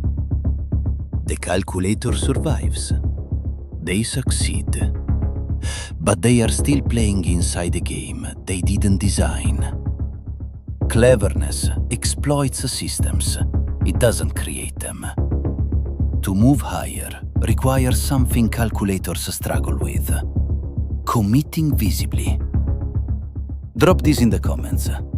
I see the game. Level 5. The operator. The operator acts. They don't wait for permission, consensus, or clarity. They move under uncertainty. Pressure sharpens them. They lead openly, decisively, forcefully. Everyone knows who they are and where to aim. They get results, but they attract resistance. Visible power creates targets. Every decision is scrutinized. Every mistake amplified. They carry weight constantly. Responsibility never leaves. This is the level most people imagine as power. Leaders, conquerors, executives. But visibility limits control. Operators burn bright, and often burn out. Fear works, but it decays. Someone always rises stronger. The smart ones realize force has limits. Level 6. The puppeteer. Invisible influence replaces command. The puppeteer doesn't issue orders. They shape desire. They make compliance feel voluntary. They guide outcomes without fingerprints. Information, timing, framing. They read people instinctively. No fears, incentives, and insecurities. And they use them quietly. But power has a cost. Masks become permanent. Roles replace identity. Eventually, they don't know who they are without strategy. They are effective and empty. Level 7. The architect.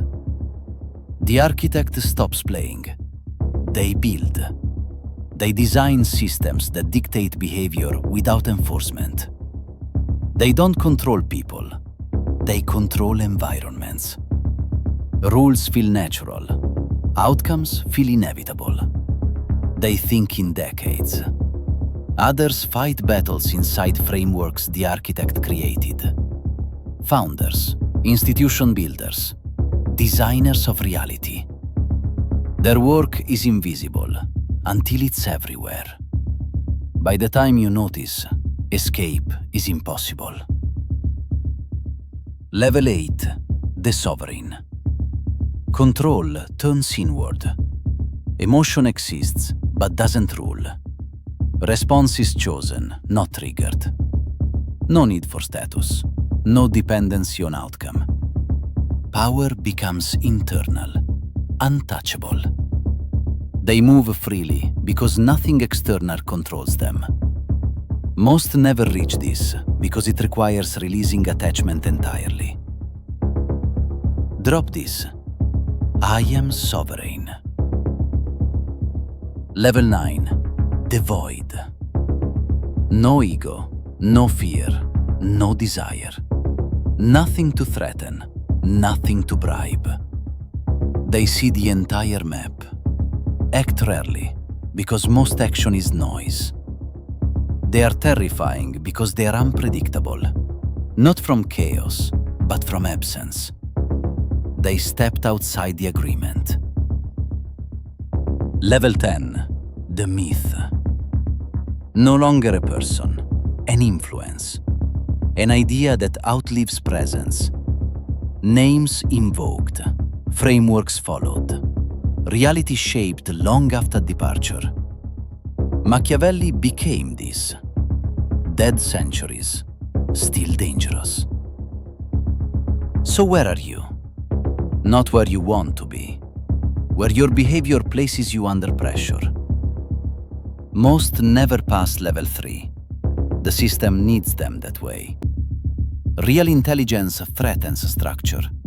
Seeing clearly makes you uncontrollable.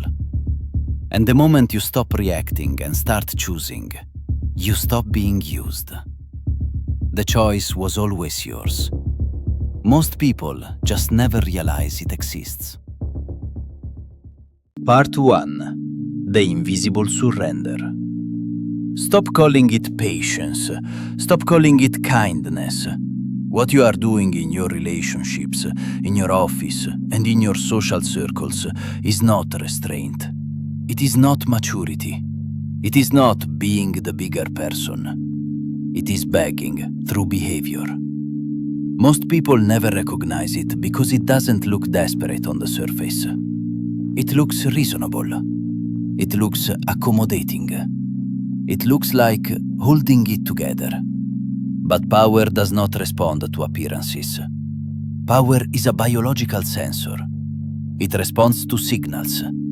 And the signal you are broadcasting, with every unreturned favor and every swallowed insult, is a scream of need.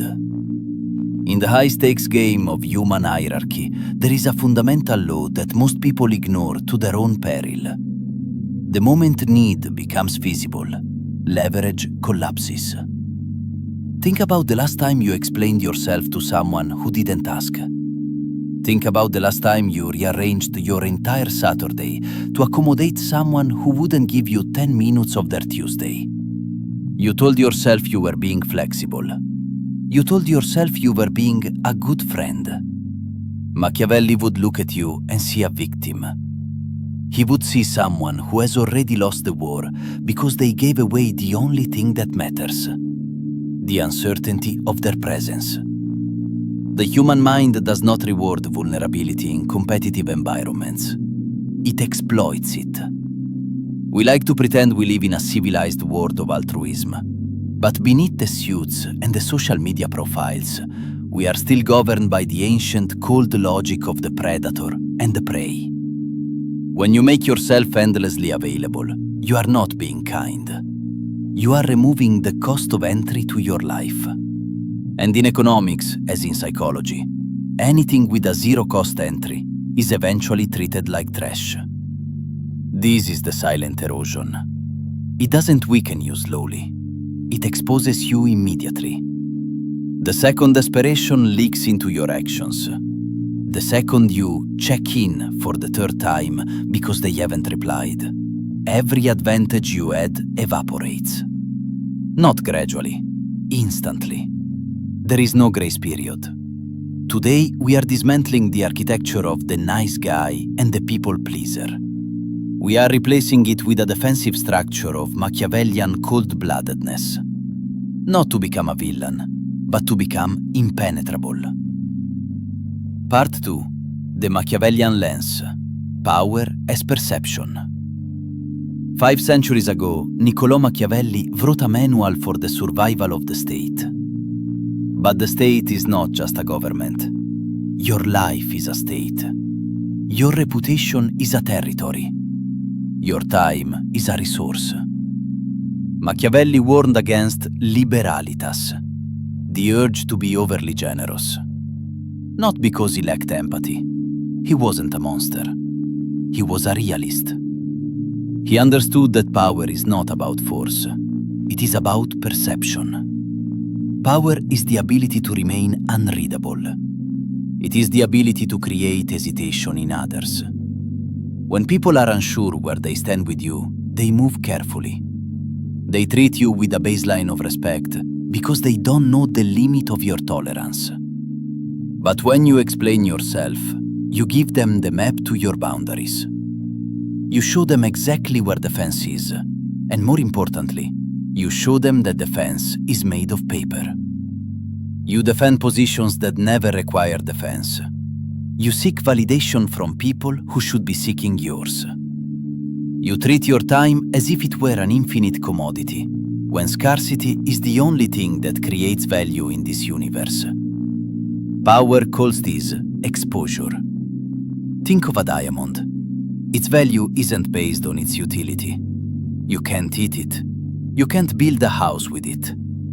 It is valuable because it is hard to find and harder to get. Now imagine if diamonds were as common as gravel. You would walk over them without a second thought. By being the understanding friend who always waits, the loyal employee who never says no, and the patient partner who accepts crumbs, you have turned yourself into gravel. You are everywhere. You are easy to find. You are easy to step on. This is not about becoming cruel. It is about understanding that emotional transparency in the wrong hands is a weapon. Most people are not malicious, but almost everyone is opportunistic. If you leave your vault door open, you shouldn't be surprised when people start walking out with your gold. Opportunism doesn't require evil intent. It only requires access. Part 3. The 10 Principles of Defensive Architecture. To stop begging, you must rebuild your psychological walls. These 10 principles are your blueprint. They are not motivational quotes. They are the cold, hard mechanics of human interaction. Principle 1. Begging as a strategic exposure. Begging is rarely verbal. It lives in your operational habits. It's in your calendar.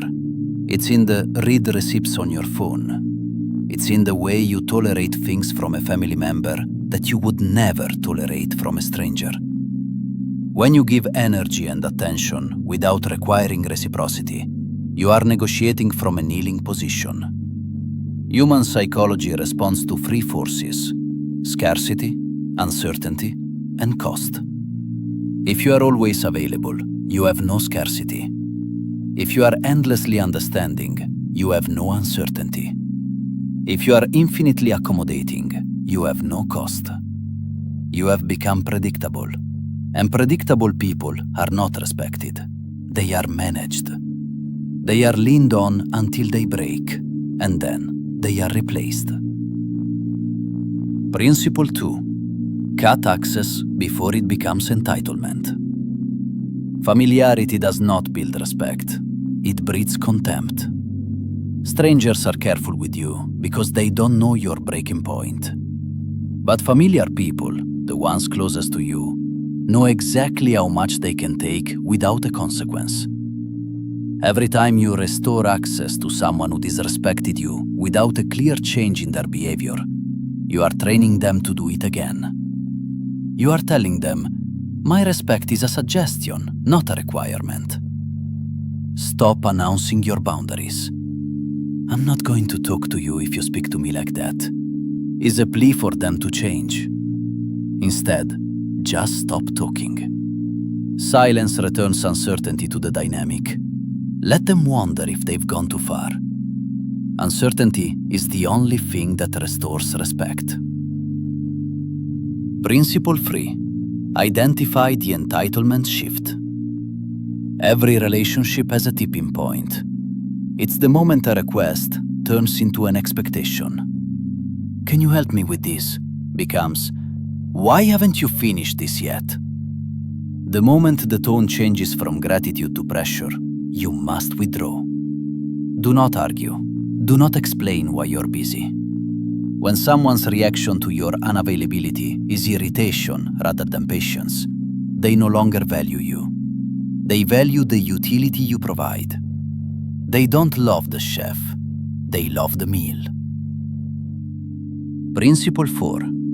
Refusing guilt as a control mechanism. Guilt is the weapon of the weak. "I thought you cared," or "after everything I've done," are not arguments. They are emotional coercion. If you reverse a decision because someone made you feel bad, you have just handed them the remote control to your life. You have shown them exactly which button to press to get what they want. A Machiavellian mind sees guilt as a bluff. Call it. A simple refusal followed by silence is the only antidote.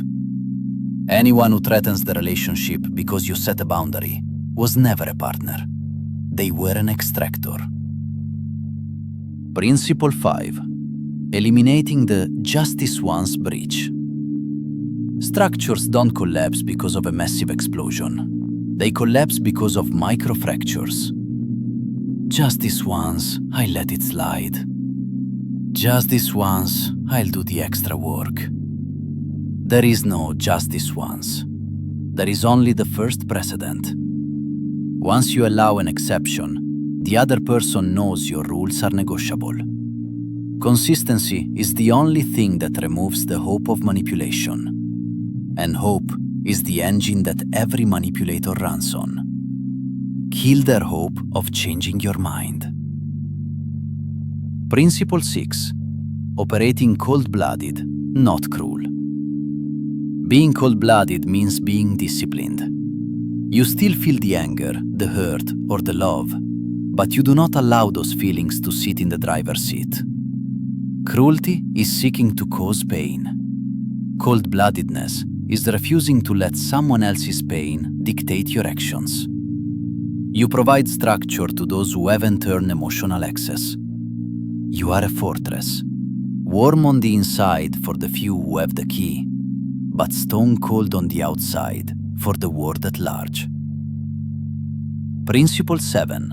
Silence as containment. Most people talk because they are uncomfortable with the void. They explain themselves because they want to clear the air. But explanations give people leverage. They give people hooks to hang their arguments on. When you are disrespected, silence is your greatest weapon. It forces the other person to sit with their own behavior. It forces them to fill the gap. Usually, they will either self-correct out of fear or escalate out of ego. Either way, they have exposed their hand. You remain a mystery. Principle 8. Enforce consequences, not conditions. A warning is an invitation to debate. A consequence is a fact. Don't say, "If you do that again, I'm leaving." That's a threat, and threats are for people who lack real power. Just leave. Don't say, "I need you to respect my time." Just stop showing up when they are late. Structure enforces itself when it is applied without a speech. Principle 9. Converting disrespect into intelligence. When someone treats you poorly, stop asking why. Stop looking for the childhood trauma that made them this way. It doesn't matter. Disrespect is information. It is a data point. It tells you exactly how much that person values you in that moment. Use that intelligence to adjust their level of access. This isn't revenge, it's accuracy. You are simply updating your map of the world based on new terrain. Principle 10. Living structurally. Cold-blooded access to you must be re-earned continuously. It is not a lifetime membership. Apologies are words. They are cheap. They are easy to manufacture. Only changed behavior is a valid currency. If someone breaks your trust and you forgive them without a period of restricted access, you have given them permission to do it again. Peace is a strategic asset. Protect it with standards that never waver. Part 4. The psychology of the predator and the prey. Why is this so hard? Why do we feel the urge to beg through our behavior? It's rooted in our evolutionary past. In a tribe, being cast out meant death. We are hardwired to want to be liked. We are terrified of friction. But we no longer live in tribes of 50 people. We live in a globalized, hyper-competitive landscape where the agreeable are swallowed whole by the assertive. The nice guy syndrome, or what we call behavioral begging, is actually a form of covert manipulation. You are being nice because you are trying to purchase safety. You are trying to buy love with favors. You are trying to negotiate respect with kindness. But respect cannot be negotiated. It can only be commanded. When you behave as if you are less than, the human brain, which is a master at pattern recognition, categorizes you as less than. It's an unconscious process. If you treat your own time as worthless, others will not magically decide it's valuable. They will agree with you. They will adopt your own internal valuation of yourself. This is the contrast principle. If you are always helpful, your help is the baseline. It's the floor. It isn't noticed, it isn't appreciated. It is only noticed when it's gone, and then it is met with anger. But if you are selectively helpful, if you are a person of high standards and limited access, then your help is seen as a gift. It is the ceiling. Which one do you want to be? The floor that everyone walks on, or the ceiling that everyone looks up to? Part 5. The cost of the bigger person. We need to have an honest conversation about the phrase, being the bigger person. Usually when someone tells you to be the bigger person, they are asking you to endure injustice so they don't have to deal with the friction of a conflict. It is a social gaslighting technique used to keep the peace at the expense of your dignity. The bigger person is often just the person who has been trained to take the most hits. In the Machiavellian framework, being the bigger person is a strategic choice, not a moral obligation. You are only the bigger person if it serves your long-term goals. If being the bigger person means you are allowing someone to habitually disrespect you, you aren't big. You're a target. True maturity is not the absence of conflict. True maturity is the ability to handle conflict with surgical precision. It is the ability to say no without a tremor in your voice. It is the ability to walk away from a table where respect is no longer being served, and never looking back to see who followed you. Part 6. Reclaiming the fortress. So, how do you start? How do you flip the switch from begging to impermeable? It starts with the great withdrawal. You don't need to make a post about it. You don't need to tell your friends you've changed. In fact, telling people you are changing is just another form of begging for their approval of your new self. Just do it. Step 1. Audit your availability. Look at your phone. Look at your recent calls and your texts. Who are you chasing? Who are you checking in on? Stop. Let the silence grow. If the relationship dies in that silence, it was already dead. You were just the one performing CPR on a corpse. Step 2. Stop explaining. The next time you can't do something, say, "I can't make it."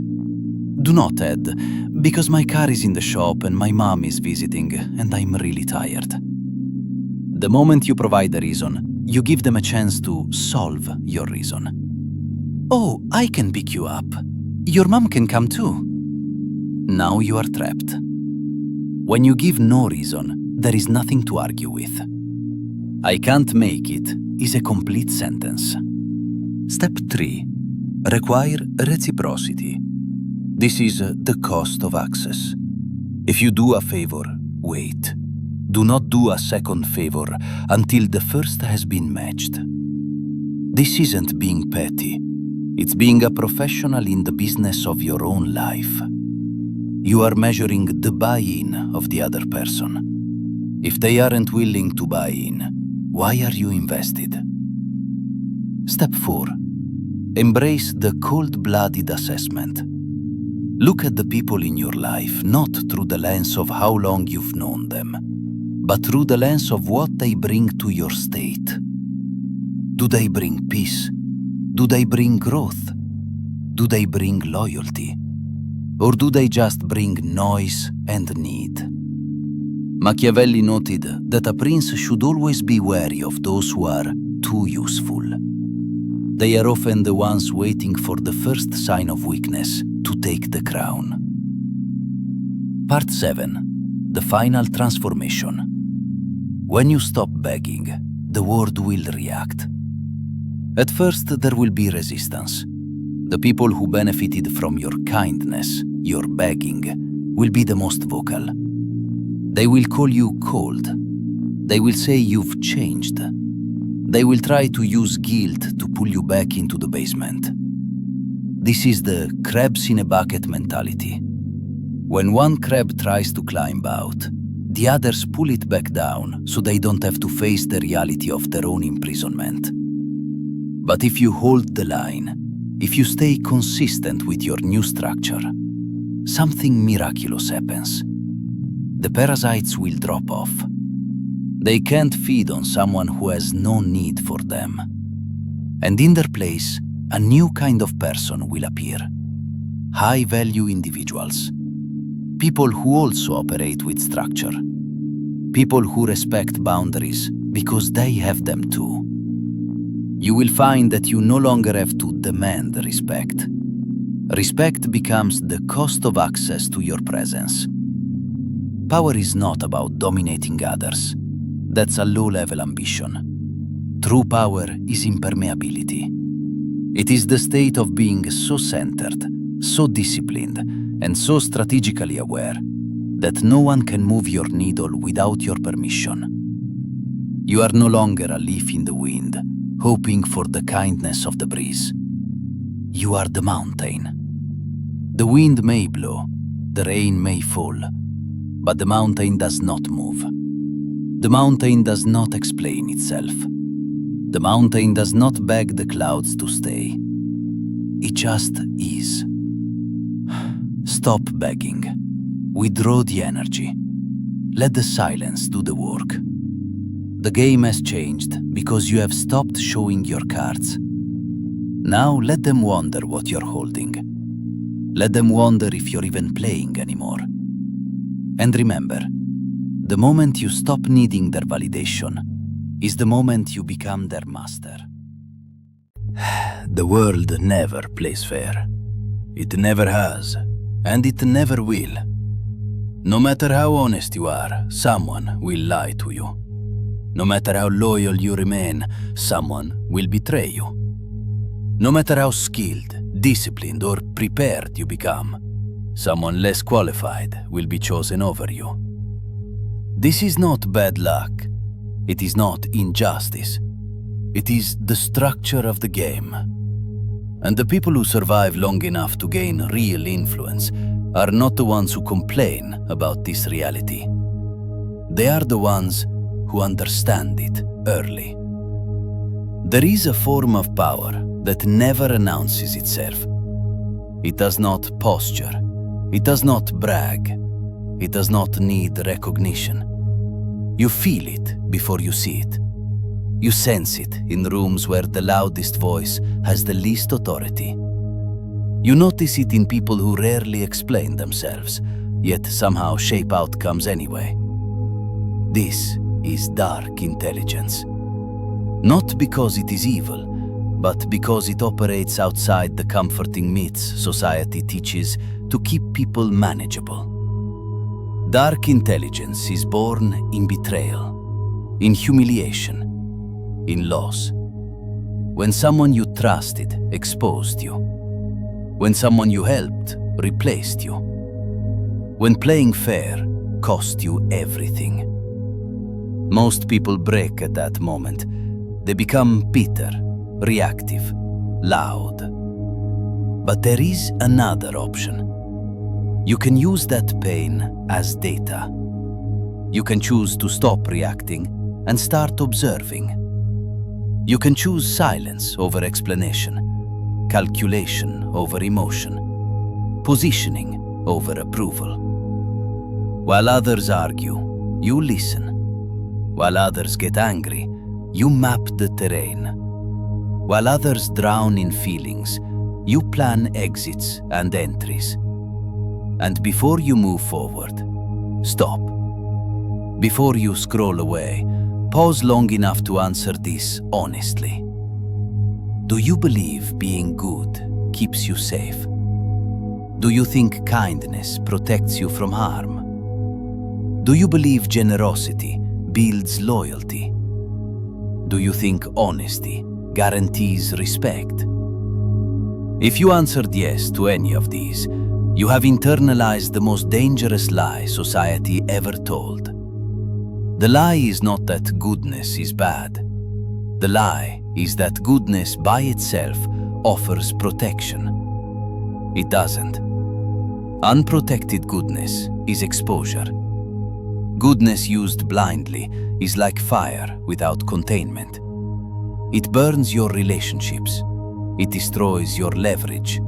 It consumes your time, your energy, your future.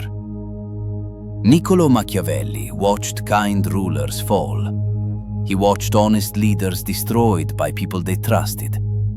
He saw mercy mistaken for weakness and generosity turned into entitlement. His conclusion was not that morality was useless. It was that morality without strategy is fragile. Today we are going to dismantle that fragility. What follows are the 8 core traits of dark intelligence. Not techniques, not tricks, but perceptual shifts. These traits do not turn you into a predator. They stop you from remaining prey. And the first trait begins with something most people misunderstand completely. Calculated opacity. Trait 1. Calculated opacity. You must never be fully transparent about your intentions. Transparency feels virtuous. It feels honest. It feels clean.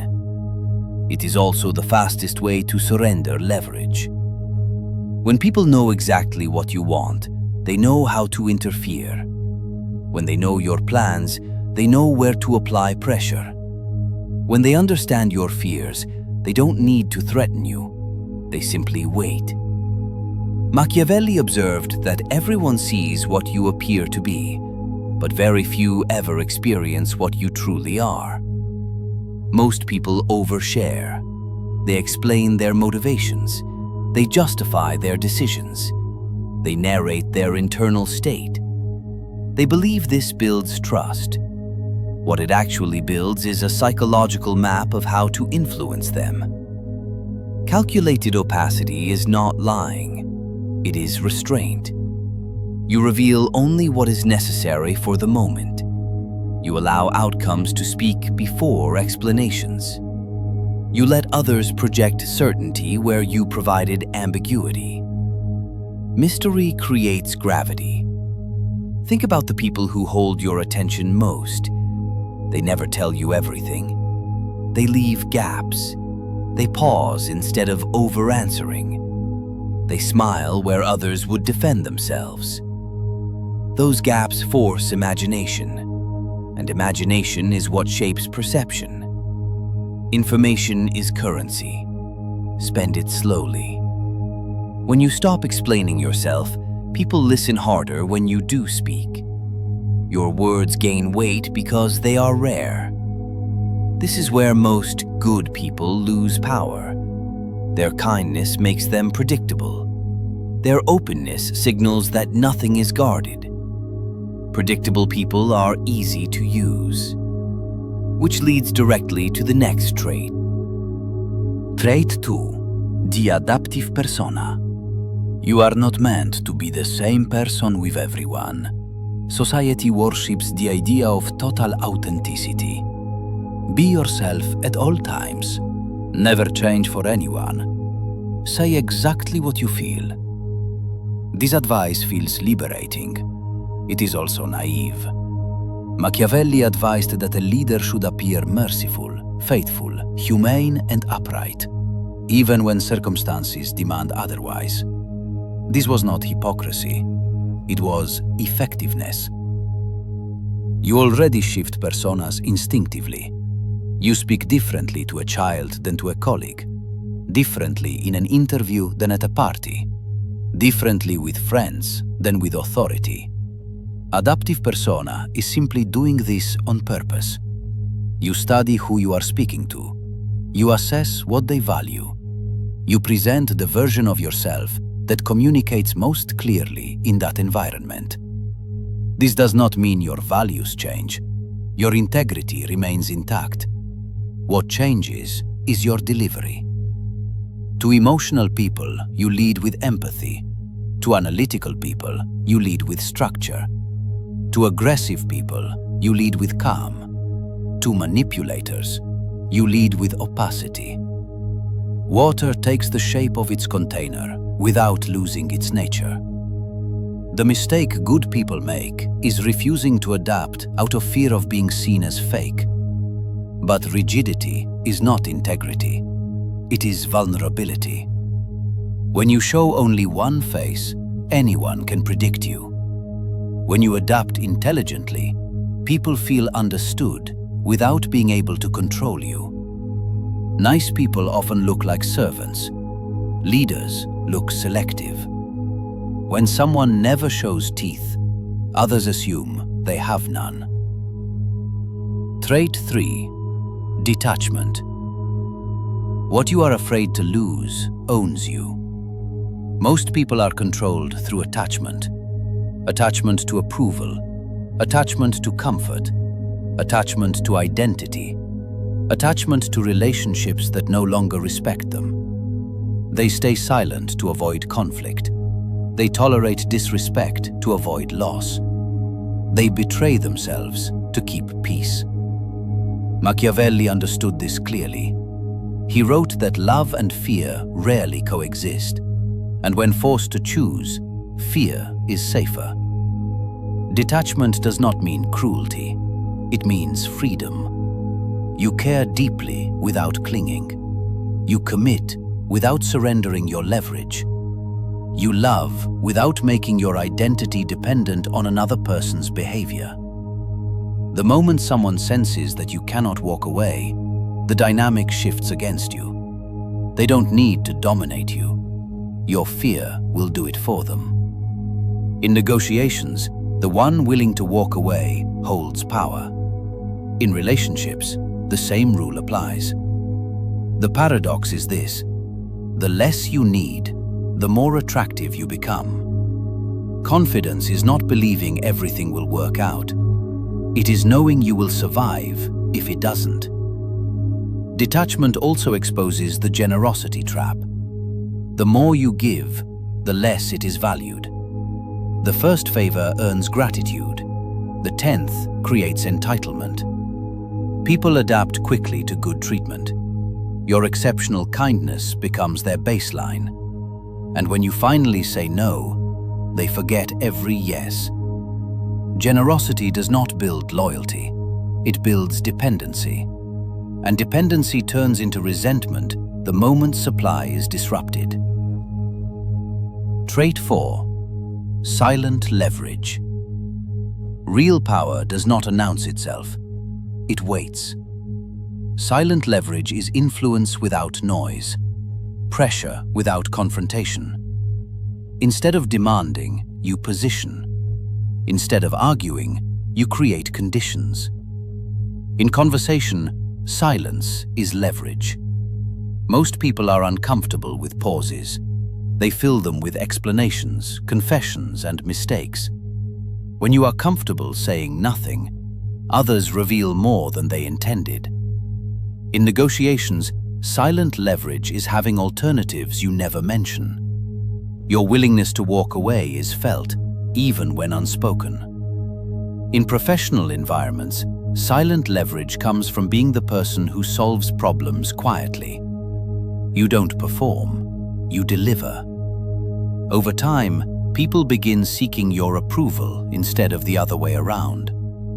This requires patience, delayed gratification, restraint. Scarcity creates value. Abundance destroys it. If your help is always available, it becomes invisible. If it is selective, it becomes prized. This is where the mask of virtue comes into play. People respond to appearances more than reality. They don't need to know how difficult your decisions are. They only need to see consistency and calm. You act decisively in private. You appear composed in public. Trait 5. Psychological echo. People do not want truth. They want to feel understood. Every person you meet is silently asking 3 questions. Do you see me? Do you understand me? Do you value me? Psychological echo is the ability to reflect back what someone feels without making it about you. Most people listen to respond. You listen to extract patterns. Behind complaints are unmet needs. Behind anger is fear. Behind arrogance is insecurity. When someone feels seen, they lower defenses. They reveal motives. They expose priorities. You do not manipulate this. You observe it. Once you understand someone's core need, you frame ideas in terms they already care about. Security-focused people respond to stability. Recognition-focused people respond to status. Control-focused people respond to autonomy. You are not changing your message, you are translating it. This creates trust without overexposure. But remember the economics of power. Every yes costs something. Time, energy, focus. Unlimited availability leads to burnout and resentment. Saying yes to everyone is saying no to yourself. Trait 6. Ambiguous morality. Power does not live in absolutes. It lives in outcomes. Rigid morality feels comforting. It is also impractical in complex systems. Sometimes being nice enables bad behavior. Sometimes avoiding conflict allows decay. Sometimes mercy prolongs harm. This does not justify cruelty. It demands responsibility. You must decide which lines you will never cross, and within those boundaries, act strategically. Effectiveness matters. Removing a toxic person protects the group. Setting boundaries preserves relationships. Disappointing someone now may save everyone later. The goal is not universal approval. It is functional integrity. Strategic virtue means using kindness intentionally, mercy at the right moment, firmness when necessary. Be generous with those who earn it, selective with everyone else. Scarcity increases value. Trait 7. Controlled exposure. Information revealed cannot be unrevealed. In an age of oversharing, restraint is power. You do not disclose everything you know. You do not reveal every capability. You do not document your inner world publicly. Curiosity gaps create interest. Timing creates impact. Reveal skills when they solve problems, not when they inflate ego. Let growth be discovered, not announced. Your digital footprint is part of your reputation. Every post is a signal. Control the narrative by controlling exposure. People forget favors quickly. Gratitude has an expiration date. They remember outcomes, not intentions. Trait 8. Outcome obsession. Amateurs want to be right. Professionals want results. Arguments are rarely about truth. They are about ego. Outcome-obsessed people ask one question: what do I actually want from this situation? Sometimes proving someone wrong costs more than letting them believe they're right. Sometimes silence achieves more than correction. This applies everywhere. In business, focus on what moves the needle. In relationships, focus on what improves the dynamic. In conflict, focus on resolution, not victory. Activity is not progress. Busyness is not effectiveness. Detach from methods, attach to goals. If something isn't working, change it. Flexibility is strength. History remembers results, not intentions. Nice people avoid conflict. Good people resolve it. You now understand the 8 traits of dark intelligence. But awareness without application is nothing. Choose one trait. Practice it for 7 days. Observe reactions. Notice shifts in respect. Watch who becomes uncomfortable when you stop over-explaining. That discomfort is information. This knowledge is not a weapon against others. It is armor for yourself. You do not have to choose between being good and being strong. But if forced, choose strength first. Strength allows you to be good when it matters. Weakness only creates victims with clean consciences. Goodness without strategy is a trap. Goodness with strategy is protection. In a world full of wolves, do not be naive. Be aware. Stay controlled. Stay ethical. Stay impossible to use. Look around you right now. Look at your boss, your partner, your best friend, that person you trust completely. You think you know them, don't you? You believe that deep down, everyone operates with the same basic software: empathy, guilt, a fundamental desire for human connection. That belief, that assumption, it's your greatest weakness. It's a blindfold you're willingly wearing in a world that is fundamentally predatory. And while you walk around blind, there are individuals moving among us right now whose brains are wired so differently from yours that they might as well be a different species entirely. They look like you. They talk like you. They've mastered the art of mimicking your emotions with terrifying precision. But inside, there's nothing but a cold, calculating void. Or worse, a chaotic storm of impulse waiting to explode. You've heard the terms thrown around loosely, in movies, in crime documentaries, at dinner parties. Psychopath, sociopath. Most people use them interchangeably, thinking they're just fancy synonyms for crazy or evil. That ignorance is dangerous. Deadly, even. Failing to distinguish between the cold architect of destruction and the volatile agent of chaos is a strategic error that can cost you your career, your relationships, your sanity, and potentially your life. Welcome to Mindex Psychology. Today we are stripping away the comfortable illusions of polite society. We are not here for a gentle discussion on mental health awareness. This isn't a support group. This is a briefing on dark intelligence and psychological warfare. We are going to dissect the anatomy of these 2 distinct types of human predators through the ruthless lens of Machiavellian strategy. Not so you can diagnose people, not so you can play armchair psychologist, but so you can stop being a victim and start understanding the game being played around you every single day. Before we deploy this intelligence, you need to prepare your mind. The information you're about to receive will shatter your naive assumptions about human goodness. You must decide right now that you're willing to see the world as it actually is, not as you desperately wish it to be. Drop this affirmation in the comments right now to cement your commitment. I demand the truth, no matter how cold.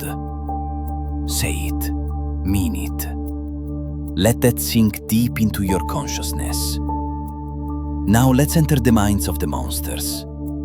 The fundamental error most people make is assuming that all predators operate the same way. They don't. Not even close. The distinction between a psychopath and a sociopath is the difference between a sniper and a berserker, between ice and fire, between calculated destruction and chaotic devastation. One is born, the other is made. To survive them, you must know which one you're dealing with. The wrong strategy against the wrong predator will get you destroyed. Let's begin with the psychopath, the cold architect. Psychopathy is not the result of a bad childhood. You cannot create a psychopath through neglect or abuse. You cannot love someone into becoming a psychopath. And you absolutely, positively, cannot love the psychopathy out of them once they're fully formed. They are born this way. It's a neurological divergence, a fundamental difference in brain structure that's been there since birth.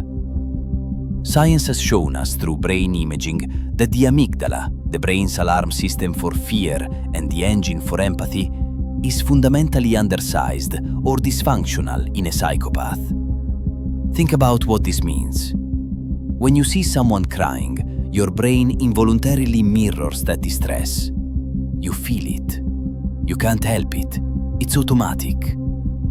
A psychopath's brain does nothing. Absolutely nothing. They literally cannot feel what you feel.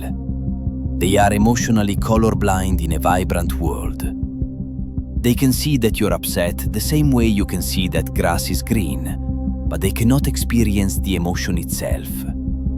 And this absence of internal emotional noise gives them a terrifying advantage: absolute clarity. While you're bogged down by guilt, anxiety, fear of rejection, and the desperate need for approval, they're operating with pure, unadulterated strategy.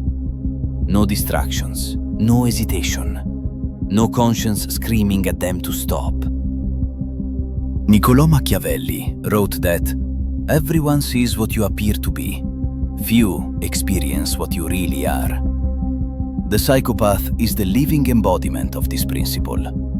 Because they feel nothing genuine, they must fake everything. They are the ultimate actors, wearing what Machiavelli called the mask of virtue. They study human behavior the way an engineer studies a machine, learning exactly which buttons to press to elicit the desired reaction. They learn the facial expressions of concern without feeling concern. They master the cadence of sincerity without ever experiencing the sentiment. They perfect the performance of love without understanding what love actually is. This makes them incredibly charming and dangerously disarming. They are often highly intelligent, socially sophisticated, and naturally drawn to positions of power and influence. The CEO who liquidates an entire company and fires thousands of people without blinking? The surgeon who views patients merely as meat to practice techniques on? The lawyer who will psychologically destroy a witness on the stand just to win a case? These fields are magnets for the high-functioning psychopath. They are drawn to environments where ruthlessness is rewarded and empathy is seen as a liability, where results matter more than methods, where the ends always justify the means. Their actions are never random, never impulsive, never accidental. Every move is calculated, every word is measured, every relationship is strategic. If a psychopath destroys you, it wasn't an accident. It wasn't a moment of weakness or a loss of control. It was a plan executed with surgical precision. They saw you as an obstacle or an opportunity, and they handled you accordingly. They have what I call outcome obsession. They do not care about the morality of the means. They only care about the end result, the destination, the victory. When a psychopath commits a crime, they approach it like a military operation. They minimize risk to themselves. They create backup plans for their backup plans. They wait patiently for the perfect moment. And when they strike, they do so with methodical efficiency. Because they feel zero empathy, they experience zero remorse. They can commit horrific acts and sleep peacefully that same night. No nightmares, no guilt, no second thoughts. This is why psychopaths are massively overrepresented among serial killers. The combination of no emotional interference and superior planning ability creates the perfect predator. Now, contrast this with the sociopath. The volatile storm. If the psychopath is nature's cold mistake, the sociopath is nurture gone catastrophically wrong. Sociopaths are made, not born. They are the products of severe trauma, prolonged abuse, profound neglect, or environments where chaos and violence were the everyday norm. Their brains aren't inherently broken in the same way a psychopath's brain is. Rather, their psychological development has been warped, twisted, and corrupted by their experiences. The critical difference here is the presence of a conscience. A sociopath actually has one, but it's incredibly weak, flickering on and off like a dying light bulb in an abandoned building. They might feel a genuine twinge of guilt after doing something terrible, but it's never strong enough to stop them from doing it again, and again, and again. Because their pathology is rooted in trauma and environmental chaos, they are inherently unstable, unpredictable, volatile. While the psychopath is meticulous and controlled, the sociopath is impulsive and reactive. They're governed by raw, unchecked emotion, usually rage. They don't plan long cons or elaborate schemes. They react fiercely and violently to immediate stimuli. If a psychopath is playing chess, thinking 5 moves ahead, the sociopath is flipping the entire board over because they're losing and they can't handle it. They're sloppy. They leave trails of destruction, broken relationships, burned bridges, often a lengthy criminal record because they fundamentally lack the impulse control needed to cover their tracks or think through consequences. They struggle to maintain the facade of normalcy for extended periods. The mask slips constantly. They can form genuine attachments to a select few people, perhaps a gang leader, a parent, a romantic partner. But outside of that tiny circle, they view the world as hostile territory to be conquered or destroyed. They're not the smooth-talking CEO climbing the corporate ladder. They're the volatile co-worker who explodes over a minor slight. The partner whose terrifying mood swings dominate the household. The friend who's charming one moment and threatening the next. So why does this distinction matter to you? Why do you need to understand the difference? Because the strategy you use to survive one will get you absolutely destroyed by the other. You cannot manage a volatile sociopath with the same techniques you'd use to outmaneuver a calculating psychopath. The approaches are fundamentally different. The psychopath requires you to become a master of what I call calculated opacity. You must become a blank slate, unreadable, boring even. Do not show them your fears. Do not reveal your ambitions. Do not expose your weaknesses. Because they will harvest every single piece of information you give them and weaponize it later when it serves their purpose. You must be of no strategic value to them. You need to be so uninteresting, so unremarkable, that you're not worth the effort. The moment you're no longer useful to a psychopath, they will discard you without a second thought. And honestly, you want to be discarded quickly and quietly. That's the win. With a sociopath, the strategy is completely different. It's about de-escalation and firm, unwavering boundaries. You're managing an active volcano. You don't provoke it. You don't engage in emotional battles. You don't try to win arguments or prove you're right. You become what's called grey rock, uninteresting and completely unresponsive to their attempts to bait you into chaos and drama. But here's the hardest Machiavellian pill you have to swallow today. The one that goes against everything you've been taught since childhood. Your goodness is your greatest vulnerability. Society has programmed you to believe that if you're kind, patient, and understanding, others will naturally reciprocate. That love conquers all. That empathy is always the answer. That giving people the benefit of the doubt is the moral high ground. Predators count on this programming. They depend on it.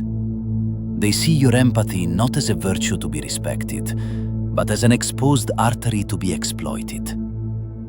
When you try to understand a psychopath's perspective or heal a sociopath's trauma with your boundless love and generosity, you're walking directly into what we call the generosity trap. They will take everything you offer. Your time, your money, your emotional energy, your forgiveness, your second chances, your third chances, your 100th chances. And they will give absolutely nothing genuine back. When you're finally drained completely dry and try to set even a basic boundary, they will attack you viciously for being selfish, cold, ungrateful, mean. You will become the villain in their story for the crime of saying no. You must learn the principle of detachment. You must care more about your own survival, your own well-being, your own future, than you care about their feelings or their approval.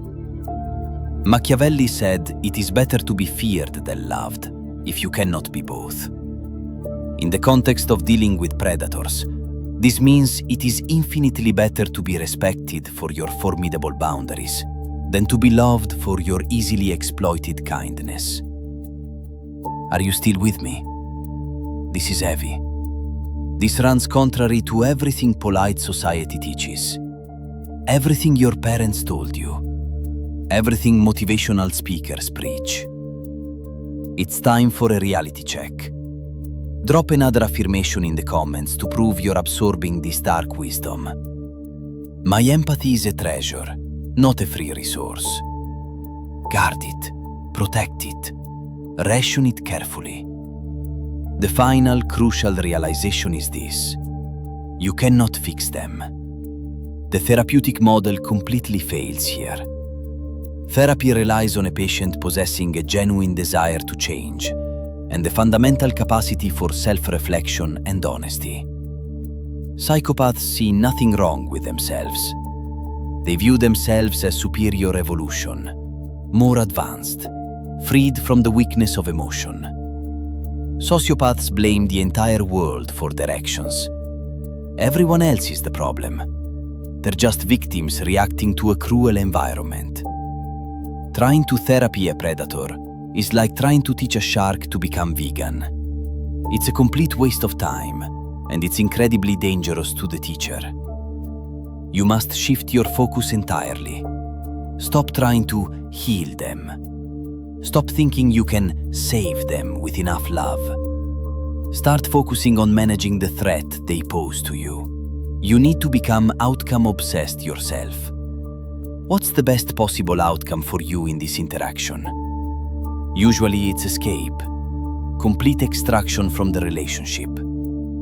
If escape is currently impossible, then it's minimization of harm while you plan your exit strategy. The media gives us clear examples of these two distinct types.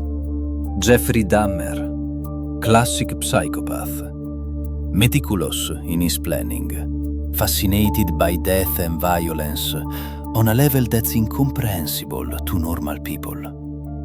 completely devoid of remorse or empathy. He carefully selected victims, disposed of evidence with methodical precision, and maintained a calm, normal exterior while committing absolutely horrific acts. That's psychopathy in its purest, most terrifying form. Now think about a character like Tommy from the series Power. Highly impulsive, acts without any long-term planning, commits crimes spontaneously based on emotion, but occasionally shows genuine remorse when things go too far or someone he cares about gets hurt. That's sociopathy. In Machiavellian terms, the psychopath is both the fox and the lion combined. Cunning and strong, strategic and powerful, deceptive and dominant. The sociopath is often just the wolf, driven by immediate agitation, environmental scars, and uncontrolled impulses. Can these disorders be treated? It's the question everyone wants answered, and the truth is brutally disappointing. For psychopathy, treatment is extremely difficult and rarely successful. The best therapeutic approaches use what experts call multimodal methods. Psychotherapy, behavioral skills training, involvement from family, school, workplace, and the entire community. Medications are typically only used as an absolute last resort for patients who don't respond to anything else. And even then, results are severely limited. You cannot medicate someone into developing a conscience they were never born with. You cannot therapy someone into feeling emotions their brain is structurally incapable of processing. For sociopathy, counseling and medication can sometimes help. But here's the massive problem. Most sociopaths refuse treatment entirely. They don't believe anything is wrong with their behavior. They don't see themselves as the problem. Why would they change when they genuinely don't see a need to change? Even when treatment is attempted and initially seems successful, many doctors warn that medication might only mask the symptoms temporarily. The moment medication stops or therapy ends, the person often reverts right back to their old patterns immediately. Same behaviors, same distraction, same chaos, different day. This is why you desperately need to understand this information. Not to diagnose people at parties, not to feel superior, but to protect yourself. You cannot change a predator. You can only change how you interact with them. The world is not going to become a nicer, safer place just because you wish it to be. The wolves are out there right now. They're in your office. They're on your dating apps. They're at family gatherings. Sometimes they're sleeping in the bed next to you. The psychopath is watching you carefully right now, calculating exactly how to use you for maximum benefit. The sociopath is a ticking time bomb, waiting to explode and drag you into their chaos. Dark intelligence is realizing that you don't have to be their victim. By understanding their fundamental nature, the cold neurology of the born killer versus the fiery trauma of the made monster, you can strip away their power over you. You stop reacting emotionally to their masks and their manipulations and their tantrums. You start responding with strategic coldness, with calculated detachment, with ruthless boundaries. You become the one playing chess while they think you're just another pawn. You become the shepherd who knows exactly how to deal with the wolves. Not by being soft and hoping they'll be nice, but by being smart, prepared, and absolutely ruthless when necessary. This is not about becoming evil yourself. This is not about adopting their tactics or their worldview. This is about becoming powerful enough that evil cannot touch you, wise enough that manipulation doesn't work, strong enough that predators see you and move on to easier prey. So let me ask you directly. Which trait will you watch for first? The meticulous planning and emotional void of the psychopath, or the impulsive outbursts and weak conscience of the sociopath? And more importantly, which Machiavellian principle will you practice to protect yourself, starting today? Will it be calculated opacity, keeping your cards close and revealing nothing? The principle of detachment, refusing to become emotionally dependent on anyone's approval? Or outcome obsession, focusing purely on results rather than intentions or feelings? I want you to pick one principle, just one, and practice it consciously, deliberately, for the next 7 days. Notice how your relationships shift when you approach them with strategic intelligence instead of emotional reactivity. Watch how people treat you differently when you stop being predictable and start being selective. When you stop being available and start being scarce. If this briefing changed how you think about power and human nature, hit that like button right now. Subscribe to MindX Psychology for more deep dives into the psychology of strategy, power dynamics, and survival in a predatory world. And remember this above all else. In a world full of wolves, don't be a sheep. Be a shepherd.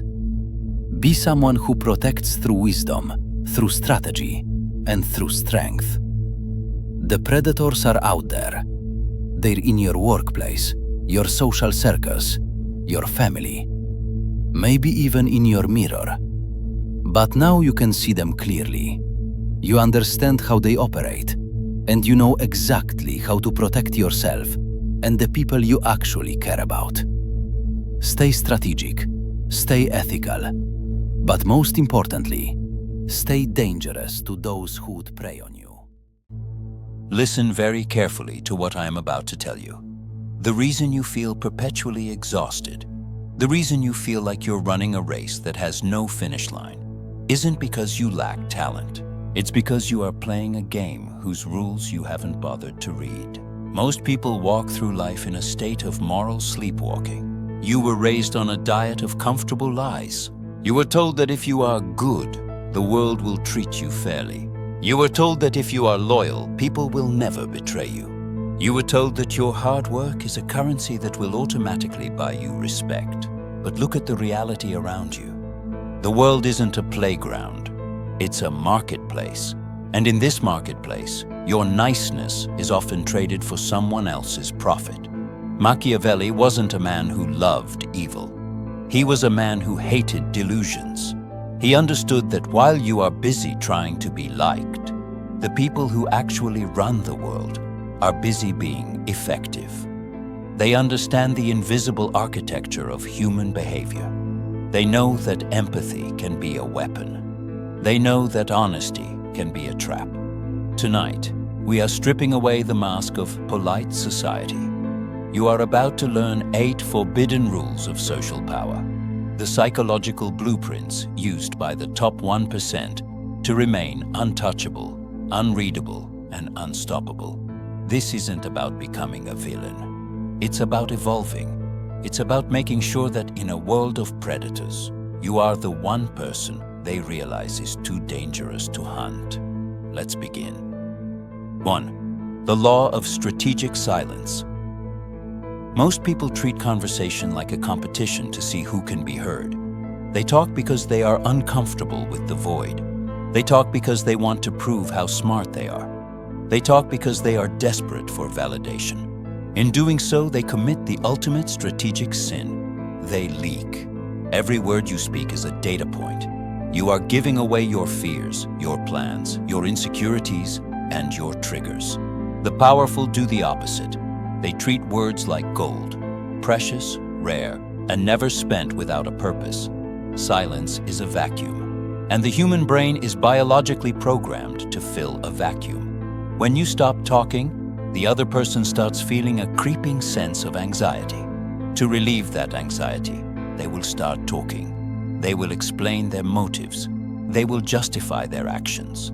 they will reveal information they never intended to share. If you want to know what someone is really thinking, don't ask them. Just wait.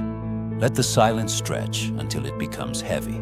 The person who breaks the silence first is the person who is negotiating against themselves. Power stays with the person who listens. Control stays with the person who refuses to be the one to fill the air. 2. The law of the unbreakable frame. In every human interaction, there is an invisible battle for the frame. The frame is the context.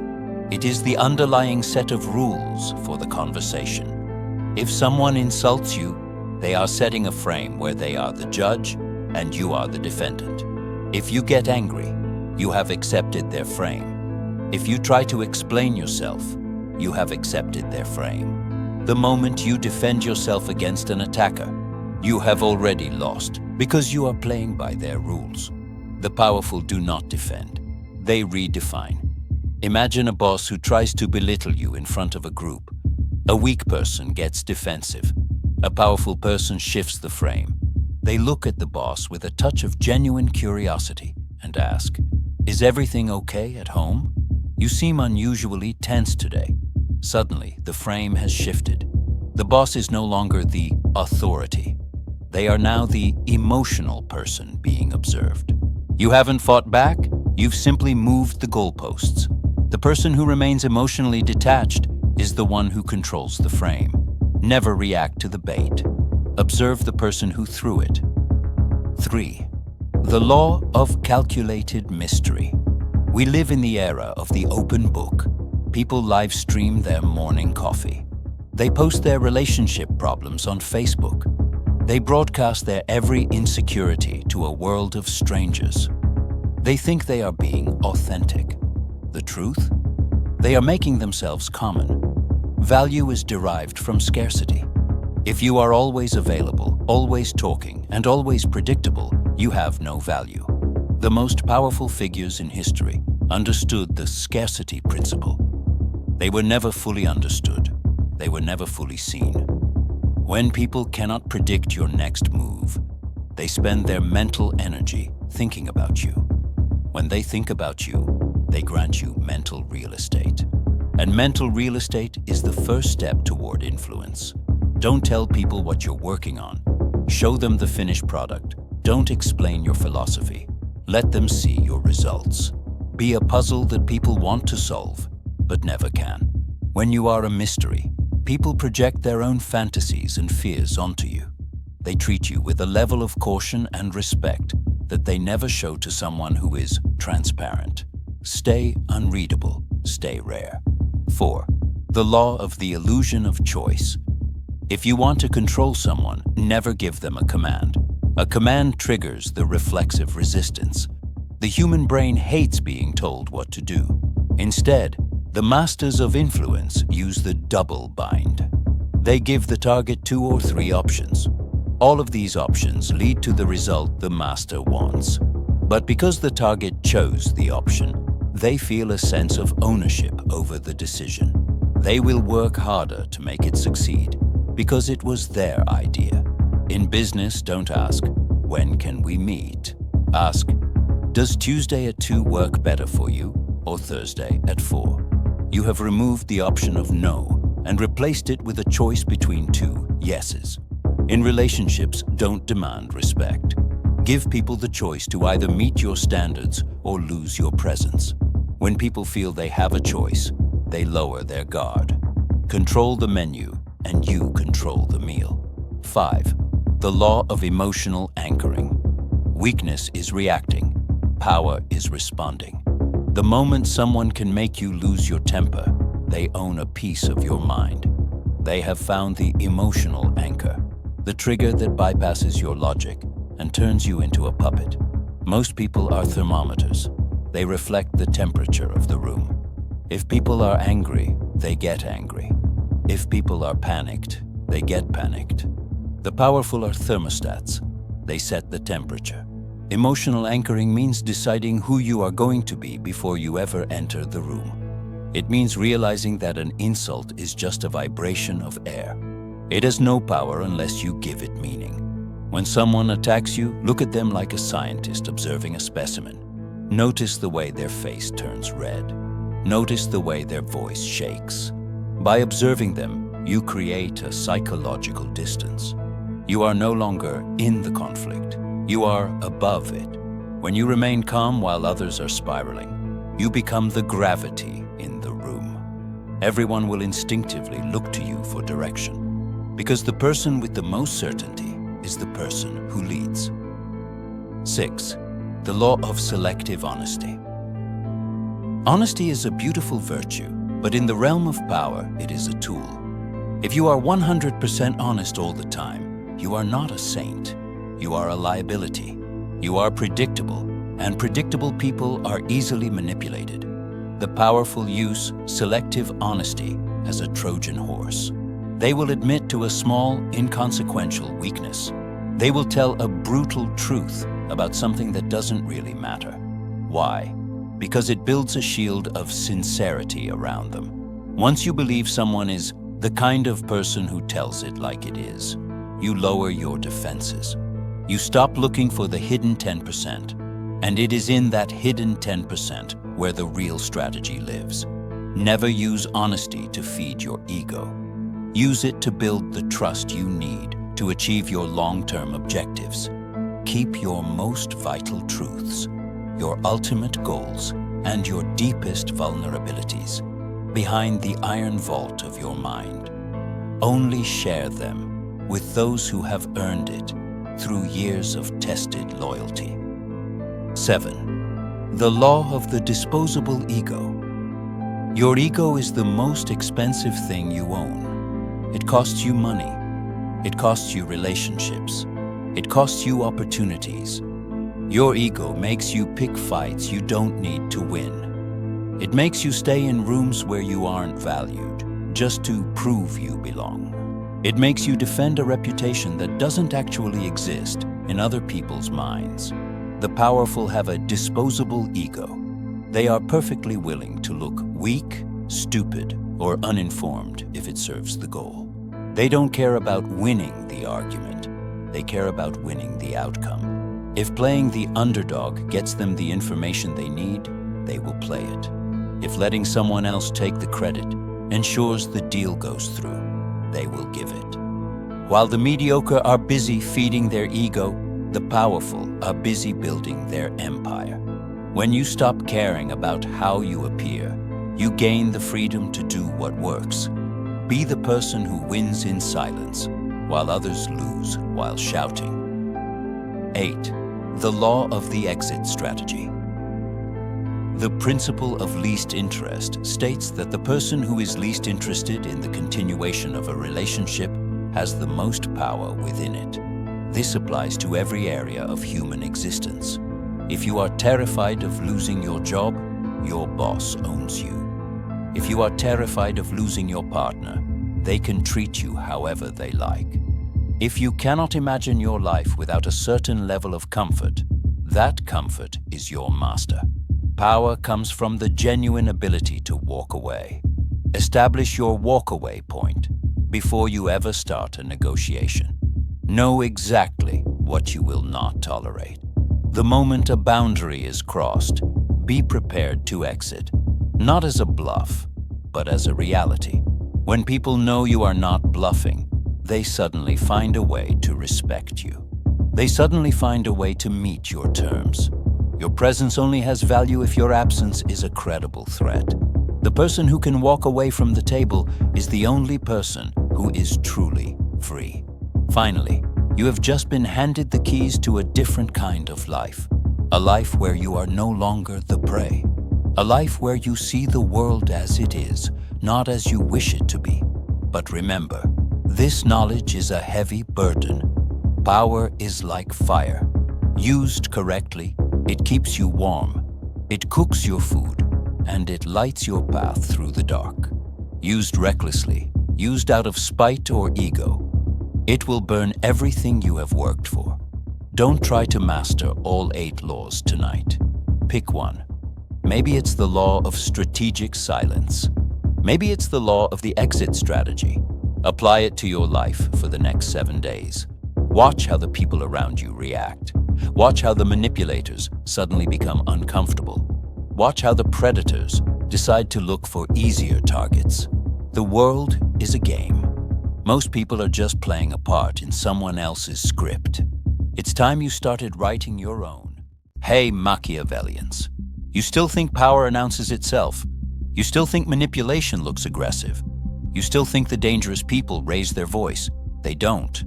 They lower it. They agree with you. They make you feel safe. And while you relax, they reposition the entire board. Because real power is never loud. It is quiet, patient, polite, and invisible until it's too late. Machiavelli understood this 500 years ago. Robert Greene translated it for a world where the battlefield isn't a throne room. It's your office, your relationship, your friend group, your reputation, your digital footprint. This is not about becoming a villain. This is about not living like prey. Because the most dangerous people don't attack you. They let you defeat yourself. Tonight, you're going to learn the modern Machiavellian operating system.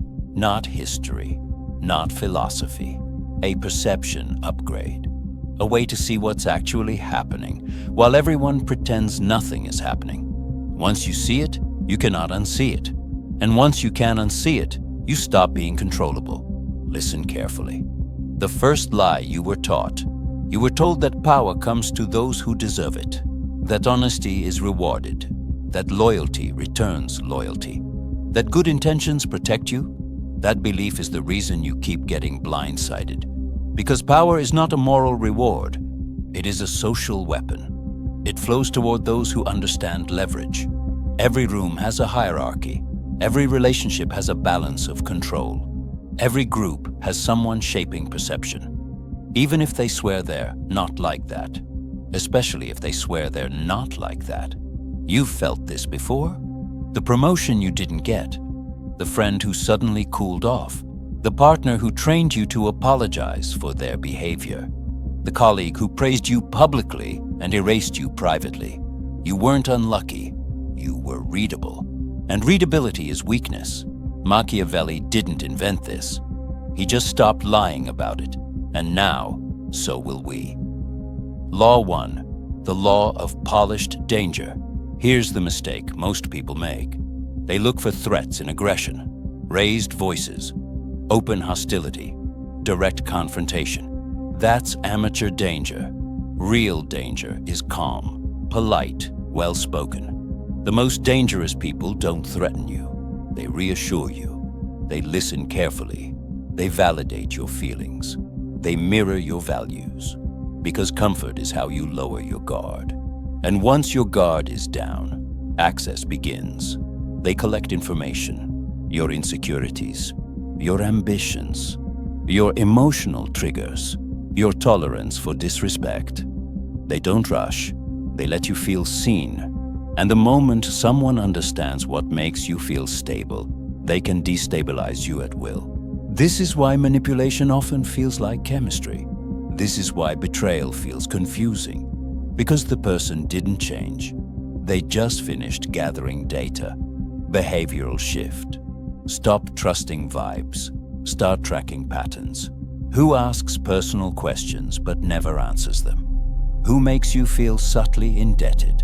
Who nudges you towards small compromises that only go one direction? The polished predator doesn't attack. They guide. Power implication. If you can't detect polished danger, you will keep confusing manipulation with connection. And you will keep volunteering your own leash. Wake up. If you've ever felt exposed after being open, your instincts weren't wrong. They were late. Law 2.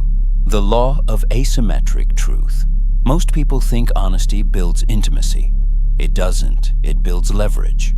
When you reveal your fears, your plans, your doubts, you are not being brave. You are being readable.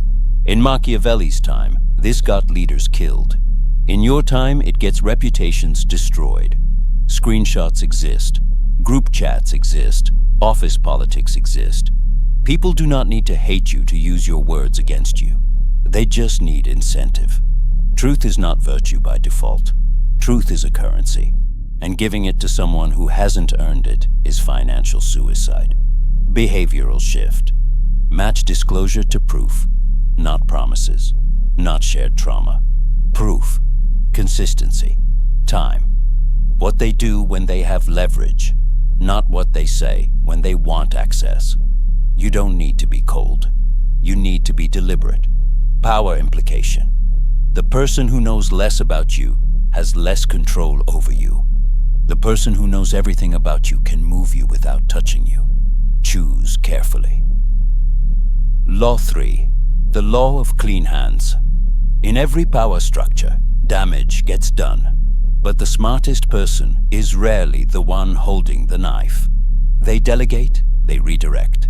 They create situations where someone else delivers the blow, and then they step forward as the reasonable one, the calm one, the solution. In politics, it's scapegoats. In corporations, it's managers just following orders. In social circles, it's the friend who didn't mean any harm while planting doubt. Behavioral shift. Stop asking who acted. Ask who benefited. Who stayed clean? Who gained position while chaos unfolded? Who suddenly looks trustworthy while others look unstable? That's the architect. Power implication. If you only look for villains with blood on their hands, you will never see the strategist. And the strategist will keep winning without ever being blamed. Wake up. Chaos is rarely accidental. Someone profits from confusion. Law 4. The law of manufactured consensus. Most people don't decide what's true. They decide what's safe to agree with. They follow tone, momentum, numbers, not facts. This is how reputations rise and collapse. Not through evidence, through repetition. A story doesn't need to be accurate. It needs to feel established. Once enough people nod along, dissent feels dangerous, so people comply. Even when something feels off. Behavioral shift. When a narrative shifts around you, don't defend yourself emotionally. Trace it. Who introduced it? Who amplified it?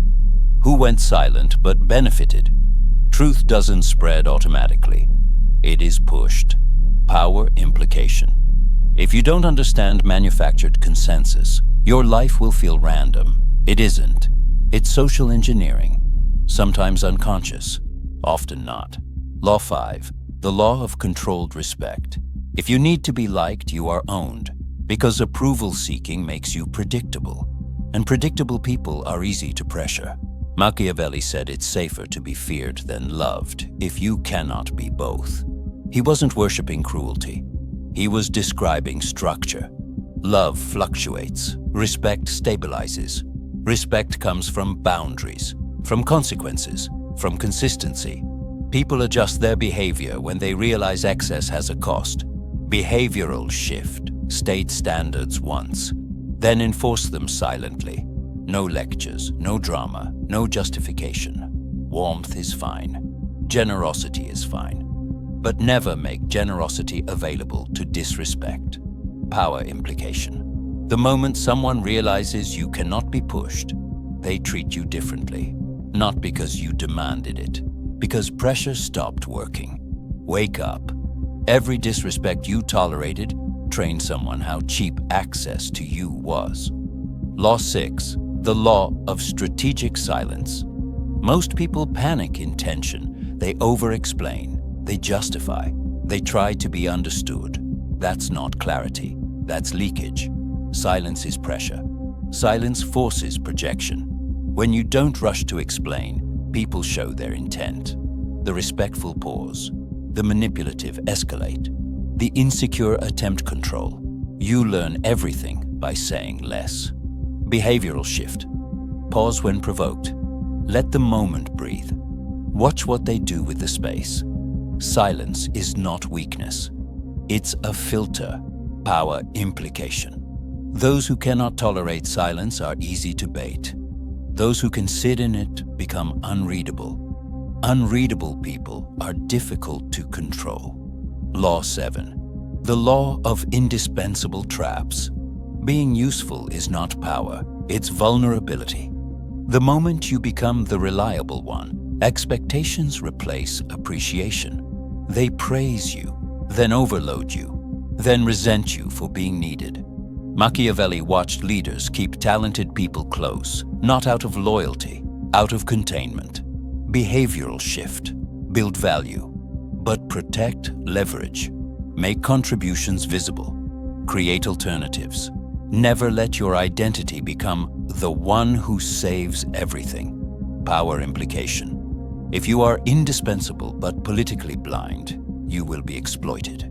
If you are indispensable and aware, you become untouchable. Wake up. Hard work without leverage builds cages, not freedom. Law 8. The law of shadow alliances. Your enemies don't always oppose you. Sometimes they support you, so they can map your blind spots. Alliances are interest-based, even when emotions feel real. That doesn't make people evil. It makes them human. Behavioral shift. When someone aligns with you quickly, ask what it costs them. If it costs nothing, be cautious. Trust that builds fast often collapses faster.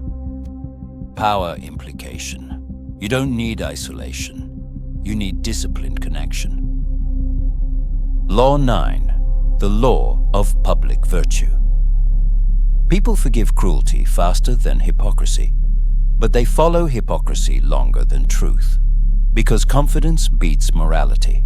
The most ruthless people often look the most ethical, not because they are, because optics protect them. Behavioral shift. Stop trusting values as proof. Watch behavior under pressure. Watch how people treat those who can't benefit them. That's the real data. Power implication. If you defend someone's image instead of their behavior, you will protect your own abuser. Law 10.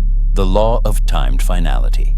Half measures create enemies. Delayed consequences invite retaliation. Machiavelli understood this. Endings must be clean, decisive, quiet. Dragging things out creates resentment. Finality creates closure. Behavioral shift. When something must end, end it. No revenge, no theatrics, just boundaries. Power implication. People test those who delay. They respect those who conclude. Now listen carefully, because this is where weak minds break, and disciplined minds stay clean. Good intentions do not protect you. Ethics without strategy collapse. Strategy without ethics becomes predation. This knowledge is not here to make you cruel. It's here to stop you from being exploited by people who already understand these rules. Awareness comes before morality, because you cannot choose ethics intelligently if you cannot see the game. Naivety is not virtue. Naivety is exposure. Be kind, but never be manageable. You've just learned the modern Machiavellian framework. Not to dominate, to remain sovereign. Pick one law, apply it for 7 days. Watch what shifts. Watch who becomes uncomfortable. Watch who stops testing you. Because when you stop leaking power, people feel it, even if they can't explain why. Machiavelli was a 16th century Florentine political thinker with powerful advice for nice people who don't get very far. His thought pivots around a central, uncomfortable observation that the wicked tend to win, and they do so because they have a huge advantage over the good. They are willing to act with the darkest ingenuity and cunning to further their cause. They are not held back by those rigid opponents of change, principles. They will be prepared to outright lie, twist facts, threaten or get violent. They will also, when the situation demands it, know how to seductively deceive, use charm and honeyed words, bedazzle and distract. And in this way, they conquer the world. It's routinely assumed that a large part of what it means to be a good person is that one acts well. One doesn't only have good ends, one is committed to good means. So, if one wants a more serious world, one needs to win people over through serious argument, not clickbait. If one wants a fairer world, one has to judiciously and gently try to persuade the agents of injustice to surrender willingly, not through intimidation. And if one wants people to be kind, one must show kindness to one's enemies, not ruthlessness. It sounds splendid, but Machiavelli couldn't overlook an incontrovertible problem. It doesn't work. As he looked back over the history of Florence and the Italian states more generally, he observed that nice princes, statesmen, and merchants always come unstuck. That's why he wrote the book for which we know him today, The Prince, a short, dazzling manual of advice for well-disposed princes on how not to finish last. And the answer, in short, was to be as nice as one wished, but never to be overly devoted to acting nicely, and indeed to know how to borrow, when need be, every single trick employed by the most cynical, dastardly, unscrupulous, and nastiest people who have ever lived. Machiavelli knew where our counterproductive obsession with acting nicely originated. The West was brought up on the Christian story of Jesus of Nazareth, the very nice man from Galilee who always treated people well and wound up as the King of Kings and the ruler of eternity. But Machiavelli pointed out one inconvenient detail to this sentimental tale of the triumph of goodness through meekness. From a practical perspective, Jesus' life was an outright disaster. This gentle soul was trampled upon and humiliated, disregarded and mocked. Judged in his lifetime and outside of any divine assistance, he was one of history's greatest losers. The clue to being effective lies in overcoming all vestiges of this story. The Prince was not, as is often thought, a guide to being a tyrant. It's a guide about what nice people should learn from tyrants. It's a book about how to be effective, not just good. It's a book haunted by examples of the impotence of the pure. The admirable prince, and today we might add CEO, political activist or thinker, should learn every lesson from the slickest, most devious operators around. They should know how to scare and intimidate, cajole and bully, entrap and beguile. The good politician needs to learn from the bad one, the earnest entrepreneur from the slick one. We are all ultimately the sum of what we achieve, not what we intend. If we care about wisdom, kindness, seriousness, and virtue, but only ever act wisely, kindly, seriously, and virtuously, we will, Machiavelli warns us, get nowhere. We need to learn lessons from an unexpected source, those we temperamentally most despise. They have the most to teach us about how to bring about the reality we yearn for, but that they are fighting against. We need weapons of similar grade steel to theirs. Ultimately, we should care more about being effective than about being nobly intentioned. It's not enough to dream well. The true measure is what we achieve. The purpose is to change the world for the better, not reside in the quiet comforts of good intentions and a warm heart. All this Machiavelli knew. He disturbs us for good reason, because he probes us where we are at our most self-serving. We tell ourselves we didn't get there because we're a little too pure, good and kind. Machiavelli bracingly informs us we are stuck because we have been too short-sighted to learn from those who really know, our enemies. Someone crossed a line with you today. You felt it immediately, even if you didn't say anything. It showed up as a flash of heat in your chest, or a cold drop in your stomach, that unmistakable signal that something wasn't right. Maybe it happened in a meeting, when someone talked over you and dismissed your idea before you had finished explaining it.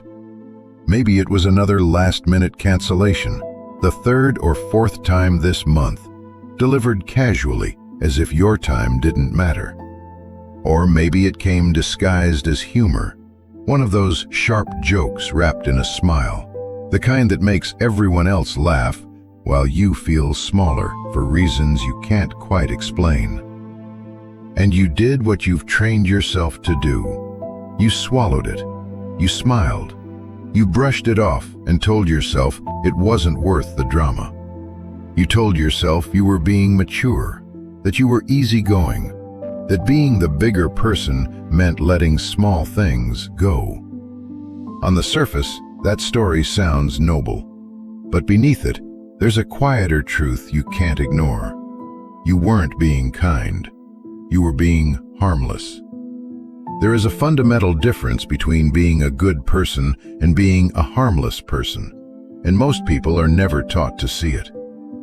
A good person is capable of strength. They are capable of confrontation, resistance, and protection, but they choose when and how to use that capacity. A harmless person, by contrast, lacks that capacity and then reframes the absence of strength as virtue. What looks like kindness is often just an inability to enforce boundaries. Over time, that distinction becomes visible to everyone around you, even if no one ever names it directly. Every interaction you have carries a quiet, unspoken question. It isn't said aloud, and most of the time, it isn't even consciously formed, but it is always present, humming beneath the surface of social behavior. How far can I go with you? Your reaction or your silence answers that question. When you let things slide, you are not keeping the peace. You are granting permission. You are training the people around you to treat you as if there is no cost to pushing past your limits. To understand why people disrespect you, you have to understand the hardware you are running on. We like to believe we are modern, rational, civilized creatures living in a world governed by laws, etiquette, and enlightened values. But socially, we are still operating on ancient survival software. For most of human history, people lived in small groups where hierarchy was not a social preference, but a matter of survival. Rank determined who ate first, who received protection, and who was expendable when resources ran thin. Those realities shaped the human brain. As a result, the human mind evolved into a hypersensitive, rank-detecting system. The moment you enter a room, people begin scanning you automatically. Not maliciously and not consciously. They aren't evaluating your resume or your intentions. They are reading your signals. How you move, how you speak, how you respond when pressure is applied. These signals help their brain answer a simple question. Do I respect this person, or can I test them? This leads to the first principle you must accept, even if it feels uncomfortable. Society runs on rank, not intentions. Your intentions are private. No one can see how thoughtful, fair, or considerate you are on the inside. What they can see is what you tolerate. Behavior is public. Tolerance is observable. And people draw conclusions from what they observe, not from what you feel. This dynamic becomes easier to understand when you look at the natural world. A predator does not attack prey out of hatred or cruelty. It attacks because the prey signals vulnerability. Human disrespect follows the same logic. Most disrespect is not personal in the way you think it is. It is not driven by deep animosity or conscious malice. It is a test. People push your boundaries to locate the walls of your personality. If they push and encounter resistance, they adjust. If they push and feel nothing, their brain quietly categorizes you as low rank. Once that categorization happens, something subtle but important changes. Empathy decreases. This is the part people don't like to talk about, but it is real. Humans are biologically wired to care less about the feelings of those they perceive as beneath them. This is why being nicer never stops disrespect. You are trying to use a high-rank behavior, mercy, from a low-rank position, submission. To the other person, it does not look like kindness. It looks like confirmation. You can see this play out clearly in group settings. In any workplace, friend group, or family system, there is usually one person who gets interrupted constantly and another who is rarely challenged. The difference is not intelligence or charisma. It is consequence.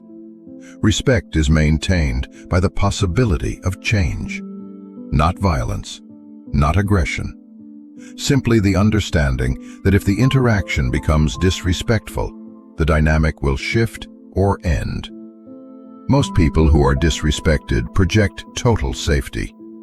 Their behavior communicates that no matter what happens, they will stay, they will smile, and they will keep trying to be liked. This makes them safe to disrespect. Over time, this safety becomes an invitation. Look honestly at your habits. Do you laugh at the end of your sentences to soften your opinions?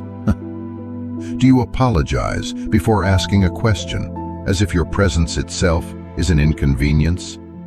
Do you nod eagerly while someone talks over you, trying to signal cooperation instead of asserting your place? These behaviors feel polite, but they function as submissive signals. They tell others that you will not challenge them, and that there will be no consequences for ignoring you. You might believe you are being relaxed or agreeable. In reality, you are making yourself the path of least resistance. And humans, like water, follow the path of least resistance every time.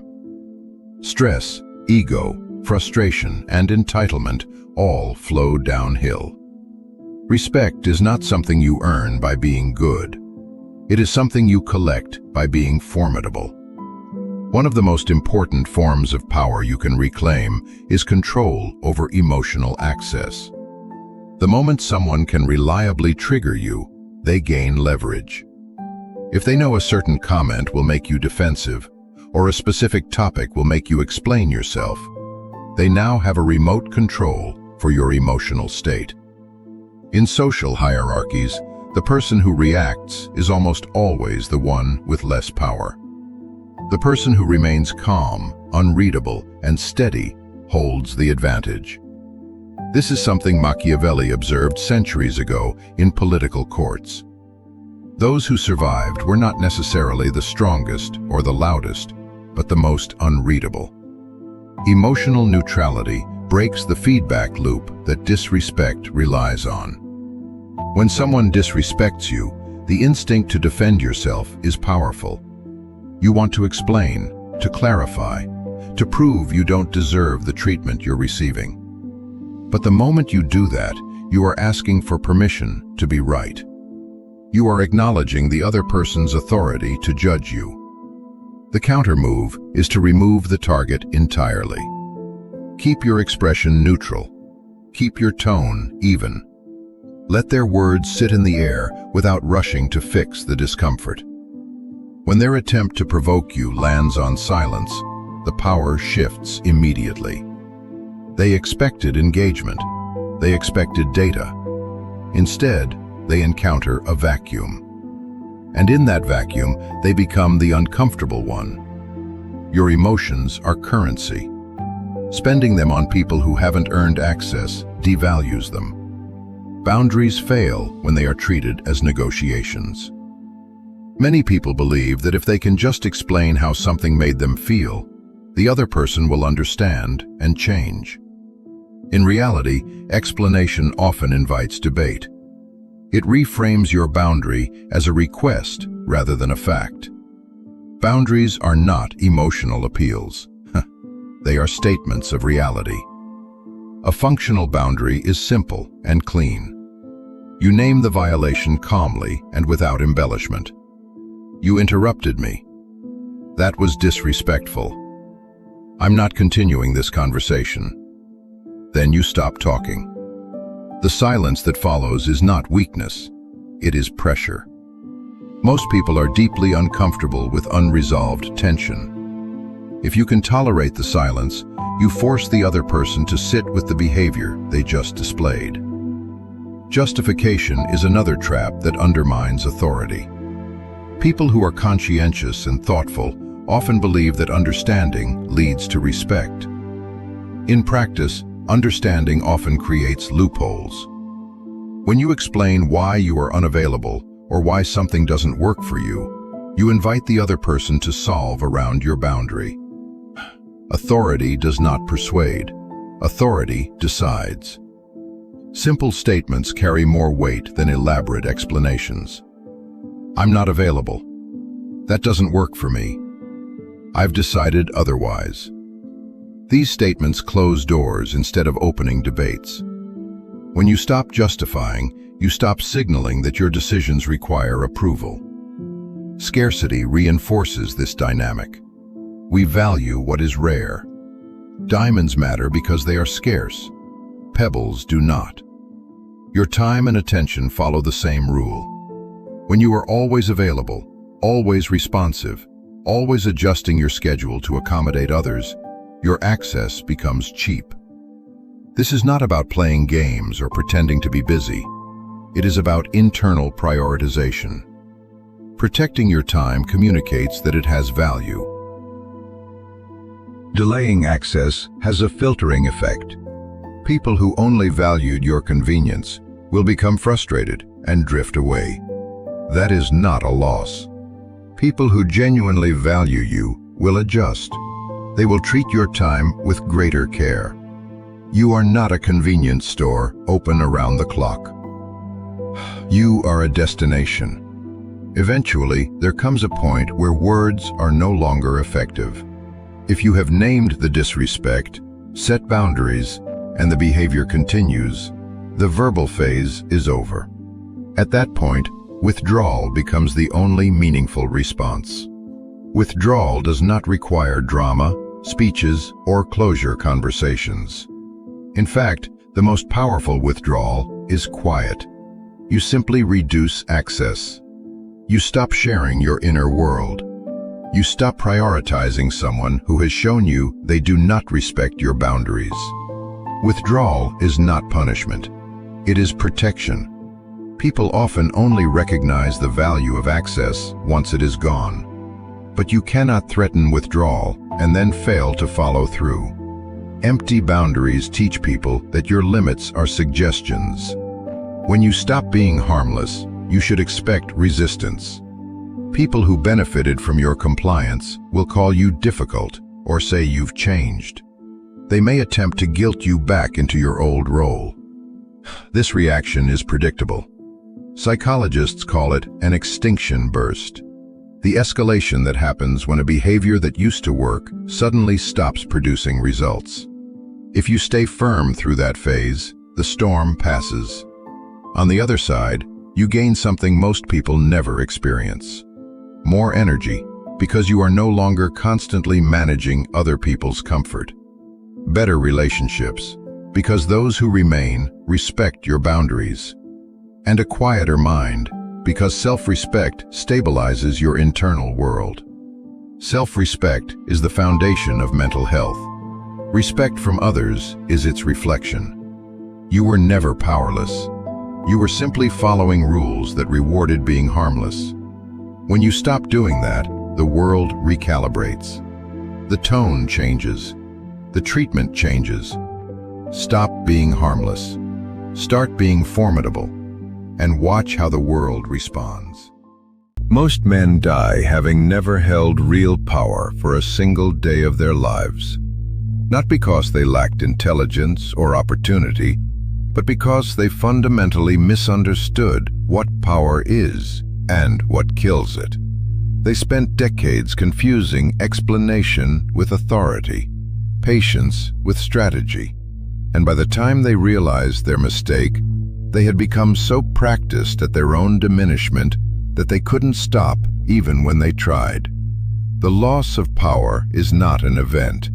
It's a surrender disguised as civility, and it happens in the space between words, in that fraction of a second where you decide whether to hold your ground or explain it.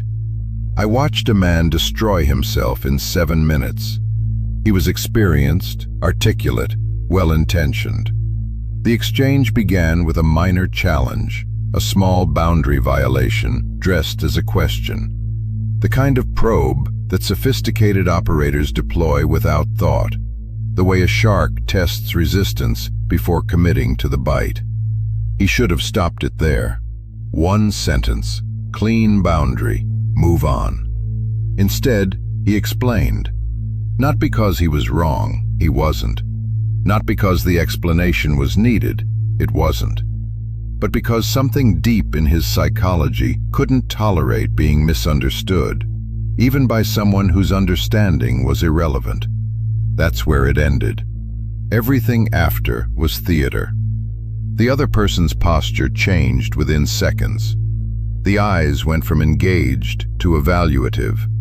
The questions went from curious to surgical. The tone maintained politeness while the intent became predatory. Because a conclusion had been reached, not about the topic, about him.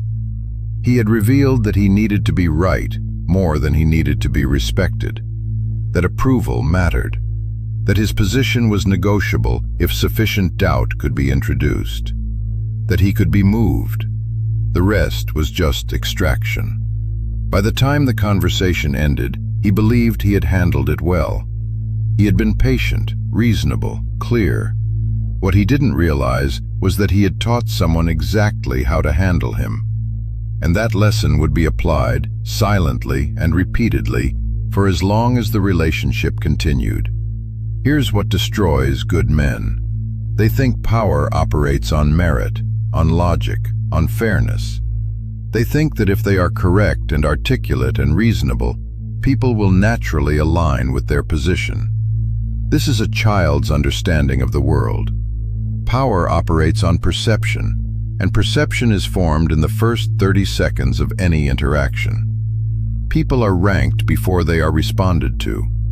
Hierarchy is established before dialogue begins.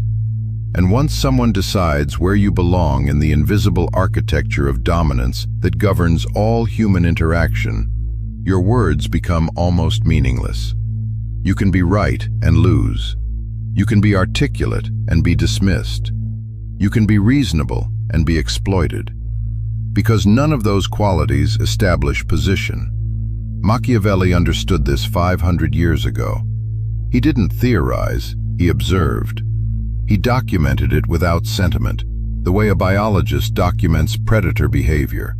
Because he recognized that most political theory was wishful thinking projected onto a predatory reality. People lie about what moves them.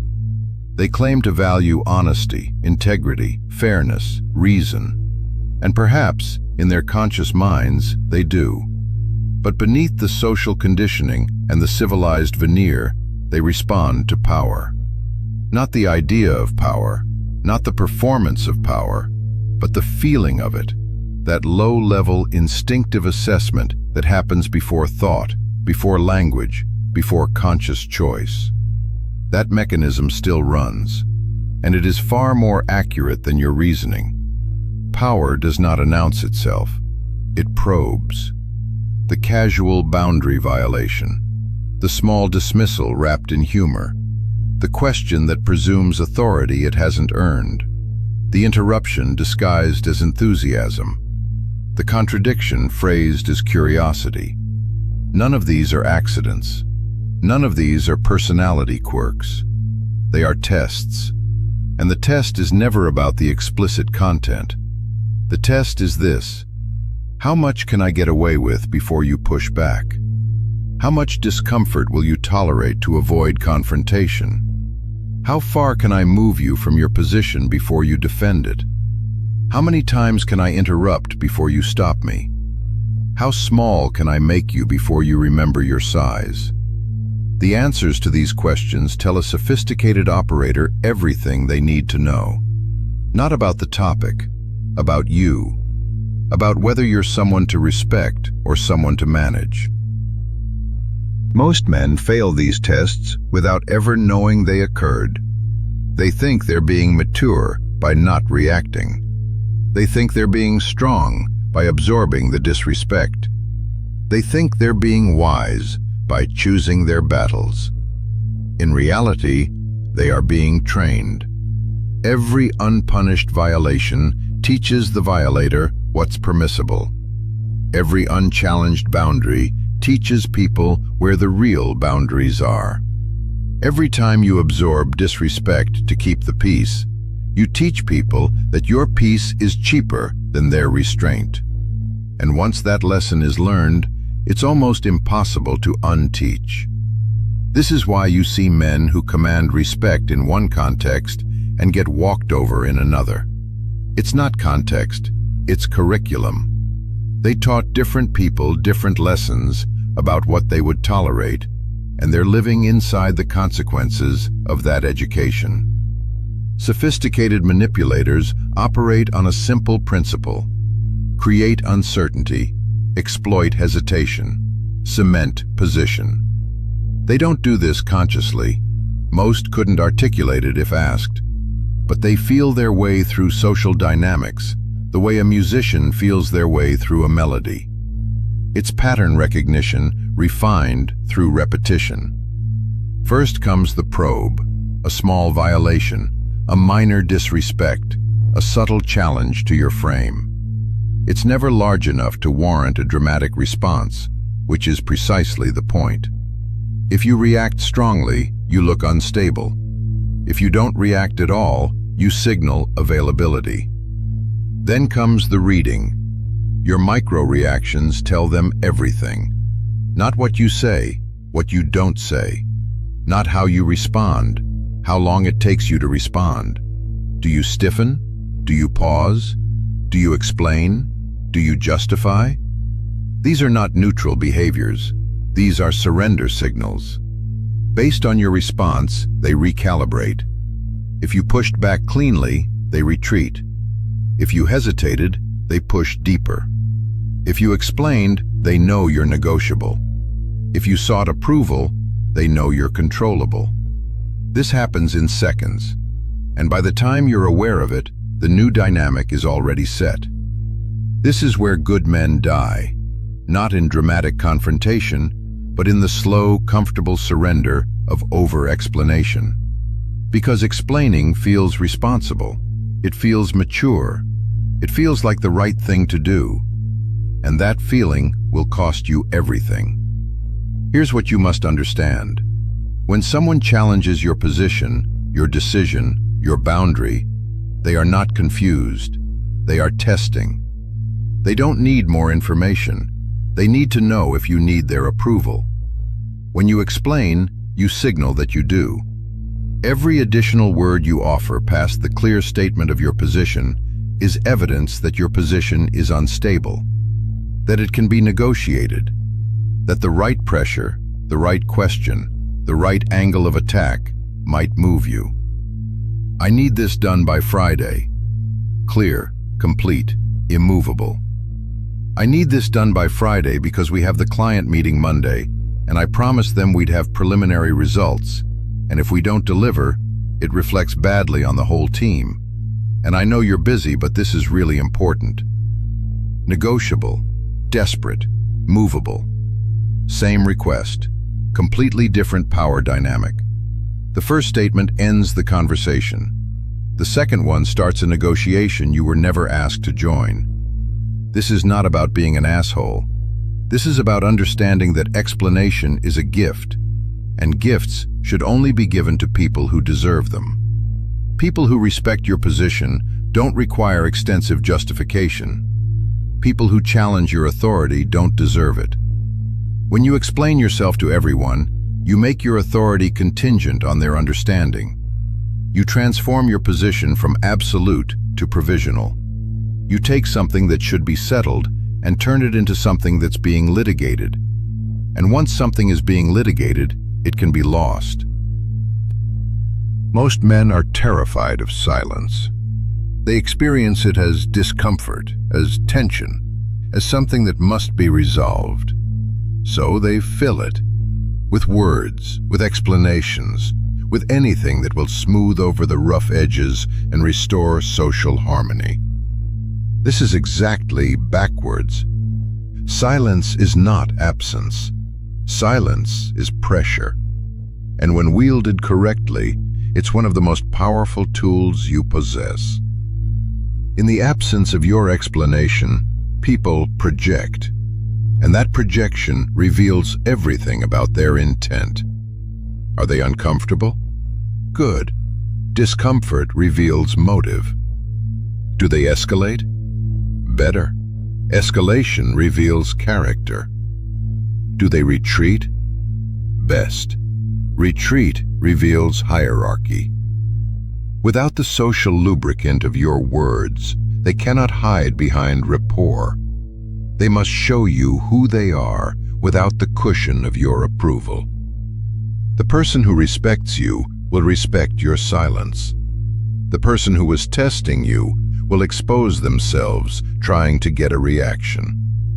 The person who is manipulating you will become frustrated when they can't get feedback. This is diagnostic. Here's something most people don't understand about manipulators. They need you more than you need them. Not personally, not emotionally, but functionally.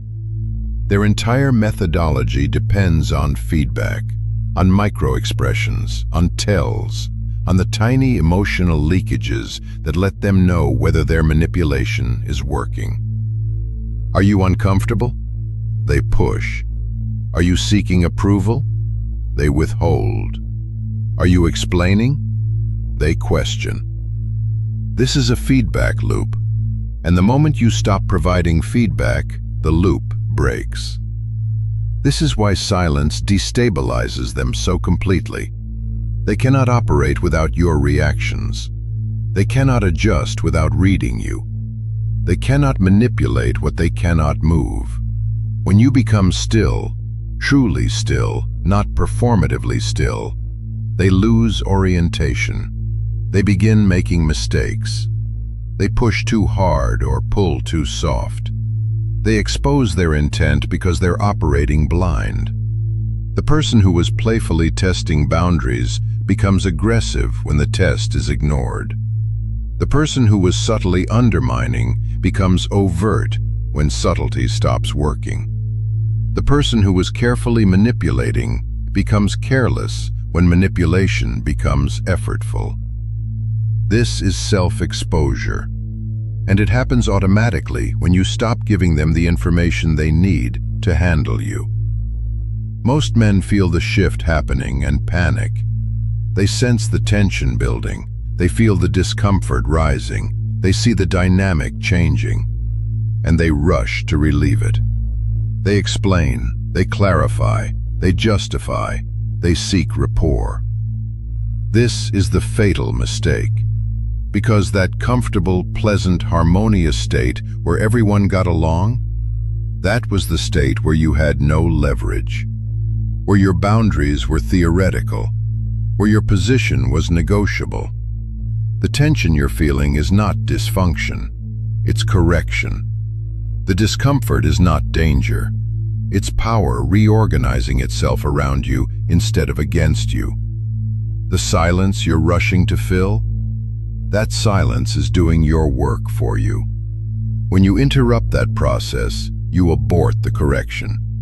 You return to the comfortable powerlessness you were trying to escape. You teach people that if they just make you uncomfortable enough, you'll go back to being manageable.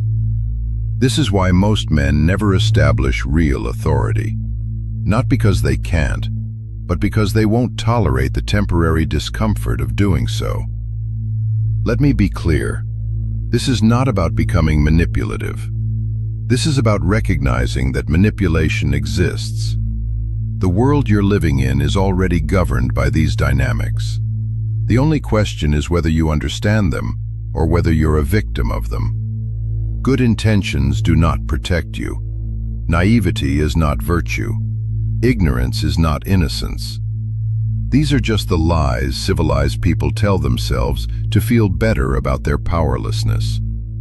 You are already in a game. You didn't choose to play, but you're playing anyway. And refusing to learn the rules because they seem cynical doesn't exempt you from the consequences of breaking them. It just means you'll lose by default. Every conversation contains a power dynamic. Every interaction involves positioning. Every relationship includes hierarchy. These are not choices. These are conditions.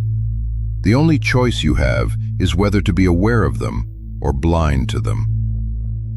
Once you see this, truly see it, conversations change. You recognize tests as tests. You recognize manipulation as manipulation. You recognize positioning as positioning, and you respond accordingly. You stop explaining yourself to people who aren't confused. If someone truly doesn't understand, They ask clarifying questions and listen to the answers. If someone keeps asking the same question in different forms, they're not confused. They're probing. And probing deserves silence, not explanation. You stop clarifying to people who are testing. Clarification is for good faith misunderstanding. Testing is bad faith power play. When you treat a test as a genuine question, you fail the test. When you recognize it for what it is and dismiss it without engagement, you pass automatically. You stop justifying decisions that don't require permission. The moment you justify a decision you had the authority to make unilaterally, you transform that authority from absolute to conditional. You teach people that your decisions can be challenged, questioned, and potentially reversed through argument. You stop volunteering information that repositions you.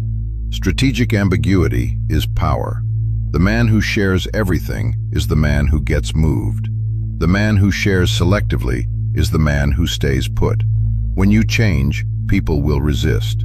The person who is moving you will test harder. The person who is manipulating you will become more overt. The person who was dismissing you will escalate their disrespect. All of this is temporary. They're checking whether the change is real or performative, whether you'll hold the new boundary or collapse back into the old pattern when sufficient pressure is applied. This is the critical moment. Most men fold here. They misinterpret the pushback as evidence that they were wrong, that they were being too harsh, that they were damaging the relationship. So they apologize, explain, and return to the previous dynamic. This is exactly what the pusher wants. The pushback is not feedback that you should stop. The pushback is feedback that you're working. Hold through it. Don't argue. Don't explain. Don't justify the change. Just be the change and let them adjust to it. And they will adjust. Because people don't actually want fairness or equality in relationships. What they want is clarity about where they stand. And once you provide that clarity through your behavior, not your words, they will organize themselves around it. Eventually, something shifts. Conversations slow down. Words become more deliberate. Tests become rarer. And when tests do happen, they're softer, more cautious, less confident. The person who used to interrupt you waits for you to finish. The person who used to dismiss your input asks for it. The person who used to challenge your decisions implements them without question. This is not because you became aggressive or intimidating. It's because you became difficult to place. And what cannot be placed cannot be easily controlled. People will tell you that you've changed. What they mean is they can't move you anymore. They'll say you're different. What they mean is the old manipulations don't work. They'll claim you're distant. What they mean is you're no longer volunteering vulnerability for them to exploit. These are not criticisms. These are confirmations. Power is not given. Power is taken. Not through force or dominance or cruelty, but through refusal. Refusal to explain yourself to people who don't deserve it. Refusal to justify decisions you had authority to make. Refusal to seek approval from people who should be seeking yours. Refusal to tolerate disrespect for the sake of social harmony. Refusal to be moved by people who have no standing to move you. This refusal creates a field around you, not of aggression or hostility, but of containment. And that containment changes everything. Because in a world governed by quiet hierarchies, by invisible power structures, by unspoken rules that most people spend their entire lives unconsciously obeying, the man who understands the game and refuses to be moved by it becomes something rare. Not powerful in the dramatic sense, powerful in the only sense that matters, difficult to reposition, expensive to manipulate, costly to dismiss. And when you become costly, people stop trying. That hesitation you now see in them, that pause before they speak, that careful tone they suddenly adopt, that respect they now offer without being asked, that is not tension. That is not fear. That is leverage in its proper place. You did not become colder. You became harder to move. And in a world that runs on positioning, on leverage, on the invisible mathematics of dominance and submission. That difference is everything. You've been lied to your entire life. From the moment you were old enough to understand language, they fed you a fairy tale. They told you that if you were nice, people would respect you. They told you that if you were open and honest, people would trust you. They told you that if you just explained your heart clearly enough, the world would understand you. Look at your life. Where has that gotten you? It got you walked over. It got you ignored in the rooms where decisions are made. It got you taken for granted by the very people you've been nothing but good to. You've played the role of the reasonable person, the good friend, the patient partner, and in return, you've been treated like a doormat.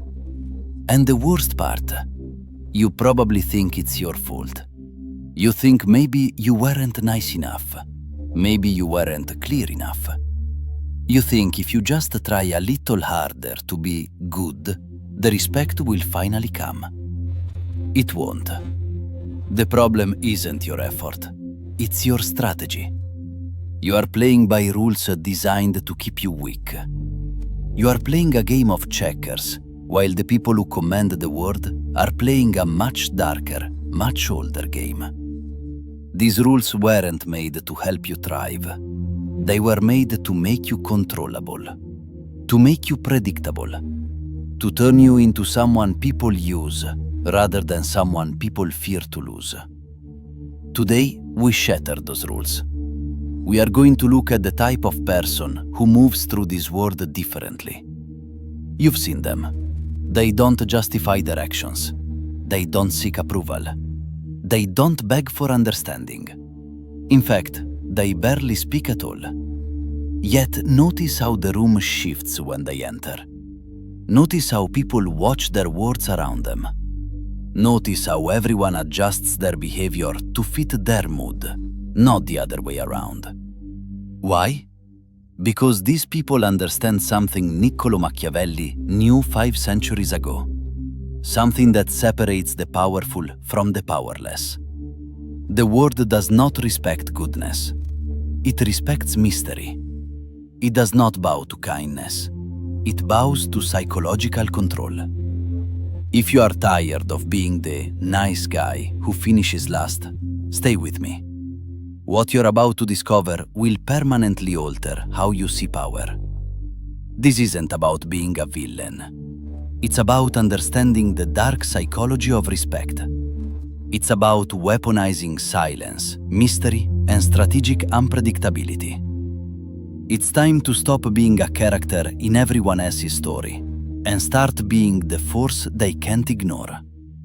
Let's be brutally honest. When someone disrespects you, when they talk over you, ignore your boundaries, or treat you like an afterthought, what is your first instinct? You explain yourself. You tell them how you feel. You explain why what they did bothered you. You try to make them see your perspective, hoping that if they just understood your pain, they would stop. You open up your internal world, showing them your emotions, your vulnerabilities, and your heart. And what happens? They do it again. Maybe they apologize. Maybe they nod and act like they care. But a week later, it's the same pattern. Same behavior, same disrespect. Here is the truth you're not going to like. Every time you explain yourself emotionally to someone who has disrespected you, you are handing them a weapon. You are giving them a map of your vulnerabilities.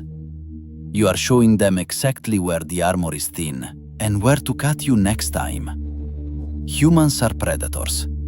We don't like to admit it because we live in a civilized society, but deep in our DNA, we exploit weakness instinctively.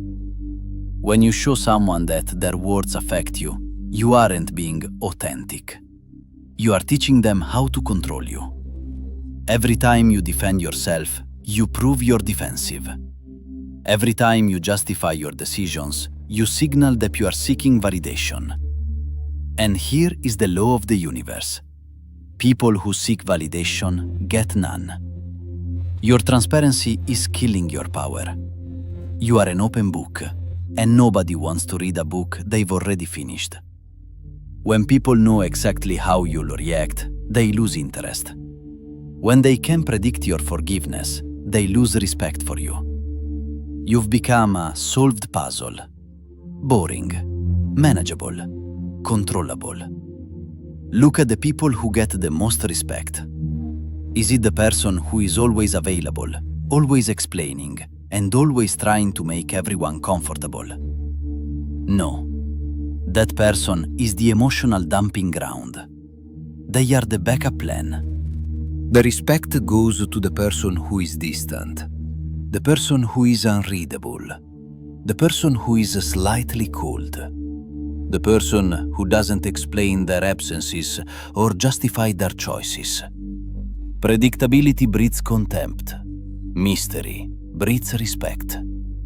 When people can't predict whether you'll forgive them or erase them from your life, they start moving carefully. When your emotions are hidden behind calm eyes and measured words, they start watching their step. They don't do this because they like you more. They do it because they fear the unknown. They fear a consequence they can't anticipate. And in this world, that fear is the only true foundation for respect. Silence is not passive. Silence is not you letting them win. In fact, silence is the most aggressive form of psychological warfare in existence. Most people are terrified of silence. They feel the need to fill the air with noise, explanations, and nervous laughter. They use words to shield themselves. But you are going to use silence to strip them bare. When someone attacks you or tries to provoke you, and you respond with absolute dead-air silence, they panic. They were prepared for your anger. They were ready for your defense. They had a response lined up for whatever excuse you were going to make. But when you give them nothing, their entire strategy collapses. Silence creates a void. And the human brain is wired to fill a void with its own greatest fears. If you say nothing, they start wondering, why aren't they reacting? Are they angrier than I thought? Are they done with me? What are they planning? The longer you stay silent, the more they begin to project their own guilt and insecurity onto you. They start seeing threats that aren't even there. You haven't done anything, but in their head, you've become a looming, dangerous presence. Think about your past interactions. You over-explained because you were uncomfortable with the tension. You wanted to fix the moment. But when you fix the tension, you let them off the hook. Imagine a different scenario. Someone says something disrespectful. Instead of getting angry or explaining why they're wrong, you just look at them. Calm, still, silent. You observe them like an insect under a microscope. 5 seconds pass. 10 seconds. 15. They will start fidgeting. They will start talking more to fill the void. Their voice will lose its confidence.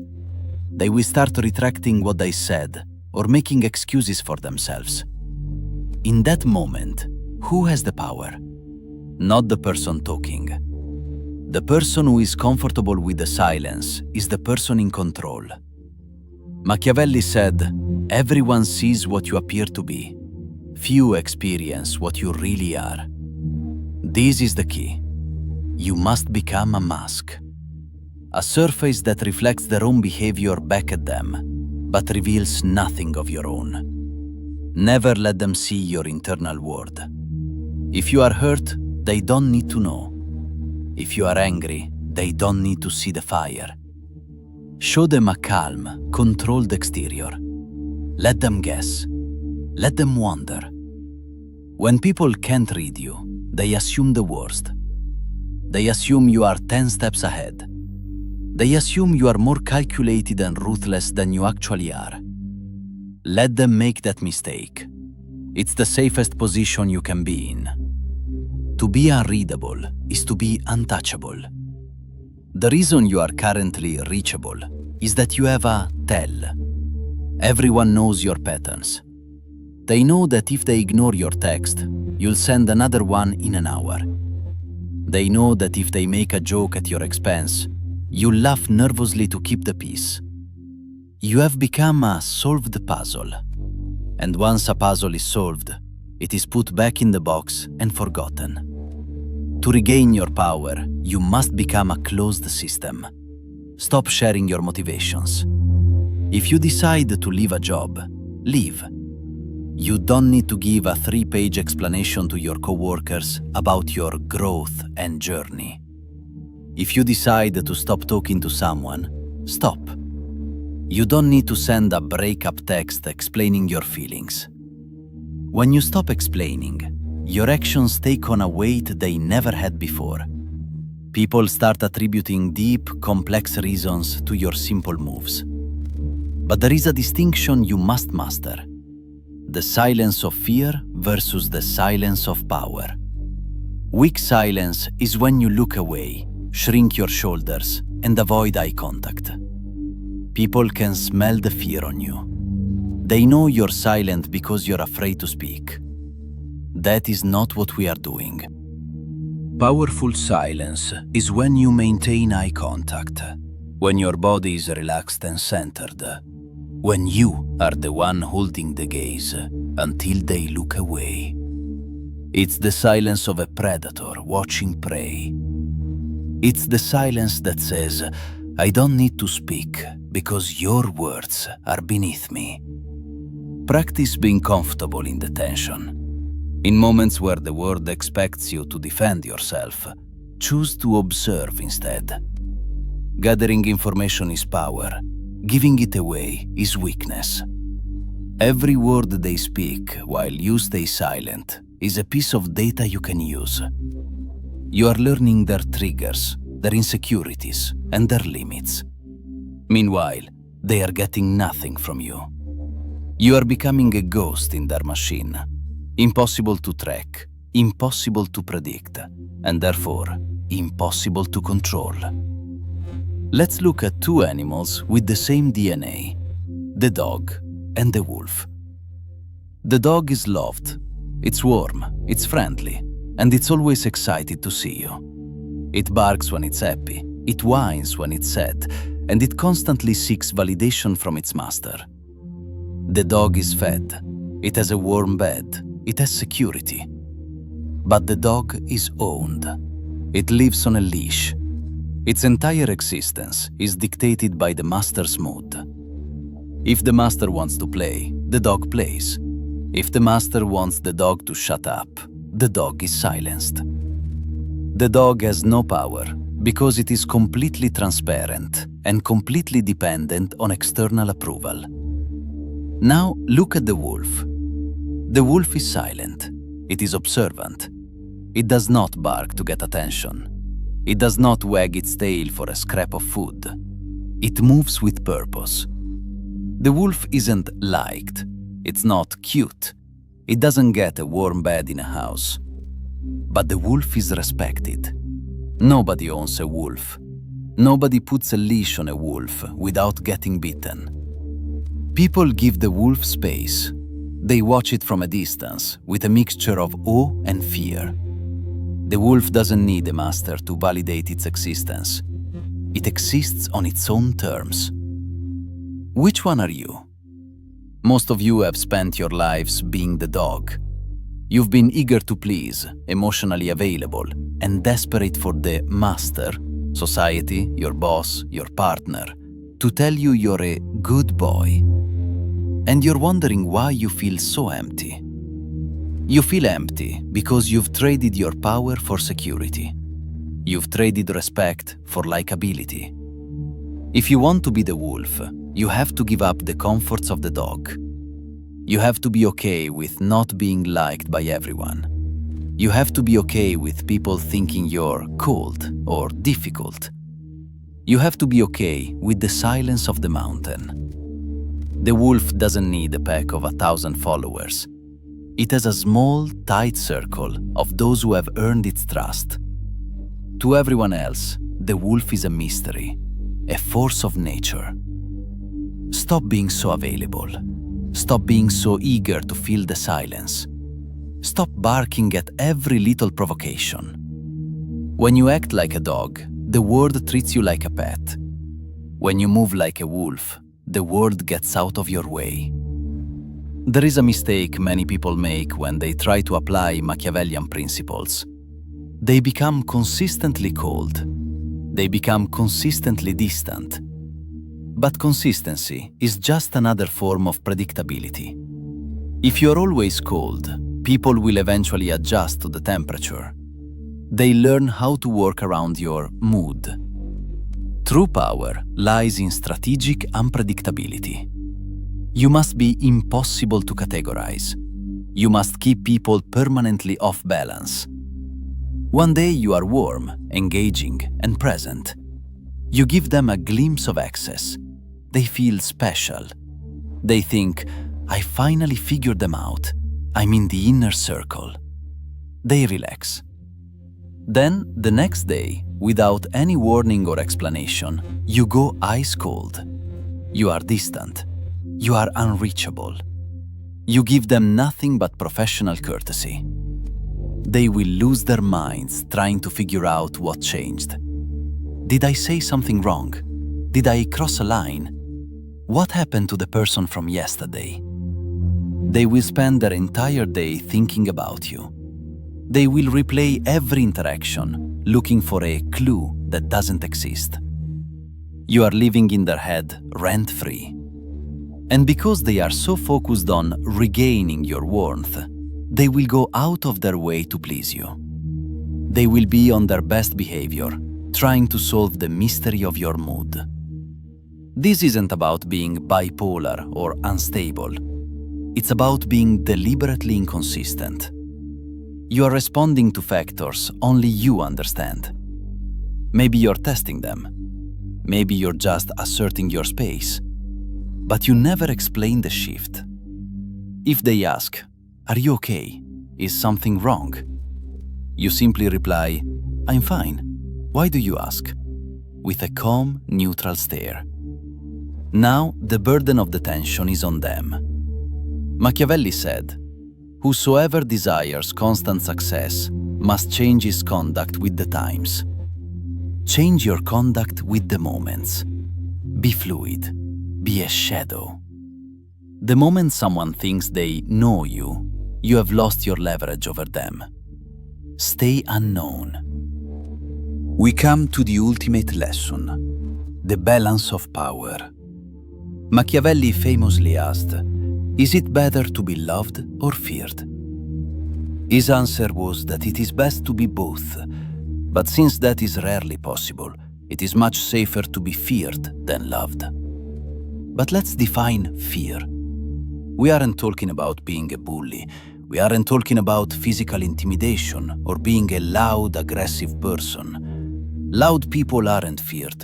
They are mocked behind their backs. True fear is the fear of consequences. Respect without fear creates entitlement. If people know you are a good person who will always forgive them, they will eventually stop valuing your kindness. They see it as a resource they can tap into whenever they want. Fear without respect creates resentment. If you are just a jerk, people will comply while you're looking, but they'll stab you in the back the moment you turn around. The sweet spot of power is when people genuinely respect your value, but are genuinely afraid of losing access to you. How do you create this? You create it through boundaries with teeth. Most people set boundaries and then do nothing when those boundaries are crossed. They talk about their boundaries. They explain their boundaries. A wolf doesn't explain its boundaries. It just bites. If someone disrespects you, you don't lecture them. You don't give a second chance. You remove your presence. You withdraw your value. You become a ghost. The fear they feel is the fear of the void. They realize that you are someone who is actually willing to walk away.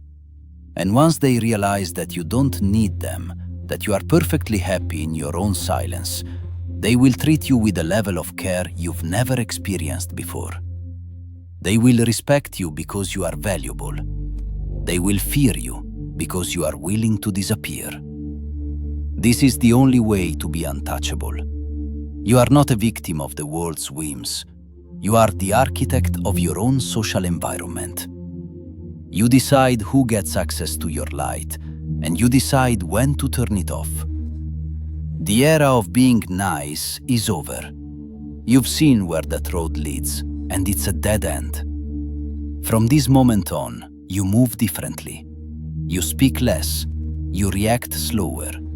You reveal nothing that hasn't been earned. You don't chase understanding because you realize that being understood is just a lower form of being managed.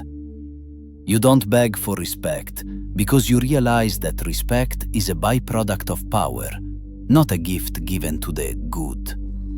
You are going to let your silence do the work. You are going to let your absence teach the lessons that your words never could. You are going to become the person who shifts the energy of a room just by entering it. Not because you're loud, but because you are a closed system. People will call you cold. They will call you different. They will say you've changed. Good. That means they can no longer find the leash. That means the solved puzzle has been replaced by a mystery they can't crack. Remember, the loud are noticed, but the silent are remembered. The predictable are controlled, but the unreadable are respected. Machiavelli didn't rule through force. He ruled through perception. And now, so will you. Say nothing, reveal nothing, command fear, command respect, and never, ever explain why. The illusion of harmlessness. You still think caring about sports is harmless entertainment? Just a game, just fun, just something people use to blow off steam.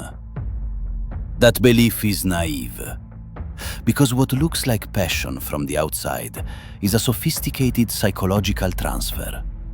A quiet transaction where attention, identity, emotional regulation, and aggression are handed over without resistance. A massive coordinated outsourcing of the self that most people never notice because it feels voluntary. While millions of people scream at televisions, paint their faces in ritual colors, and let their cortisol spike or collapse based on the movement of a ball, there is a smaller group doing something else entirely. They are not watching the scoreboard. They are watching the people. And what they see is not entertainment. It is behavioral conditioning at scale. It is a repetition. It is ritual. It is emotional synchronization. It is one of the most efficient systems ever created for capturing attention, diffusing frustration, and shaping identity without direct force. Not caring about sports does not make you empty. It does not make you boring. It does not mean you lack passion. It means your brain has a functional firewall. It means you refused to rent out your nervous system to a corporation that does not know your name, does not care about your life, and would replace you instantly if you disappeared. Indifference in this context is not apathy. It is a refusal. The biology of the hive. For nearly all of human history, belonging meant survival. If the tribe accepted you, you ate. If the tribe protected you, you lived. If the tribe expelled you, you died. That pressure carved itself into the nervous system long before language, law, or morality. It produced a simple internal command structure. Seek the group, mirror the group, defend the group. Modern society removed the predators, but it did not remove the architecture. The ancient brain is still scanning for affiliation, still seeking something larger than the self to fuse with. Sports franchises understood this instinctively. They are not selling athletic excellence. They are not selling competition. They are selling identity fusion. The logo becomes a flag. The stadium becomes a gathering ground. The rival becomes an enemy. When a fan says, "We won," their brain is not using metaphor. The boundary between self and symbol has dissolved. Their nervous system experiences the outcome as personal. The same bonding chemistry that ties a parent to a child floods the system. Loyalty forms without consent. Aggression finds a socially approved target. Hatred becomes righteous. Belonging feels earned. The non-fan does not experience this surge. Their nervous system refuses the tribal hijack. They do not default to us versus them. They do not inherit enemies they have never met. They do not confuse group membership with meaning. Their sense of self remains intact. In a world built on managed division, the person who cannot be recruited into a tribe is dangerous. Intermittent reinforcement. Why does the obsession feel physical? Why does the score demand attention? Why does a loss poison an entire day? It is not love. It is not loyalty. It is not a tradition. It is intermittent reinforcement. The most addictive reward schedule the human brain has ever evolved to respond to. The same mechanism that powers slot machines, toxic relationships, compulsive scrolling, and systems designed to keep attention locked through uncertainty. The uncertainty is the drug. The possibility of victory keeps dopamine circulating. The possibility of loss keeps attention tense and vigilant. If the outcome were guaranteed, interest would evaporate. Stability kills engagement. Instability sustains it. Fans are not watching a game. They are pulling a lever. For hours at a time, they gamble their emotional stability on outcomes they do not control. Their mood at dinner, their patience with their children, their tone with their partner, their energy at work the next day. All outsourced to an external signal they have no influence over. The non-fan does not gamble with their nervous system. Their dopamine is tied to effort, progress, and agency. They are rewarded by movement, not observation. They do not wait for permission to consent to feel fulfilled. Their emotional state is not leased to randomness. This is not superiority. It is sovereignty.